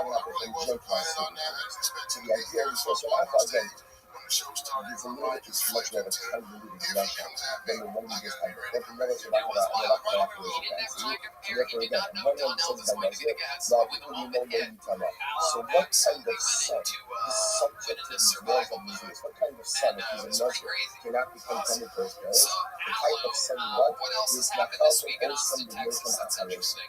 type of son ultimately, the type of son ultimately who can go ahead and inherit a servant from his parents. What type of son can inherit a servant from his parents? Only the Jewish son. Therefore, Rabbi says, you see from here that a Gentile is excluded from the world of Moses. And the other yeah, the Rabbi says the Bible. Ishma Magami Elfin Shura Marjin Yisrael. The Iron says by Elfin. It says, Dabra B'nei Yisrael, B'nei Yisrael Ma'arivim. They can talk about it. Remember, what do you want from there? You went from there, like, from Israel again. Old Jews were covered, ultimately, again, Jews can make Elephaus, but ultimately, non-Jews cannot make Elephaus. We all follow no you now. So I'm not a fraud, but therefore they also do not be subject. They can't be a subject of an Elephaus. We know that Ish, therefore the passage says, Ish, Ish is a generous thing of the Chinese, that all men, all people, are to be subject of the laws of Elephaus. And so mostly in the year Kaba. Then you all the concept in the year Kaba. So the Gemara says, I might have thought that's why. Somebody that's a Chinese. So perhaps when it comes to three security guards had to escort so him why don't we say towards the exit. that although And I said, that's so what I call Chinese takeout. So Echad tells us is the God level is The rest of his beautiful piece of has been tagging me on posts on Instagram. Yeah. Funny thing is that he actually said that I was making fun of the killings at the spa that happened, which I never made a joke about that. In retrospect, I sort of wish I did. I would have, and I thought about it, but I didn't. But it's interesting how someone will lie in order to make their story seem ridiculous. Or even outright. Wants to cancel me for a Chinese takeout joke that hurt his feelings. I probably shouldn't say Chinese takeout 3 times in front of you out loud. We're going to have a blood sugar attack right now. So you're leaving tomorrow. Ella lives in Iowa, by the way. I know if I gave you a bunch of guesses, you probably wouldn't guess it. Iowa, that's where you're born and raised. Yes, sir. Yeah, we grow up in Kentucky. We're out there. He's going to Gentile. It's a small The Gentile is permitted to go ahead and he's Like, permitted what to do partake, your permitted to parents participate. do for In work? Like, what do particular, they do Lord, in the Iowa? Torah is discussing just not in the same capacity as a Jew. So, for example, each by entry teaches me that what? That a Gentile can't make an Eretz now, but he can be the subject of an Eretz now. So we must bring an idea. It says each by Nazir also. So maybe each by Nazir teaches me that a Nazir, a Jew, makes becomes a Nazir and offers Kabbalas when he do this. About the Gentile can become a Nazir, but can't offer up the Kabbalas some Naziris. I'm sorry. What's the new? Because appearances, like, especially like last week, you know, it had all of You're telling me us that the presence of really the word Ish is in what you inclusive did in statement Iowa. that includes the Gentile So, in this concept you and think then about getting out of there? If that's true by Eretz, why would we have to do by Nazirus? Which would be my family, Imishim Shabbat Lav Nohakalaka. No, that's not true. It's not looking for a How way many do you think to Iowa teach you. Beach It's should looking be for a source to teach you that a non-Jew, even if you want to say that a non-Jew is creating Nazirus, that a non-Jew is Kabbalas of Nazirus, we already have learned that out from someone else. I don't know, we learned that out elsewhere. What does the passage say? We all Fakir is used to Rabbi Yosef. Listen, the custom of Rabbi Yosef is Dabra B'nei Yisrael. The Dabra La'arba, Dabra B'nei Yisrael, Ish B'nei Yisrael, in like there, B'nei Yisrael, Asher Yashir Kabbalah L'chom L'dim L'chom L'versa, Asher Yakiru V'Hashem Olah. So listen, this passage is going to what does it teach? This passage is that a Gentile is permitted to offer a Kabbalah. I have a Kabbalah permitted to offer an Olah. So I don't need a passage over here to teach me that even if you want to have a Havamina, that a Nazir is a Nazir, that he doesn't do the Kabbalah Nazirus. I know that already. How do I know that already? Because the passage by Ola, the word Ola teaches me that although a Nazir is permitted to bring the Kabbalah, he's only permitted to go ahead and bring the Ola. Thanks for coming all the way from Iowa. Golden ticket winner. So therefore, again, this for one suggestion. The 7 people that have won it, that means they can, anytime they're ever in the city where Kiltony is, they get to do a spot. In two different ways, the idea that a non-Jew is not subject to the laws of Nazirus. We established that already. The Gemara now is going back and testing that. The reason why it's questioning that is because of the presence of the word Ish in the section of Nazirus. Because basically the Erechim model Ish teaches me that although the primary halakha which is related to goes by the there name is of the Tim Warner. possibility for Gentile participation. Tim Warner. Why This one doesn't sounds each like a Chinese familiar Jews name. also allow for that to We'll be see what happens here. possession? Eva, the name Son, knows Everything's the moving along smoothly. Zeros program. They will open the other knows the Zeros program. So Some, why yep. should the following that There's maybe only a about, Jew we only get is through going to about become a Muslim Olam, 7 or or a 8 Gentile maybe cannot on become a average Muslim Olam. of these names. And it's always how it's You might been. have thought that maybe There's a more Nazi in. should be able to And become a then the Muslim Olam. comedy store used to But be what lit up about like, oh, we know this at Therefore, one the Pasuk point. says Ish. Oh And yeah, that's this when guy's Ish back from teaches you last that week. Ladies and gentlemen, Tim Warner, everybody. As well, which the Master doesn't exist. I'm not Yochanan, Yuksid Muslim Olam. Doesn't Torah ever discuss a Muslim Olam? Therefore, that suggestion is scrapped. I Imam the son of Dirin the name of the Nazir. That you know, okay, because one of the Dirin of the Nazir, we learned this one, yeah? Maybe the distinction women were trying to discuss the idea that perhaps there is some level of Gentile participation in the Jews. So maybe the distinction is like this. A Jew has the ability to go ahead and administer a level of Zeros to his child. He learns already, but perhaps a non-Jew does not have that ability. So the Gemara says, you think that's the distinction between Jew and non-Jew? Maybe you'll say, what Yochel or Jew? Maybe you'll say that a non-Jew should be able to come around to the lifetime. Everyone's so happy that For the fucking Pasuk says, Biden each said, non-Jew should be and included. it's just like, I'm going to be open on how long I you been understand Trump And necessarily Yochanan wasn't says, the that president we idea needed, that but a he was father the can kind go of ahead man and we mother needed. his son You in know, the we Zeros suck is a kind of halacha emotion. collectively. And him Let's make sucking one of the is not the suggestions. fucking exception. Today's We have been son of founded Balfour by on the Zeros idea. scumbags. History is written by the winners. So And now they next write question, me.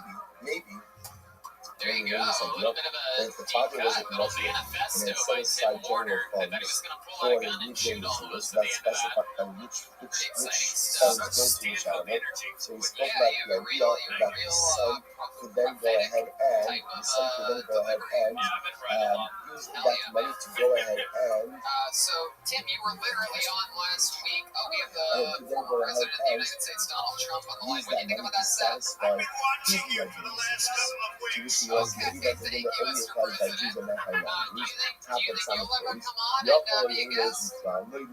I usually say that a non-Jew shouldn't be able to become a Muslim. That's very fun. What do you think about the what do you think about the job that Joe Biden's doing right now? Halacha ki Yochanan says a special Oh, halacha okay. emotion Wow. you see So like by you really got quiet So there, listen, Mr. so President. again, so therefore, if you bring this all together, so here's what we're You're left right, I'm not. with. Okay, The Gemara anyway, wanted to pose we're a back couple here of with different Tim Warner. suggestions Tim, as to how last a week we talked Nazir about a bunch of could stuff about your potentially life be and this. involved in What didn't we Nazir. talk about? And we What's some pointed interesting out that stuff all about of the you possible that we ways didn't in which find a out? Nazir, excuse me, which a Gentile could be included in Nazir. So we pointed out that all of these different distinctions you want to Because we draw weren't here last cannot week, I really said be that drawn. his And therefore, murder again, isn't we end up right back to the conclusion we had, which is, and here's what we're left with. The Nazir is not subject to the laws ultimately of a Nazir Zeus. Sorry, a Gentile Akim is not subject to the laws of Nazir. How do we know that? So remember, the bottom line is the giving us two possibilities. Either Daga and Israel, and that means Daga to Jews and not to non-Jews. Or perhaps the more accepted possibility, which is, again, number of different drushes, but it appears not easily more low Yutama, only to one who is subject to the laws of Tzum. Therefore, again, does not go ahead does not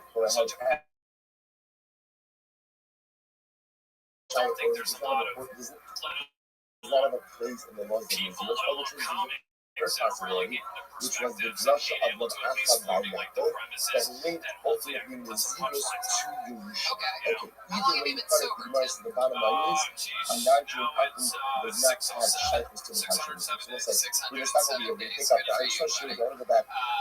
When you go to these AA meetings during the day, is there like do you have like a killer story that I know AA meetings they tell great stories about like how they ended up in the So remember again, on Amud Aleph, the Gemara quoted this interesting idea that a non-Jew is not subject to the laws of the Muslims. But all the time is recognized about how they are subject to the Asana.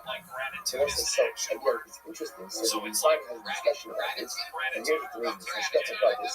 There's still some measures from the conscious life. So listen to this. So the measure says, "Vayom Hashem Adam Lachim." The folks from the Nina from the land. The fish are Adam in the Fatis Vaomer. Eight say, "Being the Chalim Shem Shamayim Vaomer, Vaomer, Kimiach Aviv, Vachalach Vona Isik Nosa." So the measure is already in this concern. Going back to the sacrifice, my elderly father, I'm an elderly father, and what are people going to say?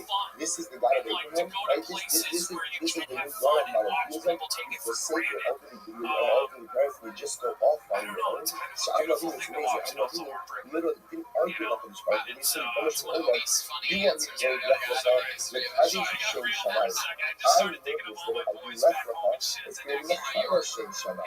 So I'm going to respond to Lecha, I need Kosher from Kibbutz Abbey. Ve'im I need Kosher from Kibbutz Abbey. The Bible says, I'm exempting you. I'm exempting you from the mitzvah of honoring your father. Does that mean to you? Not being to anyone else. I mean, the Kashash is scholarship Shammai about with Nebnei Dora. So let me just skip down a little bit. The Inke, the Guar, the Bnei Dora, Musra as Kibbutz Abbey. So the Rivan asked, again, it's a Kasha on the Medrash, but interestingly enough, the Rivan was the base of the Medrash, you see from the Torah, that the Rebbe said to Rabbi, for you, I'm giving up Torah. For you, I'm giving you access to people out there. What can you infer from that? That Gentiles do other things. So Bnei Noah, We started 10 minutes that late, Bnei right? Noah do have an obligation of Kibbutz Abbey. I'm giving you an exemption, sure, but everyone else is obligated. He takes it a step further, by the way.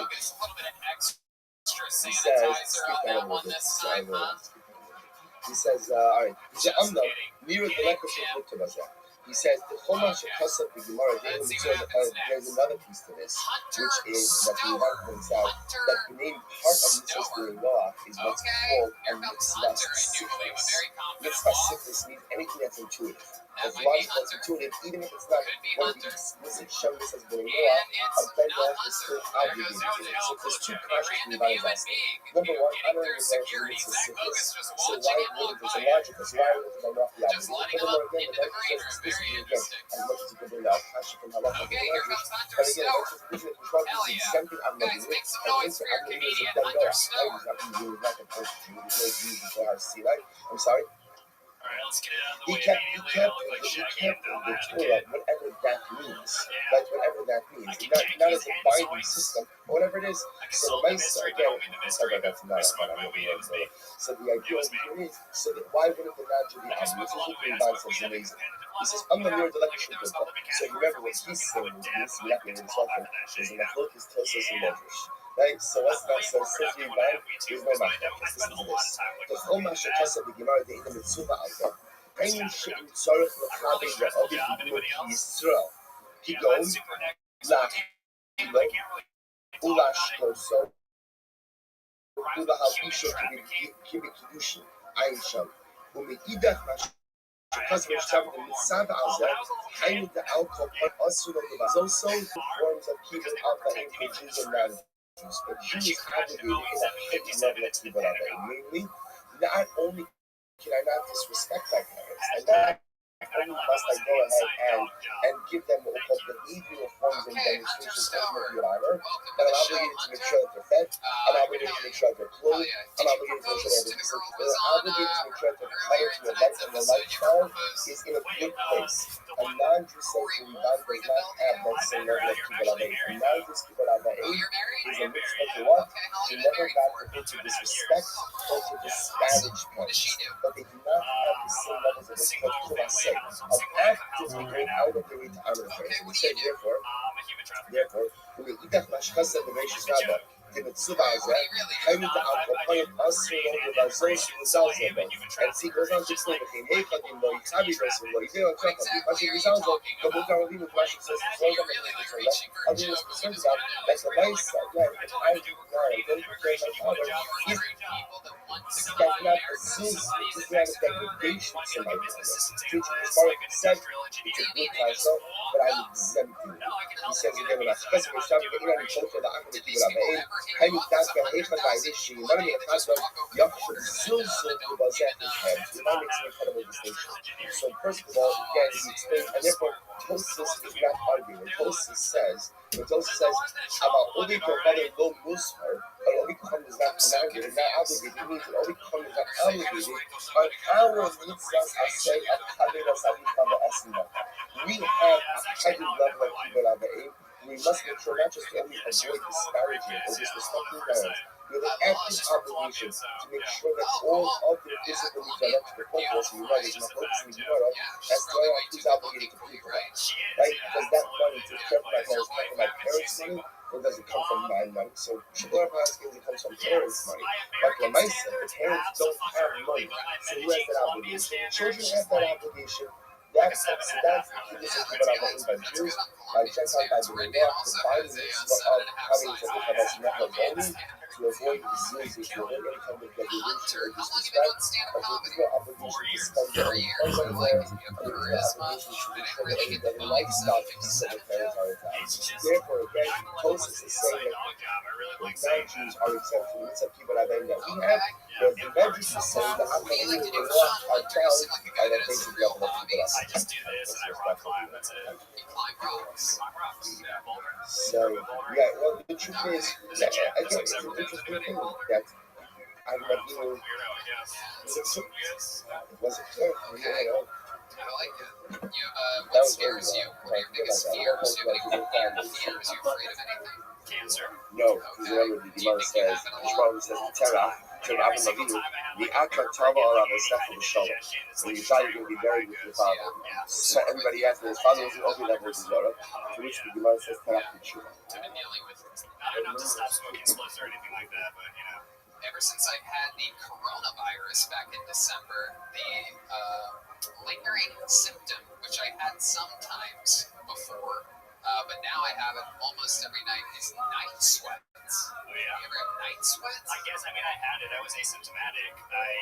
I don't know. I figured I just maybe was a sweaty dude. That normally happens though if you drink a lot of alcohol. I do drink a lot of alcohol at night, so that's probably where it What is. kind of alcohol do you like to Whiskey drink? Cokes, Whiskey and Maker's Cokes. Mark, and Coca-Cola brand loyalty. Yeah. Okay. You ever try number one tequila or fix high alkaline vodka?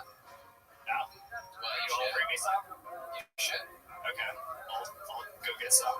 Yeah, absolutely. Right after this, yeah. Yeah, definitely. Well, where do you do your stand-up? You've been doing it 4 years. Where do you? Oh, yeah. So I moved here in August. I started doing it in the Bay Area. Okay. Like Oakland, San Francisco. Is that where you Alright, live what's there? up? Good morning. Like since like 2011, and then I just took advantage of COVID to become remote for my work, and I moved here permanently. Good morning to us, the beautiful people back. We actually met on New Year's Eve. Oh, I do remember you. That's so Yeah. cool. You offered me mushrooms. I did offer you. Yeah, I remember you now. Yeah. You were sitting underneath. He was sitting like underneath the table. Hi, And wonderful. Let's it just really begin by was. thanking And our he's like, hey, sponsors, man, you want some mushrooms? I'm like, I'm actually good right now. It's a long drive. It was like, this month. like 40 minutes And then we north got of here or Harry's something, father, right? Dr. Harry It was the Khan, Maryland Am show. Steve Hirsch, Ben Yosef, Yeah, the Maryland Am Jane show. Cohen, Kevin College, presented to you showing us this month in memory of I was Pastor, just in Fredericksburg for the first time. My buddy Kyle took us to a ranch, like a shoot guns. sponsorship. And I actually cut down, used a chainsaw for the first time in my life. Thank you very much. Your four chest hairs that day for the new counting how many chest hairs Tony has. I'm up to 9. Wow. That's when sponsors for today's Siemens You weekend. do mushrooms a lot? Dedicating the learning I did all of mushrooms the yesterday, not today though. Scientific Just, Habbanas but I of mean, Kali Swell this past I just week forgot, in yeah. America Hamatol and Shabbos for having Aliyah. That's fun, Hunter. And Hashem, What do you think about Hunter, Mr. Ron White? eternal period of peace and shalom You for know, all like you these just said, things. needs a lot of stage time. Let's look back. Let us begin. Today's daf is Lamed Tes 39. We are picking up the Mitzvah Hashem on Lamed Tes on the days 38b. We are picking up. Probably that we don't have to do it actually. Right? We don't talking about it. This is just to orient ourselves a little bit. Remember again, we have an interesting statement on the interesting Abayi and Rabbi. So Abayi said as follows: if a person eats a parza, person eats a person goes with the definition of parza being a grape seed. Person goes there and eats grape seed. Person eats a grape seed. The lokish night. Person gets 2 sets of malchus. Why 2 sets of malchus? One, for the specific prohibition of eating grape seed. And number 2, the general prohibition of we call right anything that comes from the vine. We call it Shayasa, the Yakan Hayai. So we'll say, so this is a Bayeshiva that in general, anything, in other words, any prohibition that the Nazir is over, is almost always inevitably going to be over on two Isurim, one the specific Isur, and one the general Isur. Rabbi disagreed with this, because Rabbi went ahead and said, "Imokim Allah Shem Cholos." You can't get Malchus on a general love. General love finds that Papa raised Kasha on Abaye, and Rav Papa pointed out the case, ultimately again, of a Nazir who went ahead and violated multiple things, right? And if you notice again, the Raisa only gave him liability for 5 sets of Malchus. 5 sets of Malchus. Rav Papa says, just Abaye back. If you're at the comedy store, you can't do that. If you're right, If you you yourself should get want to what? get better and Malchus get stage time, sets of Malchus. yes, being Why on the road 6? can be good, but there Five. could also be competition there. It goes both ways. I think every year it changes. Like, Specific and you can also prohibitions get a that lot you of spots violated, in LA.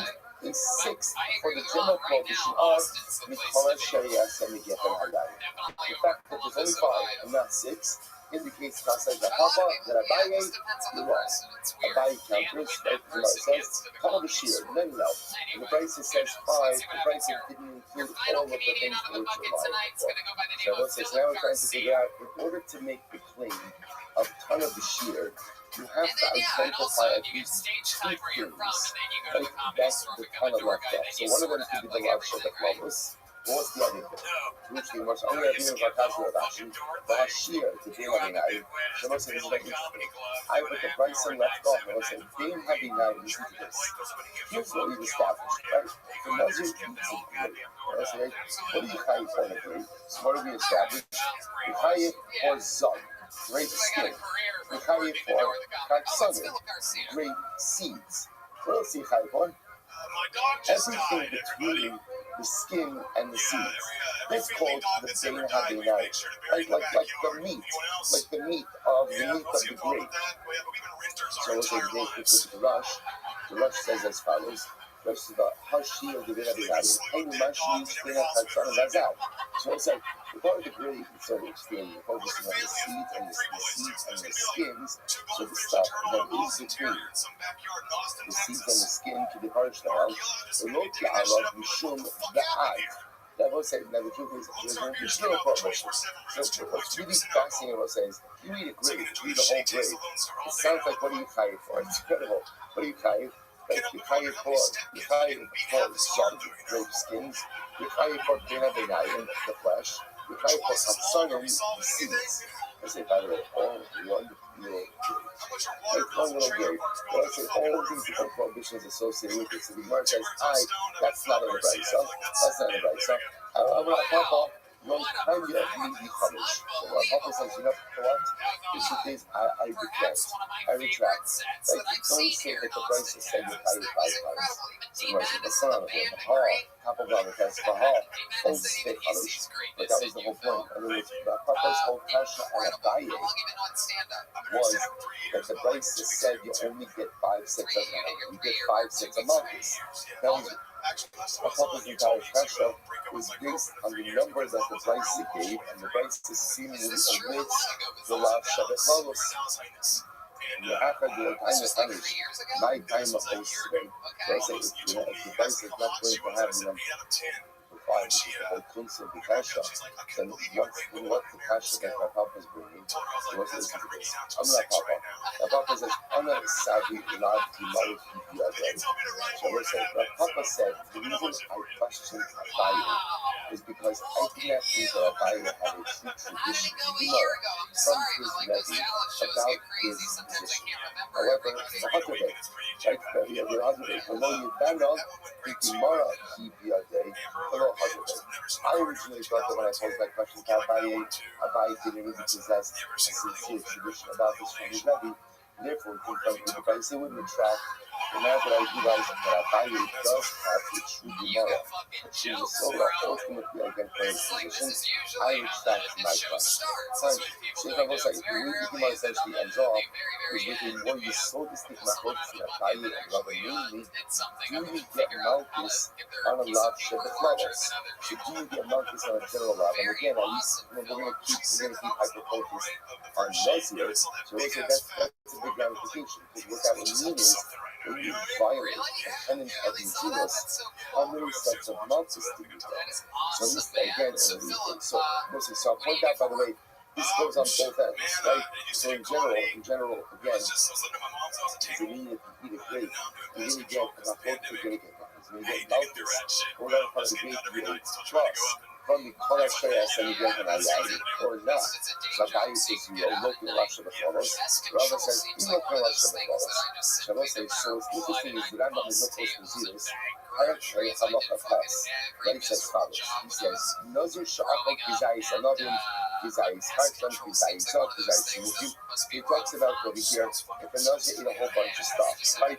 He ate Kizayis of grapes, Kizayis of seeds, Kizayis of skins, Kizayis of raisins, out of the wine, all these different things, he gets malchus for every single thing that he did, right? So you'll get malchus for grape skins, you'll get malchus for grape seeds, you'll get malchus for grape passer, right? You'll get malchus for everything.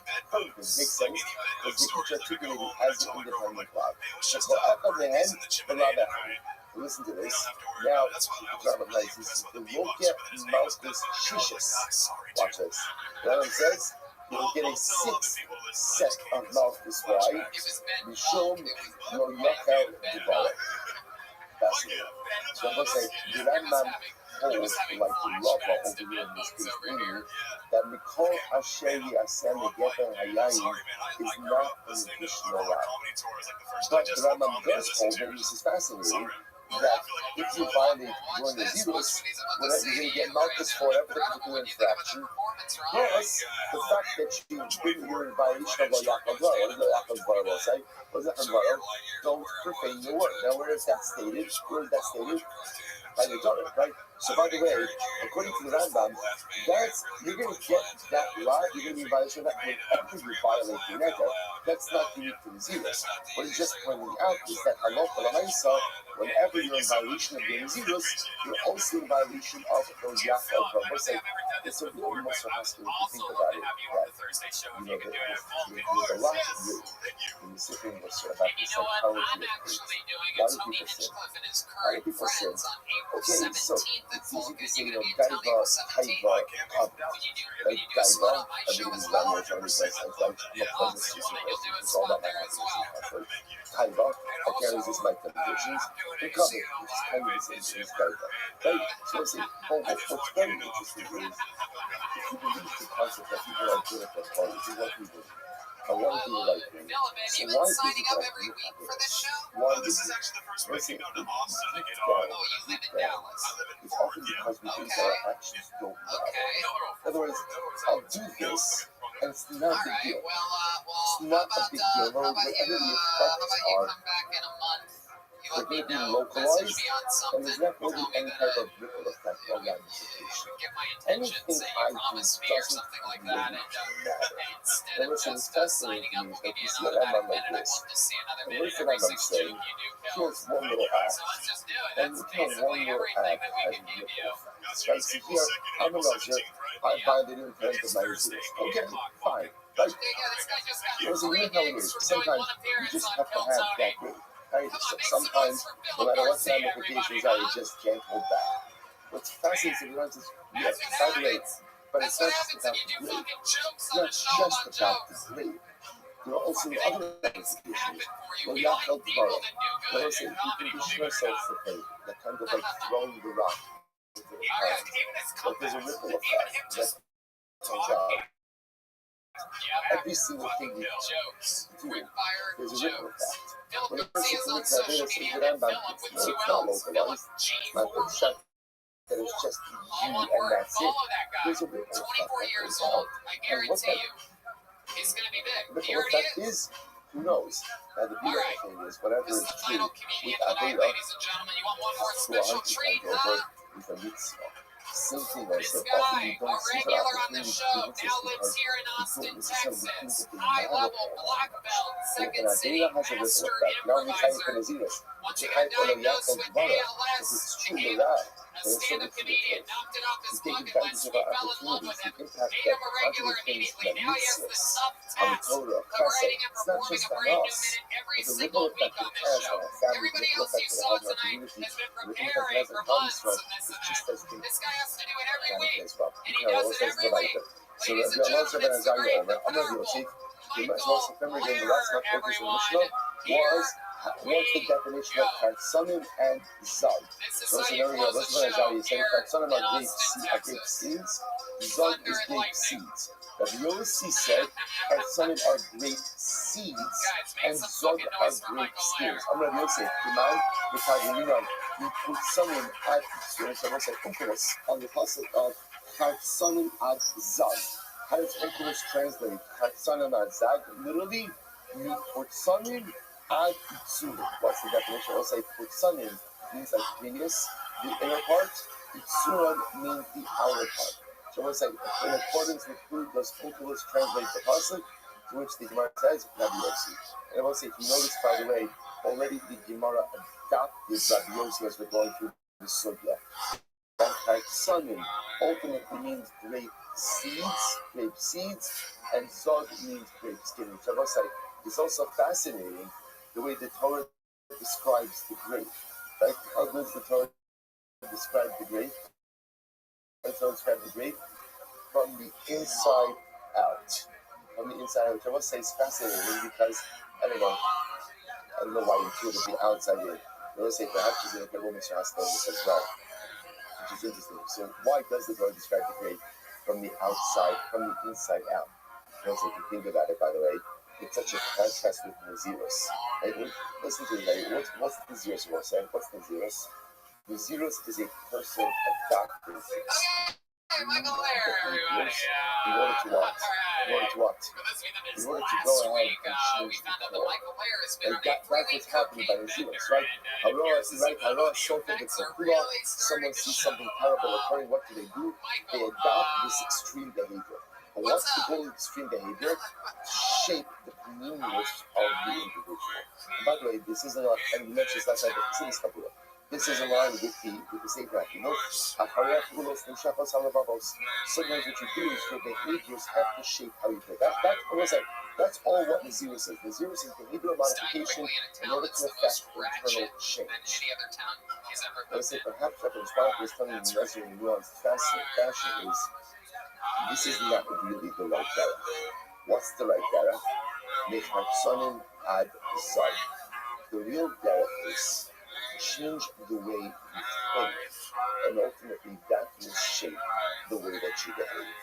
Change should take effect from the inside and ultimately spread out from the grape seeds to the grapes. And listen, now you see that this is the derech of the Piagetma. And the derech of the Piagetma is create, change the way that you think, change the way that you look at the world, change the way that you look at yourself. And ultimately, again, that will shape the way you behave. It's a very interface. So the Nazir, again, once again, the Nazir adopts external behavior in order to affect internal change. HaKadosh Baruch Hu gives us shape a lot. Don't be great. Don't eat the grape. And by the way, how sure you should eat the grape? From the inside out. Mechatsonim ad Zod. Because what you're doing, I understand why you're doing it, but that's not the best way. The best way is change yourself on the inside. Change the way you think. Change the way you look at the world. Change the way you look at yourself. And ultimately allow that change to shape ultimately the way you behave. Stop Nazirus, let it go. Great case. Stop Nazirus is 30 days. You're full listing. Let's say the Nazir accidentally cut his hair, or for that matter, okay, or he was shaved by wristling. Okay, let's say, just understand, like, so we look at this sound like amazing over here. So unfortunately, right, the Jew overcomes one of the ways in which the Ummahs Ha'olam ultimately again have exerted a negative influence on us is by shaving the face of the Jew, by shaving the beard of the Jew, by shaving the head of the Jew. quickly. So the mice again, so that he was shaved by listing. What's the halacha? So not a yoke. You want to say this is very important. So what do you lose? So what you lose is 30 days. 30 days. And what the Central Commission is teaching us is, in order to complete, in order to bring the final offerings of Naziros, you have to have hair growth of at least 30 days. So if you cut your hair sometime during your Naziros, right, intentionally, unintentionally, purpose, right, whatever, you did it, somebody else did it, Lemaisa, you cannot conclude your Naziros unless, of course, you have 30 days of growth. Nazir. Somebody a Nazir who cuts his hair, they'll say Zug are scissors, Har is a razor, Sifsuf, they'll say means you pluck out hairs. You pluck out hairs by hand. Halakha Lamaisa, Yuchayim. They'll say that is a violation. That is a violation because a Nazir is not permitted to remove the hairs off his head, and therefore Halakha Lamaisa is going to be fine. So say that's halakha. Well, this is after because it is this. By the way, Hi Nazir, means Hakas Rabbi only the L. This is the Shaila. Gemara says, when hair grows, does hair grow from the base or does hair grow from the tip? Right? So this is the Shaila. Right? In other words, we know hair grows longer. Where is the growth taking place from? Is it growth from the not the base, what do you call it? The pore. No, but it's a hair follicle. The part where it's attached to the head. It's not the root of the hair. I think it's a pore, right? Okay, whatever. Right? I'm sorry? Bottom and top. Good. That's excellent. Keep it easy. Good. Keep it easy. I would say, so does the hair grow from the bottom or the top? Good. Easy enough. I would say, so the Gemara says, one of these interesting. I was like, can you imagine like the guy who asked this in the base measures? Right? So I would say, so the Gemara says, so the my napkin, right? Who cares? Who cares? I would say, now watch this. So my napkin, the Nazir should go through this thing. The Shiny Boki, they lock off Rosh Hashanah. So let's say, listen to this. Let's say it's the case in Mishnah. Let's say these guys, the Reuben's and Nazir, and what happens? Someone came along and cut his hair. Someone cut Reuben's hair. But, listen, now what's the but? They left, the hair is long enough that you can bend it over.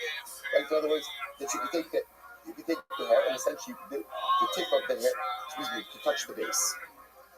To touch the base. So his hair was cut, right? His head wasn't shaved.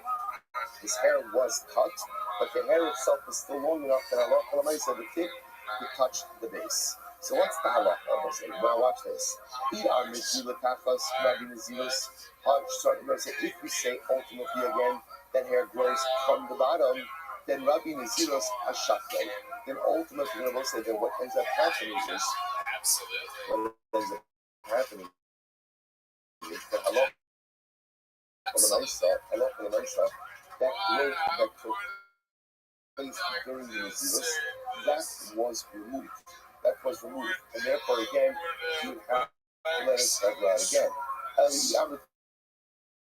Rabbi, but we'll say at the end of the day, if you say the hair grows from the top, my da'akdish hakoy, and we'll say that means that what the Nazir consecrated, because we'll say, what did the Nazir consecrate?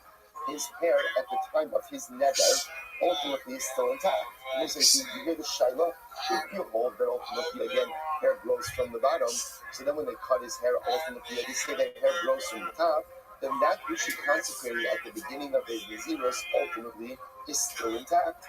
Which says, Tashma Mehas. Also, let's analyze this further. Very interesting. Listen to this. Inba. But we'll say Inba is a knit.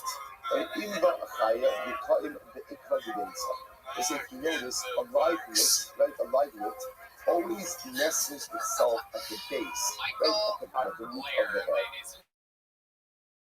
These are that come to the top as Rabbi, but also if you say that hair grows from the bottom, then what should happen with the knit? But ultimately, in the rate shape, they say by the makeup. So let's say hair grows from the bottom, then what? Then the knit ultimately should rise up to actually elevated together with the hair growth. The fact that the knit nestles itself at the base and remains at the base, it seems to indicate to us that where does hair grows from the top, not from the bottom. Which the Gemara says, hair gets grow from the bottom, but missing nothing but rather the knit itself chooses to constantly climb down the hair and and nestle itself by the base. Okay. Tashma was not a base. Inba mesa, a dead knit, separation of the base. Ultimately, the well finds itself, and the dead knit can often be found at the top of the head. These are like Rabbi, and if you hold that the hair itself goes ahead and goes from the top, then the input the base of body will make up. And ultimately, again, the knit should remain at the base, which the Rabbi says, no, Hassan, now you should the less love, Sharuge, Sharuga, Ba'azim. So let's say it's very familiar. The reason why the knit normally finds itself by the base is because it moves there. It moves there. It chooses once the knit is dead, ultimately again it falls, because remember again the assumption is that it's the top of the hair that is weighed down, and therefore Allah and that's where the knit finds itself just by dint of gravity. Okay, Tashma, so it says interesting case with the lowest cushion. So let's say there's an interesting case from the bluest of the cushion. And let's say what's the bluest of the cushion? If you take a quick look at the rush, so let's say the rush is on the bottom, it's about 7 lines up from the bottom of the rush in wide lines. The bluest of the cushion, the rush's girsa is good. Here's the blow. Is because they saw this the glorious Shemagdilim glorious the Shem of all his clothes. And let's say the glorious essentially was like a ponytail. But it was a unique kind of ponytail because what would happen? They would shave their heads. And just leave like this ponytail. Looks like, you can see this? It's in the first scene in the Ten Commandments. So remember again, this is how the Egyptians looked in the Ten Commandments, right? They all had, which by the way, they must have taken, I don't know if that was in the Egyptian culture. I don't know if the Egyptians had gurus. So remember they had that, this pharaoh, Phil brother, right? Remember? The only person that watched the Ten Commandments? Again, I saw it on a trip to Eretz Yisrael. It was on so it says so that's right there. That's below us. So I say, now listen to this. So he says, so now watch this. Here's the chap. Ukishe mistapim, migalkum saviv rosham, umashe manichem osim kimikulia. So let's say, so they would shave the rest of the head, leave this after head, and they would make a ponytail. Essentially, like a long ponytail from this piece of hair.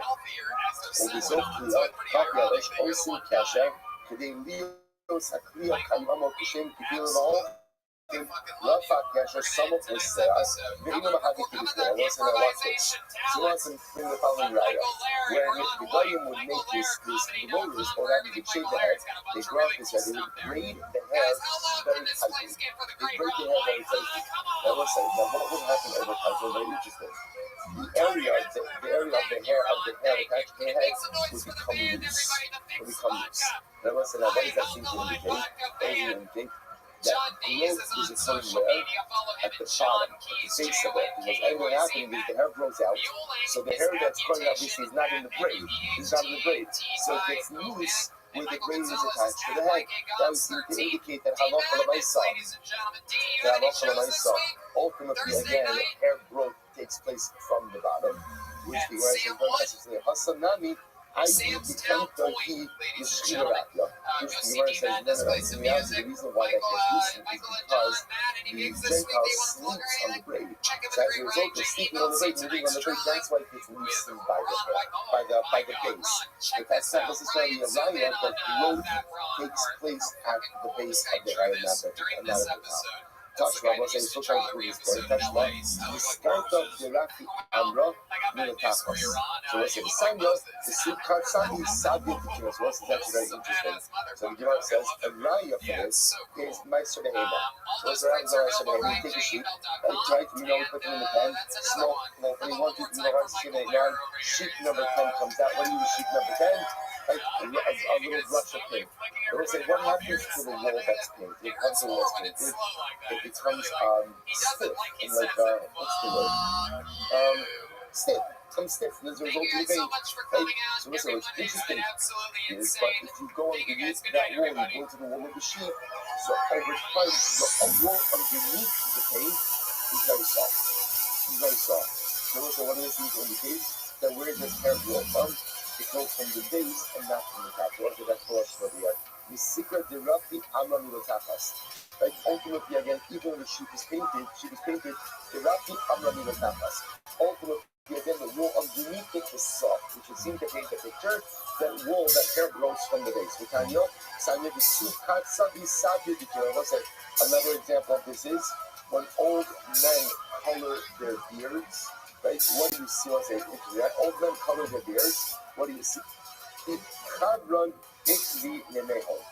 are white at the roots. They are white at the roots. In other words, sometimes when you dye your hair, the old men dye their beard, like you can always tell really that they're actually gray or actually white by looking at the roots. So I say, what does that tell you? I'm touching the base 39b. What does that tell you? Shmamina, Milatafas Rabbi, Shmamina. Okay, what do you see from here? You see from here that hair grows from the roots and not from the top. Incredible. Now, one second. Now, one second. So, let's go. How do we get into this entire discussion? Because again, let's remember again, what's the Mishnah's case? The Mishnah's case is a situation ultimately, again, of where somebody's cutting the hair of the Nazir. Right? Someone's really cutting his hair against his will. Or whatever, cutting his hair with his will. Right? But Lamaisa, probably with his concern. But Lamaisa, again, the Shiloh was not just they cut his hair, but they left off enough to be able to bend the tip of the hair to the base. That's what it says. So we're asking again, what's the status? So now we've established that halacha l'maisa, when you go ahead and hair blows from the base. So let's circle back. Now the other sign, the caption in the brisa, Nazir should get to resisting the shayu beikei lachot rosh karo eno sosa. So let's say, what did we learn? Watch this. What did we learn? A Nazir, his head was shaved by listing. Right? His hair was cut by listing. And now what happened though? But they left over enough hair, right? Or I should say, they gave him a trim. Right? But the hair is still long enough, so what can you do? You can bend the top of the hair to the bottom of the hair. What's the halacha? This does not go ahead and demolish or destroy the nether Yezirus he has observed. One second, it doesn't make sense. These are like Rabbi, but one second. If you hold that hair grows from the base, what's the halacha? We start. What's like why? Because if hair grows from the base, then when they give him a trim, what have they done? They have taken away the hair that he was matched at the time of the Yezirus. So let's say, here's the whole top. If you think that hair grows from the top, so it's really interesting. What did that tell you? When you became a Nazir, what happens at the moment you become a Nazir? You matchnish the hair on your head. If hair grows from the top, even if they give him a little bit of a haircut, what's the good news? That the hair that he was matchnish at the time that he took his regular Jewish is still intact. Okay? But now we're saying, no, hair grows from the base. Well, if hair grows from the base, I want to say, what that means is they removed the hair from his head that he was matchnish at the time of his Yezirus, and he became a Nazir. And yet, the Brisa says that trim does not go ahead and destroy his Yezirus. But why not? What's going on over here? So what's the great truth? We go, so the two Achamelech. Let's kiss the Brisa. When did they list and give him a fourth sacrifice? After the duration of his Yezirus had already come to an end. Wow. So let's just take a simple example over here. You've been with me for 30 days. 30 days are now over. What happens? Now the listing, give them a fourth sacrifice. So now watch this. Do money. What do you Let's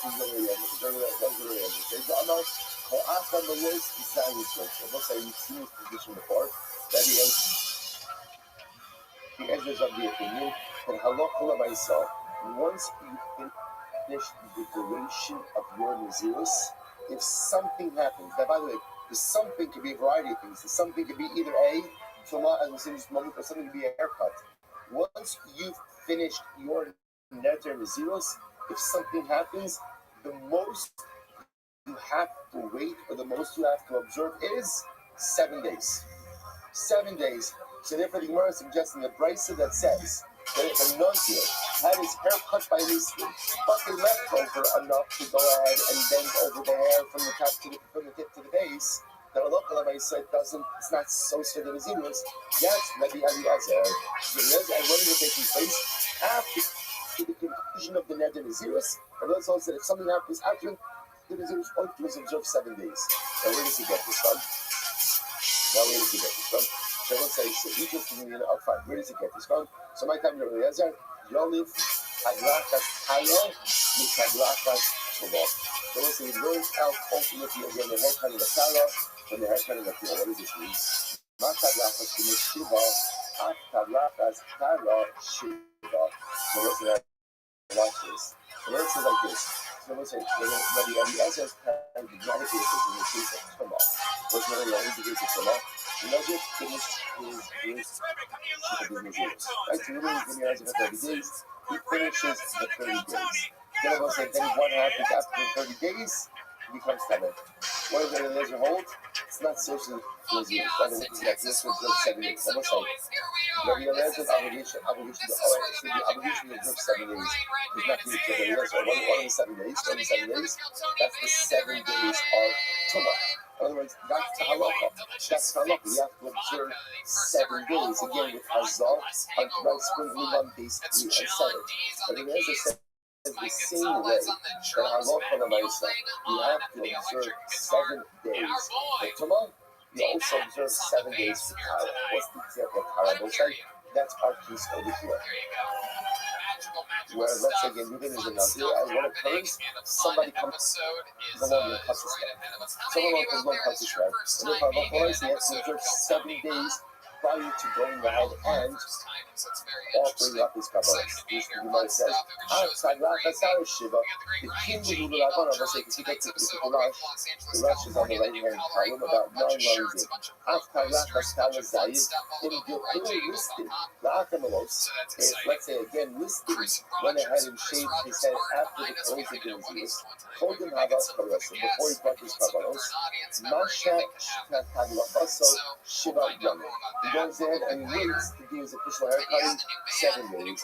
The king of the Rabban and the Rabban have established Kozayin Yom Asya Mazya to the Makos Roshal Litara. As I felt, there was over the course of 7 days, there's going to be enough hair growth, but the hair will grow long enough to allow the tip to touch the face. So I was like, very interesting. So I love myself assuming over here that this entire thing is reflective of the view of Rabbi Eliezer, which we'll talk about how I myself, but a very important here. There's the opinion. Once you close out your mechanism, when you say close out, that means once you've observed the requisite time, and the only thing you have left is what? Is the offering of the karbanos. The most you can lose is 7 days. So if you become Tamei, 7 days. Somebody cuts your hair, 7 days. Well, essentially, according to Eliezer, is once you've observed the actual duration, that's locked in. The only thing that can happen is a delay of to when you're able to offer up your concluding karbanos. Incredible. What's this? We're going to see whether or not you trust me after I lock the device just a little bit. I'll take you a little bit next to the community. So what says this how? Nazir should be locked in the time and resort Ocean System Coast. What's number again? What else do you establish in the struct? When it comes to hair cutting, however you're cutting your hair, you are going to be tight. So whether it is scissors, razor, or plucking out hair by hand, you are going to be tight. Then you can run a like Torres's razor. Torres's razor. Like the bunch of things. All you made Neder Yisrael, Tar Lo Ya'avor Al Rosha. So that's the puzzle. All the days of the Naziris, a razor should not come upon his head. Ad Milos Hagoya should never find. So the Torah just says, so Torah Van Tar, Eli Alakah, every know that knows you can use a razor. Talash, Mira, 6 say Kosher Minai. So let's say, how do I know Talash? It's the ability against the Polat. So let's say, if you look by the way outside, the Rush actually finds these. The Rush says, Talash, Mira, she says to Rosa, they all kind of sound synonymous. They all sound like a pulling out by hand. So the Rush says, Talash, Biad, the Talash means to pull out by hand. Mira, the sound. So let's say, Mira, it refers to a hair removal with a depilatory. Go for a cream of some sort, like so it's very interesting. So it seems to be, according to the Rush, Halash means pulling out by hand, but not necessarily the entire hair. maybe just part of the hair. Let me do the bookends. As opposed to shifsut, which means pulling out the entire hair. Mirate refers to hair removal with the depilatory. Okay, fine. One thing I will say is, I don't know, it's always talking about razor. How do I know that even if halacha l'maisa again, to remove the hair, full hair by hand, part of the hair by hand, to remove hair with the depilatory, you're chayav as well. However, the passage says, Kadosh, yes, Gadol Paras Se'ara Shel. So we'll say the passage says, Kadosh, yes, it will be sanctified. It will be sanctified. Gadol Paras Se'ara Shel. Literally again, the growth of his hair. So the fact that the growth of the hair is Kadosh, you must understand the Mitzvah. So it's telling you that you cannot remove that hair with anything. With anything. In Rabbi Yoshe, we'll say these are Rabbi Yoshe. So Moshe, just want to point out, so first drasha, this is also one of these interesting drashas where once again, no one is arguing on the result, on the execution. What they're arguing about is how do we get it. So Moshe says like this, Torah tells me Nazir can't use a razor. How do I know that Nazir can't use other forms of hair removal? The fact that the hair is consecrated character is holy, that tells you you cannot remove it anyway. Fine, Rabbi Yonasan says, Pasuk says, Razor, in the Elakai, I am your razor, nearly, Halash, Sipsik, Koshu, Potter. Oh, okay. Rabbi Yonasan says, God tells you, as Ali will explain his razor, but if you go and you pull out a hair, right, they will say again, by hand, part of the hair, or the whole hair, depilatory, your potter, so you use a razor. I have a hot sip, kadosh, but the pasuk says, that the hair growth of the nose should be kadosh. We'll say, what does it mean?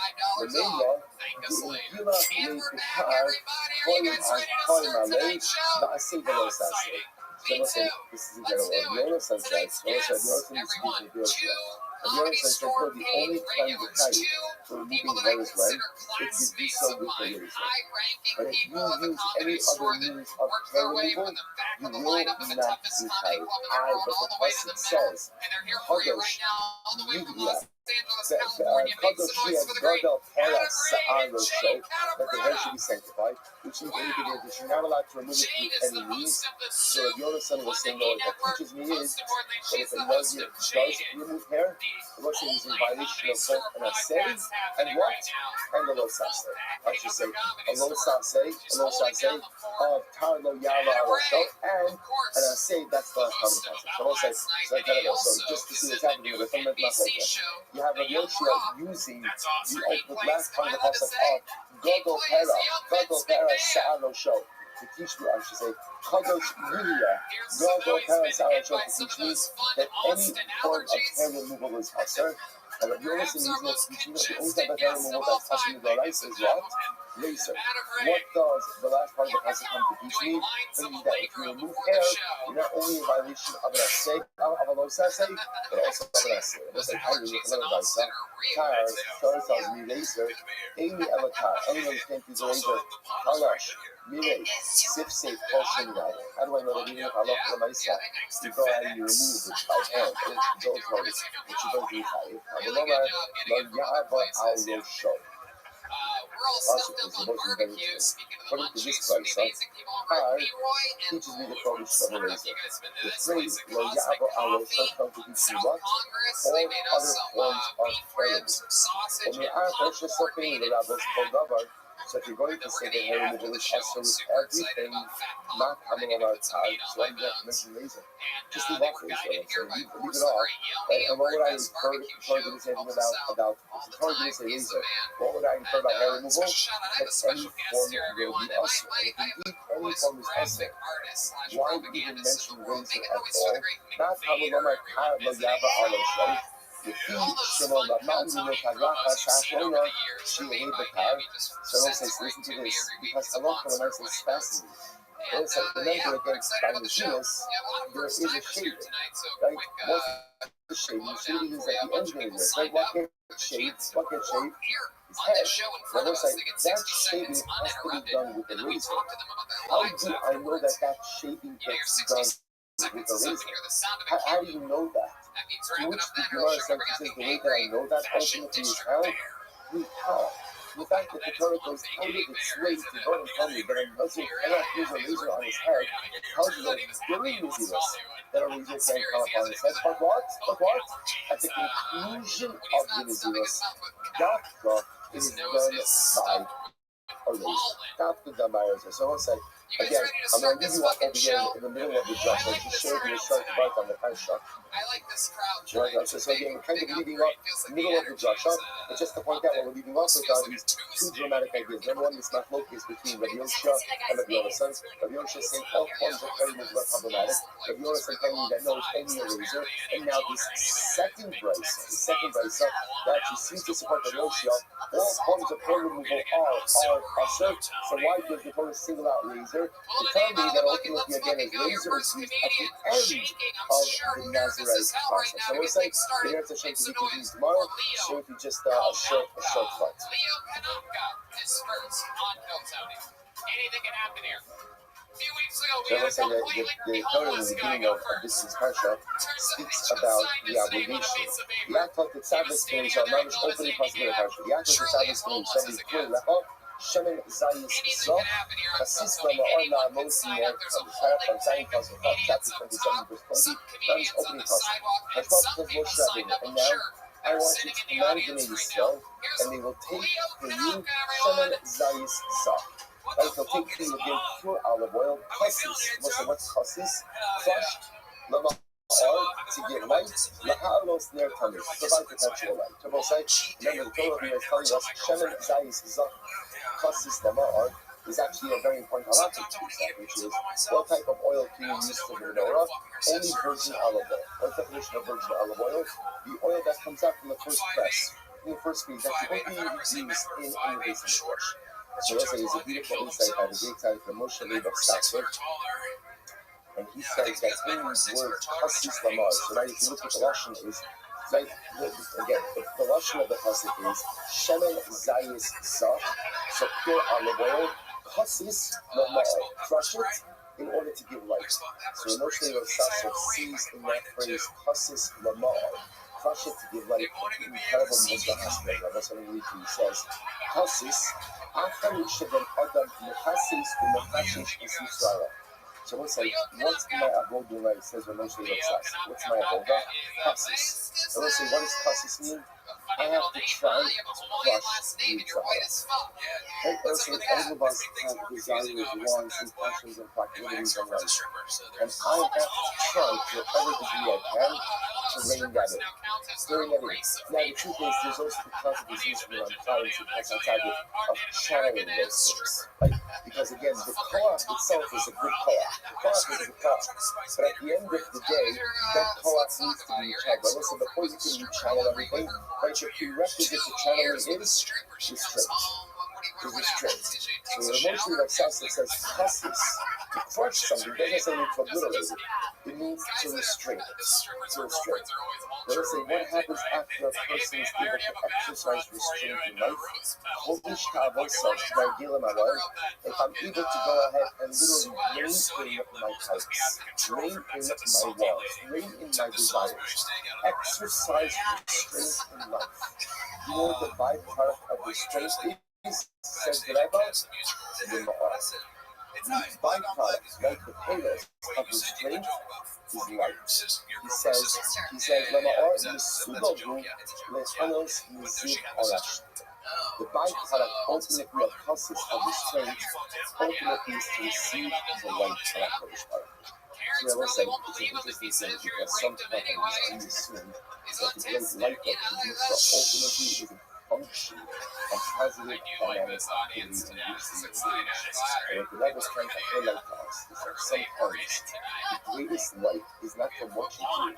The greatest light is to exercise restraint in the hardest areas of life. Whether it's restraint in what you do, in what you look at, restraint in what you say, restraint in how we put it out. Chasis. In a person, if I work on myself and try to hold back on doing something that I so badly desire to do, if I live a life of chasis, ultimately, I will be so from Hashem, the beautiful life that I can find in and listen to chance. God, that is incredible. How long has she been giving you this fucking stripper per diem? Yeah. I think it's called Perennial. Right? Wow, how long have you been getting this fucking whore alimony for? Talk about it. All right, Jamal, say good morning, good morning, good morning. So what else? Wow, that's so cool. It is Baruch Hashem to be able to learn the daf together from the holy city of Tzfas at Baruch Hashem. It's incredible because we've been here a long time, considering the number of things that we've done. Hashem Rabbi Akiva, the Ramchal, Hashem Teshuvah Mikvah, That's incredible. the Arizal, and now Baruch Hashem, they get to wake up in this beautifully holy city and now begin to learn that this Baruch was Torah together. Such a dramatic day. So we also have the great schus today to begin Parak Test Zayin. Sorry, Parak Sheni, the second Parak of try that again. The third Parak of Mesechus Nazir. Sorry, okay, a little bit off with my timing. Daf Test Zayin. Daf Test Zayin. Daf Test Zayin. So let's begin the Mishnah. And really, just what a schus it is to be able to learn Torah's Am Yisrael in Eretz Yisrael. It's like the perfect convergence of multiple universes of Kedusha coming together. Let's begin. Misham Hareini Nazir. Person says, I'm going to be a Nazir. Megaleach Yom Shloshim Ve'echad. Ultimately, again, that's the thing, okay. So Misham Hareini Nazir. Person who says, I'm a Nazir.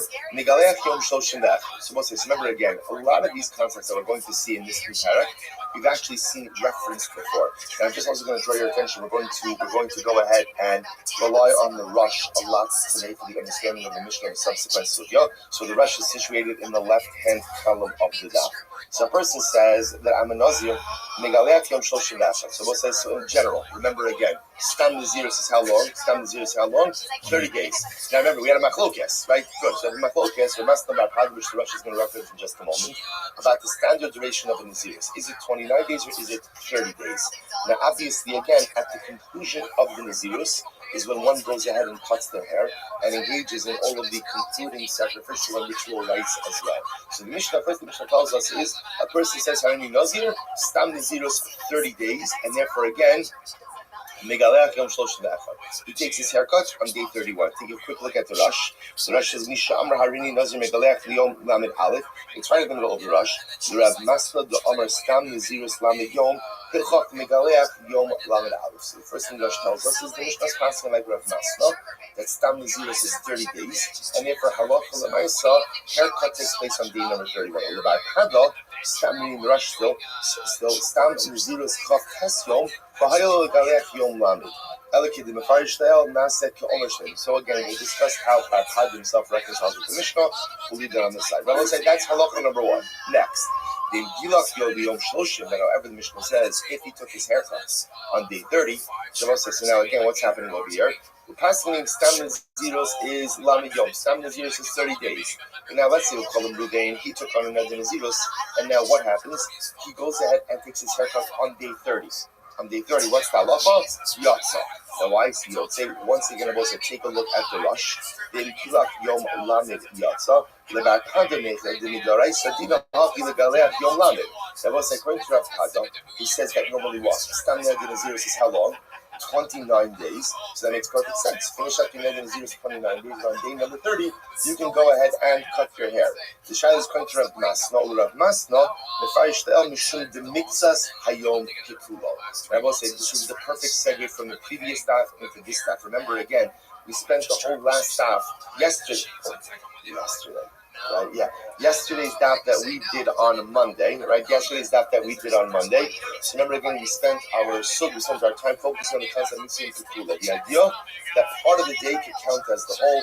Remember again, we developed that idea halachically and hashkafically to point out a concept that one day could potentially have a dual identity. So here's what's interesting. So the Mishnah says, if you went ahead and you shaved, you went and you took your haircut on day number 30, ultimately, again, it could work.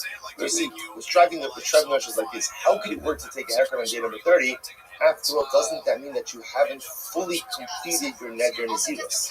But since we hold miktis and kegulo, part of the day counts as the whole. Therefore, as long as you observed part of day 30 as your neder nezirus, you're good to go. You're good to go. Good. Let's go back there. So if you have shloshim, so the Gemara, the Mishnah goes right. Harini nazir shloshim yom.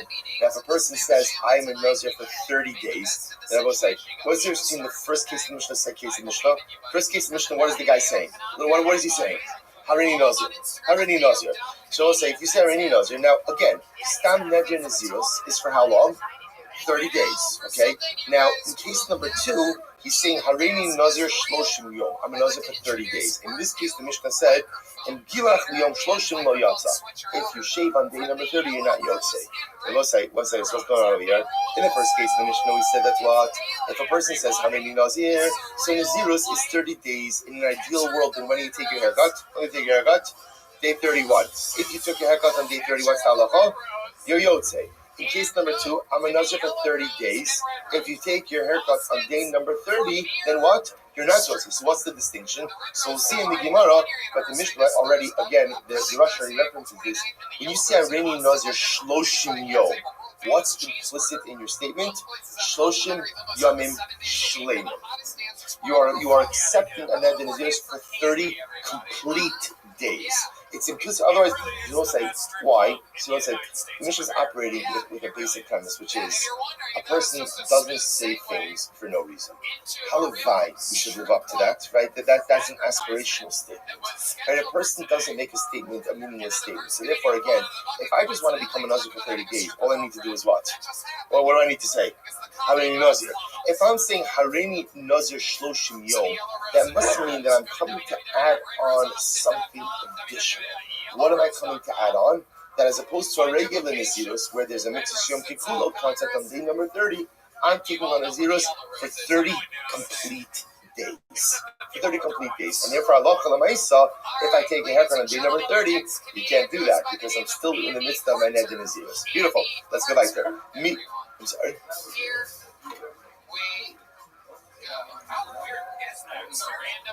Oh, good. Excellent. Hold on to that. Hold on. See, Chavi, see what happens when you, right when that, right, is that, no, I'm telling you, we're just talking about this. There's such a different dynamic in that also, like we do it normally, like first thing in the morning, it's 5:45. Here, again, after all the sleep everyone got last night, everyone's well rested. Again, different energy, beautiful. We'll say, I just also want to point out, remember, it's only our first full day in the Afrikalo. But part of what we're also going to do is learning is not just going to be like the daf Sharm in the morning. When we go to breakfast, we have more opportunity to talk about the daf. We have a whole package that Amirat Hashem we're going to learn. So it's going to be beautiful. Good. So let's go back there. What?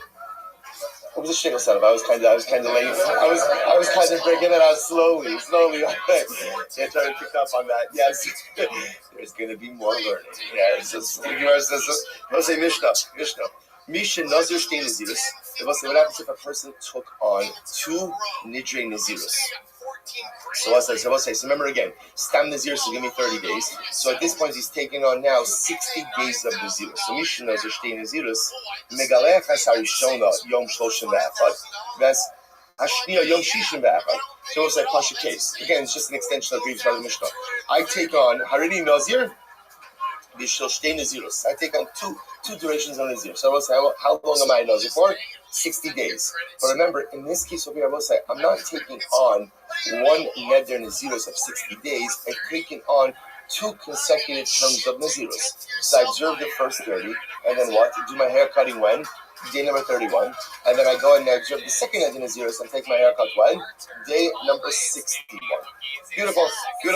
In Gilach HaSarishon Yom Shloshim, I will say, now again, it's just an extension of the first part of the Mishnah. If I take my haircut for my first Neder Nazirus on day number 30, now, why am I allowed to, once again, I will say Chazara, why am I allowed to take my haircut on day 30? Why? Mixes Yom Kikulo, right? Because remember, again, there's a case of Harini Nazir, not a case of Harini Nazir Shloshim Yom. So if I take my haircut on day number 30, so ultimately, I will say, that's fine.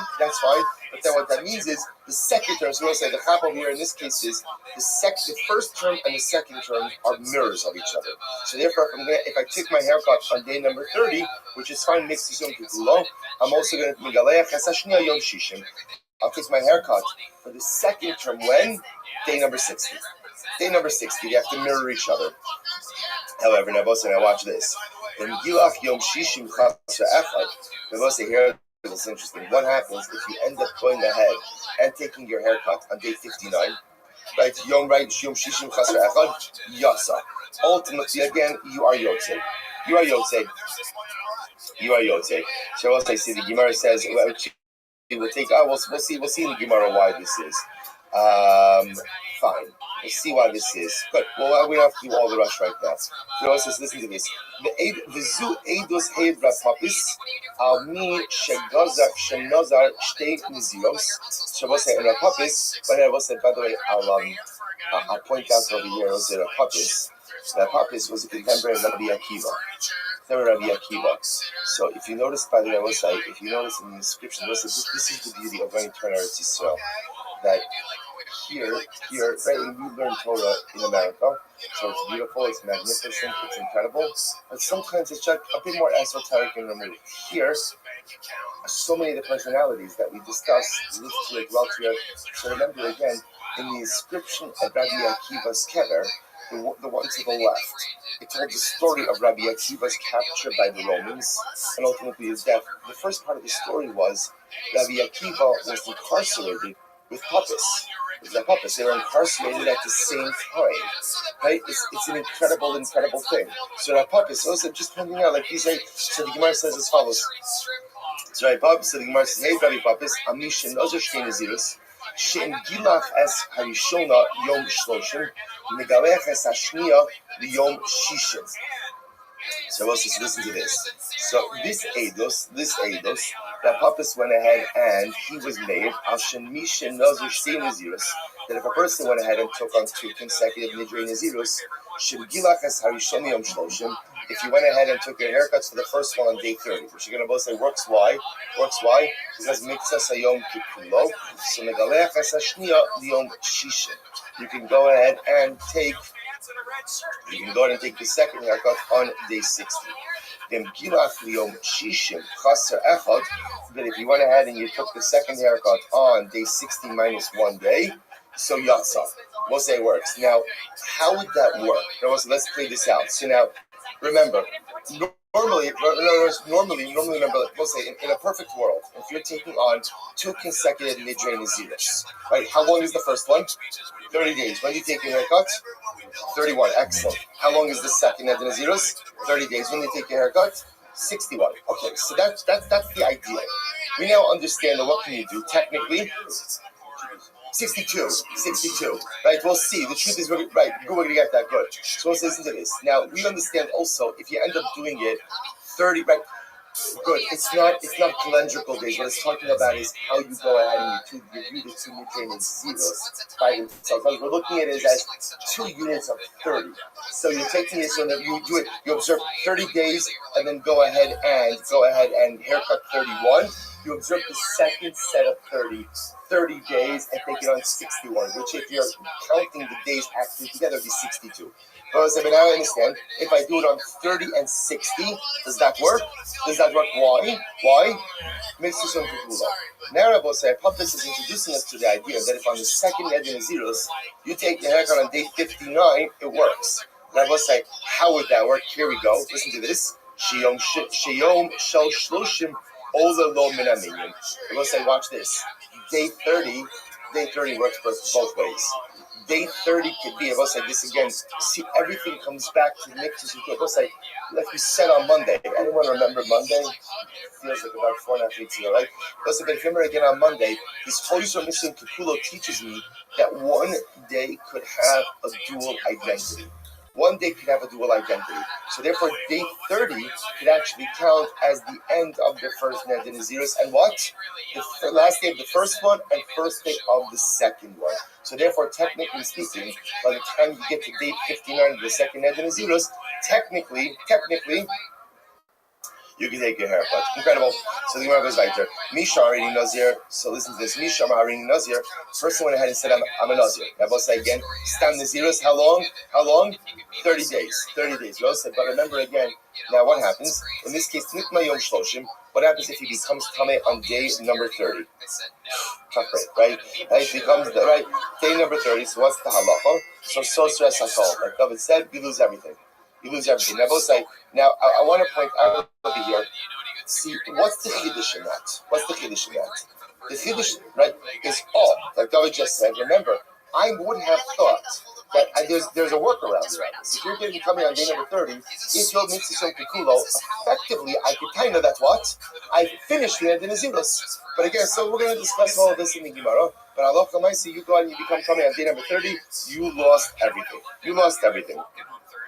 So the Gemara says, Rabbi Eliezer says as follows. I will say, just take a quick look at the Rush for just a moment. It's actually not so far if you go right across from the Mishnah to the Rush.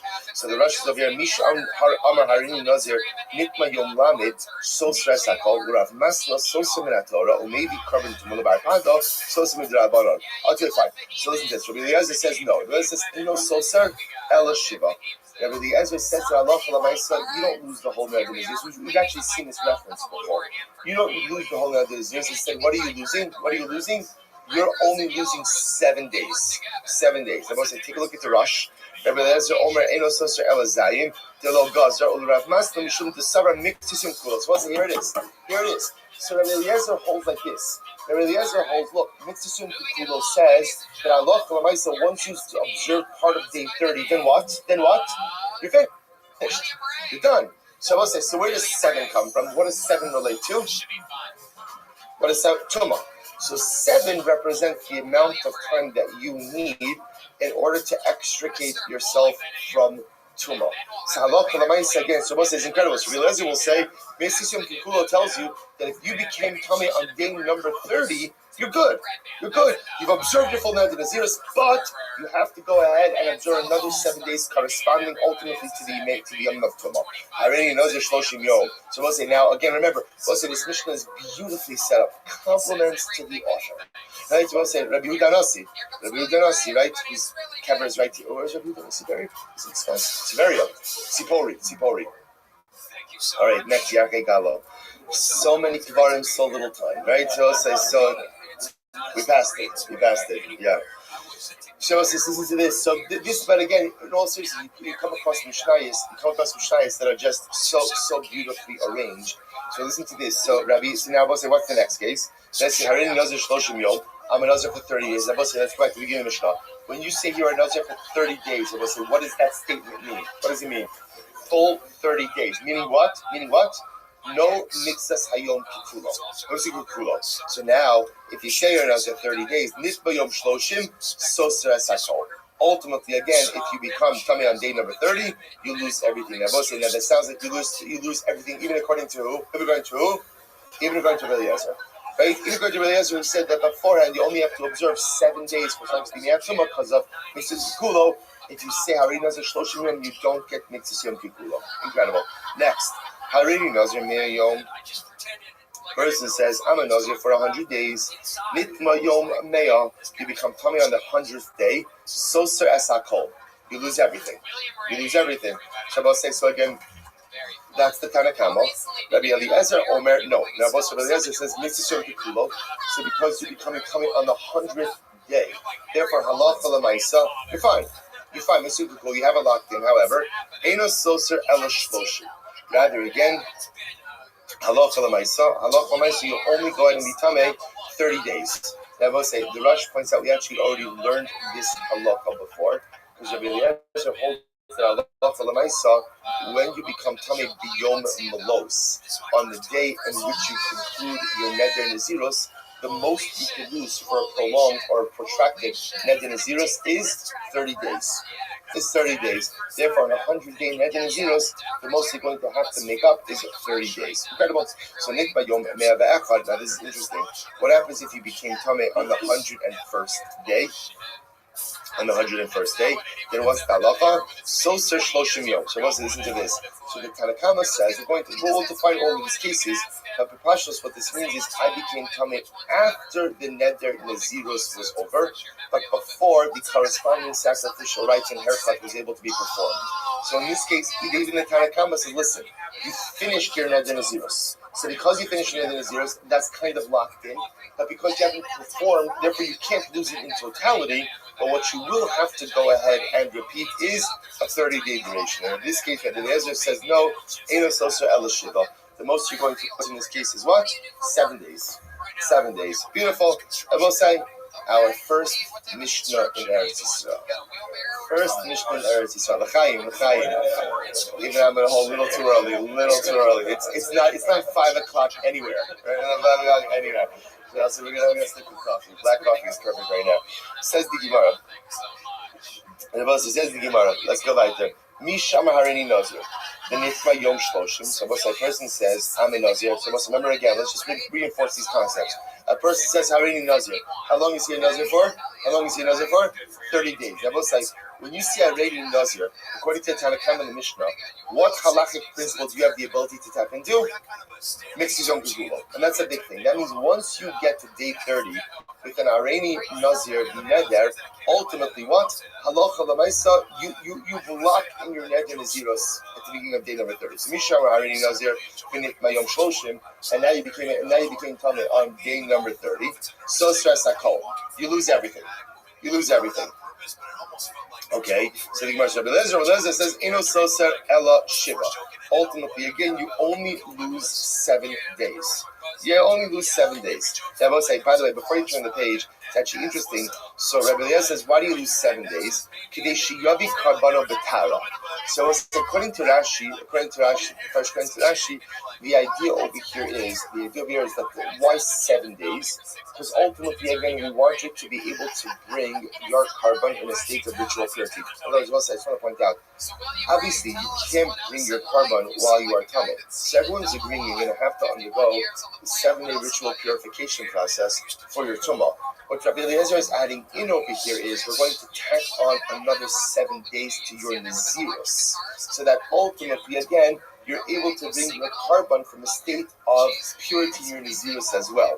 So the Gemara goes right. Fine. Rabbi Eliezer, you only lose 7 days. How many days? Rabbi Eliezer holds. Kol achar malos shiva sosa. Okay, so let's say here it is. So Rabbi Eliezer holds like this. See, Rabbi Eliezer is holding mitzas hayom kikulo. That's what he's holding. So it's interesting. Therefore, what? Once you get to day 30, halachically, it's like what? You're done. So according to Rabbi Eliezer, what we're looking at over here is when a guy becomes tameh on day number 30. What we're effectively looking at is a guy who has become tameh after the conclusion of his neder nazirus. That's effectively what we're looking at over here. So listen, any time you become tameh after the conclusion of your neder nazirus, the most you lose out on is 7 days. 7 days. Now, the truth is, that might not be true. In other words, we're going to see in 100-day nazirus it's more, but he means just in a stam neder nazirus. Fine. So, I'm sorry? Why lose? Oh, so good. We're going to see his svara. The truth is, we actually already saw his svara. So Darshan Psukim, we're going to see it again in Meretz Hashem. So the Gemara says this: Harini Nazir Shloshim Yom. So almost the second line. It's the 10th days, 16b. Second line from the top. Harini Nazir Shloshim Yom. B'nitma Yom Shloshim. Person says, I'm a Nazir for 30 days. And then someone says, now remember again, this is a different case. In this case, he's explicitly articulating the duration of the neder nazirus. I am a Nazir now for 30 days. I am a Nazir Shloshim Yom. B'nitma Yom Shloshim. And now he becomes a Nazir on 30 days. Soser es hakol. Ultimately, again, he loses everything. Now, both say, according to the Tanakh, why does he lose everything? Right? Why does he lose everything? Because, again, he said shleimim. Right? 30 days. So, yeah, in this case, lo palag Rabbi Eliezer. I will say, why doesn't Rabbi Eliezer argue in this case? I will say, at the end of the day, why doesn't he argue? The Amr Shleim. Okay, so a little bit anticlimactic because Rashi already told us this, right? But Lamaisa, what's the case? We'll say when a person says Harini Nazir Shloshim, what is he really saying? Harini, the articulation of the neder is Harini Nazir Shloshim Yom. Ultimately, again, once I'm a Nazir for 30 complete days. Once he makes that articulation, then halacha l'maisa again, the Nazirus goes on 30 complete days. Even according to Eliezer, and even Eliezer will say, therefore halacha l'maisa, if you become Tameh on day number 30, you go ahead and you lose the entire thing. Incredible. Harini Nazir Me'ayom. Next case, you'll say, person says, I'm a Nazir for 100 days, and he becomes Tameh on the 100th day, Soser as Hakol. He loses everything. Rabbi Lezer Omer Eno Soser Ela Shloshim. Right? Rabbi Lezer says, you only go ahead and lose 30 days. The Gemara says, "V'kula that kedavin on ba'ali but the barpada v'rav masna." I will say the Gemara says we already learned this discussion, and this entire Gemara was already the entire discussion between barpada and Rav Masna. Remember again, when I called this barpada and Rav Masna, ultimately again was the machlokas about whether or not the stam net in Nazirus is 29 days versus 30 days. The Gemara says we don't have to rehash that entire discussion. So I will say, so just to please get into this sugya. So again, just to highlight what we're walking away with over here. So first of all, reinforcing the idea that we pass like Rav Masna, namely, stam net in Nazirus is going to be for a duration of 30 days. Ideally, in an ideal world, you would Nazir for 30 days. When do you haircut? Using it as a verb. When do you haircut? Day 31. If you haircut on day 30, what's the halacha? It works. Why? Mitzvah Kikulo. The only exception to that rule will be if you say Hareini Nazir Shloshim Yomim Shleimim. If you say that, then what? Then you are Nazir for a complete 30 days, and because of that halacha l'maisa, you can't haircut on day 30 in that case. Furthermore, again, even according to Eliezer, if you were to become tameh on that day 30, what would happen? Halacha l'maisa, what would happen? You lose everything. You lose everything in that because, again, here you were supposed to be articulated 30 complete days. And don't you miss it. Correct. And we're going to get into this. Remember, I will say, good. Coffee is coffee. It's perfect. Right? You know what I'm saying? Yeah, no, it's perfect. No, it's perfect. Everything there is perfect. Everything there is perfect. So let's say, I'll just point out is, remember, we've been doing this long enough to also know that the way these sugis are going, we have not learned about the haircut of the Nazir, or for that matter, again, the completing rituals of the rituals, of the Nazir. So again, remember, we're referencing all these things, and obviously we see it spelled out in the coming years. Okay, Rabbi saying, new Mishnah. Here we go. Oh, so the Gemara says also in the previous session, also mentioned that in the Shemim also 500. Right? No, not over here. Not over here. See this whole discussion. Yeah, we'll see. We're going to come back to the case of honor. We're not finished that yet as well. Says the Mishnah. Mishnah Nazir. Go base Akbar. Here we go. It's an interesting case. Here's the case. A guy is in the cemetery. He's in the cemetery, right? It's okay. Good. It's just beautiful. Good. So inspired. Hareini Nazir. Right? Hareini Nazir, right? People took on a lot of Kabbalahs last night. You know? So what happens? So I'm just pointing out. So he comes out. So you should Nazir based Akbaros. So now, halacha l'maisa, somebody took on a neder Nazirus, but he's in the cemetery. So now watch this. Even if he's in the cemetery 30 days. Some people like Kvarm, right? They like Kvarm. So he was in the cemetery for 30 days. So what's the halacha? Ultimately, again, those 30 days do not count towards his neder Nazirus. Now, the truth is, it's obvious that they don't count towards his neder Nazirus. We'll see exactly what the Gemara trying to highlight. Here's the chag. Ve'eno may be carbon tumah. So we'll say that's really what's happening over here. In other words, what the Mishnah teaching is as follows: when a guy goes ahead and says Hareini Nazir, and he's standing in the cemetery, essentially, we'll say there are two ways to look at this. Right? Possibility one is he's a Nazir. And what else? He's instantaneously tameh. So now he became a Nazir and he also became tameh. And therefore, Allah he has to bring a carbon tumah. So first of all, he destroys the days observed, which is really irrelevant. Why? Because he hasn't observed anything. But the real chap would be is that maybe he has to bring a carbon tumah. What the Mishnah is essentially teaching me is that no, when a person says Hareini Nazir and he's standing in a cemetery, essentially what it is a delayed acceptance. In other words, You've taken the vow, you've taken the neder, but Lamaisa, the neder doesn't really devolve upon you until when? Until now, it's not really even right. It's not really even until you leave the cemetery, because even once you leave the cemetery, your problems aren't over. Remember again, you leave the cemetery, you're tummy. So really, it's going to be the neder and Nazirus really devolves upon you when you depart the cemetery plus 7. Plus 7, that's the Imetara. So the idea that the Mishnah is teaching you over here is that you might have thought that when you become a Nazir in a cemetery, you are a Nazir immediately.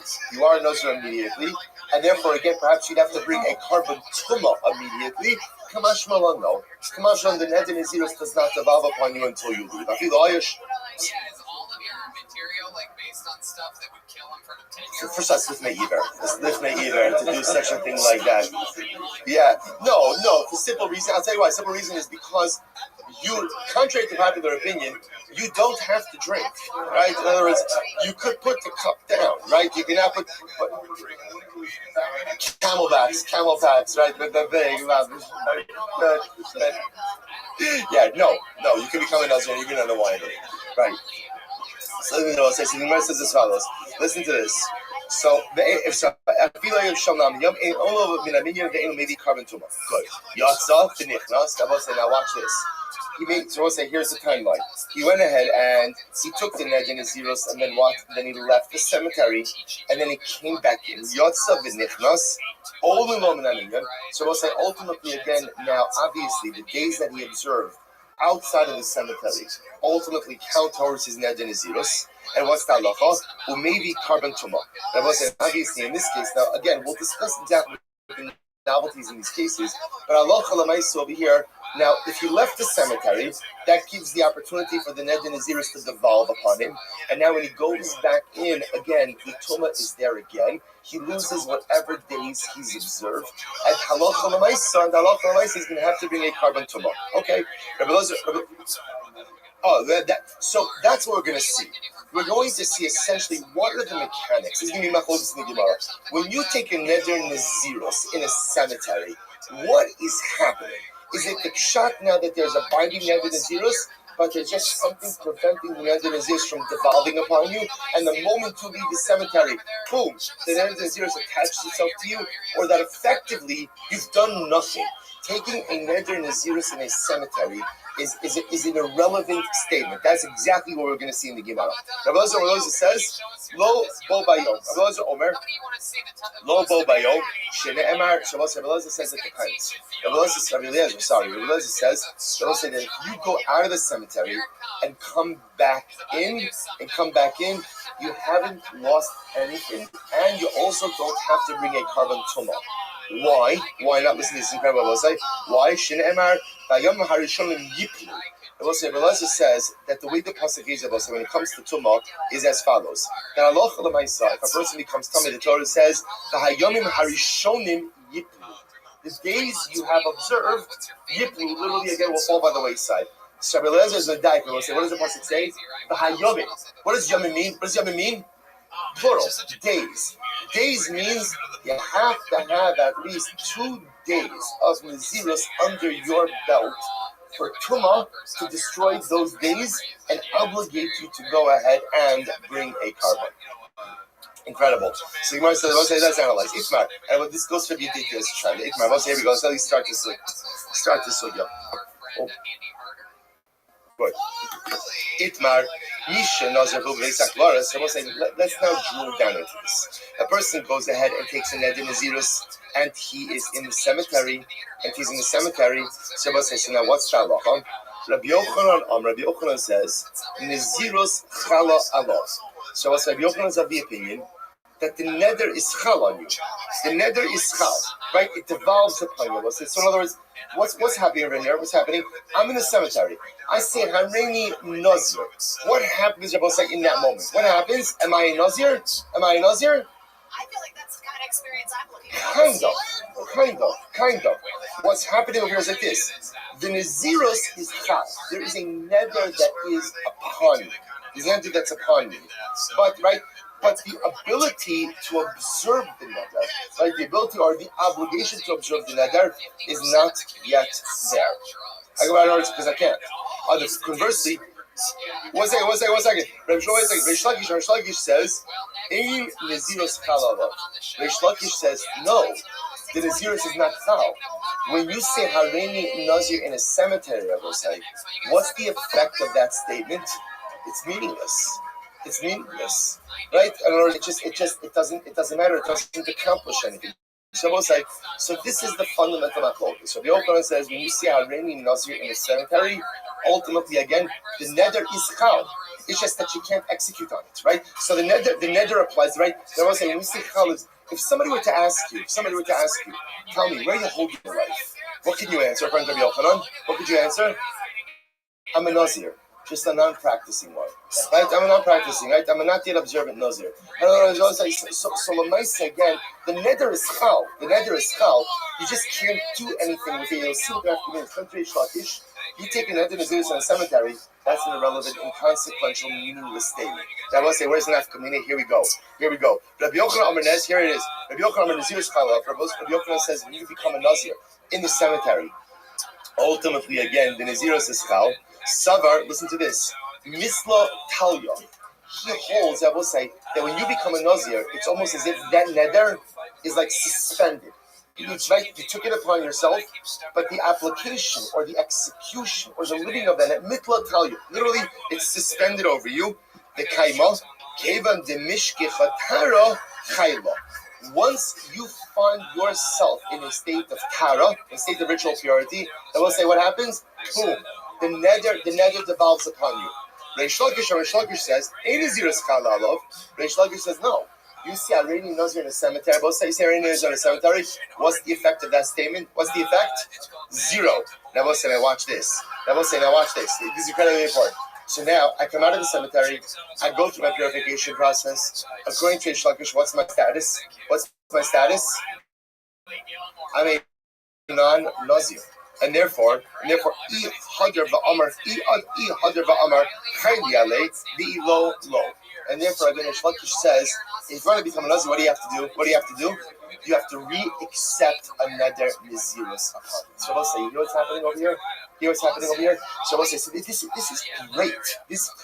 Even if we had to get back on the plane right now, first getting some additional coffee, right away. So I say, listen to this. I'm standing in a cemetery. I see Hareini Nazir. So what's happened? Rabbi Yochanan says, you're a Nazir. You just can't practice your Naziris. But that neder is a part. In other words, you've made a binding neder. You've made a binding promise to be a Nazir. You just can't observe that neder because of circumstantial realities. But the moment your circumstances change and the ability to observe a neder Naziris is there, you are a Nazir. Do you have to do anything else to accept that neder Naziris upon yourself? Zero. All you need is your circumstances to change, and ultimately, again, you're a Nazir. Reish Lakish says, what are you talking about?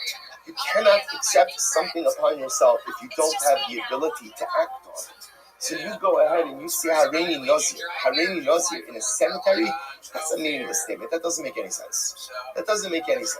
Right? So we'll say, that doesn't make any sense. And therefore, again, once you become tahar, if you want to be a Nazir, you want to practice Nazir, what do you have to do? You have to accept it upon yourself again. If your circumstances don't allow for the performance of the neder, then the verbal articulation of the neder is absolutely meaningless. So if you want to become a Nazir again, if you want to be a Nazir after you are purified, you can do that, but you would have to make another Kabbalah. Also, I'll just point out that even if you think about this machlokes hashkafically, it's so profound. What are they arguing about? Listen to this. What are they arguing about? Listen, so Reish Lakish is saying like this. Reish Lakish is saying, if you say you're going to do something, but you don't do anything, right? You accept that, this is what I'm going to be. But you don't perform. What does Reish Lakish say? Meaningless.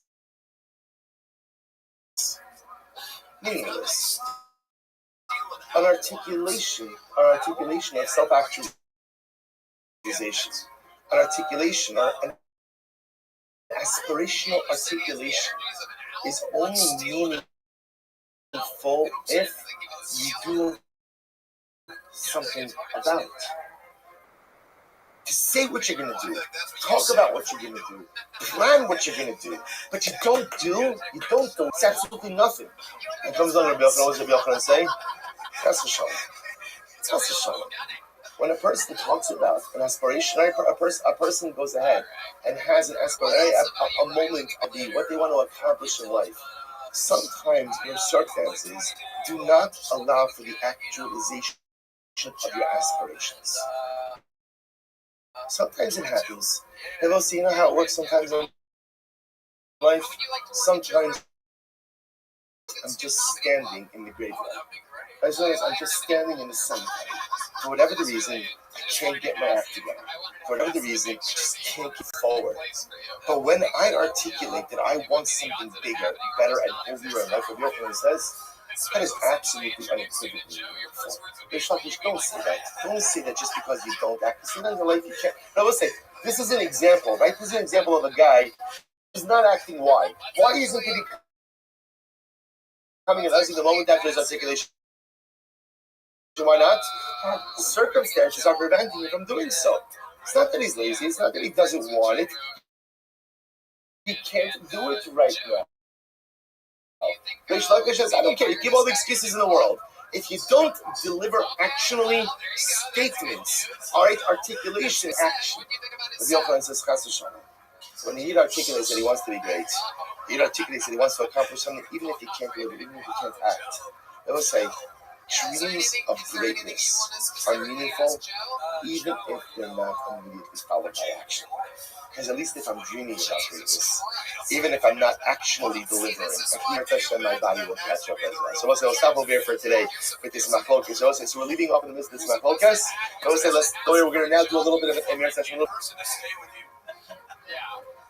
like Joe love it when people play the long game. Good morning, beautiful, beautiful daf ahead of us today. Begin by thanking all of our sponsors, thanking our Torah sponsors for the month of Teves. I've seen you around. Thank you, Daf Yomi Shir, for dedicating Overshim and Drushes this month in memory of Mr. Milton Margaret Mordechai Duncan, our Falak Windsor from the Bracha. To thank the Elbaum Mishpacha for dedicating Overshim and Drushes this month in commemoration of the yard site of Cherry Elbaum, Yaakov couple, Ben Rav Abram Menachem. We hope that in the merit of our Talmud Torah, the Neshamas will have an Aliyah and the families in Nechama. And let's say with that, let us begin. So today's daf is Pei Hey 85, and we are picking up in Meretz Hashem at 2 dots. Right, thank you. 2 dots on 84b, 2 dots on Pei Dalit on the base. So let's go. Says the Gemara. So we are now 2, 4, 6, 8, 9, 10. And then the Mishnah said, Kohanim will reveal manually. Let's remember again, we have 2 pieces in the Mishnah. Case number 1, Rachel's might be revealed. So Rachel says, or it doesn't have to be Rachel, it can actually be anyone. First it says, Kohanim will reveal manually. I remember making that up, and everything Kohanim will reveal from the day and benefit from me. Okay, you can try to talk about that. What is the key in terms of Shumas and Niceness? So the Mishnah says, in that case, Yitlu al-Farfa. Ultimately, against Haman, we have the ability to take Shuma nicer against the will of the vower. Against the will of the vower. So that's case 1. Case 2, the Mishnah says, Case 2 is Kohanim Elu will be an Elu. Case 2 is where the Mishnah says, the vower says, these particular Kohanim, or these particular Elu, cannot take Shuma and nicer. Then what's the halacha? So we must even enemy, you block it. So those specified Kohanim and Leviim cannot take Shuma and nicer, but other Kohanim and Leviim absolutely fine. So it's a says Alma, what is he doing? That was like, we spoke about this yesterday already, but a quick remember again, the idea of this when it comes to Shuma and nicer. Obviously, I'm the Jewish farmer, I'm in Israel. I set that up Shuma and nicer. Who does the Shuma and nicer belong to? Who does it belong to? Kohanim and Leviim. All of you. Now, granted, my series technically speaking himself well, let's just work the idea amongst Kohanim and Leviim. So as Yisrael, what rights do I have in this province? What rights? I have what's called Tovas Hana. Tovas Hana means I have the right to decide who to give it to. That is the right. So it's not here we go. Says the Gemara. Allah, Tovas Hana in a mouth. I will say, now let's analyze this.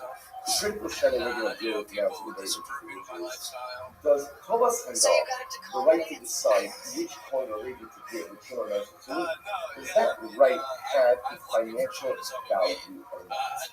Now, the Gemara says just out. We're going to see why that's very important for a little bit. So it's analyze. Case number one, I make a nether. My nether is no coin or you can get any benefit from. That's the nether. So what's that?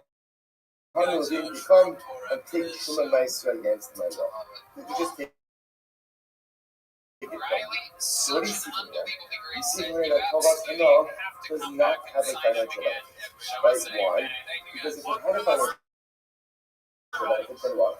Then when Hana will be shot to get human maestro, what are they doing? What are they doing? They're getting Hana. They're getting Hana. It's factory right, but it is right without financial value. So the Gemara says, Allah, Tovas is the last part of this. What the last part of this will say? If my nether was I mean the Kohan, right? So Aaron Nether Ben Avihu cannot get Hana from me. Right? Moshe, Eliezer and Gershom can't get, those of you can't get any Hana from me. If I name them, then what's that level? You will hate it. Then the other Kohan, other than the name Kohan, other than the name Reveal, can go and take from the Celestial. What do you see from there? About a honey low. But the named Kohan didn't care. So what do you see from here? Amma, Tovas Hana Amam. That was like the fact that the named Kohan and Reveal cannot take the human nature. What does that indicate? What does that indicate?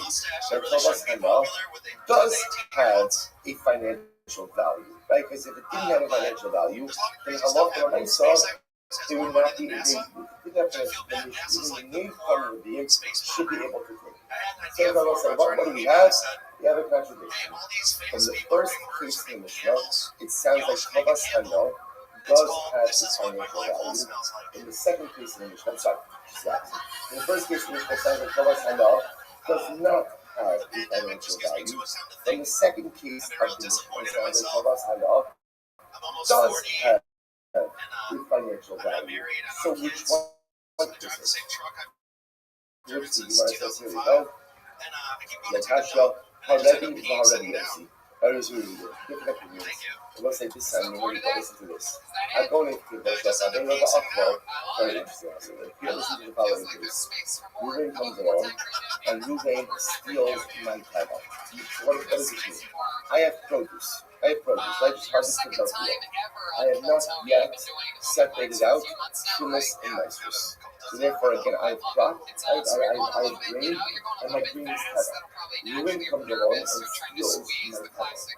Here's my cattle. Then let's just say, what's the shayla? So now the question is, now you consumed the cattle. You consumed all of my grain. Now, Ruvain wants to be about Shiva. So he comes along now and he wants to go out and compensate me for that. So what's the shayla? What's the shayla? What does he have to pay? So listen to this. The shayla low, he may give low, he may let him. So Rabbi says, look, what does he have to pay me? He has to pay me the value of the cattle. I will say, now what's the value of the cattle? So the question of value of the cattle means everything. Like everything, the entire value of that crop. The entire value of that crop. I will say, the question what that means is the cattle, and also whatever the Guinness and the Nitrous were inside of that as well. We'll find just a moment. So they're ready. So you also do the owner, and we're showing out the creation. You also read this is the minimum. What is you going to have to do about it?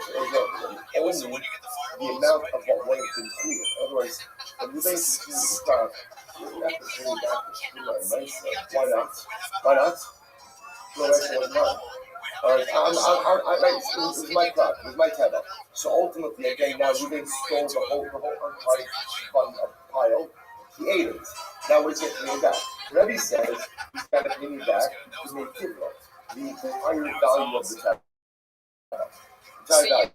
So Rabbi Yossi Yehuda says, no, you're listening that the chulin. Why? Because the Lisa, again, the Truma and Lisa wasn't mine. So I hear that the paying back for something that's not mine. Truma didn't belong to me. Truma belongs to the Karmel Levine. Now we're not going to have to do that kind of review either. Why not? Why not? Because the Lisa, this is called Mama and let's say Mother Ladies who can claim that women cause them to be back. Because of that, there's no claim, and therefore again, that's a great. And the Lisa, also we do this thing is, he doesn't have to bring the value of the entire product that he stole, only the amount of food that would have been in it, and that represents my portion. And I love Alchemy. So what are you arguing about? What are you arguing about? The back of Pei, here we go. Back of Pei,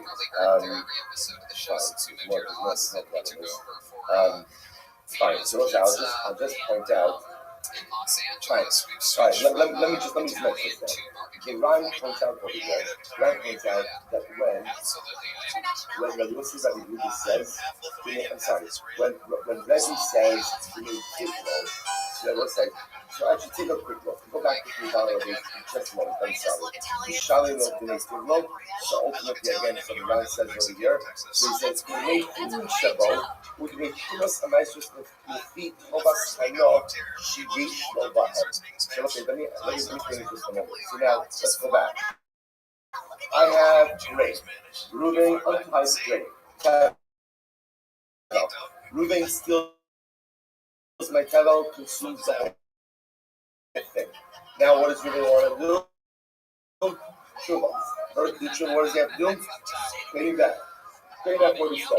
What's left over? What does he have to pay back? So let's work backwards. But Yosef Yehuda says the only thing he has to pay me back is the fooling that was in the grain. The part I couldn't consume, that's the part I couldn't eat, and that's what he has to pay me back.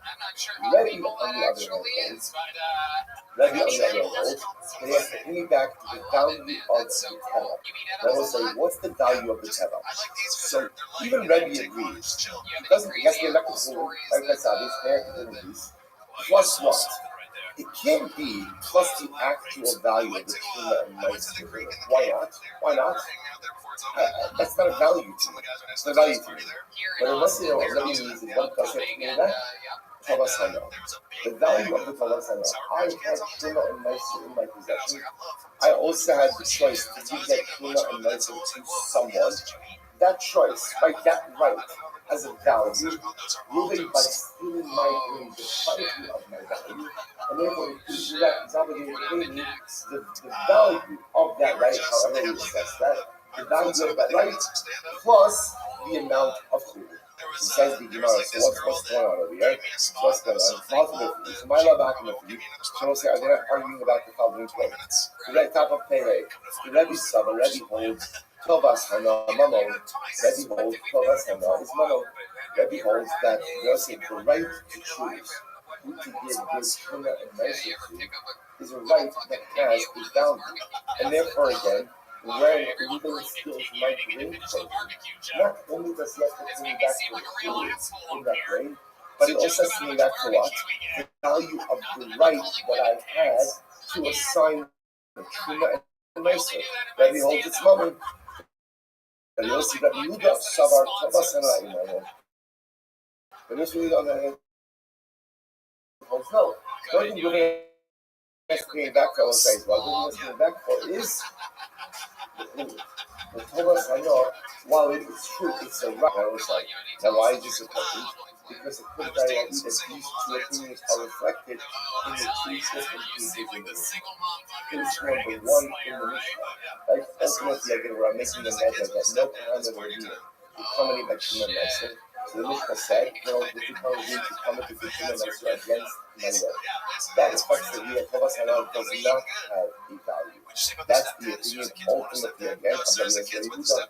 Whereas the second piece in the Mishnah, where it says that I make a measure, certain Kohanim will be in can't come, and by Shema Meiser, that those named Kohanim can't, but others can. That reflects the view of Rabbi Yossi, that Tovas Hana does have a value. What's the fundamental focus? Which was low. Not true. In fact, everyone agrees that's Basara. So they say, I just want to point out, everyone is agreeing that there is a right that exists. Like, what's my right? What's my right? My right is the small farmers to determine who gets my truma and who gets my best. But the one suggesting is right now, everyone agrees that that is right does not have a monetary value. The monetary value. Right? So, Kuyama, Kamasara, Inamama. That's what's the matter, yes? This is very interesting. And the Hafa, the Matanos, Shalom, Renu, Kanafi. So let's hear this interesting. My focus of here is when you have produce from which Shuma and Maisa is not accepted. What does this mean? Also, take a look at the line. Line is on the left hand side. This particular line is 3 lines up on top. I'm going to show them what it means. Today, Rabbi holds Kevin Shlov, when the Shemos and Maisros, Havilu Kifun, Shabbat, the last Kili, Shmon Daniel. It was a Rabbi says the opinion that before Shuma and Maisro has been separated, it's Chulin. The whole thing is Chulin. And that's why I will say Rabbi holds that the Reuben steals my pile of wheat and consumes the whole thing. What is the obligation of that? You know what you're getting back for?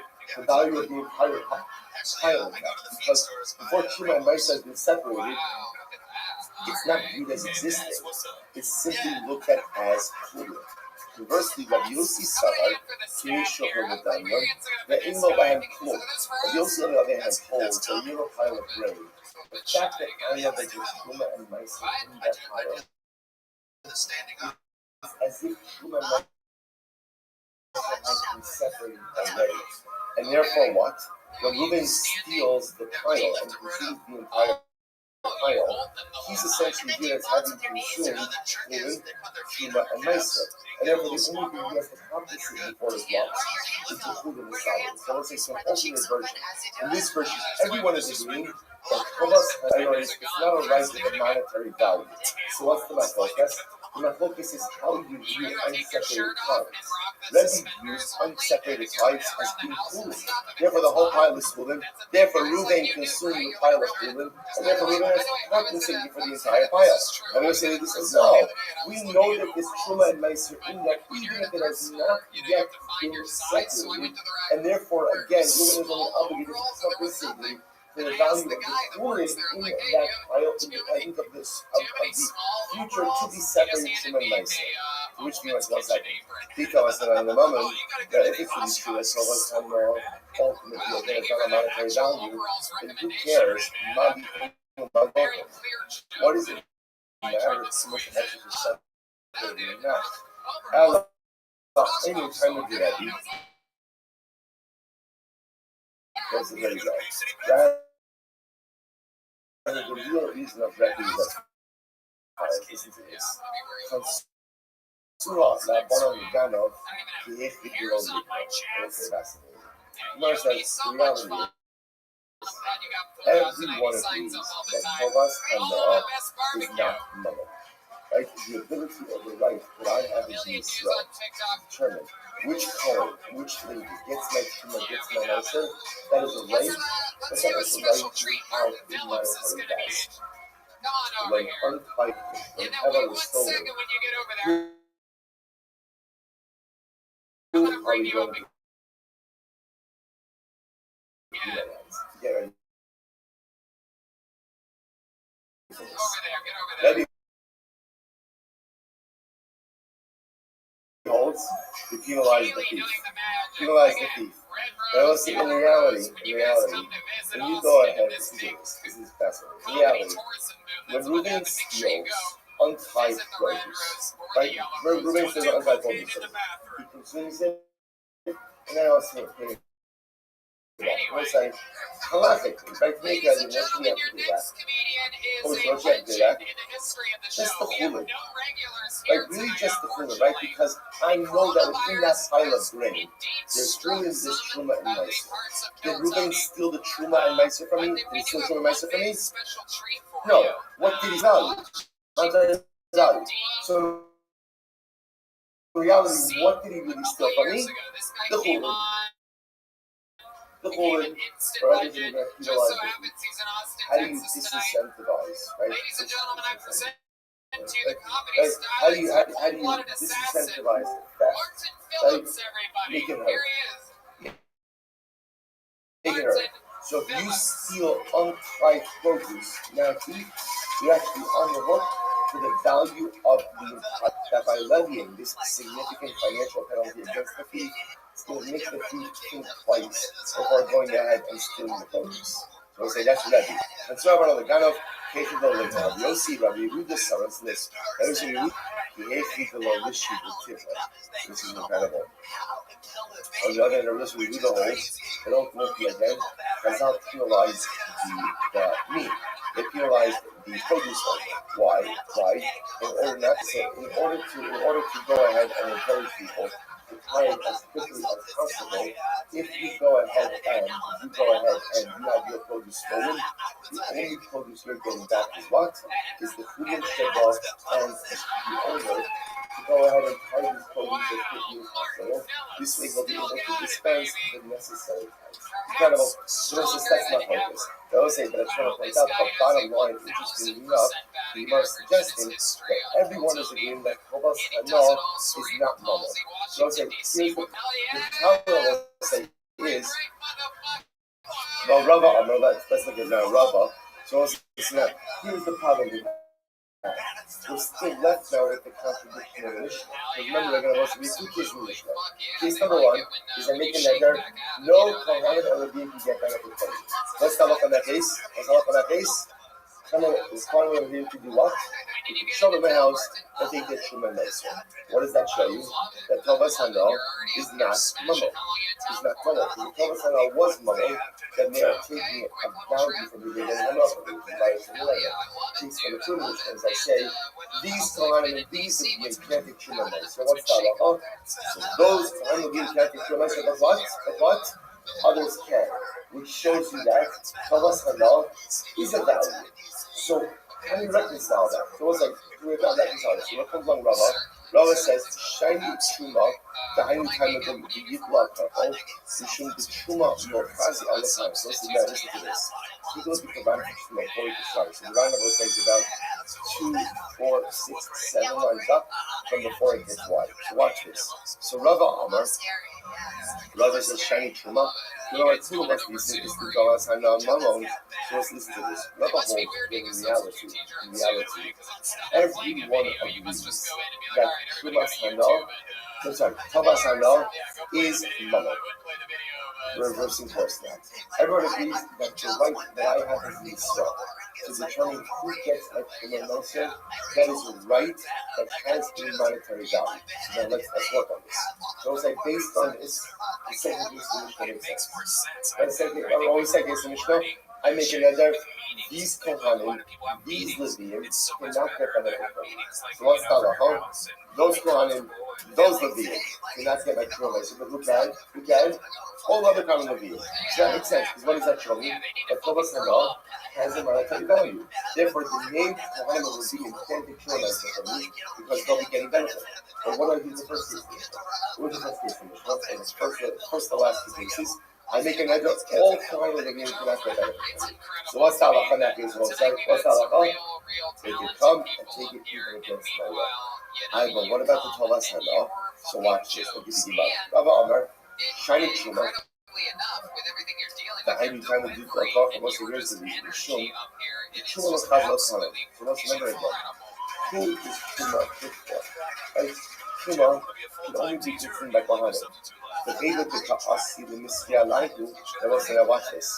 When I make a measure saying, Kohanim and Rabbi cannot get benefit from you, which means they cannot get benefit from Shuma Meiser. So let's say, if Kohanim can't get benefit from Shuma, who can? No one. Which essentially means I relegated my Truma to the status of what? But even the Ka'asi, the Misraelite Shavye Afra Ka'alta. So let's say, once I've asked you my Truma, ultimately again to all Kohanim, then essentially what is my Truma? Because like the dust of the earth, what is it? I will say, it's extra. So that's what we're thinking about this. What do we do by people comments? We bucked up, but I have a hefker. Afra Somebody asked the me this, Arab. Martin. So this Pandemic's is are absolutely crazy for fascinating. So everybody. Rabbi But says, you find some even if relief? you What are you hold doing? Torah Any new Allah hobbies or any new in passions? this Sort of thing. first case, in this When I first case started of playing the golf, I'd second case, imagine you no, didn't do that. in the first case, the first case in You did it? where I'm saying my Truma should be ushered to alcohol. Or if my Truma is ushered to alcohol, that means it's not good for anyone. If it's not good for anyone, it effectively becomes like the dust of the earth. If it becomes like the dust of the earth, it effectively becomes hefker. If it becomes hefker, then you can take it and you go harder. Are they benefiting from me? No. They're not benefiting from me because once like, where they getting Truma from? Hefker. And also there are two reasons.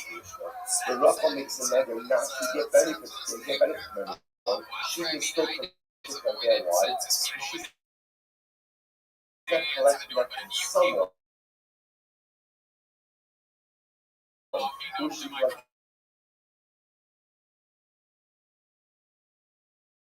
That's all.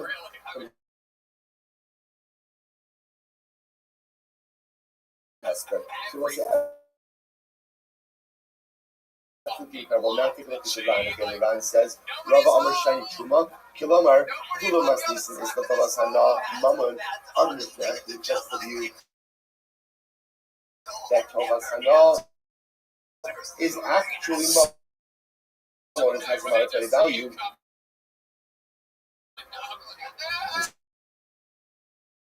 Safe on it. I don't know you block even. So I said, you okay, so let's see now. The second part of the Mishnah, which is again, which just making a resurrection certain problems. Other times, I don't think that makes sense. Relation with time of the Yehuda Karka. So why in the Resha, which means never against alcohol? Why did you have the right to come and take the produce even against her will? The Truma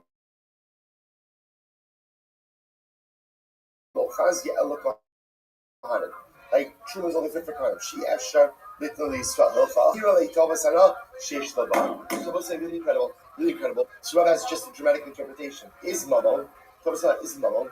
If that's the case, has a monetary value. Case number 2 makes sense. Case number 1 is difficult. To Rabbi's name, you've effectively relegated Truma to the status of Hafa, to the status of birth. And because it's dirt, it automatically becomes Hefker. Because it becomes Hefker,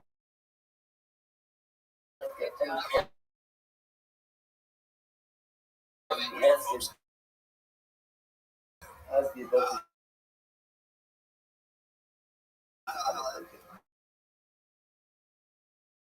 to incredible level safety. So bottom line,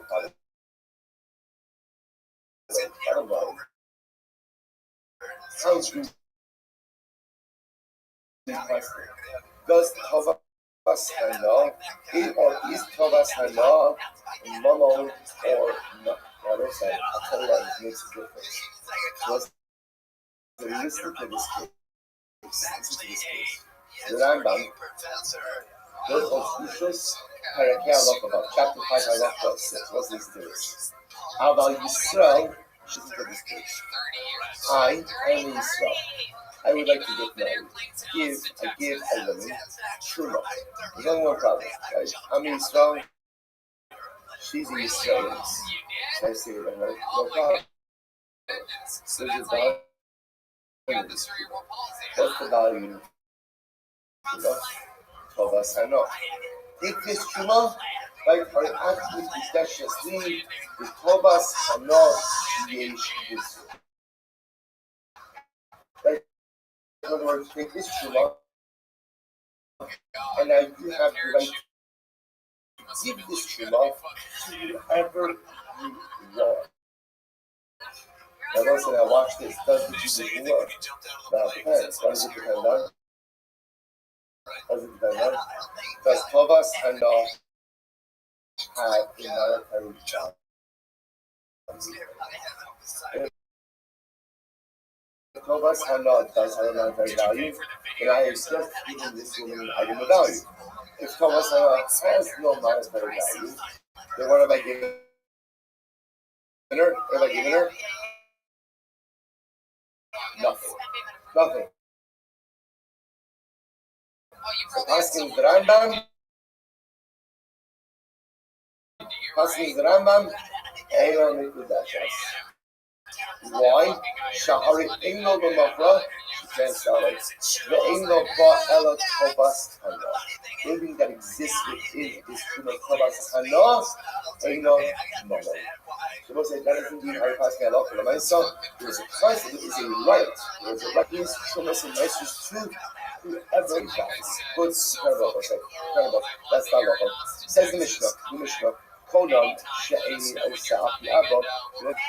Rachel's married to Reuben, and in this case, she takes a nether. What's her nether? That she is not going to do only Osapi Abba. I'm not going to do anything really for the mouth of my father. I can get it for my father. Or Api Avicha. She makes a nether to Reuben.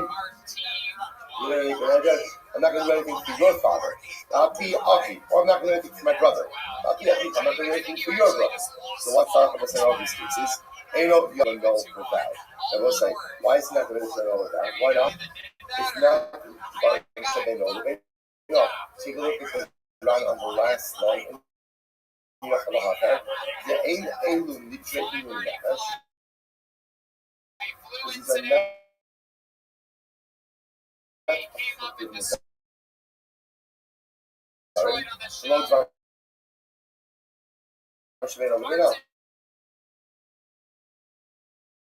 nor are the which govern anything in their marital life. Therefore, he has no power of reputation. Next, Shini Othman like nether is Elaine and make a nether not to do anything for people. What's that about? To know the nether. Why doesn't buy certain things for her? Like if she works, her earnings go here. There's certain other domestic responsibilities that she has to do. And therefore, I love for the myself making a nether. So when it says he doesn't have to know it. It means that ain't no circle happen. So say if you look at the Rambam, the Rambam just goes on to say that Rambam is in the show, the Shabutel, which is not really certain things, and her nether doesn't have the ability to undermine her obligation totally. Fine. So we're gonna watch this. Rabbi Kiva says you should, husband should know this nether. Why should you know this nether? Shemakadif Alav Yosem and Alav. But perhaps sure. And the Akiva agrees with the Quran. So the Tanakama says, Rachel makes an effort to argue with Remain, I'm not going to provide any benefit to you. So what's our Tanakama say? The nether is Rachel. There's no nether. There's no nether. Why? Because she's undertaking a nether that will undermine her core obligations that she has towards her husband. Such nether is fundamentally respected. Husband doesn't even have to know it at all. Rabbi Kiva says, you know what? Husband shouldn't know it. Why should you know it? They will say because there's something called Haddacha. We learn this in Ksubis. They'll say his wife is obligated to contribute to the household. Right? So let's say she's obligated to earn X amount of dollars per week. They will say that amount that she earns. That goes towards the household.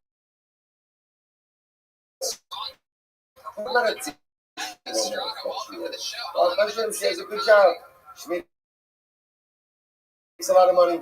So let's say, what's the status of funds above and beyond that core amount? The answer is, she's entitled to that. She is entitled to that amount. And he says, husband really shouldn't know that nether. Why? Because ultimately, again, if he doesn't know that nether, the nether would involve upon the additional amount of money that she earns that he is not and Helen. It's 4 lines up from the 5, 4 lines up from the bottom. The old silo, the hamosa, you follow the hakdish. I will say again, so there's a certain blessing, it goes to the part of the household. But there's haddacha, additional.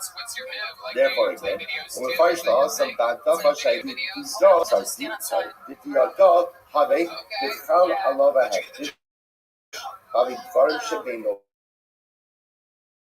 Levino, the Asher Bios Choice Honor the Shalom.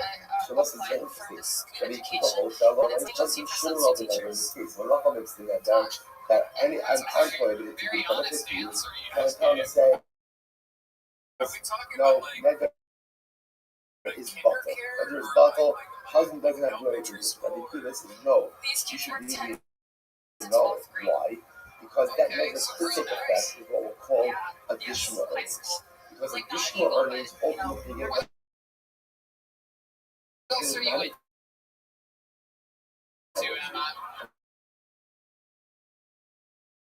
but the people now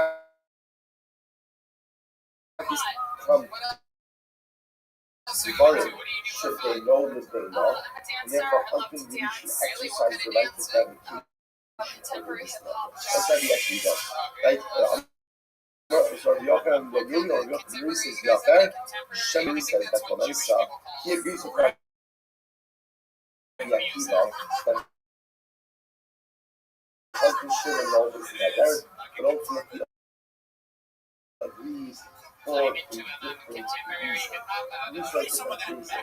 And Yochanan says that ultimately again he shouldn't know the nether because the nether have additional amount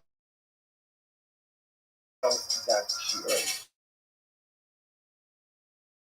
The Yochanan says no. The nether is not going to be covered in it. But what could happen alongside? What could happen if they get divorced? That nether could kick in, right? Because once you're divorced, ultimately she owes you nothing. So because she owes you nothing, the nether ultimately again could take effect. In order to prevent them now. Good. So we'll say so 3-way math will guess about what should like Rachel takes the nether. Rachel takes the nether. I'm not right. I can't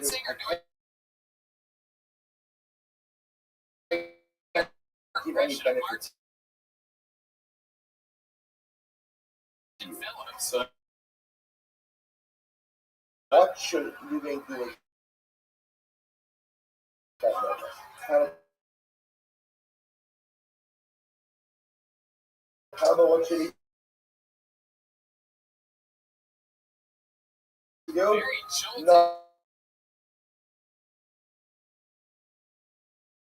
Because the nether is essentially void because she's making another undermine current obligation. So come back on additional amount of Yochanan Uri, because perhaps when they get divorced, that nether could actually take effect. In order to go ahead and say, by the way, if that's the case, to say yourself, to be divorced.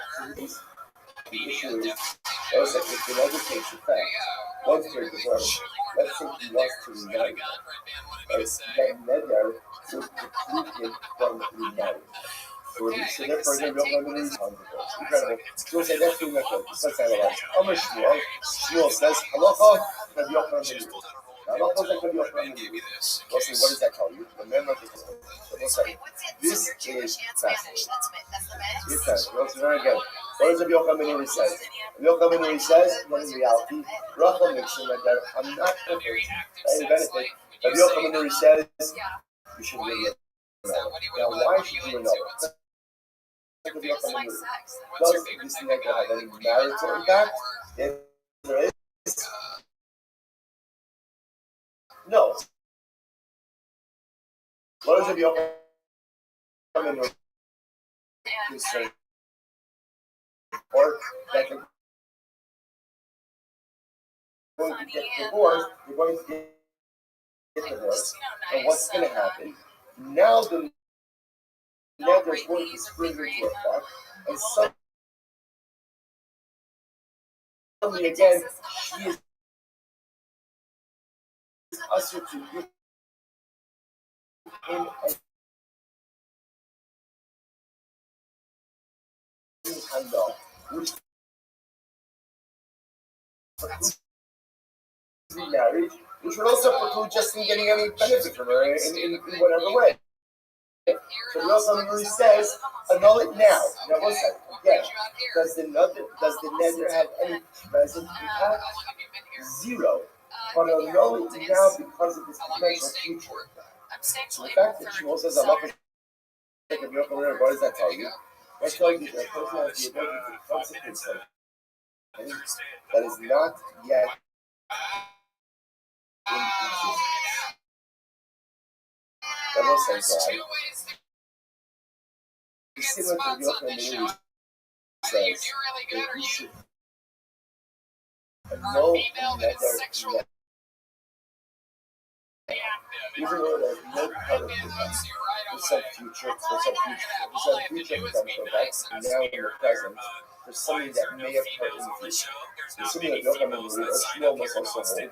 So Shmuel says, Yochanan Menuhi must also hold that a person can consecrate something that has not yet come into existence. In other words, you can negotiate a reality now with something that does not yet exist. Take a look at the last Rush on the page.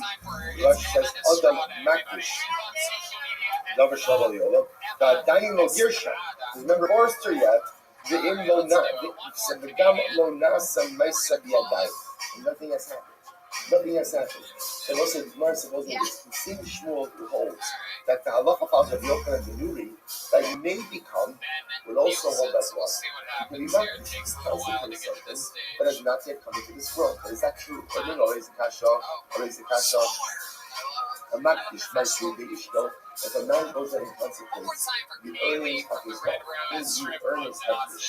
So what's the halacha? They say, Harezu also ba'ocharas. So what's this to this? That's you be able to work with earnings, which is another way of saying that halacha. What does that mean? Additional amount. Because you may or may not. And Yochanan says the time, but Allah says Yochanan. So what does that mean? So what does that tell you? What does that tell you? So that was the first day on a new job. Reuben says, Rachel, whatever you earn is hektish. So beautiful and from other people's accounts, right? I'm really dedicated to the same question. So whatever you earn is hektish, right? And Rachel's like, what is Rachel? Very often when husbands say crazy things, wives right, whatever. That's what happens. So she goes to work. Then we'll say, what's the status of her earnings? They're hers. What's the status of additional earnings? They're hers. Namely, that's Sunday. But Shmuel says, what do you see from here? What is the problem? The earnings don't exist. No, he is consecrated and it doesn't yet exist. And what do you see from here? Person can consecrate well to himself. Right? Previously, we were saying Shmuel holds that the halacha may occur. What may occur? So it sounds like Shmuel says, so what's going on?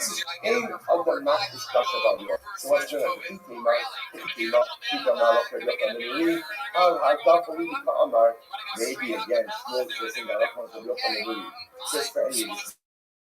So that's the case. Limo,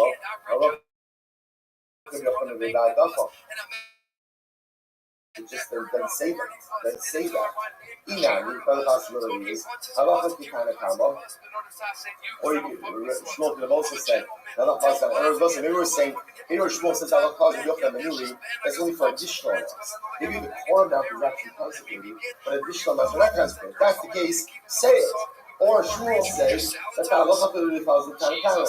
Inami. Say, say, that's all the Akiva. And I'm not listening. So we're stuck. We're stuck, right? We have this theory, we have a contradiction within the position of Shmuel. I'm not Yosef shining for us. The truth is, Nadarim are different. And we'll say, why are Nadarim different? Since the person has the ability to ultimately answer someone else's produce on himself, so produce upon myself, I can also answer a double shalom olam as well. Now, what's the Design essentially explains that halacha l'maisa, my friend's produce is like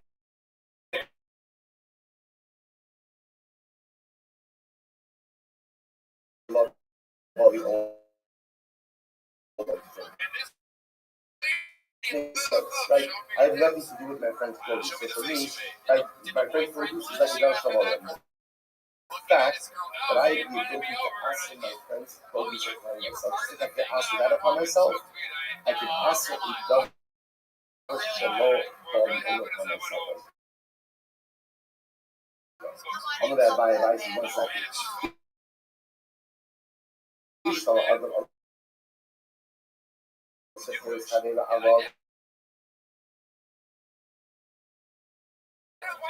I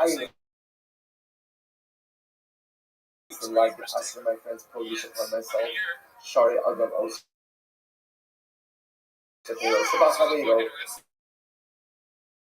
Similar, I can ask for my produce upon my friend. Yes, and Dava Shalom do I have the ability to ask you, I just push up on the other my friends. Sharaim Adam also Chaos Havila Havila. That can't be the same way that I can ask my friends produce upon my friends. Ella Amrakuna, so we'll say actually we'll stop over for today. So I'm leaving you time in the middle of all of this. Yeah, let's say we leave off in the middle of this. So again, so we left off with is a stira, a person can't ask that remains to be continued tomorrow, and the implication that has on our Mishnah, particularly on the position of the upper I'm sorry, leaving off kind of mid-sentence. Cabinets. Okay. All right. How about for fun? What are some other things other than contemporary hip hop and poetry? I started a live podcast at a nightclub in Orlando. They do house music every Wednesday. We just sit in the back of the club and do a live podcast, talk to the patrons. Wait, you do a live podcast while there's an actual nightclub happening? Yes. Yeah, they But the people I love it. People complain about our audio. Can you imagine what that sounds? It's not. I don't post it live. I edit it 2 days and then post it later. So I'm about to interview the patrons of the club and just hang out. That's a good idea. I mean, other than that, I'm fucking chilling, man. I rap, I work. I'm trying to. What stresses you out? I feel like you're very even keeled, like chilling. Yeah. All right, so it looks like the morning of the Kodesh, Hanukkah, beautiful way to start the new month together. Really, as a sponsor this morning's breakfast, in honor of Hanukkah, it's Kodesh, and a tremendous talk to Saeed. He always, literally, probably don't realize that, gives up half of his own davening to go ahead and prepare breakfast for everyone else, which is, I know many people might be like that, do a lot of different things, right? But it says actually someone who wouldn't rather give up davening, but managed to go ahead and facilitate the pleasure of a beautiful experience for everyone else who does such as Eid. All of our sponsors today, our Talmud Torah sponsors for the month of Cadence, Abali, in memory of Mr. Martyr Mordechai David Ben Rafal Lachoin, the note of his Talmud and Shamo Havnaviyah, the family. To thank Shirley Elbaum and family for dedicating the shiur in this month in donation of Avram Menachem Zechron Lebracha Love Ben Merit, allowing Talmud Torah and Shamo Havnaviyah and the family. We'll say with that, let us begin. We have a lot to do today. Unfortunately, not so much about yes, there's a lot to do today. In general, in life. The daf has to be a little bit shorter, but the next channel is very rewarding. So let's begin. Today's daf is Samech Aleph 61. Yehuda, thank you. Thank you so very much. Really, really beautiful. Really beautiful. And we should do the second to us as people extend. And so really, thank you. And while we're getting our cars still, because Hanukkah managed to go, a tremendous thank you to Aliyah for always preparing coffee and always making sure to say, without coffee, nothing is life happens without coffee. Especially again early morning Daf and Rabbi makes sure that whether he's here or he delegates the responsibilities so someone else makes sure the function goes. That's how I would think about these. Let's say, okay, let's go back. So today's daf is Samech Aleph on Aleph 61a. We're actually picking up 1, 2, 3, 4, 5 lines down from the top. So let's say I just want to close out yesterday's sugya. I realized I could have closed it out at the end of Shir, but we were out of time. Remember again, Konam Yayin She'ini Toim Hayom, or Konam Yayin She'ini Toim Yom Echad. What's the difference between Hayom and Yom Echad? Hayom means what? Hayom means today, which means calendrical day. 24 hours. If you come in Allah often, you make ace la'ace, 24 hours. If you want to end up with a shayla of what happens if a person says, what happens if a person just says, Yom, Konam Yain She'eni Toy, Yom. What is Yom? Is Yom like Yom Echad? Is Yom like Hayom? So you want to try to do it. Rabbi said the way the sigma ends is totally inconclusive. So if you look at the Ran, on Salah Aleph and Dal 61.8, on the left hand side, the first short line. The line says, "V'inin halacha even the buying of since we didn't answer this question, therefore Naktina Lechumra, the Yom is very interesting. But ultimately, at the end of the day, we don't really answer the question. We might doesn't really resolve it. So therefore, any in Yom Lechumra. So therefore, because we can't prove whether Yom is like Yom Echad or Hayom, ultimately, again, therefore it's going to be Asr for a 24-hour period. It comes like Yom Echad. Okay, good. With that, let's go back. By the way, let's listen to this. Amar, Yain Sha'an Kohen Yovel.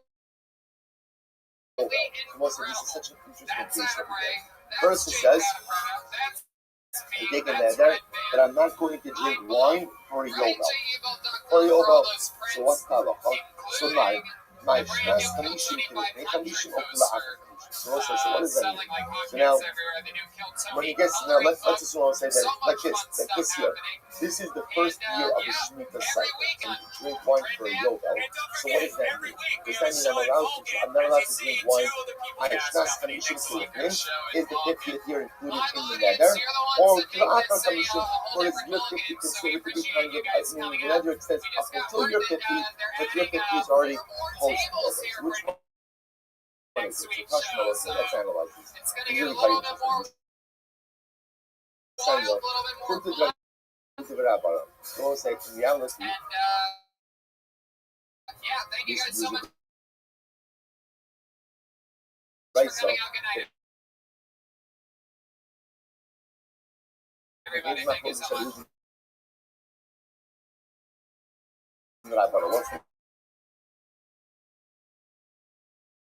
Yes, here we go. So the pasuk says, "V'kidashtem es shnasa chamishim shana." So the pasuk says, "You shall give him shnasa chamishim atamona, v'atamona shnas chamishim ba'achas." So I will say, look to this. We're going to see now a fundamental machlokas and how you look at the Shemitah. Let's remember again. Remember, when is the Shemitah year? When is the Shemitah year? The 50th year. But specifically, when does it occur? After that gives you 49 years, and then the 58th year, i.e. the year after the end of the 7th, say, what's the Shaila? Is year 50 also count as year 1 of the next cycle? Right? So remember, technically speaking, if that 50th year wasn't a Yovel year, what would that 50th year be? What would it be? So that's the Shaila. If you observe a Yovel year, it's a Yovel year 50, and also year 51. In other words, doesn't count as the 50th year, but that 50th year is also year 1 of the new cycle. Or no, maybe year 50 is year 50, and when does year 1 51? Year 51. So that's the Shaila. Does the Yovel year count both as the 50th year and as the first year of the new cycle or not? So therefore, the Gemara says over here, you shall sanctify the 50th year. So the Gemara says, Shnasa Kamishim Atamona. Teaches us, Yovel is counted only as year 50, V'i Atamona Shnas Kamishim Ba'achas. That does not count as year 51. Does not count as year 51. So let's take a quick look at the Rosh for just a moment. Actually, before we go, you can't remember from here we say, not count as year 1 towards the 8th cycle. Yovel is year 50, but it does not count as year number 1 in the 8th Shemitah. The Rosh, it's like right in the middle of the Rosh. Shnas Kamishim Atamona V'atamona Shem Yovel Sha'avar V'atamona Osa Lios Achad L'Yovel Haba.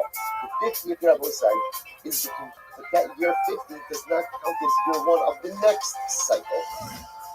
Shetei Nikras Tchilas Shnas Hashmit, because you don't have Yovel yet. You don't have Yovel yet. Although again, pretty similar to what you apply inside in the North Shore. dramatically, which is this is Shemitah, an incredible things. More again, we understand what that means. More farmers observing Shemitah since the times of the second day of Hamikdash. It's incredible. So we'll say, so in any event, what the Gemara is saying over here is like this. In the agricultural cycle, we're used to thinking about things in like 7 or 8 Shemitah cycles. The truth is, in the agricultural cycle, things are looked at as part of the Yovel cycle. Right? The agricultural cycle works on a 50-year cycle. 50-year cycles. So remember, again, this is also important because remember, also in Yovel, you have certain, we'll call it real estate transactions that are reversed as well. Okay, we'll get into more of that. In any event, so what Gemara says is like this: the Yovel year, the 50th year, is the closeout of that cycle. But the Yovel year does not count as year one of the next cycle. Now, most like, remember, why is there this tension? Why is there a tension? There's a tension because year 50 is technically what? First year of the next cycle. Right? I'm trying to point out. So again, so that's why there's this tension. The Gemara says, no. The 50th year is the 50th year, the close of the Yovel cycle. It is not year one of the next Shemitah. Okay, well, you don't really says no. Yovel Ola Remina Shavua. Rabbi Yehuda disagrees. Rabbi Yehuda knows it. My son. What's up, everybody? Okay. Yehuda says no. Yovel counts for both. Yovel ultimately again is the close of the previous agricultural cycle and this cycle. So it's according to Yehuda, Yovel could actually operate in both capacities. This is the rush again. And Yehuda suffers Yovel Hilas Shvias Hakol. He'll talk to Rabbanon. Asur B'Shnas HaYovel. Yehuda Moter. Now listen to this. Okay, so before we go on, so you have now this fundamental focus in the nature of Yovel.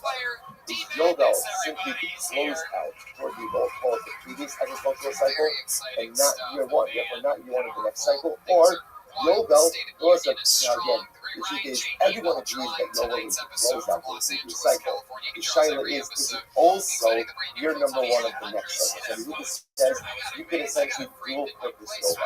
You can close out of the previous cycle and ultimately again year number one of the next cycle. Now the reason why this makes a difference is because halacha l'maisa, what happens if a person says Honam Yayin She'eni Toim Yovel? So now I'm not going to drink wine for Yovel. So I will say, so what's the shaila? When does that neder end? So according to the Rabbanon, when does the neder end? The neder goes through the Yovel year because the Yovel year is part of this current cycle. It could very well be that according to Yehuda, right, the neder actually ends at the Yovel year. It doesn't include the Yovel year. Why? Because the Yovel year also is part of what? The next cycle. And because it's part of the next cycle, therefore, you could drink wine during that year. Okay, so that's the Gemara's quoting over here. I will say, once we got into this Machlokas, the Gemara's going to spend a little bit of time on this. So the Gemara says as follows. The Gemara says, good. So I'm going to Rabbi Yehuda. So remember again, the Rabbanon are saying, Yovel is part of the current agricultural cycle. Does not count the year as year one of the next cycle. Rabbi Yehuda says, I agree it's part of the current agricultural cycle, but it also counts as year one of the next cycle. So Rabbi Yehuda says, Rabbi Yehuda, Haredu Omer, Sheish Shanim Izra Sadacha, Ve'en Kai Alochamesh. Here's the problem, watch this. Rabbi Yehuda, I'll tell you why you're wrong. Because what does the pasuk say? How does the Shemitah cycle work? 6 years you're allowed to plow your fields, and year number 7 you can't. Well, if you hold that the Yovel year counts as the first year of the next cycle, so let's play this out. Therefore, year one of what calls some number 8, year one of cycle number 8 is Yovel. What can you do with your field during Yovel? What do you do during Yovel? Nothing. It's like just like a Shemitah year. So we'll say that's going to mean that in cycle number 8, you only have 5 plowable years, right? Because year 1 is Yovel, then you have year 2, 3, 4, 5, 6, right? And then ultimately year 7 is Shemitah again. there's only 5 years. There's only 5 parable years. But the consequence is that it tells you that you're going to have 6 parable years, which is a proof to say that Yovel does not count as year 1 of cycle number 8, but rather Yovel only counts as part of the Brayhem. What is the Rabbi? Omer, La'as Pesach Zor, the Shalosh Shanim. So let's say, watch this. The Pasuk says by year number 6, you sneak about for 3 years. We'll say, why 3 years? Year 6, 7, and then we'll say that the new crop comes in. But according to you, Rabbanon, ultimately again, Harei Kan Arba. In the Yovel year, you need for 4 years. Like we'll remember again, Yovel is like a short year, which means in year number 6, you're going to need, I should say, really, it's in year 48. Right? In year 48, you need for 48. That's right. That's the 6th year. You're going to need 49. That's the Shmita year. You're going to need year 50. That's the Yovel year. And you're going to need year 51, which is again, according to the Rabbanon, year number 1 of cycle number 8. So what do you do with the pasuk? So I'll say rather what you have to say is Elo Mikiko Ma'utma B'Shar Shani Shavuot. Nami Ikolo Ukma B'Shar Shani Shavuot. Let's say rather what you have to say is that these psukim of Sheish Shanim Tizvah Sadecha or Vasises Atol Shalosh Shanim are talking about regular non-Yovel cycles, which is the majority of time. So the psukim themselves, you're right. The Yovel year, we'll say, and if you think about it, it's actually incredible. In the Yovel year, that year 6 or year number 48, you have to have 4 times as much produce. It's actually quite incredible because you've got to essentially keep back-to-back short figures. Okay, so in any event, what the Rebbe is going to say is it has to be that what? It has to be that Allah L'Maisa, those psukim are referring to non-Yovel years. Good. So if I will say, Allah L'Maisa, Allah L'Maisa, we do not indicate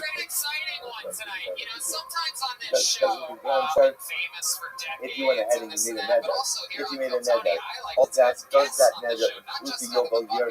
Not include the Yovel year. You might want to suggest that I would say it's a fantastic focus. So again, let's see how this is more. How do you view year number 50? Is year number 50 the Yovel year considered to be nothing to do with, we'll call it the cycle of Shmita? Or no, perhaps year number, that's the Rabbanon, or Rabbi Huda, year 50 kind of has a dual identity. It closes out, it's considered to be year 50, the closeout of the previous cycle. And it also counts as what? Year number 1 of the next cycle. So ultimately, also, the Rambam Haskins, like the Rabbanon, that Yovel Ino over the Minyan Shavuot. The Rambam Haskins that the Yovel year is the closeout of the 7 previous cycles, but the Yovel year does not count as year number 1 of the next cycle. So we'll say, essentially, just how you realize it from the year of the Yovel, you have year 48, which is essentially the 6th year of the 7th Shemitah cycle. I'm sorry, yes, you have then year 49, which is the 7th Shemitah. Year 50, which is then Yovel, stop. Then I will say what would happen. Then it would be year number 1. There would be year number 1, which is essentially again the clock starts again, but for illustrative purposes, it would be year number 1 of the 8th cycle. Incredible. That's good. Like Ada Pesach also. So we'll say, so remember again, going back to the Mishnah, we had this interesting case here. So the Mishnah said, Ada Pesach, the person makes a neder not to drink wine Ad HaPesach. So we'll say, what's the halacha? Asr ad shiadia. Okay, so we'll say in that case, everyone agrees. What does Ada Pesach mean? It means ultimately until Pesach comes. Now, what happens if you say ad shiadia until it is Pesach? Asr ad lifnei haPesach. What happens if a person says up until lifnei haPesach? So what does that mean? That Meir said Asr ad shiadia. The Meir says ad lifnei means up until the beginning of Pesach. Rabbi Yossi says Asr ad shiadia. Ultimately again until Pesach is over. Until Pesach is over. Okay, so what's this? Now watch this. So now it says the Gemara, remember, Rabbi Meir Savar, Lo Ma'ayel Inish Mercy Sukkah. And we'll say, let's start with just a moment. So here's the case. Before we turn the page, here's the case. Right? Ad sheyagia. Right? I'm sorry. Over here. Ad lifnei hapesach. That was the lashon. Now go speaks meaning. Change this a little bit. He said really it means ad pnei hapesach. Right? Ad pnei hapesach. So let's say, what does ad pnei hapesach mean? Rabbi Meir says it means up until the beginning of the Yom Tov. Rabbi Yossi says it means until the end of the Yom Tov. Now listen, Rabbi Yossi doesn't literally mean that ad pnei hapesach means up until the end of the Yom Tov. What does he mean? What does he say? It could mean that. It could mean that. So since it could mean that, we're going to extend the neder until the end of it because it could mean that. Shavuot said, so what's unfolding over here, the fundamental focus what's over here is, do we assume that people are ambiguous with their lashonos? Or do we assume that people are precise? So watch this. It says the Gemara. So remember, Rabbi Meir Savar Lo Ma'ayel Imish Nafshi L'Sleika on the base. Rabbi Meir holds a person does not say ambiguous lashon. Therefore, Ad Pnei HaPesach must mean what? Up until the start of Pesach. A person doesn't say things in an ambiguous fashion. Ultimately, Rabbi Yossi Savar, Rabbi Yossi Ma'ayel Imish Nafshi L'Sleika. Rabbi Yossi says no. People do say ambiguous things, and therefore again, Ad Pnei HaPesach means what? Up until the end of Pesach, to which the Gemara says, remember, is that really true? What the Gemara is going to say is, so right now we're saying that in their holds, people don't make ambiguous statements, and therefore when something sounds ambiguous, we assume they still meant something precise, and therefore we'll interpret it that way. Rabbi Yossi says, no, people do make ambiguous things. It's kind of the most expansive way, such a great case. So here we go. This guy, we'll call him Reuben. Reuben has 2 wives and 2 groups of daughters from both wives. Okay. You know this is it's so now watch this. V'amar. Listen to this. Hidashti es iti hagidola.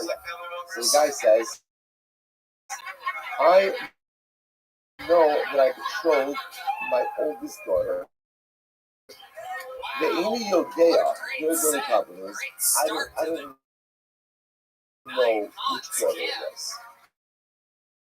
It happens also, right?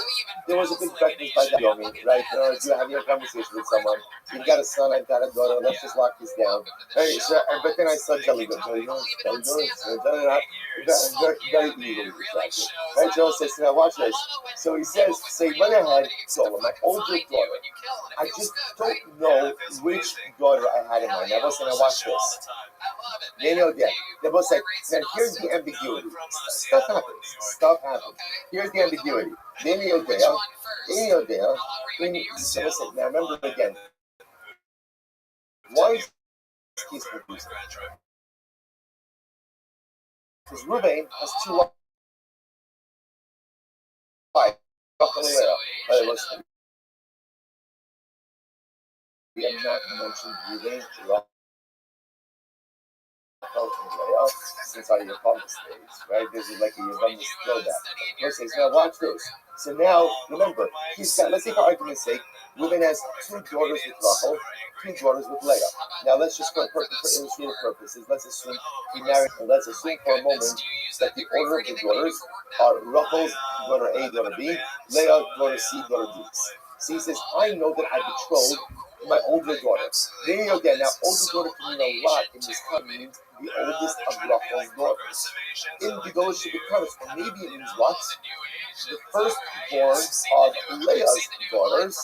Or maybe it means the Kitana should be Gedolos. Or maybe it means Rachel's second daughter, who's still older than what? Leah's 2 daughters. Shehu Gedolah min Shehu Gedolah min Hagedolah Shebitanis. So essentially, first of all, lucky on these things, right? So first of all, number 1, Reuben, you probably should sleep elsewhere tonight, right? That's number 1, right? Number 2, so what do we do? So Kula and Asher and Meir says the truth is, all of the daughters are Asher, except for kibbutz, mina shebikanis. So they will say, well, now, the only girl who for sure is not betrothed, they will say, who? The youngest of Leah's daughters. Right, the youngest of Leah's daughters. The youngest daughter. Because she's not a Gedolah, right? She's not older than anyone. Anyone else wants to remember, let's go through this, right? Remember, he married Rachel Machel. Rachel's two daughters are older than Leah's two daughters. So remember again, it could be Rachel's firstborn, which is the oldest. It could be Rachel's secondborn, because her secondborn is still what? Older than Leah's two daughters. It could be Leah's firstborn, because she's older than Leah's secondborn, but it can't be Leah's secondborn. Okay, so the only one for sure who is not included in this is Leah's second daughter. What's in that kind of shit? So let's say, that's very mayor. Rabbi Yossi says, no. All of them are mutter. No. What does oldest daughter mean? Reuven's oldest daughter. Who's Reuven's oldest daughter? Who's Reuven's oldest daughter? Rachel's firstborn. So let's say, so by the way, now what do you see from here? The shitos are flipped. So let's say, in this case, Rabbi Meir is the one who assumed that people make ambiguous decisions, and therefore again is going to go ahead and ultimately, and I'm sorry. Rabbi Meir is the one who says that all of them are us except for the youngest one. So you see from here that Rabbi Meir ultimately again says that people make ambiguous decisions, versus Rabbi Yossi says that people don't make ambiguous statements. Rather again, he must have meant his oldest daughter. So we'll say this is the opposite of the way it's explained in our Mishnah. Which means I'm about Dir Amarav, the breakfast Hashik. In a switch around the Mishnah. And therefore, we'll say in our Mishnah also, in our Mishnah should read that if you said Ad Pnei Pesach, the Meir holds that you're usher to the end of Pesach, Rabbi Yossi says you're only usher up until the beginning of Pesach. Switch the sheet. That's I brought mine up. So also I gave a brace that's supposed to say, well, Holz Shezmano Kavua.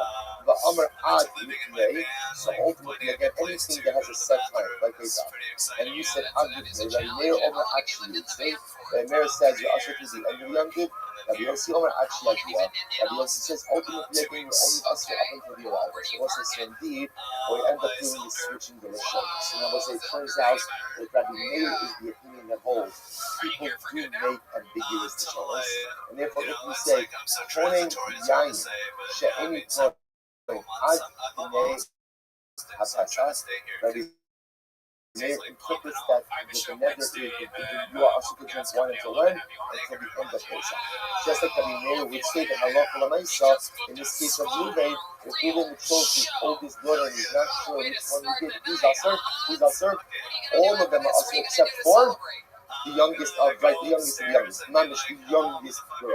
But Yossi on the other hand says, if you make an effort 20 years in this time, Ad Pnei Pesach, that Yossi will say, you're usher up until the beginning of Pesach, and in this case, we betrothed an older daughter. Which daughter is betrothed? Which daughter? Only the oldest daughter of Rachel. Yossi holds people don't make ambiguous statements, and therefore we interpret what appear to be ambiguous statements in a specific way.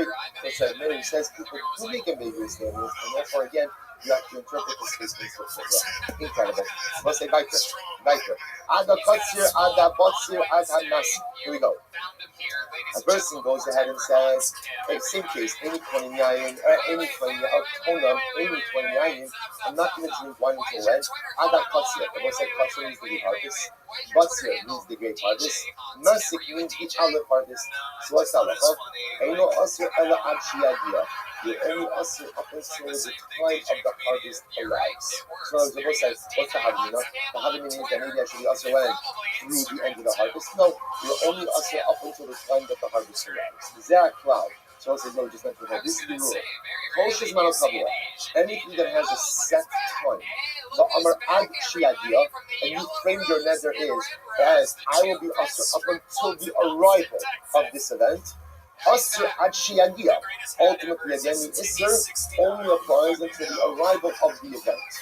Amar Ad Shiahei, let's say, but if you use Lashon right, let's say, I will not drink wine Ad Shiahei until it will be, or until it is, Asr Ad Shiaitse.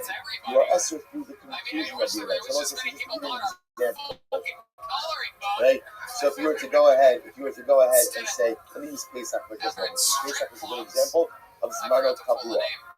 So if a person says, Konam Yayin She'eni Toin, like Ad HaPesach, or Ad Shiagia Pesach, I can't drink wine until when? Up until the arrival of Pesach. Once Pesach arrives, I can drink wine. If you were to say, Konam Yayin She'eni Toin, Ad Shiahei Pesach, until it is Pesach, then what? I must drink wine when? Through the end of Pesach. That's with something that is Zmano Kavua, has a set time. On the other hand, the Hoshin Zmano Kavua, what happens if you have something that doesn't have a set time? So what's the halacha? Bein Amar Ad Shiahei, Bein Amar Ad Shiagia, Eino Asr Ela Ad Shiagia. So we'll say, so again, if something doesn't have a set time, whether you said Ad Shiahei or Ad Shiagia, you're only Asr up until the beginning of that particular event. Fine. Yes, we'll define that a bit more. Adakais, what happens if you say about say now Adakais is the fig harvest. Fig harvest. So what if I said same case? I'm not going to drink wine up until the beginning up until the fig harvest. So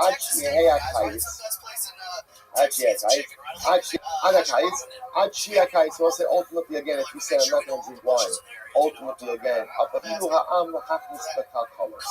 So what's that? So whether you said adakayit or adshiyahayakayit, you're only asur up until the time that people begin to put figs into their baskets. Right? So at the time of this, when does the fig harvest begin? When people begin to put figs into their baskets, that's the duration of the neder. Adshiyahayakayit are if you say the way from the neder is, I'm not going to drink wine until when? Until the kayit is over. Adshiyahayakayit, right? Then Adshiyikpalu.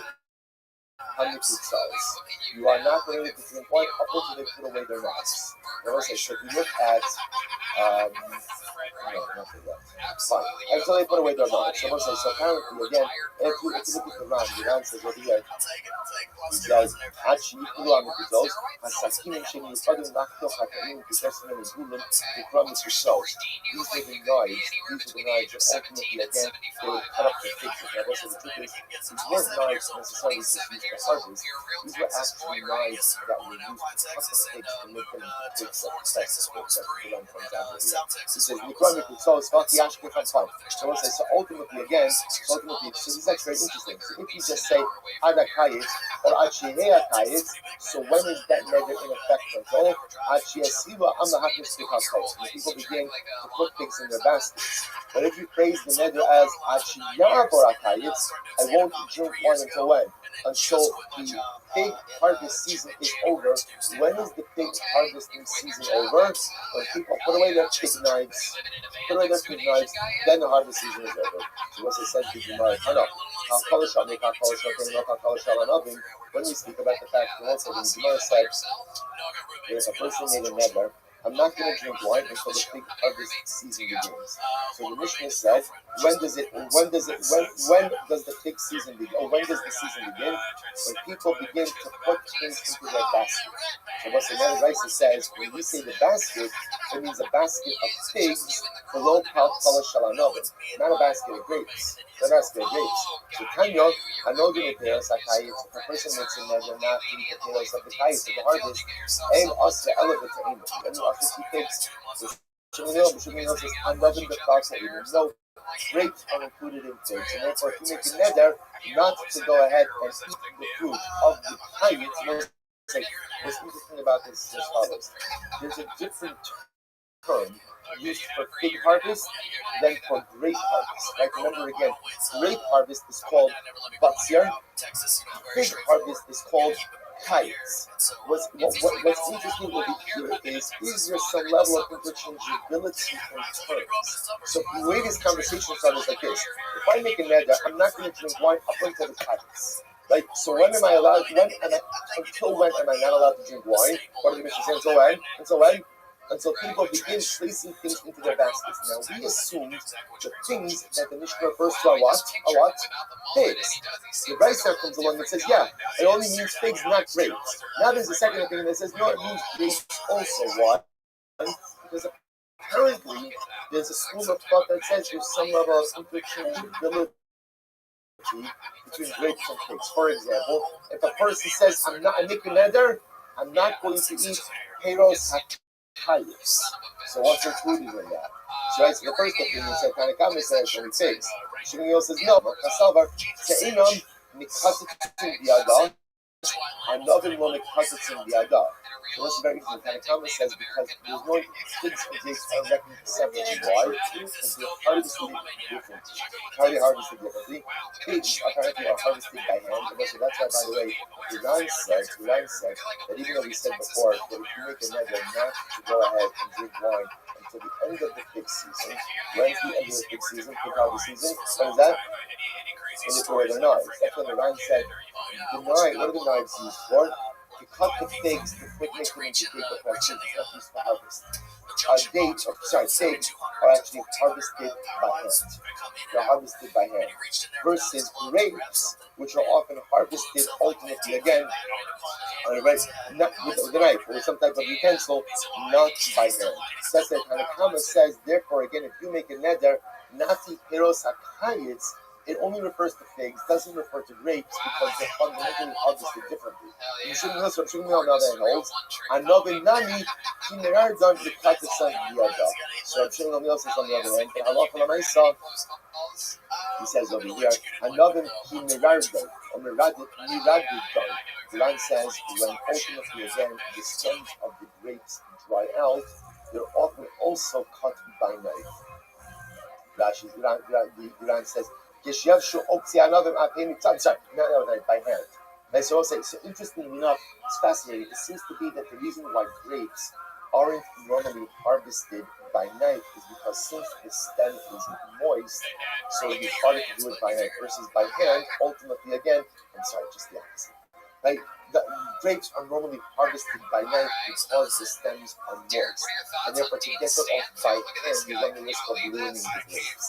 However, so therefore again, the Tanakama will say that if you go ahead and you make a neder that says, I'm not going to eat peros hakayitz, peros hakayitz properly refers to figs because figs are harvested differently from grapes. What we're showing you, Shmuel says, normally figs are harvested differently from grapes, but Lamaisa, by grapes also, when the stem dries out, ultimately then you can even go ahead and harvest it by hand. So there is a time when figs and grapes are harvested the same way, and therefore if you made a neder that says I'm not going to eat peros kayitz, it could also include grapes as well.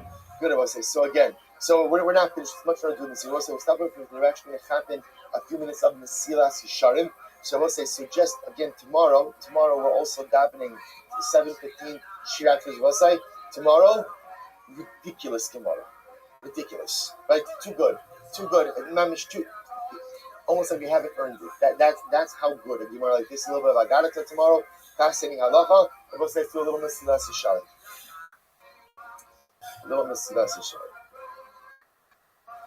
Actually, literally be related. Pretty good chance it's like Zio Bonbon. All right, so we'll say, today we are starting in Eretz Hashem, Perek Yud Zayin, chapter 17 in Mesilas Yesharim. Chapter 17 in Mesilas Yesharim, a great sugya today. V'darchei Kinias Hatara.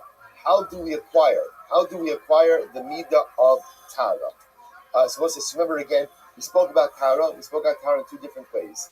There's what we'll call physical Tara or Gashmius Tara, and then there is Ruchnius Tara, right? This purity of thought in terms of the way we relate to the material world, and this purity of thought in the way we relate to the spiritual world. So what says Ramchal writes as follows. He says, Hine, Derech la'asik hamida azos. How does one acquire the midah of Tara? He says, how do l'mish shekar eshtagel v'nisik hamidos hashir hamida? Well, this is such a great line. Ramchal says, by the way, if you've been paying attention until now, right, and been acquiring the midos that we have discussed up until this point, then acquiring Tara should be no problem. So it's a little bit of a mussar over there. I remember again, we've seen this already. Ramchal has said this explicitly, that the power of Mesilas Yesharim and the power of this approach is in the ability to grow incrementally and to internalize these steps as we learn them. He says, "Kine, Mashiach shall be pointing out that he's just trying to get all of the Tavosov, Moshe Misati and Allah. Yimas Bahem, Olo Yakshidi, Ella Leraos, the Kasfonos, Hatava, Hamia Osha Vagas." Remember again, one of the ways in which a person goes in and acquires Tara is by focusing on the fact that overindulgence or inappropriate indulgence in the material world, it brings me down. Take what you need, use what you need, enjoy what you need, but do not get lost in it. Or if you do, it will lead you down a path of just self-destruction. Because Amis Etzah Yosem Mamish Personas Veraus, Vada Shiotelo, Libodino, Sibilibo, Shemo said, here's what's interesting. If I objectively know that something is bad for me, then the truth is it's much easier to swallow. So I say, right, normal people don't have a title, don't have a desire to stick their hands in fire. It's so warm, it's so nice, it looks so pretty. I have to actively restrain myself from putting my hand in it. No, I don't. Why? Because you're saying the clear destructive nature of fire is so apparent. And you confess though that obviously I'm not going to subject myself to it. So I said, the goal is to get to that level with overindulgence and bashfulness also. Do I realize that is there a place for the material world in my life? Of course. Is there a way to enjoy the material world in life? Absolutely. That the Baruch will put it here for me so that it can help me grow and help me enjoy. Of course. But once I begin to have this clarity of thought that overindulgence is destructive, then overindulgence in the material world becomes like putting my hand in it. It just becomes something I'm not going to do because it's so clear to me that it's just not a healthy way to live. Listen, by the way, it's such a profound metaphor because the truth is, in general, how wonderful it would be if we could achieve this level of clarity with certain spiritually destructive things in life. To get to a point where in my mind, again, it has the status of fire. In the same way, I have no intention or no Yitzhak Hara to put my hand in fire. I have no Yitzhak to do, in this case again, the overindulgence in the material, because it's going to be as destructive as fire. He goes on. Okay.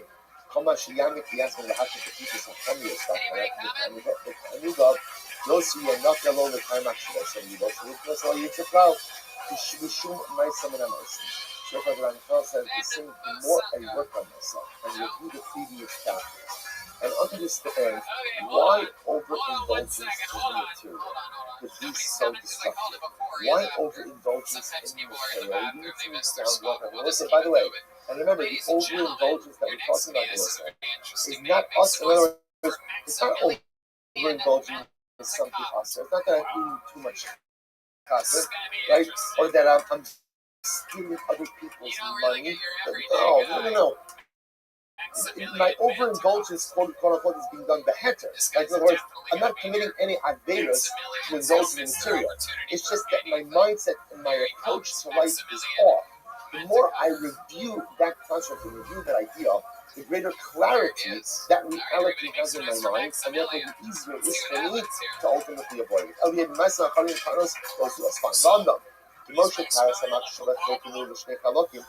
I watch this. The same way, it was in the previous chapter, when it came to Tara, purity of thought, we divided purity of thought into two categories. What are the two categories? One was purity of thought when it comes to my physical actions, but I also means what? That even when I enjoy the material, I should be doing it for a higher purpose. And again, I should recognize that overindulgence in the material leads me down a dark, destructive path. Back on my Saboda, we also spoke about the interesting idea, which was also Tara, purity of thought in what? And ruchnius. Remember again, what's purity of thought and ruchnius? This was the avoidance, if you remember, of what? Of Shalom Lishma.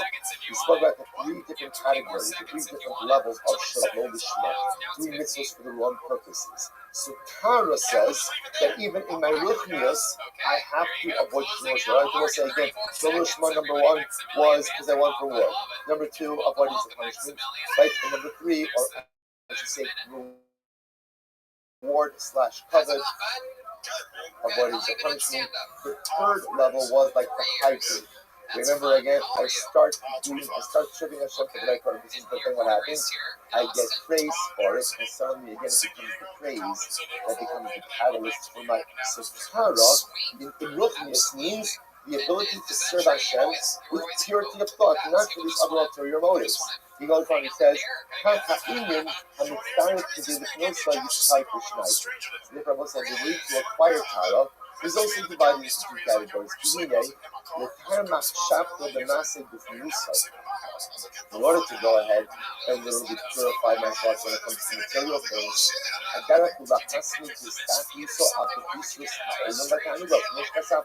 so it's like purity of thought when it comes to material pleasures is, as we just spoke about before, to condition myself to think about that overindulgence is destructive. Overindulgence, we'll say, you ever had a suga and like the food is so delicious, you eat too much. We'll say, how do you feel after you eat too much? Right? I'm never going to do this. What's the problem? You do it again, right? You forget about that. And let's say, but then after I do it again, like, yeah, I was still right? So again, let's say that you recognize that in that moment of overindulgence, it's just, again, I haven't done anything else yet, but it's just so destructive, right? It's just not good for me. So Tara, when it comes to gashmius, is having that constant thought that overindulgence in the material is simply not healthy. I don't want to feel that way. I don't want to be that person. Well, the time Shato Masabo does so I say, how do I go ahead and achieve Tara when it comes to my lookiness and spiritual matters? Yarbe is going with our kindness, Hakabud, the Hazabot. Yarbe Asmo with Rock Minute. As Nacha Gaze Abodaso, with Nos Halasheva, Verakila, Ashera Bene Adam, the Kia Makshasa Pona Bikot Alagona. So remember again, the danger when it comes to lookiness is what? The danger in lookiness is that I'm going to do things for cover. I'm going to do things for honor, I'm going to do things for praise. So let's say, so the way to cleanse myself of that is to remind myself that I get used to pursuing honor, or I get used to pursuing praise. And I will say, that's what people do all the terrible things. So to remind myself, honor, praise, it's nothing. It's worthless. It's meaningless. And I shouldn't live my life because I need the positive praise and positive reinforcement of others. But I should live my life in a way that is in conformance with the will of Hashem. Asher Ruti Vasenu, Ruti Kultivenu, Isham Yisenu, that is the Losa. If you Omer Kultivascha, Kulotaka. So let's stop over for today. Again, let's stop over early, but when I say get early, not early in time, get early in the assignment. I stopped one time, not early. No sake, but again, the incredible idea is, what do you begin to see over here? How do you acquire the need of Tara? How do you acquire Tara? You acquire Tara through contemplation. You acquire Tara through thought. So in Gashmius, ultimately, again, it's by thinking about the fact that overindulgence in material is going to lead you down a path of destruction.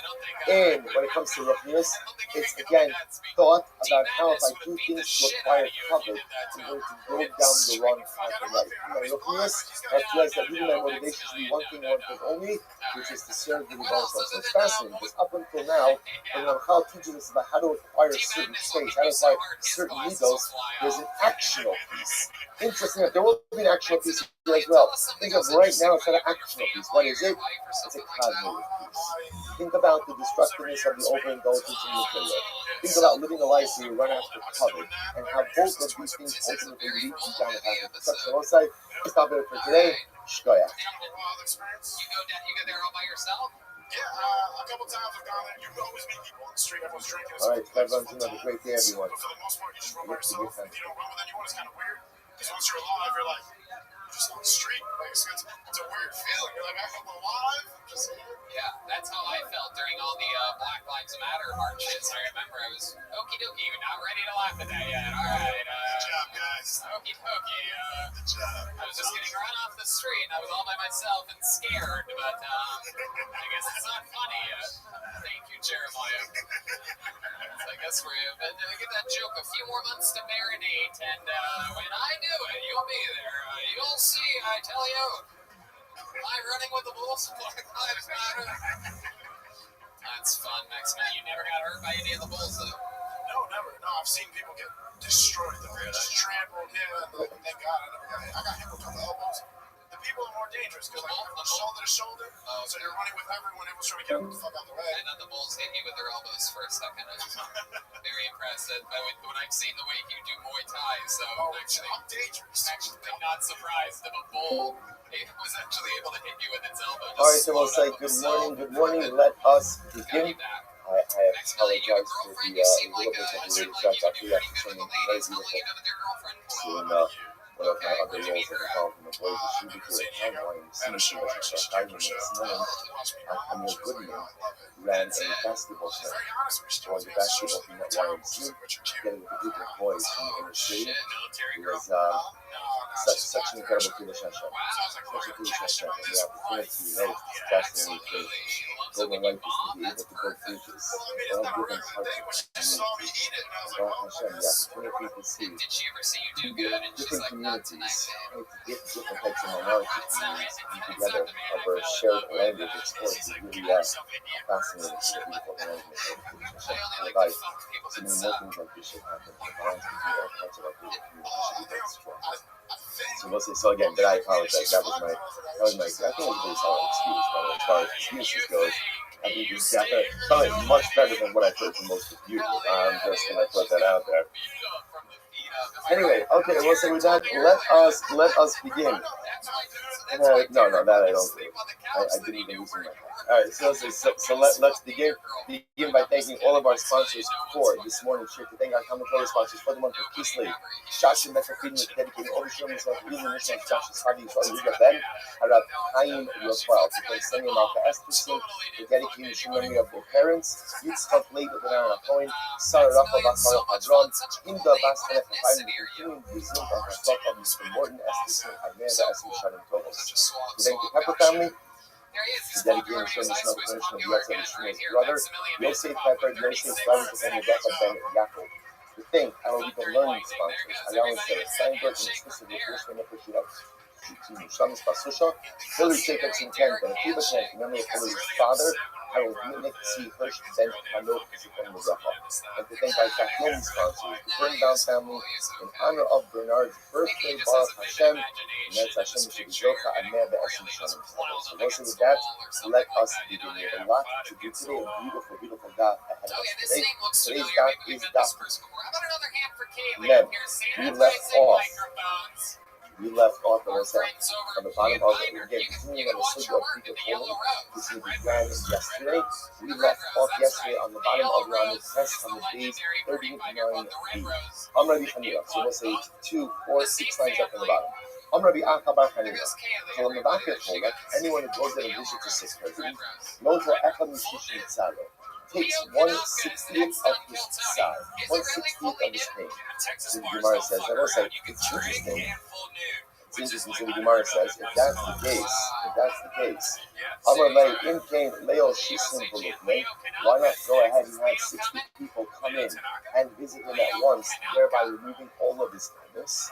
So the Gemara says, Amar Lei, Yisraisa Gedei Rabinos.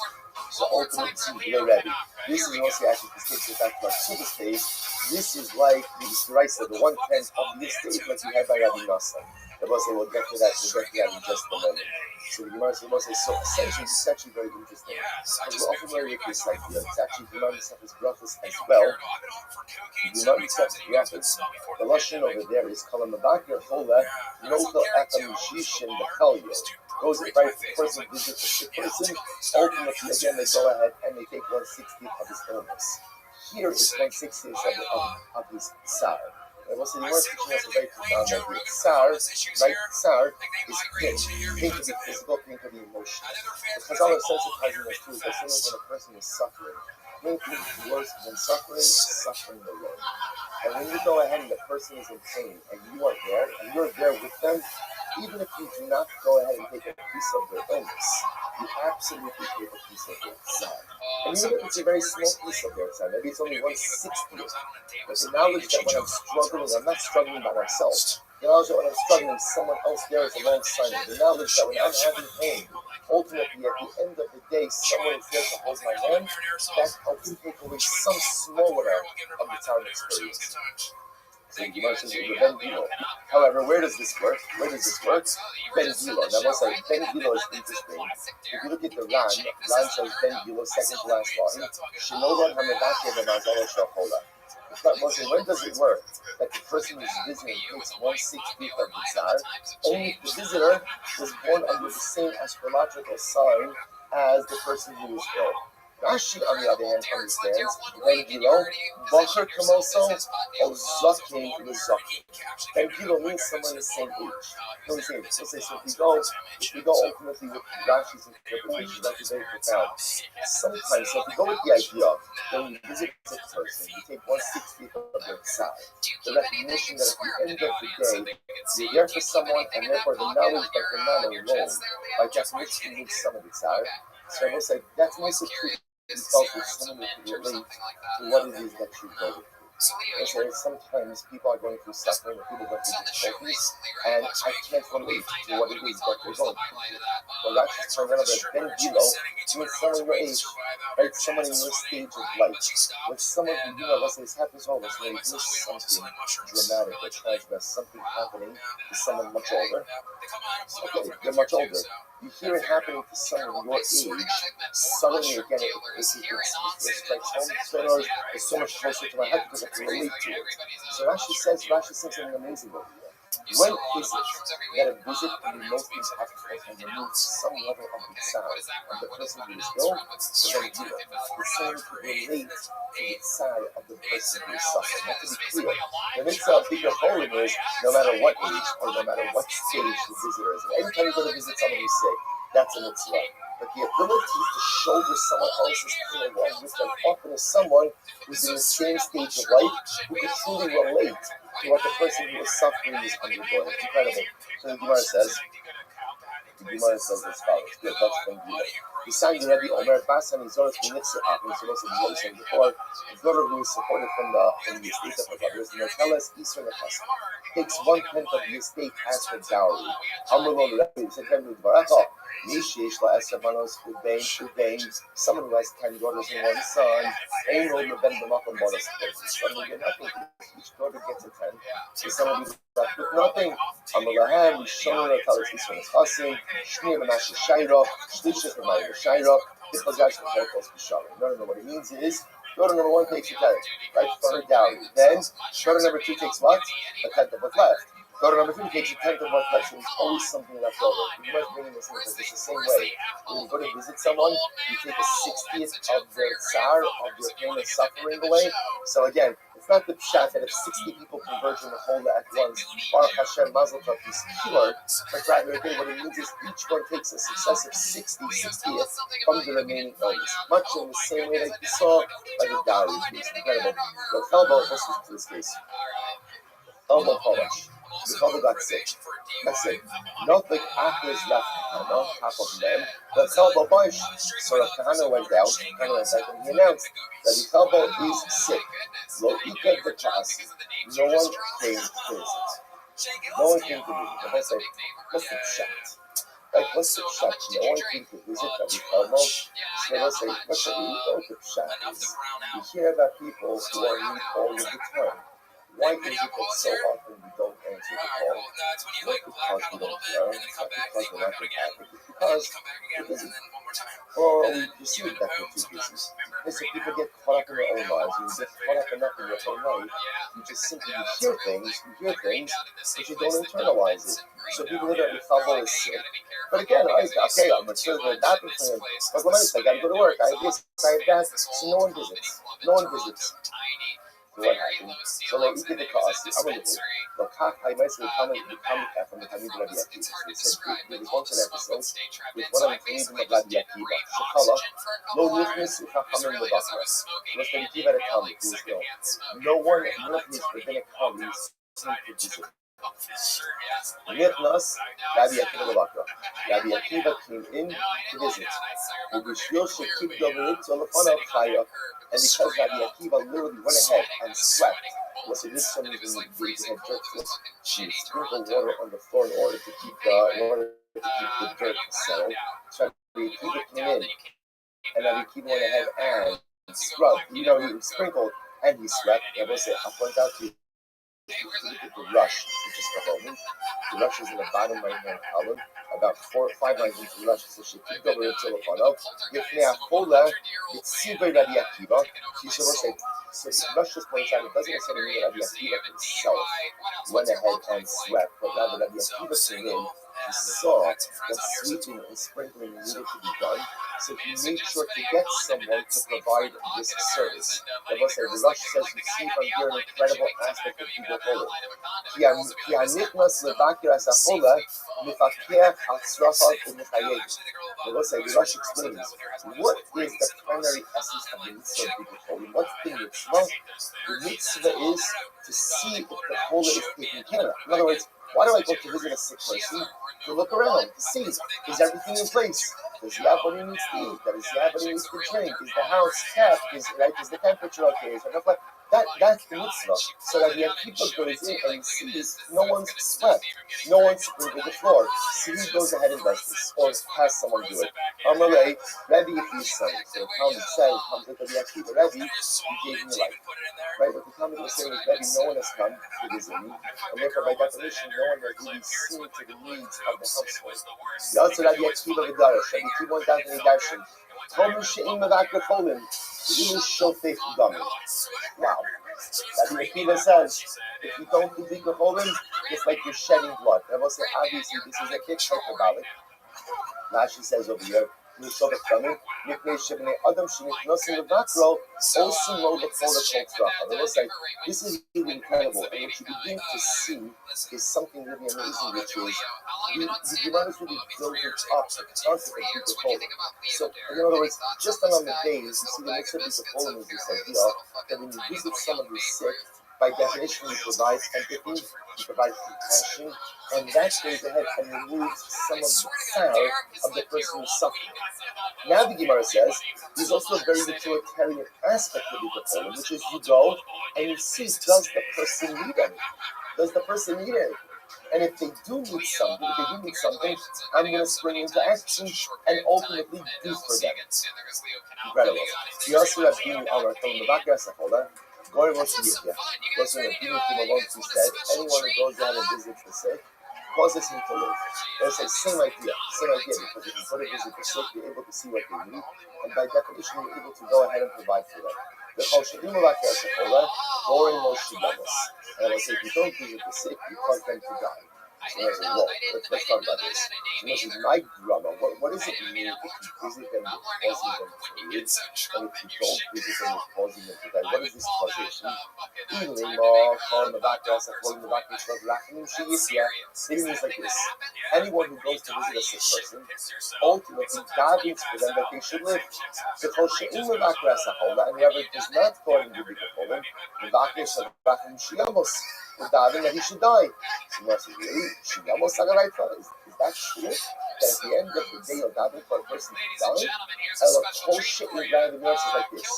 Hoshe in Mevakir Chola, Ein Mevakish Alav Rachamim, Lo Shiyichyer, Lo Shiyamos.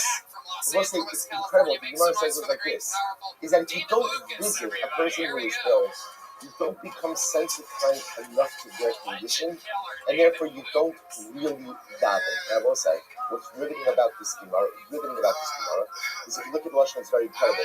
If you don't visit the sick, you won't daven for compassion, that he should live, or that he should die. You will say, look at the Ran. Get ready for this. Top Ran, left-hand column. Look at the Ran says, I will say, what's strange about the wording of the Gemara? The Gemara makes it sound like there's a time to daven for a person to live, and there's a time to daven for a person to die. So the Ran says something amazing. They will say there is a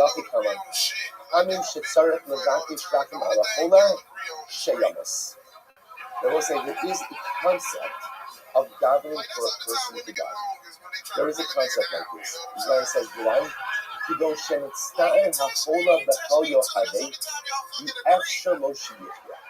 if you see that a person is dramatically ill, there is really no reasonable way that they are going to survive the illness, and all that's happening is pain and suffering, ultimately, again, you could daven for the person to die. We're going to give examples of this.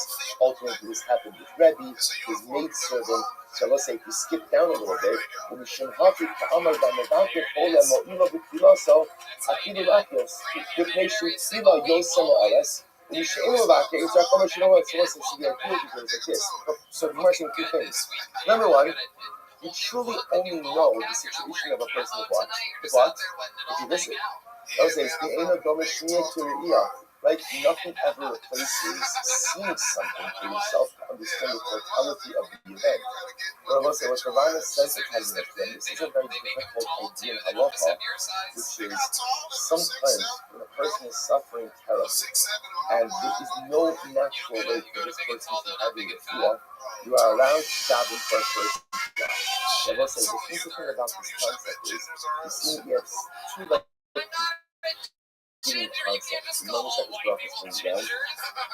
That Akilu Kara Kaja Minachas Al Saval Sha'adam Al Yumayas Asel Mirati. Even if a person has a sharp sword against his neck, don't give up on divine compassion. Which sounds like no matter how terrible things look, you always have to believe that Hakadosh Baruch Hu will come through. And yet here, the Gemara is saying, you're allowed to daven for someone who died if they are in a terrible situation. So let's say, this is kind of sounds like one of the most difficult things to navigate. Because can Hashem perform miracles? Can Hashem perform miracles? Absolutely. Does Baruch Hu turn around to the most dire looking at situations? Absolutely. Does that happen more often than not? No. In other words, the world, Olam Kiman Hago Noe, right? So most people with an end-stage terminal illness die. That's because the Baruch Hu chooses to allow the world to function in a certain natural order. That's the way that it works. So it's this interesting idea theologically that I have to believe that Baruch Hu should turn around anything at any time, but at the same time the world also works in a natural order. So it's like, I tell you, someone's been involved like in a lot of these types of situations. The families often ask, like, what should we daven for? We daven for the Shalema if someone is clearly objectively dying. There's no medical remedy, there's no medical intervention. That's it. So we daven for the Shalema if they're suffering so much. They're davening for life, they're davening for death, they're davening for the cross. So this point out, there's Gemara over here, this is the first one that said the idea that you're allowed to daven for death. So I've often felt the right thing to do is to daven to Hakadosh Baruch Hu, that the Ribono Shel Olam should take care of your life. That's what you daven for. Because at the end of the day, I don't know. I have no idea. I believe in miracles. I believe in all of my heart with miracles. But I also believe that the world runs according to a certain level of chaos, or level of nature. And again, if there's no medical intervention for someone who is at the end stage of an illness, the statistical probabilities that they're going to die. But if Baruch Hu turn it around, 1,000,000%. So what am I going to say? They should die, they shouldn't die, they should have a solution. Baruch Hu, take care of my life. Take care. Because at the end of the day, that's what every tefillah is anyway. If you distill every single thing that we daven for, at the end of the day, what is it? Hashem take care of it. And I'm davening for Parnasa. Maybe I should have Parnasa. I think I should have Parnasa. Maybe I should. If Baruch Hu knows that if I was dramatically wealthy, like I didn't win the Powerball, maybe Baruch Hu knows, you know why? You know I didn't win it? Because maybe he knows that if I won it, I'd be another one of those lottery winners. Right? You know those stories. Right? And those people, like, their life goes down in flames. Right? Everything was fine. We're totally happy in the trailer. Right? Everything was fine. Right? Everything was okay. Now it happened. Now they win the lottery, and like every single terrible thing that could possibly happen happens. Right? So I think I could do wonderful things with that wealth. I could change the world. Baruch Hu knows better. The best thing you could daven for is Baruch Hu take care of you. First, Hashem Rahman Shalom has a relative in this type of situation. Look at the situation. Sometimes it's not, don't daven for life, but don't daven for death. Just ultimately daven for Baruch Hu. Please take care of my loved one in the way that only you know. Rabbi, Yom HaKadma the Chalish was this interesting Gemara. Rabbi, when he was ill, the first day that he was ill, Amar Lahom, will Tiglu Yish, Velo Misrim Rashi. Rabbi said the first day he was ill, he would be very secretive about it. He would say, I don't want anyone to know that I'm ill, so that my mazel shouldn't be compromised. I was like, why? What does it mean his mazel shouldn't be compromised? If you look at the rush again, the second wide line, the knuckle tura chadju sakini. Those are this little testimony for the Shabbos. When the ox falls down, sharpen the knife. Meaning what? It's really hard to get an ox down. So again, it's very hard. It's very hard to get the ox down. Once the ox is down, right? It's already down. Sharpen the knife. So that's an expression that when someone's down on their luck, right? When someone's suffering through hard times, their whole nozzle is eroding. So that says the ulai, so that kasha mu'eta shivakshu sono ra'a mikosef hayom. This is incredible. Shabbos like this. Love when people do things like this. But let's think to yourself, love us. How could somebody not like love? So I'm saying, the rule is in life, if you have any level of entrepreneurial profile, right? Any level, it's always going to be so. Any position of leadership is always going to be someone who doesn't do it. That doesn't mean you're doing something wrong. Right? It just means that if you're in the public eye, someone's not going to like you. The Rabbi was concerned like this. Someone who I hear doesn't like someone who doesn't like me says that I'm ill. My mouth has already been compromised. Perhaps they could have been left for the Shkarafu to punish me for all of my misdeeds. Rabbi says I have misdeeds as well, and therefore again I'm in a compromised state. Therefore, the first thing if he was ill, he would not have anything else.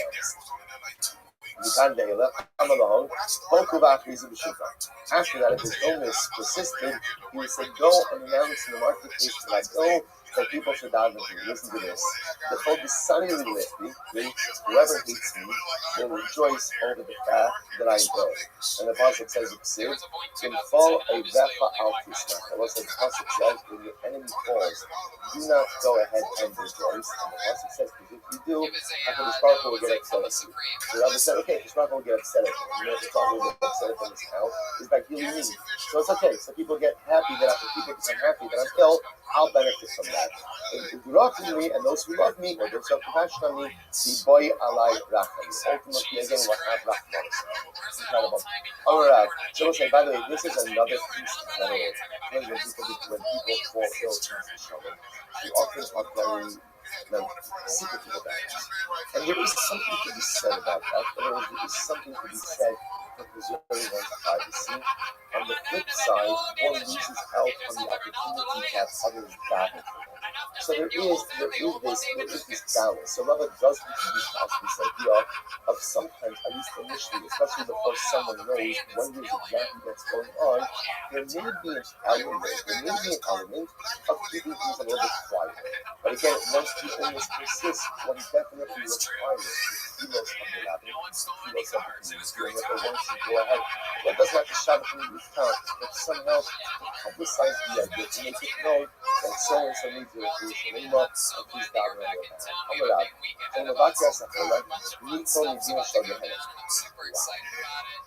Anyone who goes ahead and visits the sick, ultimately again is saved from Gehenna. Shreyanai, Ashrei Maskil El Dal, Yom Ra'a Yimalkei. The Indal, Elachola, so what's it literally again, Maskil El Dal, who goes ahead and gives his time and gives up his little seichel to the Dal, to the Chola, will be saved on the terrible day. Shreyanai, Yidolai, saying, I give up this Pasuk, Madua Atokach Adal Ben Amelech, Elokeh Elokeh. Eimra, El Gehenna, Ramizgeh Shneimar, Chol Hashem L'Ma'aneh. V'gam Rasha V'yom Ra, V'shavos says, therefore, again, Halacha Ois, if you visit the sick, you're saved from Gehenna. Then Dike Maskaro, and if you visit the sick, what's your reward? Maskaro, Tidam, and he's only going to check what was my reward. You just said, the reward is you're saved from Gehenna. El Maskaro Ba'olam Hazeh. Shavos says, the fact that I'm saved from Gehenna, that's my reward in the afterlife. What's my reward in this world? Shem Yishmereyu, Yichayehu, Va'oshem Ba'aretz Ba'al Tipneu Nefesh Shayvav. We'll say, what does this mean? Shem Yishmereyu, Hashem will watch me, Yitzhahara. Hashem will guard me from Yitzhahara. Yichayehu, Hashem will give me life, meaning Hashem will save me from suffering. Va'oshem Ba'aretz, wealth in this world, Shakomis Kabdim Ba. We'll say, everyone ultimately again will honor and give honor to me and take honor in me. They'll say, by the way, if you think about it, why is there so much reward? Why is there so much reward associated with being holy? It's so fast. You must listen to this. So you just watch what's happening over here. If you do Bikachol, we'll say what happened. Do Bikachol, first of all, after 120, you're safe from Gehenna, which for many of us, it's a big thing. That is a very big thing of us. Like, because chances are there's going to be some skin. Really, I'm not telling you this. I know what I've done in life, and chances I'm going to meet some friends, and hopefully before I get to go on to the Olam Haba. So the ability to be safe from Gehenna is a very big thing. And then in this world, once you listen to the word in this world, you get saved from the Yetzer Hara, right? Ultimately, again, you get saved from suffering and covered. Incredible. You know, I say, what's the shot? The shot is like this. Bikachol is often a very uncomfortable mitzvah. Bikachol and Milchama Be'im. They're both uncomfortable. They're both, it's interesting. One of the fascinating things that I often see by Milchama Be'im is knowing people really start going to Shirim, or people really start going to Shirim after they sit Shiva themselves, or someone they love sits Shiva. Because they realize like how crucial it is for people to help. Right? Like in other words, you're at the mercy of the community. You're sitting person at Hanukkah morning sitting in your house. Right? I need not other people's help. And my friend, not my friends, and so you become like, you recognize how necessary it is. So I say, what's the shot? Why is it that often? And same with Bikachol, by the way. Bikachol, people really only get involved in Bikachol if they've either been on the receiving end of it, or ultimately, again, have had a relative who has really needed and seen others come to it. Why is that? Well, I'll tell you, I think my theory with this is because it's an uncomfortable mitzvah. It's uncomfortable. It's uncomfortable to go to a shiva. It is. Because you know what happens? You go in, you sit there. So sometimes you go in there and the Avel's like all talkative and great. And sometimes you go there, what happens? Silence. And you don't know what to do. And you don't know, like, so the truth, I just get up after 2 minutes, wait. I'm waiting for like kind of like exiting WhatsApp groups. Like in other words, all I need is one person to do it. Just I need that one person to do it, and then there's like a flow. It's like it's yes and sign. Then we could go. Right? And a base Avel, all I need is one person. Just get up. Just get up. Once the person get up, it's like I'll just kind of stand behind them, right? We'll walk out together. It's uncomfortable. Bikachol, go to visit someone who's sick, and you're that's uncomfortable. That's why, that's why we naturally avoid these mitzvahs. Meaning, I love giving, and I'll do anything. But as long as it's comfortable, the moment that it makes me uncomfortable is the moment that I just don't want to do it until I realize how necessary it is. So let's say I realize this as well. Therefore, the more uncomfortable a mitzvah is, the more scary it is to do it. Because the humans that people hold in, you have to fundamentally move yourself out of your comfort zone. Like the Baruch Hu says, you move yourself out of your comfort zone, I'm going to give you more comfort in the afterlife. What's more comfort in the afterlife? No Gehenna. And not only that, I'm going to give you more comfort in this world. I'm going to remove you from Sahara, or I'm going to help save you from the Sahara. Struggle. I'm going to save you from suffering. Struggle. I'm going to go ahead and lift you up. That people, Baruch Hashem, give you cover, people treat you nicely. You go out of your comfort zone, you sacrifice some of your personalistic comfort. So this Baruch Hu says, I'll give you more comfort in the world to come, and I'll give you more comfort in this world. I will say, it's just sometimes a powerful needs to us. And most of you know, by the way, I will tell you, the most incredible thing is by Shiva homes. I will say, do you know when people are sitting Shiva, do you know the visits they remember most? I can't tell how many times I've heard it. The visits they remember most, not from their friends. Because you always expect your friends to do it. It's that guy who you know from shul, who you never said 2 words to. What? He cares. Those are the most memorable, it's incredible things. Those are, because no one expected you to come, because you're not a close friend. You showed up every day to Minyan or whatever, once for Minyan. Well, it's incredible. So you ask anyone who's ever said Shiva, and you ask them the most memorable visits, the people who you never expected to come, and then they show up. Bikachol, you lift up, it's not even an in-person visit. You lift up the phone, you go and you call someone, like, wow, that person called me. I didn't even know they knew who I was.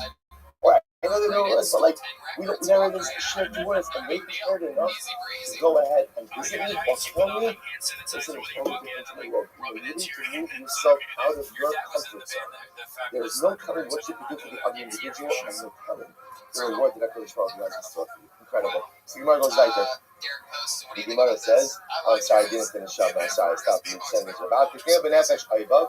Well, say that the mitzvah for Bika Polim side, right? Like the mitzvah Bika Polim is, furthermore, the reward for Bika Polim is, she is danu lo reya.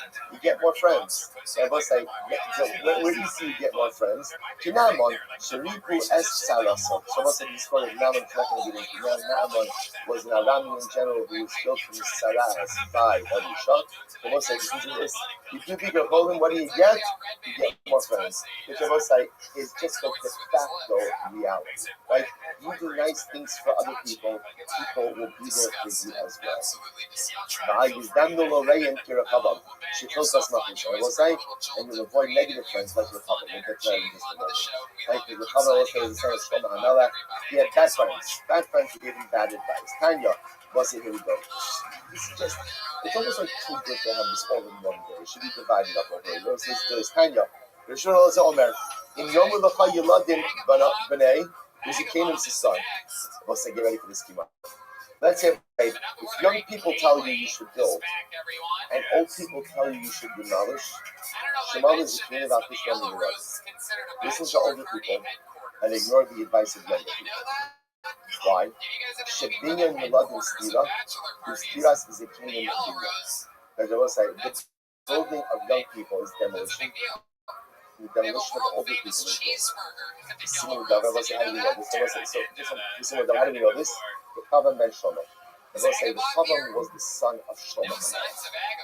Shlomo dies, the Chavam takes over. They will say, the Chavam decided to go and clean out his father's cabinet, like officers, and he replaced his father's officers, his father's officials, with all of his buddies. What was the problem? They were young, impulsive guys.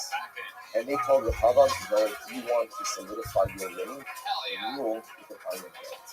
Rule with an iron hand. Raise taxes. Do what you have. Show them who's boss. Now, Shlomo's former advisor said to the Chavam, they urged him to rule with love. Rule with compassion. Yeah, you have to be straight at sometimes, but rule with an open heart. And ultimately, again, the people will coalesce around you.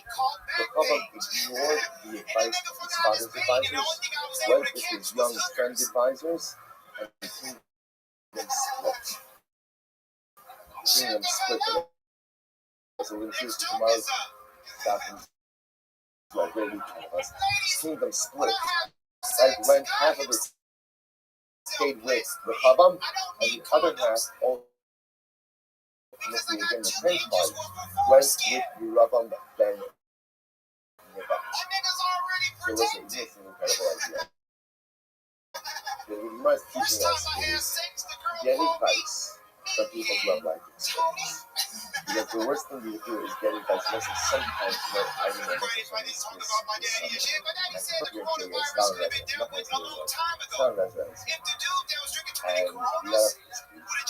he said to me, oh, you're so young. You're so young. He's like, oh, it's a move over.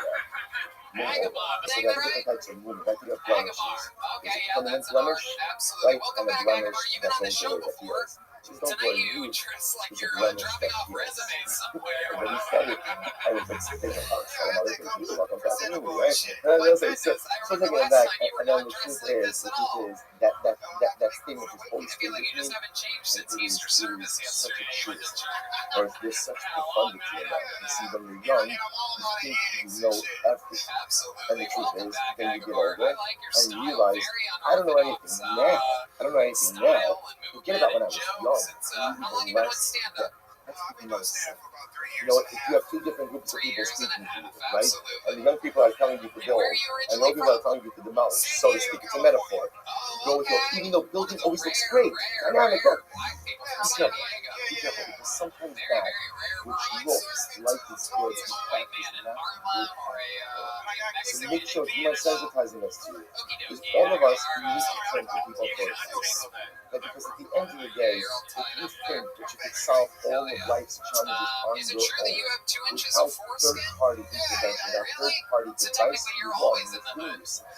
all of us need people to talk to. And I will say, by the way, I want to point out, if it be anyone, the idea that Gemara is saying is, make sure it's Have you someone thought about getting with a life late-term experience. circumcision? Because sometimes, Actually, ultimately, I did in Egypt. life You got one in experience Egypt? gives you the greatest amount of 26 years knowledge. old. That's Is that why why I your was dick shaped what do like you a call an pyramid? older person?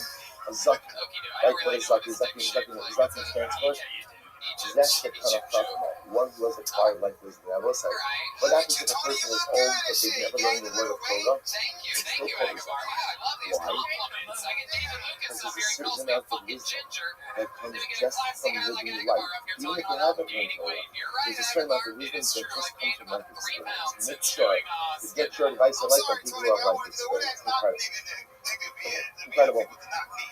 Oh no, she's really Rabbi. They're all saying, "Lo whistle inish kitzira, lo betlas shayit hadmai." Some lo betlas shayit basrais biyoma. They're all saying this is very interesting.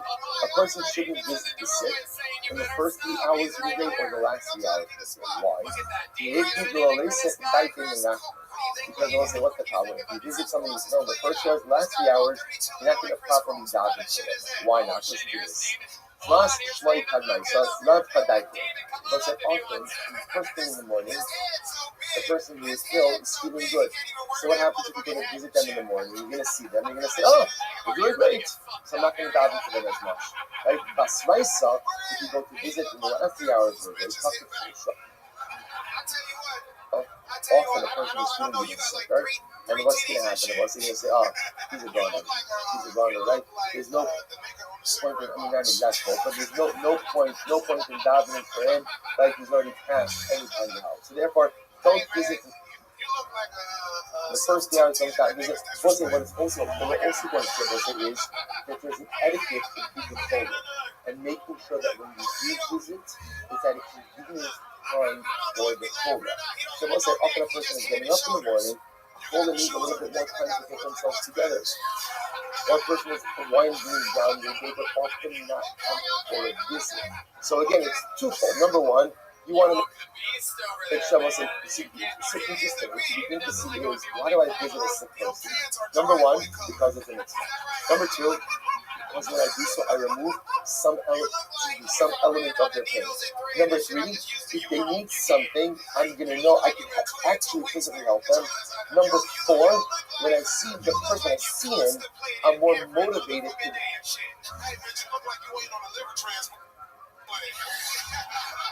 dive in for them. So this is really going to number four. In the realm of tefillah, making sure to see the reality of their suffering. What the Gemara is saying is, in the first 2 hours and last 2 hours of the day, you don't see the reality of your circumstances, right? You're not seeing the real them. The middle of the day, that you see how they truly be incredible. Amar Rabbi, Amar Rabbi. The Irish response was honest, a whole lot of philosophy. How do you know that the Sparku sustains a person to his goal? Hashem Yisadenu al Eresh Tavai. Also, the Pasuk says, literally again, Hashem will go ahead. Excuse me. Hashem will support them. Yisadenu literally means to support, right? Sa'ad, the Gemara is understanding to mean from a lesson about sustenance. Al Eresh Tavai, on their sick bed. Amar Nesh Hashem Shuri Laman Mitas Shekola. Headward the Shina resides at the head of the bed of the Chola. Literally, that's to say, above the bed of the Chola. Shneimar Hashem Yisadenu al Eres Tavai. Anybody else? There's most of this bicep supports this. This is incredible. Hanitnas Levakias Ahola. If one goes to visit a sick person, Lo Yeshe al Gabi Mita. Person shouldn't sit on a bed. Below al Gabi Safsal, not on a bench. Below al Gabi Kishim, not in a chair. Elemis Hatik Yoshit al Gabi Akarka. Rather, a person should wrap himself in his cloak, sit on the floor. Why? Because the Shina goes ahead and resides above the bed of the Chola. Above the bed of the Chola. So the Gemara says, Shneimar Hashem Yisadenu al Eres Tavai. Ultimately, again, Hashem will go ahead and literally support the Chola while he's in his sick bed. Now, both I'll point out on this. It's very interesting. If you look at the Ran on the left hand side, it's the most interesting. What he's saying is, when you visit a sick person, you can't sit on a bed, you can't sit on a bench, you can't sit on a chair, you have to sit on the floor. The CC had a deference to the Shina. The Ran qualifies this and says, "If the man Dama the Dafa is the full shokin about Gaber Taifa." But listen, this is what Ran said. If the Chola is sleeping on the floor, the idea is you can't sit higher than the Chola. Why? Because what's right above the Chola? The Shina, the divine presence. You can't sit opposite the divine presence. The person has to be lower than the divine presence, the Shina. So therefore, again, essentially, if the pole is on the floor, then what? I have to be on the floor. If the pole is on the bed, then ultimately, again, I just have to be sitting a little bit lower than the bed. It's also an idea, also a concept of sometimes not sitting on the bed of the pole itself, which is an interesting idea brought down in our Locha as well. At a breakfast, one should always try to be a little bit lower than the Chola in order that one is not positioned at the same level as the Shina. That must have been what you tell the lesson as well. Isn't it fascinating to say we often think that in times of life adversity, that's when our spirituality is not present with me. And I think if I'm suffering, that means the spirituality is removed. Yet, what does the Gemara say? When a person is ill, the Shekhinah is right there. The Shekhinah is hovering above the head of his bed, right by his head. That's what the Shekhinah is. It's this incredible reality in life. There's sometimes, in the times that we are suffering most, in the times that we are suffering the most, adverse circumstances, is exactly the time that Hashem is closest. We mistake adversity, meaning that God is absent, and there is nothing further from the truth. Sometimes the greater the sickness, the greater the illness, the more intense the adversity, the closer the Shekhinah actually is to us. Incredible Yisod in life. You know goes like that. You know, I said, Amar Rabin, Mitchell and Ma'arava, Sada Yada Pras. We'll say, if you want to know when it's raining in Eretz Yisrael, the greatest witness to the rain in Eretz Yisrael is the Euphrates. So what the Euphrates is, whatever we'll say, when it rains in Eretz Yisrael, the water trickles from Eretz Yisrael into the Euphrates. So when the Euphrates becomes swollen, that means that what? It means that what? It's raining in Eretz Yisrael. So the Gemara says, if he does the Shmuel, this argues like Shmuel, but Shmuel, now Yom Mikafifa Mizbarach. So Shmuel holds that a river, like a river, is not only fed from its own springs. So Shmuel holds that rivers are not really fed by rain; they're fed by their own substance. Subterranean springs. So therefore, again, when the babies become small, that's not from rainwater by Israel, but rather what? That's from its own spring. If you give the Shmuel, now most of the people, Shmuel arguing on himself. What does Shmuel say? Dumber Shmuel, any Hamayim Mikarim B'Zoflin, Ella. You thought I wasn't going to make it. You thought I wasn't going to make it. It's not my first rodeo. So listen to this, so get ready. So it says the girl like this. So Shmuel says like this. Shmuel says, well, say, just let me talk to you about this outline for just a moment. We'll say the halacha is like this. A mikvah can be comprised of two things. A mikvah could be a natural body of water. An ocean could be a mikvah. A lake could be a mikvah. A river could be a mikvah as well. Rainwater could also create a mikvah. And we'll say, well, what's the difference? Rainwater can only serve as a mikvah if it's collected and cooled. Flowing rainwater cannot go ahead and serve as a mikvah. Now, flowing natural water, then if you have a river, that's a flowing river, that can serve as a mikvah. But Allah rainwater only works as a mikvah if it's cooled and collected. So watch this. So Shmuel says, last time on Aleph again, from Shmuel, Einamai Mikarin B'Zochalin, Ella Pras B'Yomei Tishrei Yovad. Normally, again, he says water cannot go ahead and serve as a mikvah when it's flowing, except Euphrates and Tishrei. Rabbi say, what's the trouble with Euphrates and Tishrei? So remember, Rabbi say, by the time you get to Tishrei means you've gone through the whole summer. At that point in time, the water that's in the Euphrates is no longer rainwater. It's no longer flowing rainwater. So Shmuel is essentially saying that Allah you can use the Euphrates as a mikvah, but only during Tishrei, when you know for sure that it's no longer flowing rainwater, but rather, again, it's cooled, collected water. So Avua de Shmuel, so we'll say just along these same lines, Avua de Shmuel, Ovid lahol mikvaos lebansia biyomim Nisan. So let's listen to this. As a result of this, very interesting. The father of Shmuel would make mikvaos for his daughters during the days of Nisan. I will say Yudan says actually what he would do is he would make indoor mikvaos for his daughters. I will say, now what's happening over here? Shmuel's father was concerned that if his daughters would use natural bodies of water for a mikvah during Nisan, what's Nisan? Nisan already, again, the rainy season is over. Like, because remember, again, Nisan is already the beginning of spring. But again, in many bodies of water, you still have rainwater flowing in. Shmuel was concerned that if his daughters would use the flows of natural bodies of water, they wouldn't be immersing in flowing rainwater. That's how I listen. Now again, rainwater can be used for a mikvah. But when is rainwater? When can it be used? When can it be used? But it's kind of listen, brother. That's how our mikvahs work. Like I have a mikvah that has rainwater, right? It's as long as it's cold rainwater, totally fine. So Shmuel's father was concerned that if his daughter is used outdoor mikvahs during up until Nisan, ultimately again they would be immersing in flowing rainwater. So what did he do? He done for them. He made for them indoor mikvahs. What's how do you make an indoor mikvah?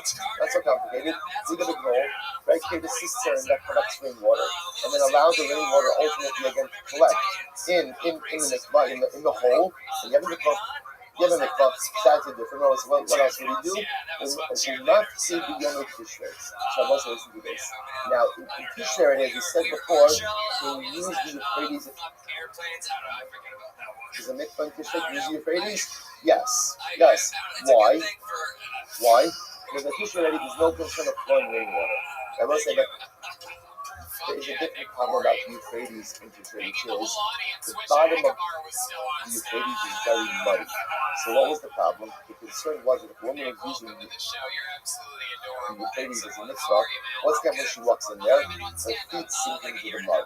What's the concern? Chatzitza. So Shmuel's father made like mats for his daughters so they would take the mat into the Euphrates. They would stand on the mat. This way their feet wouldn't sink into the mud, and ultimately again there was no problem ultimately again of the chatzitza in the mitzvah. So let's say, so again, just an interesting idea. So there was a interesting locals mikvahs. Rainwater works as long as it's collected.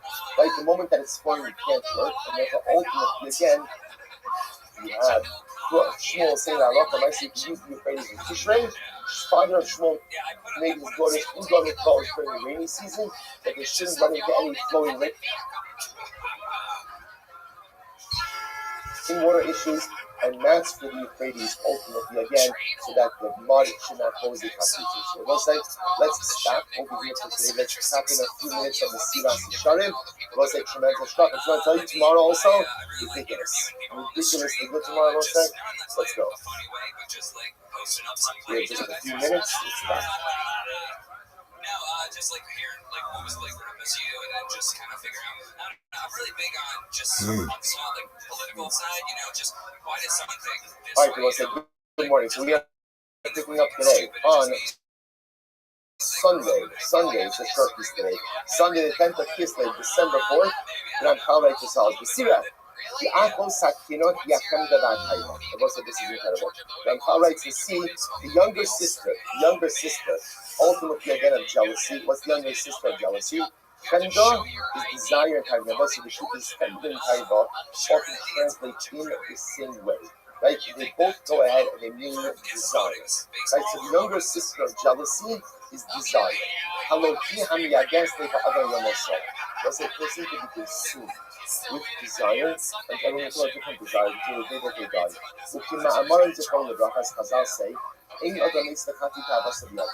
let's say, when a person dies, he hasn't even gone ahead and acquired the fall of his past. So let's say, when a person leaves this world, they haven't even acquired half of the things they desire. That's how profound desire is. You spend a lifetime trying to satisfy your desires, and yet by the time you leave this world, you haven't even satisfied half of them. Ba'amram, Ikra Taiva Pona Rush Sheva, was a generally type of desire, manifests itself in two ways. Ha'achad hu ha'mammon, or say what is the desire for money? And when you see desire for money yourself, you can manifest it in a variety of ways. Ha'ashuni hu ha'kavod. The second is a desire to covet, to honor. Same ke'echad ra'imod, both are terrible. The garmin ma'adam ra'os rabos, and they cause man terrible pain. Terrible pain. Let's analyze. Hine hemda samamani, ha'oseres osor ma'asara olam, v'noseres avosas ha'ama ba'isat azraos. The desire for money, Rabbi saying, the desire for money, literally again, oseres, chains one, right? It encumbers a person in the chains and shackles of this world, and ultimately puts upon him the yoke of work and azraosa. So we're going to see that ultimately the desire for money sometimes makes you a slave to work. Slave to work. He says, if you love money, you never get enough money. I will say, what happens?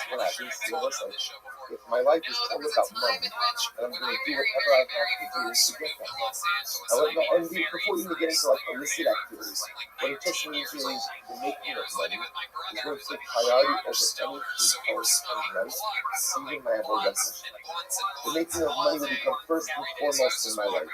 He may come up to those evanos, person will miss traveling. The kama mitzvot nishkafos, the person will miss experiences. Yet may rope of ha'isik yes hamonas to make the sale, to make each money push king kawatoya. So let's say it's an incredible thing. But you must let me tell you, I'm telling you here is if the essence of my life becomes the pursuit of money, then at the end of the day,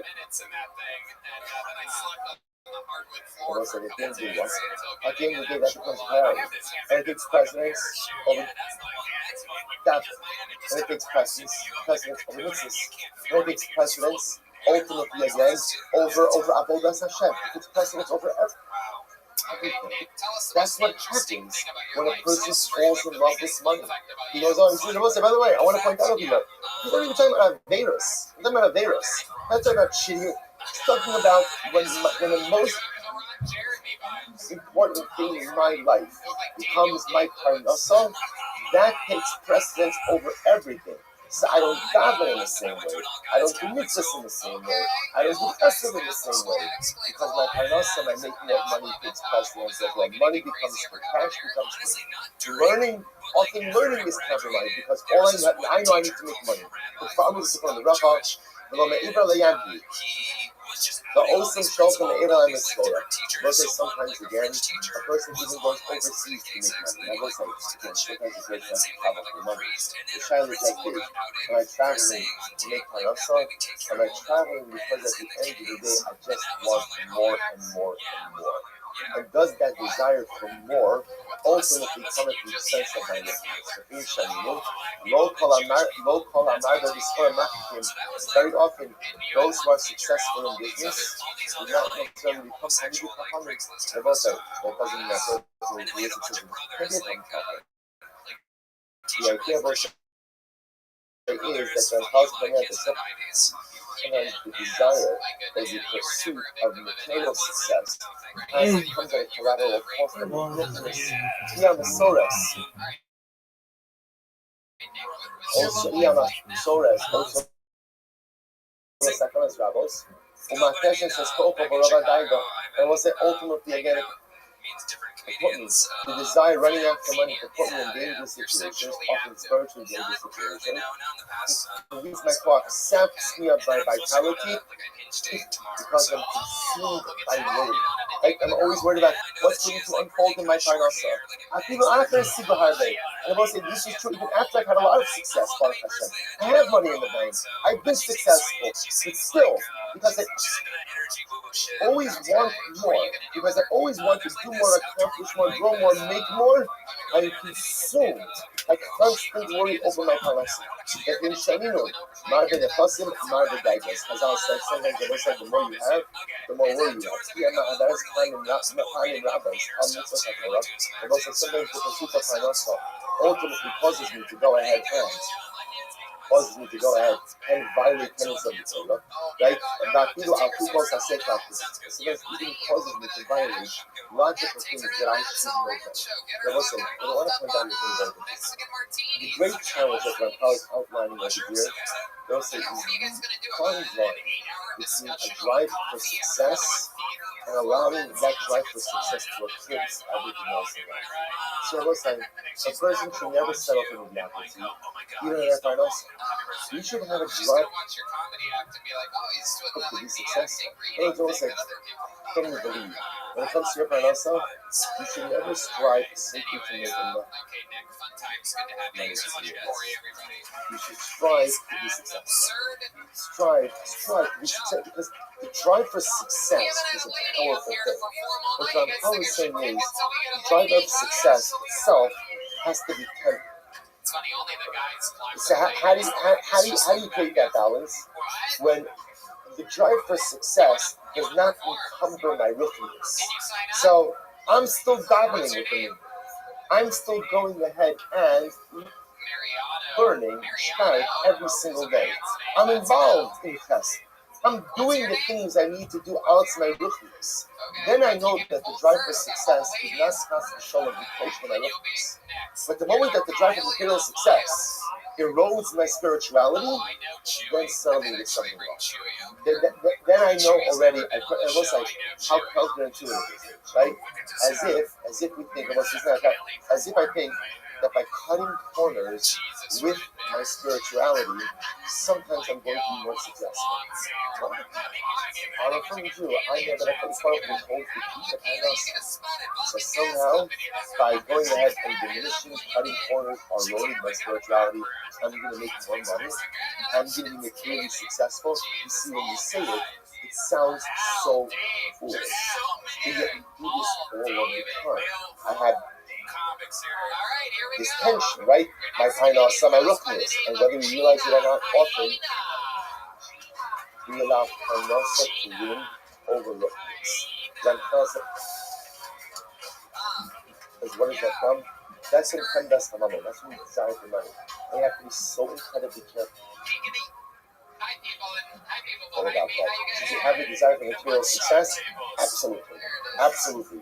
But that desire has to be kept in check. The moment that desire encroaches on my spirituality, that's when already again it's out of control. That's ultimately it. And when that desire becomes something, that's no longer a desire for success. That's what's called kandas mamon, a desire for money. The moment it becomes a desire for money, the moment that I'm down the wrong path. Have a desire for success, and make sure it never comes with its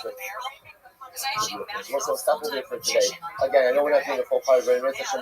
We'll have more time tomorrow. We'll pick up as a piece of site. Thank you very much. Very confident full-time magician. Because before our first date, he texted me and he was like, "Hey, just so you know, I'm only looking for something casual." And I was like, "Yeah, bro. I got that from magician." I was like, "What the fuck?" I was like, "Do you think I called up my friends at Camden?" I was like, "Found him, guys. He's the one. Can't wait for the wedding. There's gonna be fucking doves everywhere." But the way he said it was, he was like, "I just wanted to be honest. I didn't want to let you down a deceptive path." And I was like, "Bro, isn't that your fucking job? Like, magic is just gaslighting with eyeliner." Still gonna fuck him though. Because he's got face tattoos and I'm stupid. Looks like a sexy ass doodle bear. Can't wait. Because I'm gonna blow him. I'm gonna be like, did you finish? And he's gonna be like, check behind your ear. Gina, hyena. That's a good joke. Hell yeah. Thanks, Gina. Wow. Very fun. Welcome to the show, Gina. Thanks for having me. How long have you been on comedy for? 1 year. 1 year. Perfect. All of it here in Texas? Started in Texas, lost my job right before COVID. All right, so we'll say good morning. Let us begin. Begin by thanking our sponsors for this You still live there? You're happy there? I'm happy now. morning's share to thank our co-sponsors for the month, Teshuvah, Young Dan, Lisa Stratman, There, I'm seeing it all over the and internet. Rebecca Stratman for dedicating and sharing this information of the first website of the Line the fuck up where it's like kind of out of control more than let's say sister it's Mika fine. Shingo Yeah, Yehudis, yeah, Basta the Yosef, Mika Shingo Yehudis, Basta the Yosef, you can show love and rock to the Fidelity, you shouldn't be smart. And you come to get blood types of Rabbi's mother, Hessa, Mira, Das Ein, to come to Rafa, the Open American Outcome of the Shams Havaria, and the Family Zero. Most of the cast are really incredible gaps today. Today's gap is Chok Days 22, and we're picking up the American Shem left off on Chok Aleph on the base 21b, and we left off Rabbi Yishmael Rabbi Yossi Omer, which is 2, 4, 6, 8, 10, 11 lines up and down. So just reorient ourselves a little bit. So we're having a very interesting discussion now about the process of annulling a neder. So remember again, just concentrate on the flow. So the Mishnah spoke about 4 categories of nedarim that don't require annulment at all. Right? Why? One, because halakha l'maisa they're not nedarim.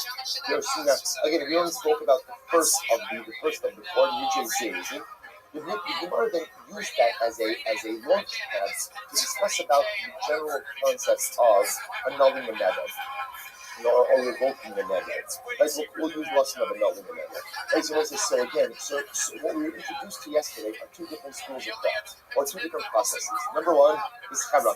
What's charata? Charata. So charata is regret. I must say, we saw that even in the world of charata, there are really 2 forms of charata. There's what we'll call present charata and retrospective charata. So present charata means I regret, I made the neder, I just regret it. Why do I regret it? It's too onerous, it's too difficult, I wish I never did it. Okay.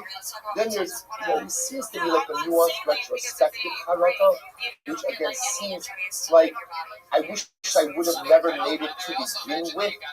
Something happened at the time that I made it, and I wish I never made it then. And then there's what's called Pesach. Pesach means what? Essentially, there's a piece of information that I am now cognizant of, that had I been cognizant of it at the time I made the neder, I would have never made the neder. So again, a simple example I gave you yesterday was I made a neder not to drink wine. Comes Shabbos, I'm ready to make Kiddush, and realize, oh my gosh, I can't use wine for Kiddush, and I am cognizant of the fact the time that I made the neder, that I wouldn't be able to use wine for Kiddush, I would have never made the neder. Okay, so now what's like, what we're really deep in over here is whether or not halakha actually works. So we run in the statement, remember one of the times that halakha doesn't work, and now the Gemara is going to read the same name of Rabbi that halakha doesn't work. And now the Gemara is showing other examples of Rabbi who said halakha did work. For example, the Gemara says, Rabbi Yishmael, Rabbi Yossi, and Rabbi Yishmael, you say to a person,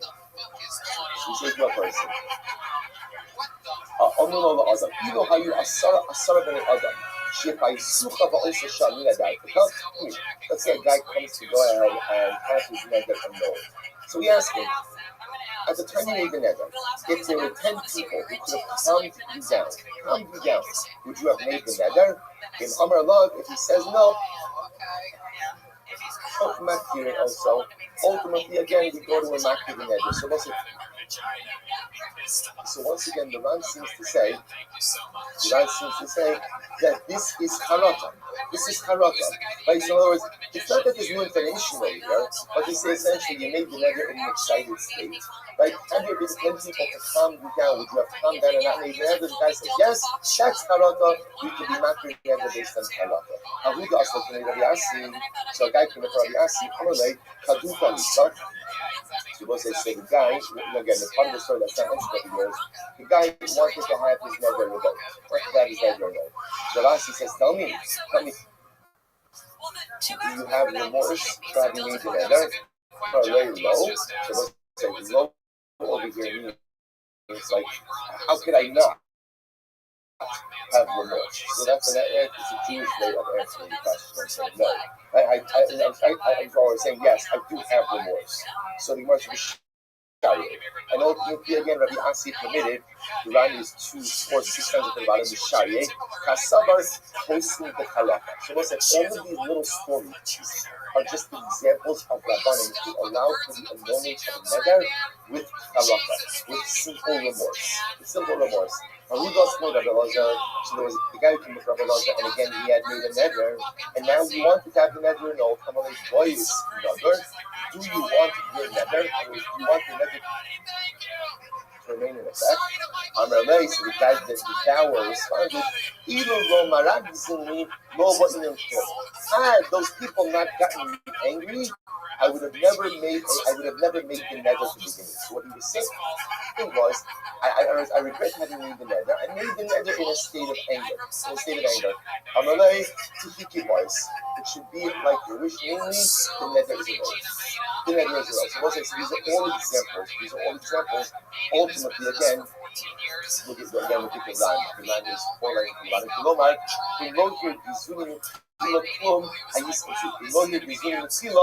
Klum hayisin noder lo bevadai ela ayidei kasna darti ulefichach ani nischarik asher ashna darti. So remember, you begin to see the way charaka works. There's no new information that comes to life. As opposed to a Pesach, there's often a new piece of information that comes to life that I was not that it was just discovered, but that I was not aware of before. So now I say to myself, had I known that piece of information at the time, when I made the neder, I would have never made the neder. Everyone agrees that works. These are examples of charaka. So the guy ultimately says to Rasi, he's like, you know what, this comes to Rabbi Elazar, had I not gotten angry, I would have never made this neder. So let's say, there's no new information over there.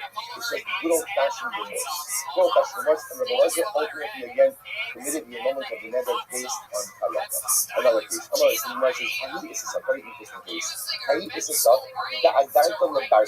There was a woman who made a neder prohibiting her daughter from getting any benefits from her property. That's the case over there. So we'll call that the mother is Rachel.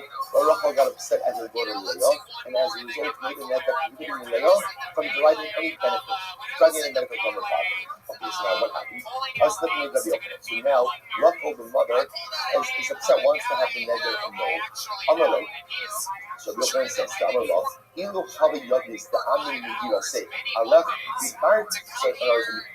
So Rabbi Elazar says to like this: Ilu Chavi Yodis, the Amin Megillah say, had you known that your neighbors are now talking, and what are your neighbors saying? And Megillah say, Allah, they're saying about you, the Bar Talk of Chaf Beis Amalei, Ilu Lo Cham As Ba Ima Nimin Da'aziba Kifdela Adarta, Miadarta. What was happening now? Now that Rachel made this neder prohibiting her daughter Leah from getting any property, Rabbi Elazar says, no, the neighbors are talking. And what are the neighbors saying? Oh, Leah must have done something really bad. And it must have been probably the realm of immorality as well, because her mother takes such a serious stance against her. So Rabbi Elazar says to the mother Rachel, had you known that the neighbors would say about you that your daughter must have done something so terrible, or now what you've done is you've ruined your daughter's reputation. Because you have taken the neder, which Rachel responds, come on very low. So Rachel says, of course not, that we would not have done it, and decided. And ultimately, again, Rabbi Yochanan committed the neder. Again, another example of charaka. Bar Barte Rabbi Yanai Saba.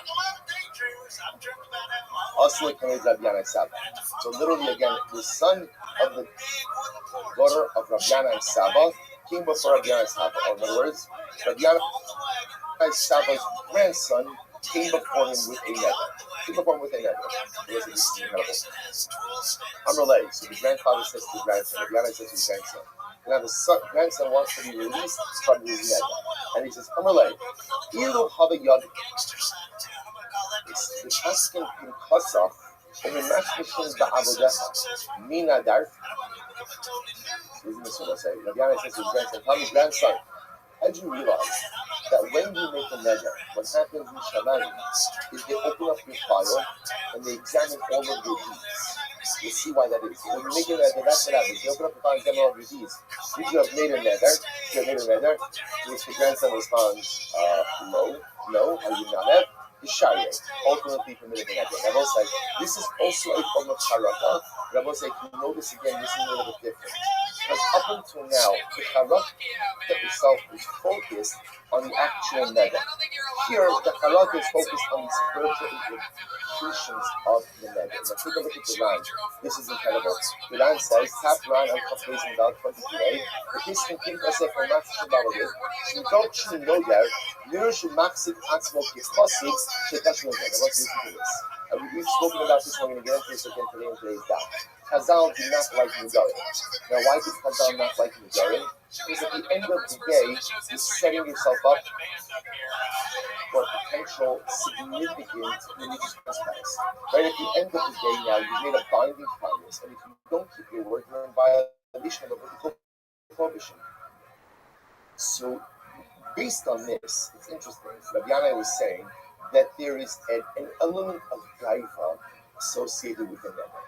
Right? And what's the element of gaiva? The element of arrogance. So if I make the neder, that shows a sort of a confidence that I'm going to go ahead and honor my word. A person is portraying himself as a chassid, as a very pious individual, where there's no concern of transgressing my word. Well, if you think you're such a chassid, so what not being in Shammai? This prophet says, well, let's have a look. Let's see really how it is that you believe in us. You're such a chassid, and you don't have to go back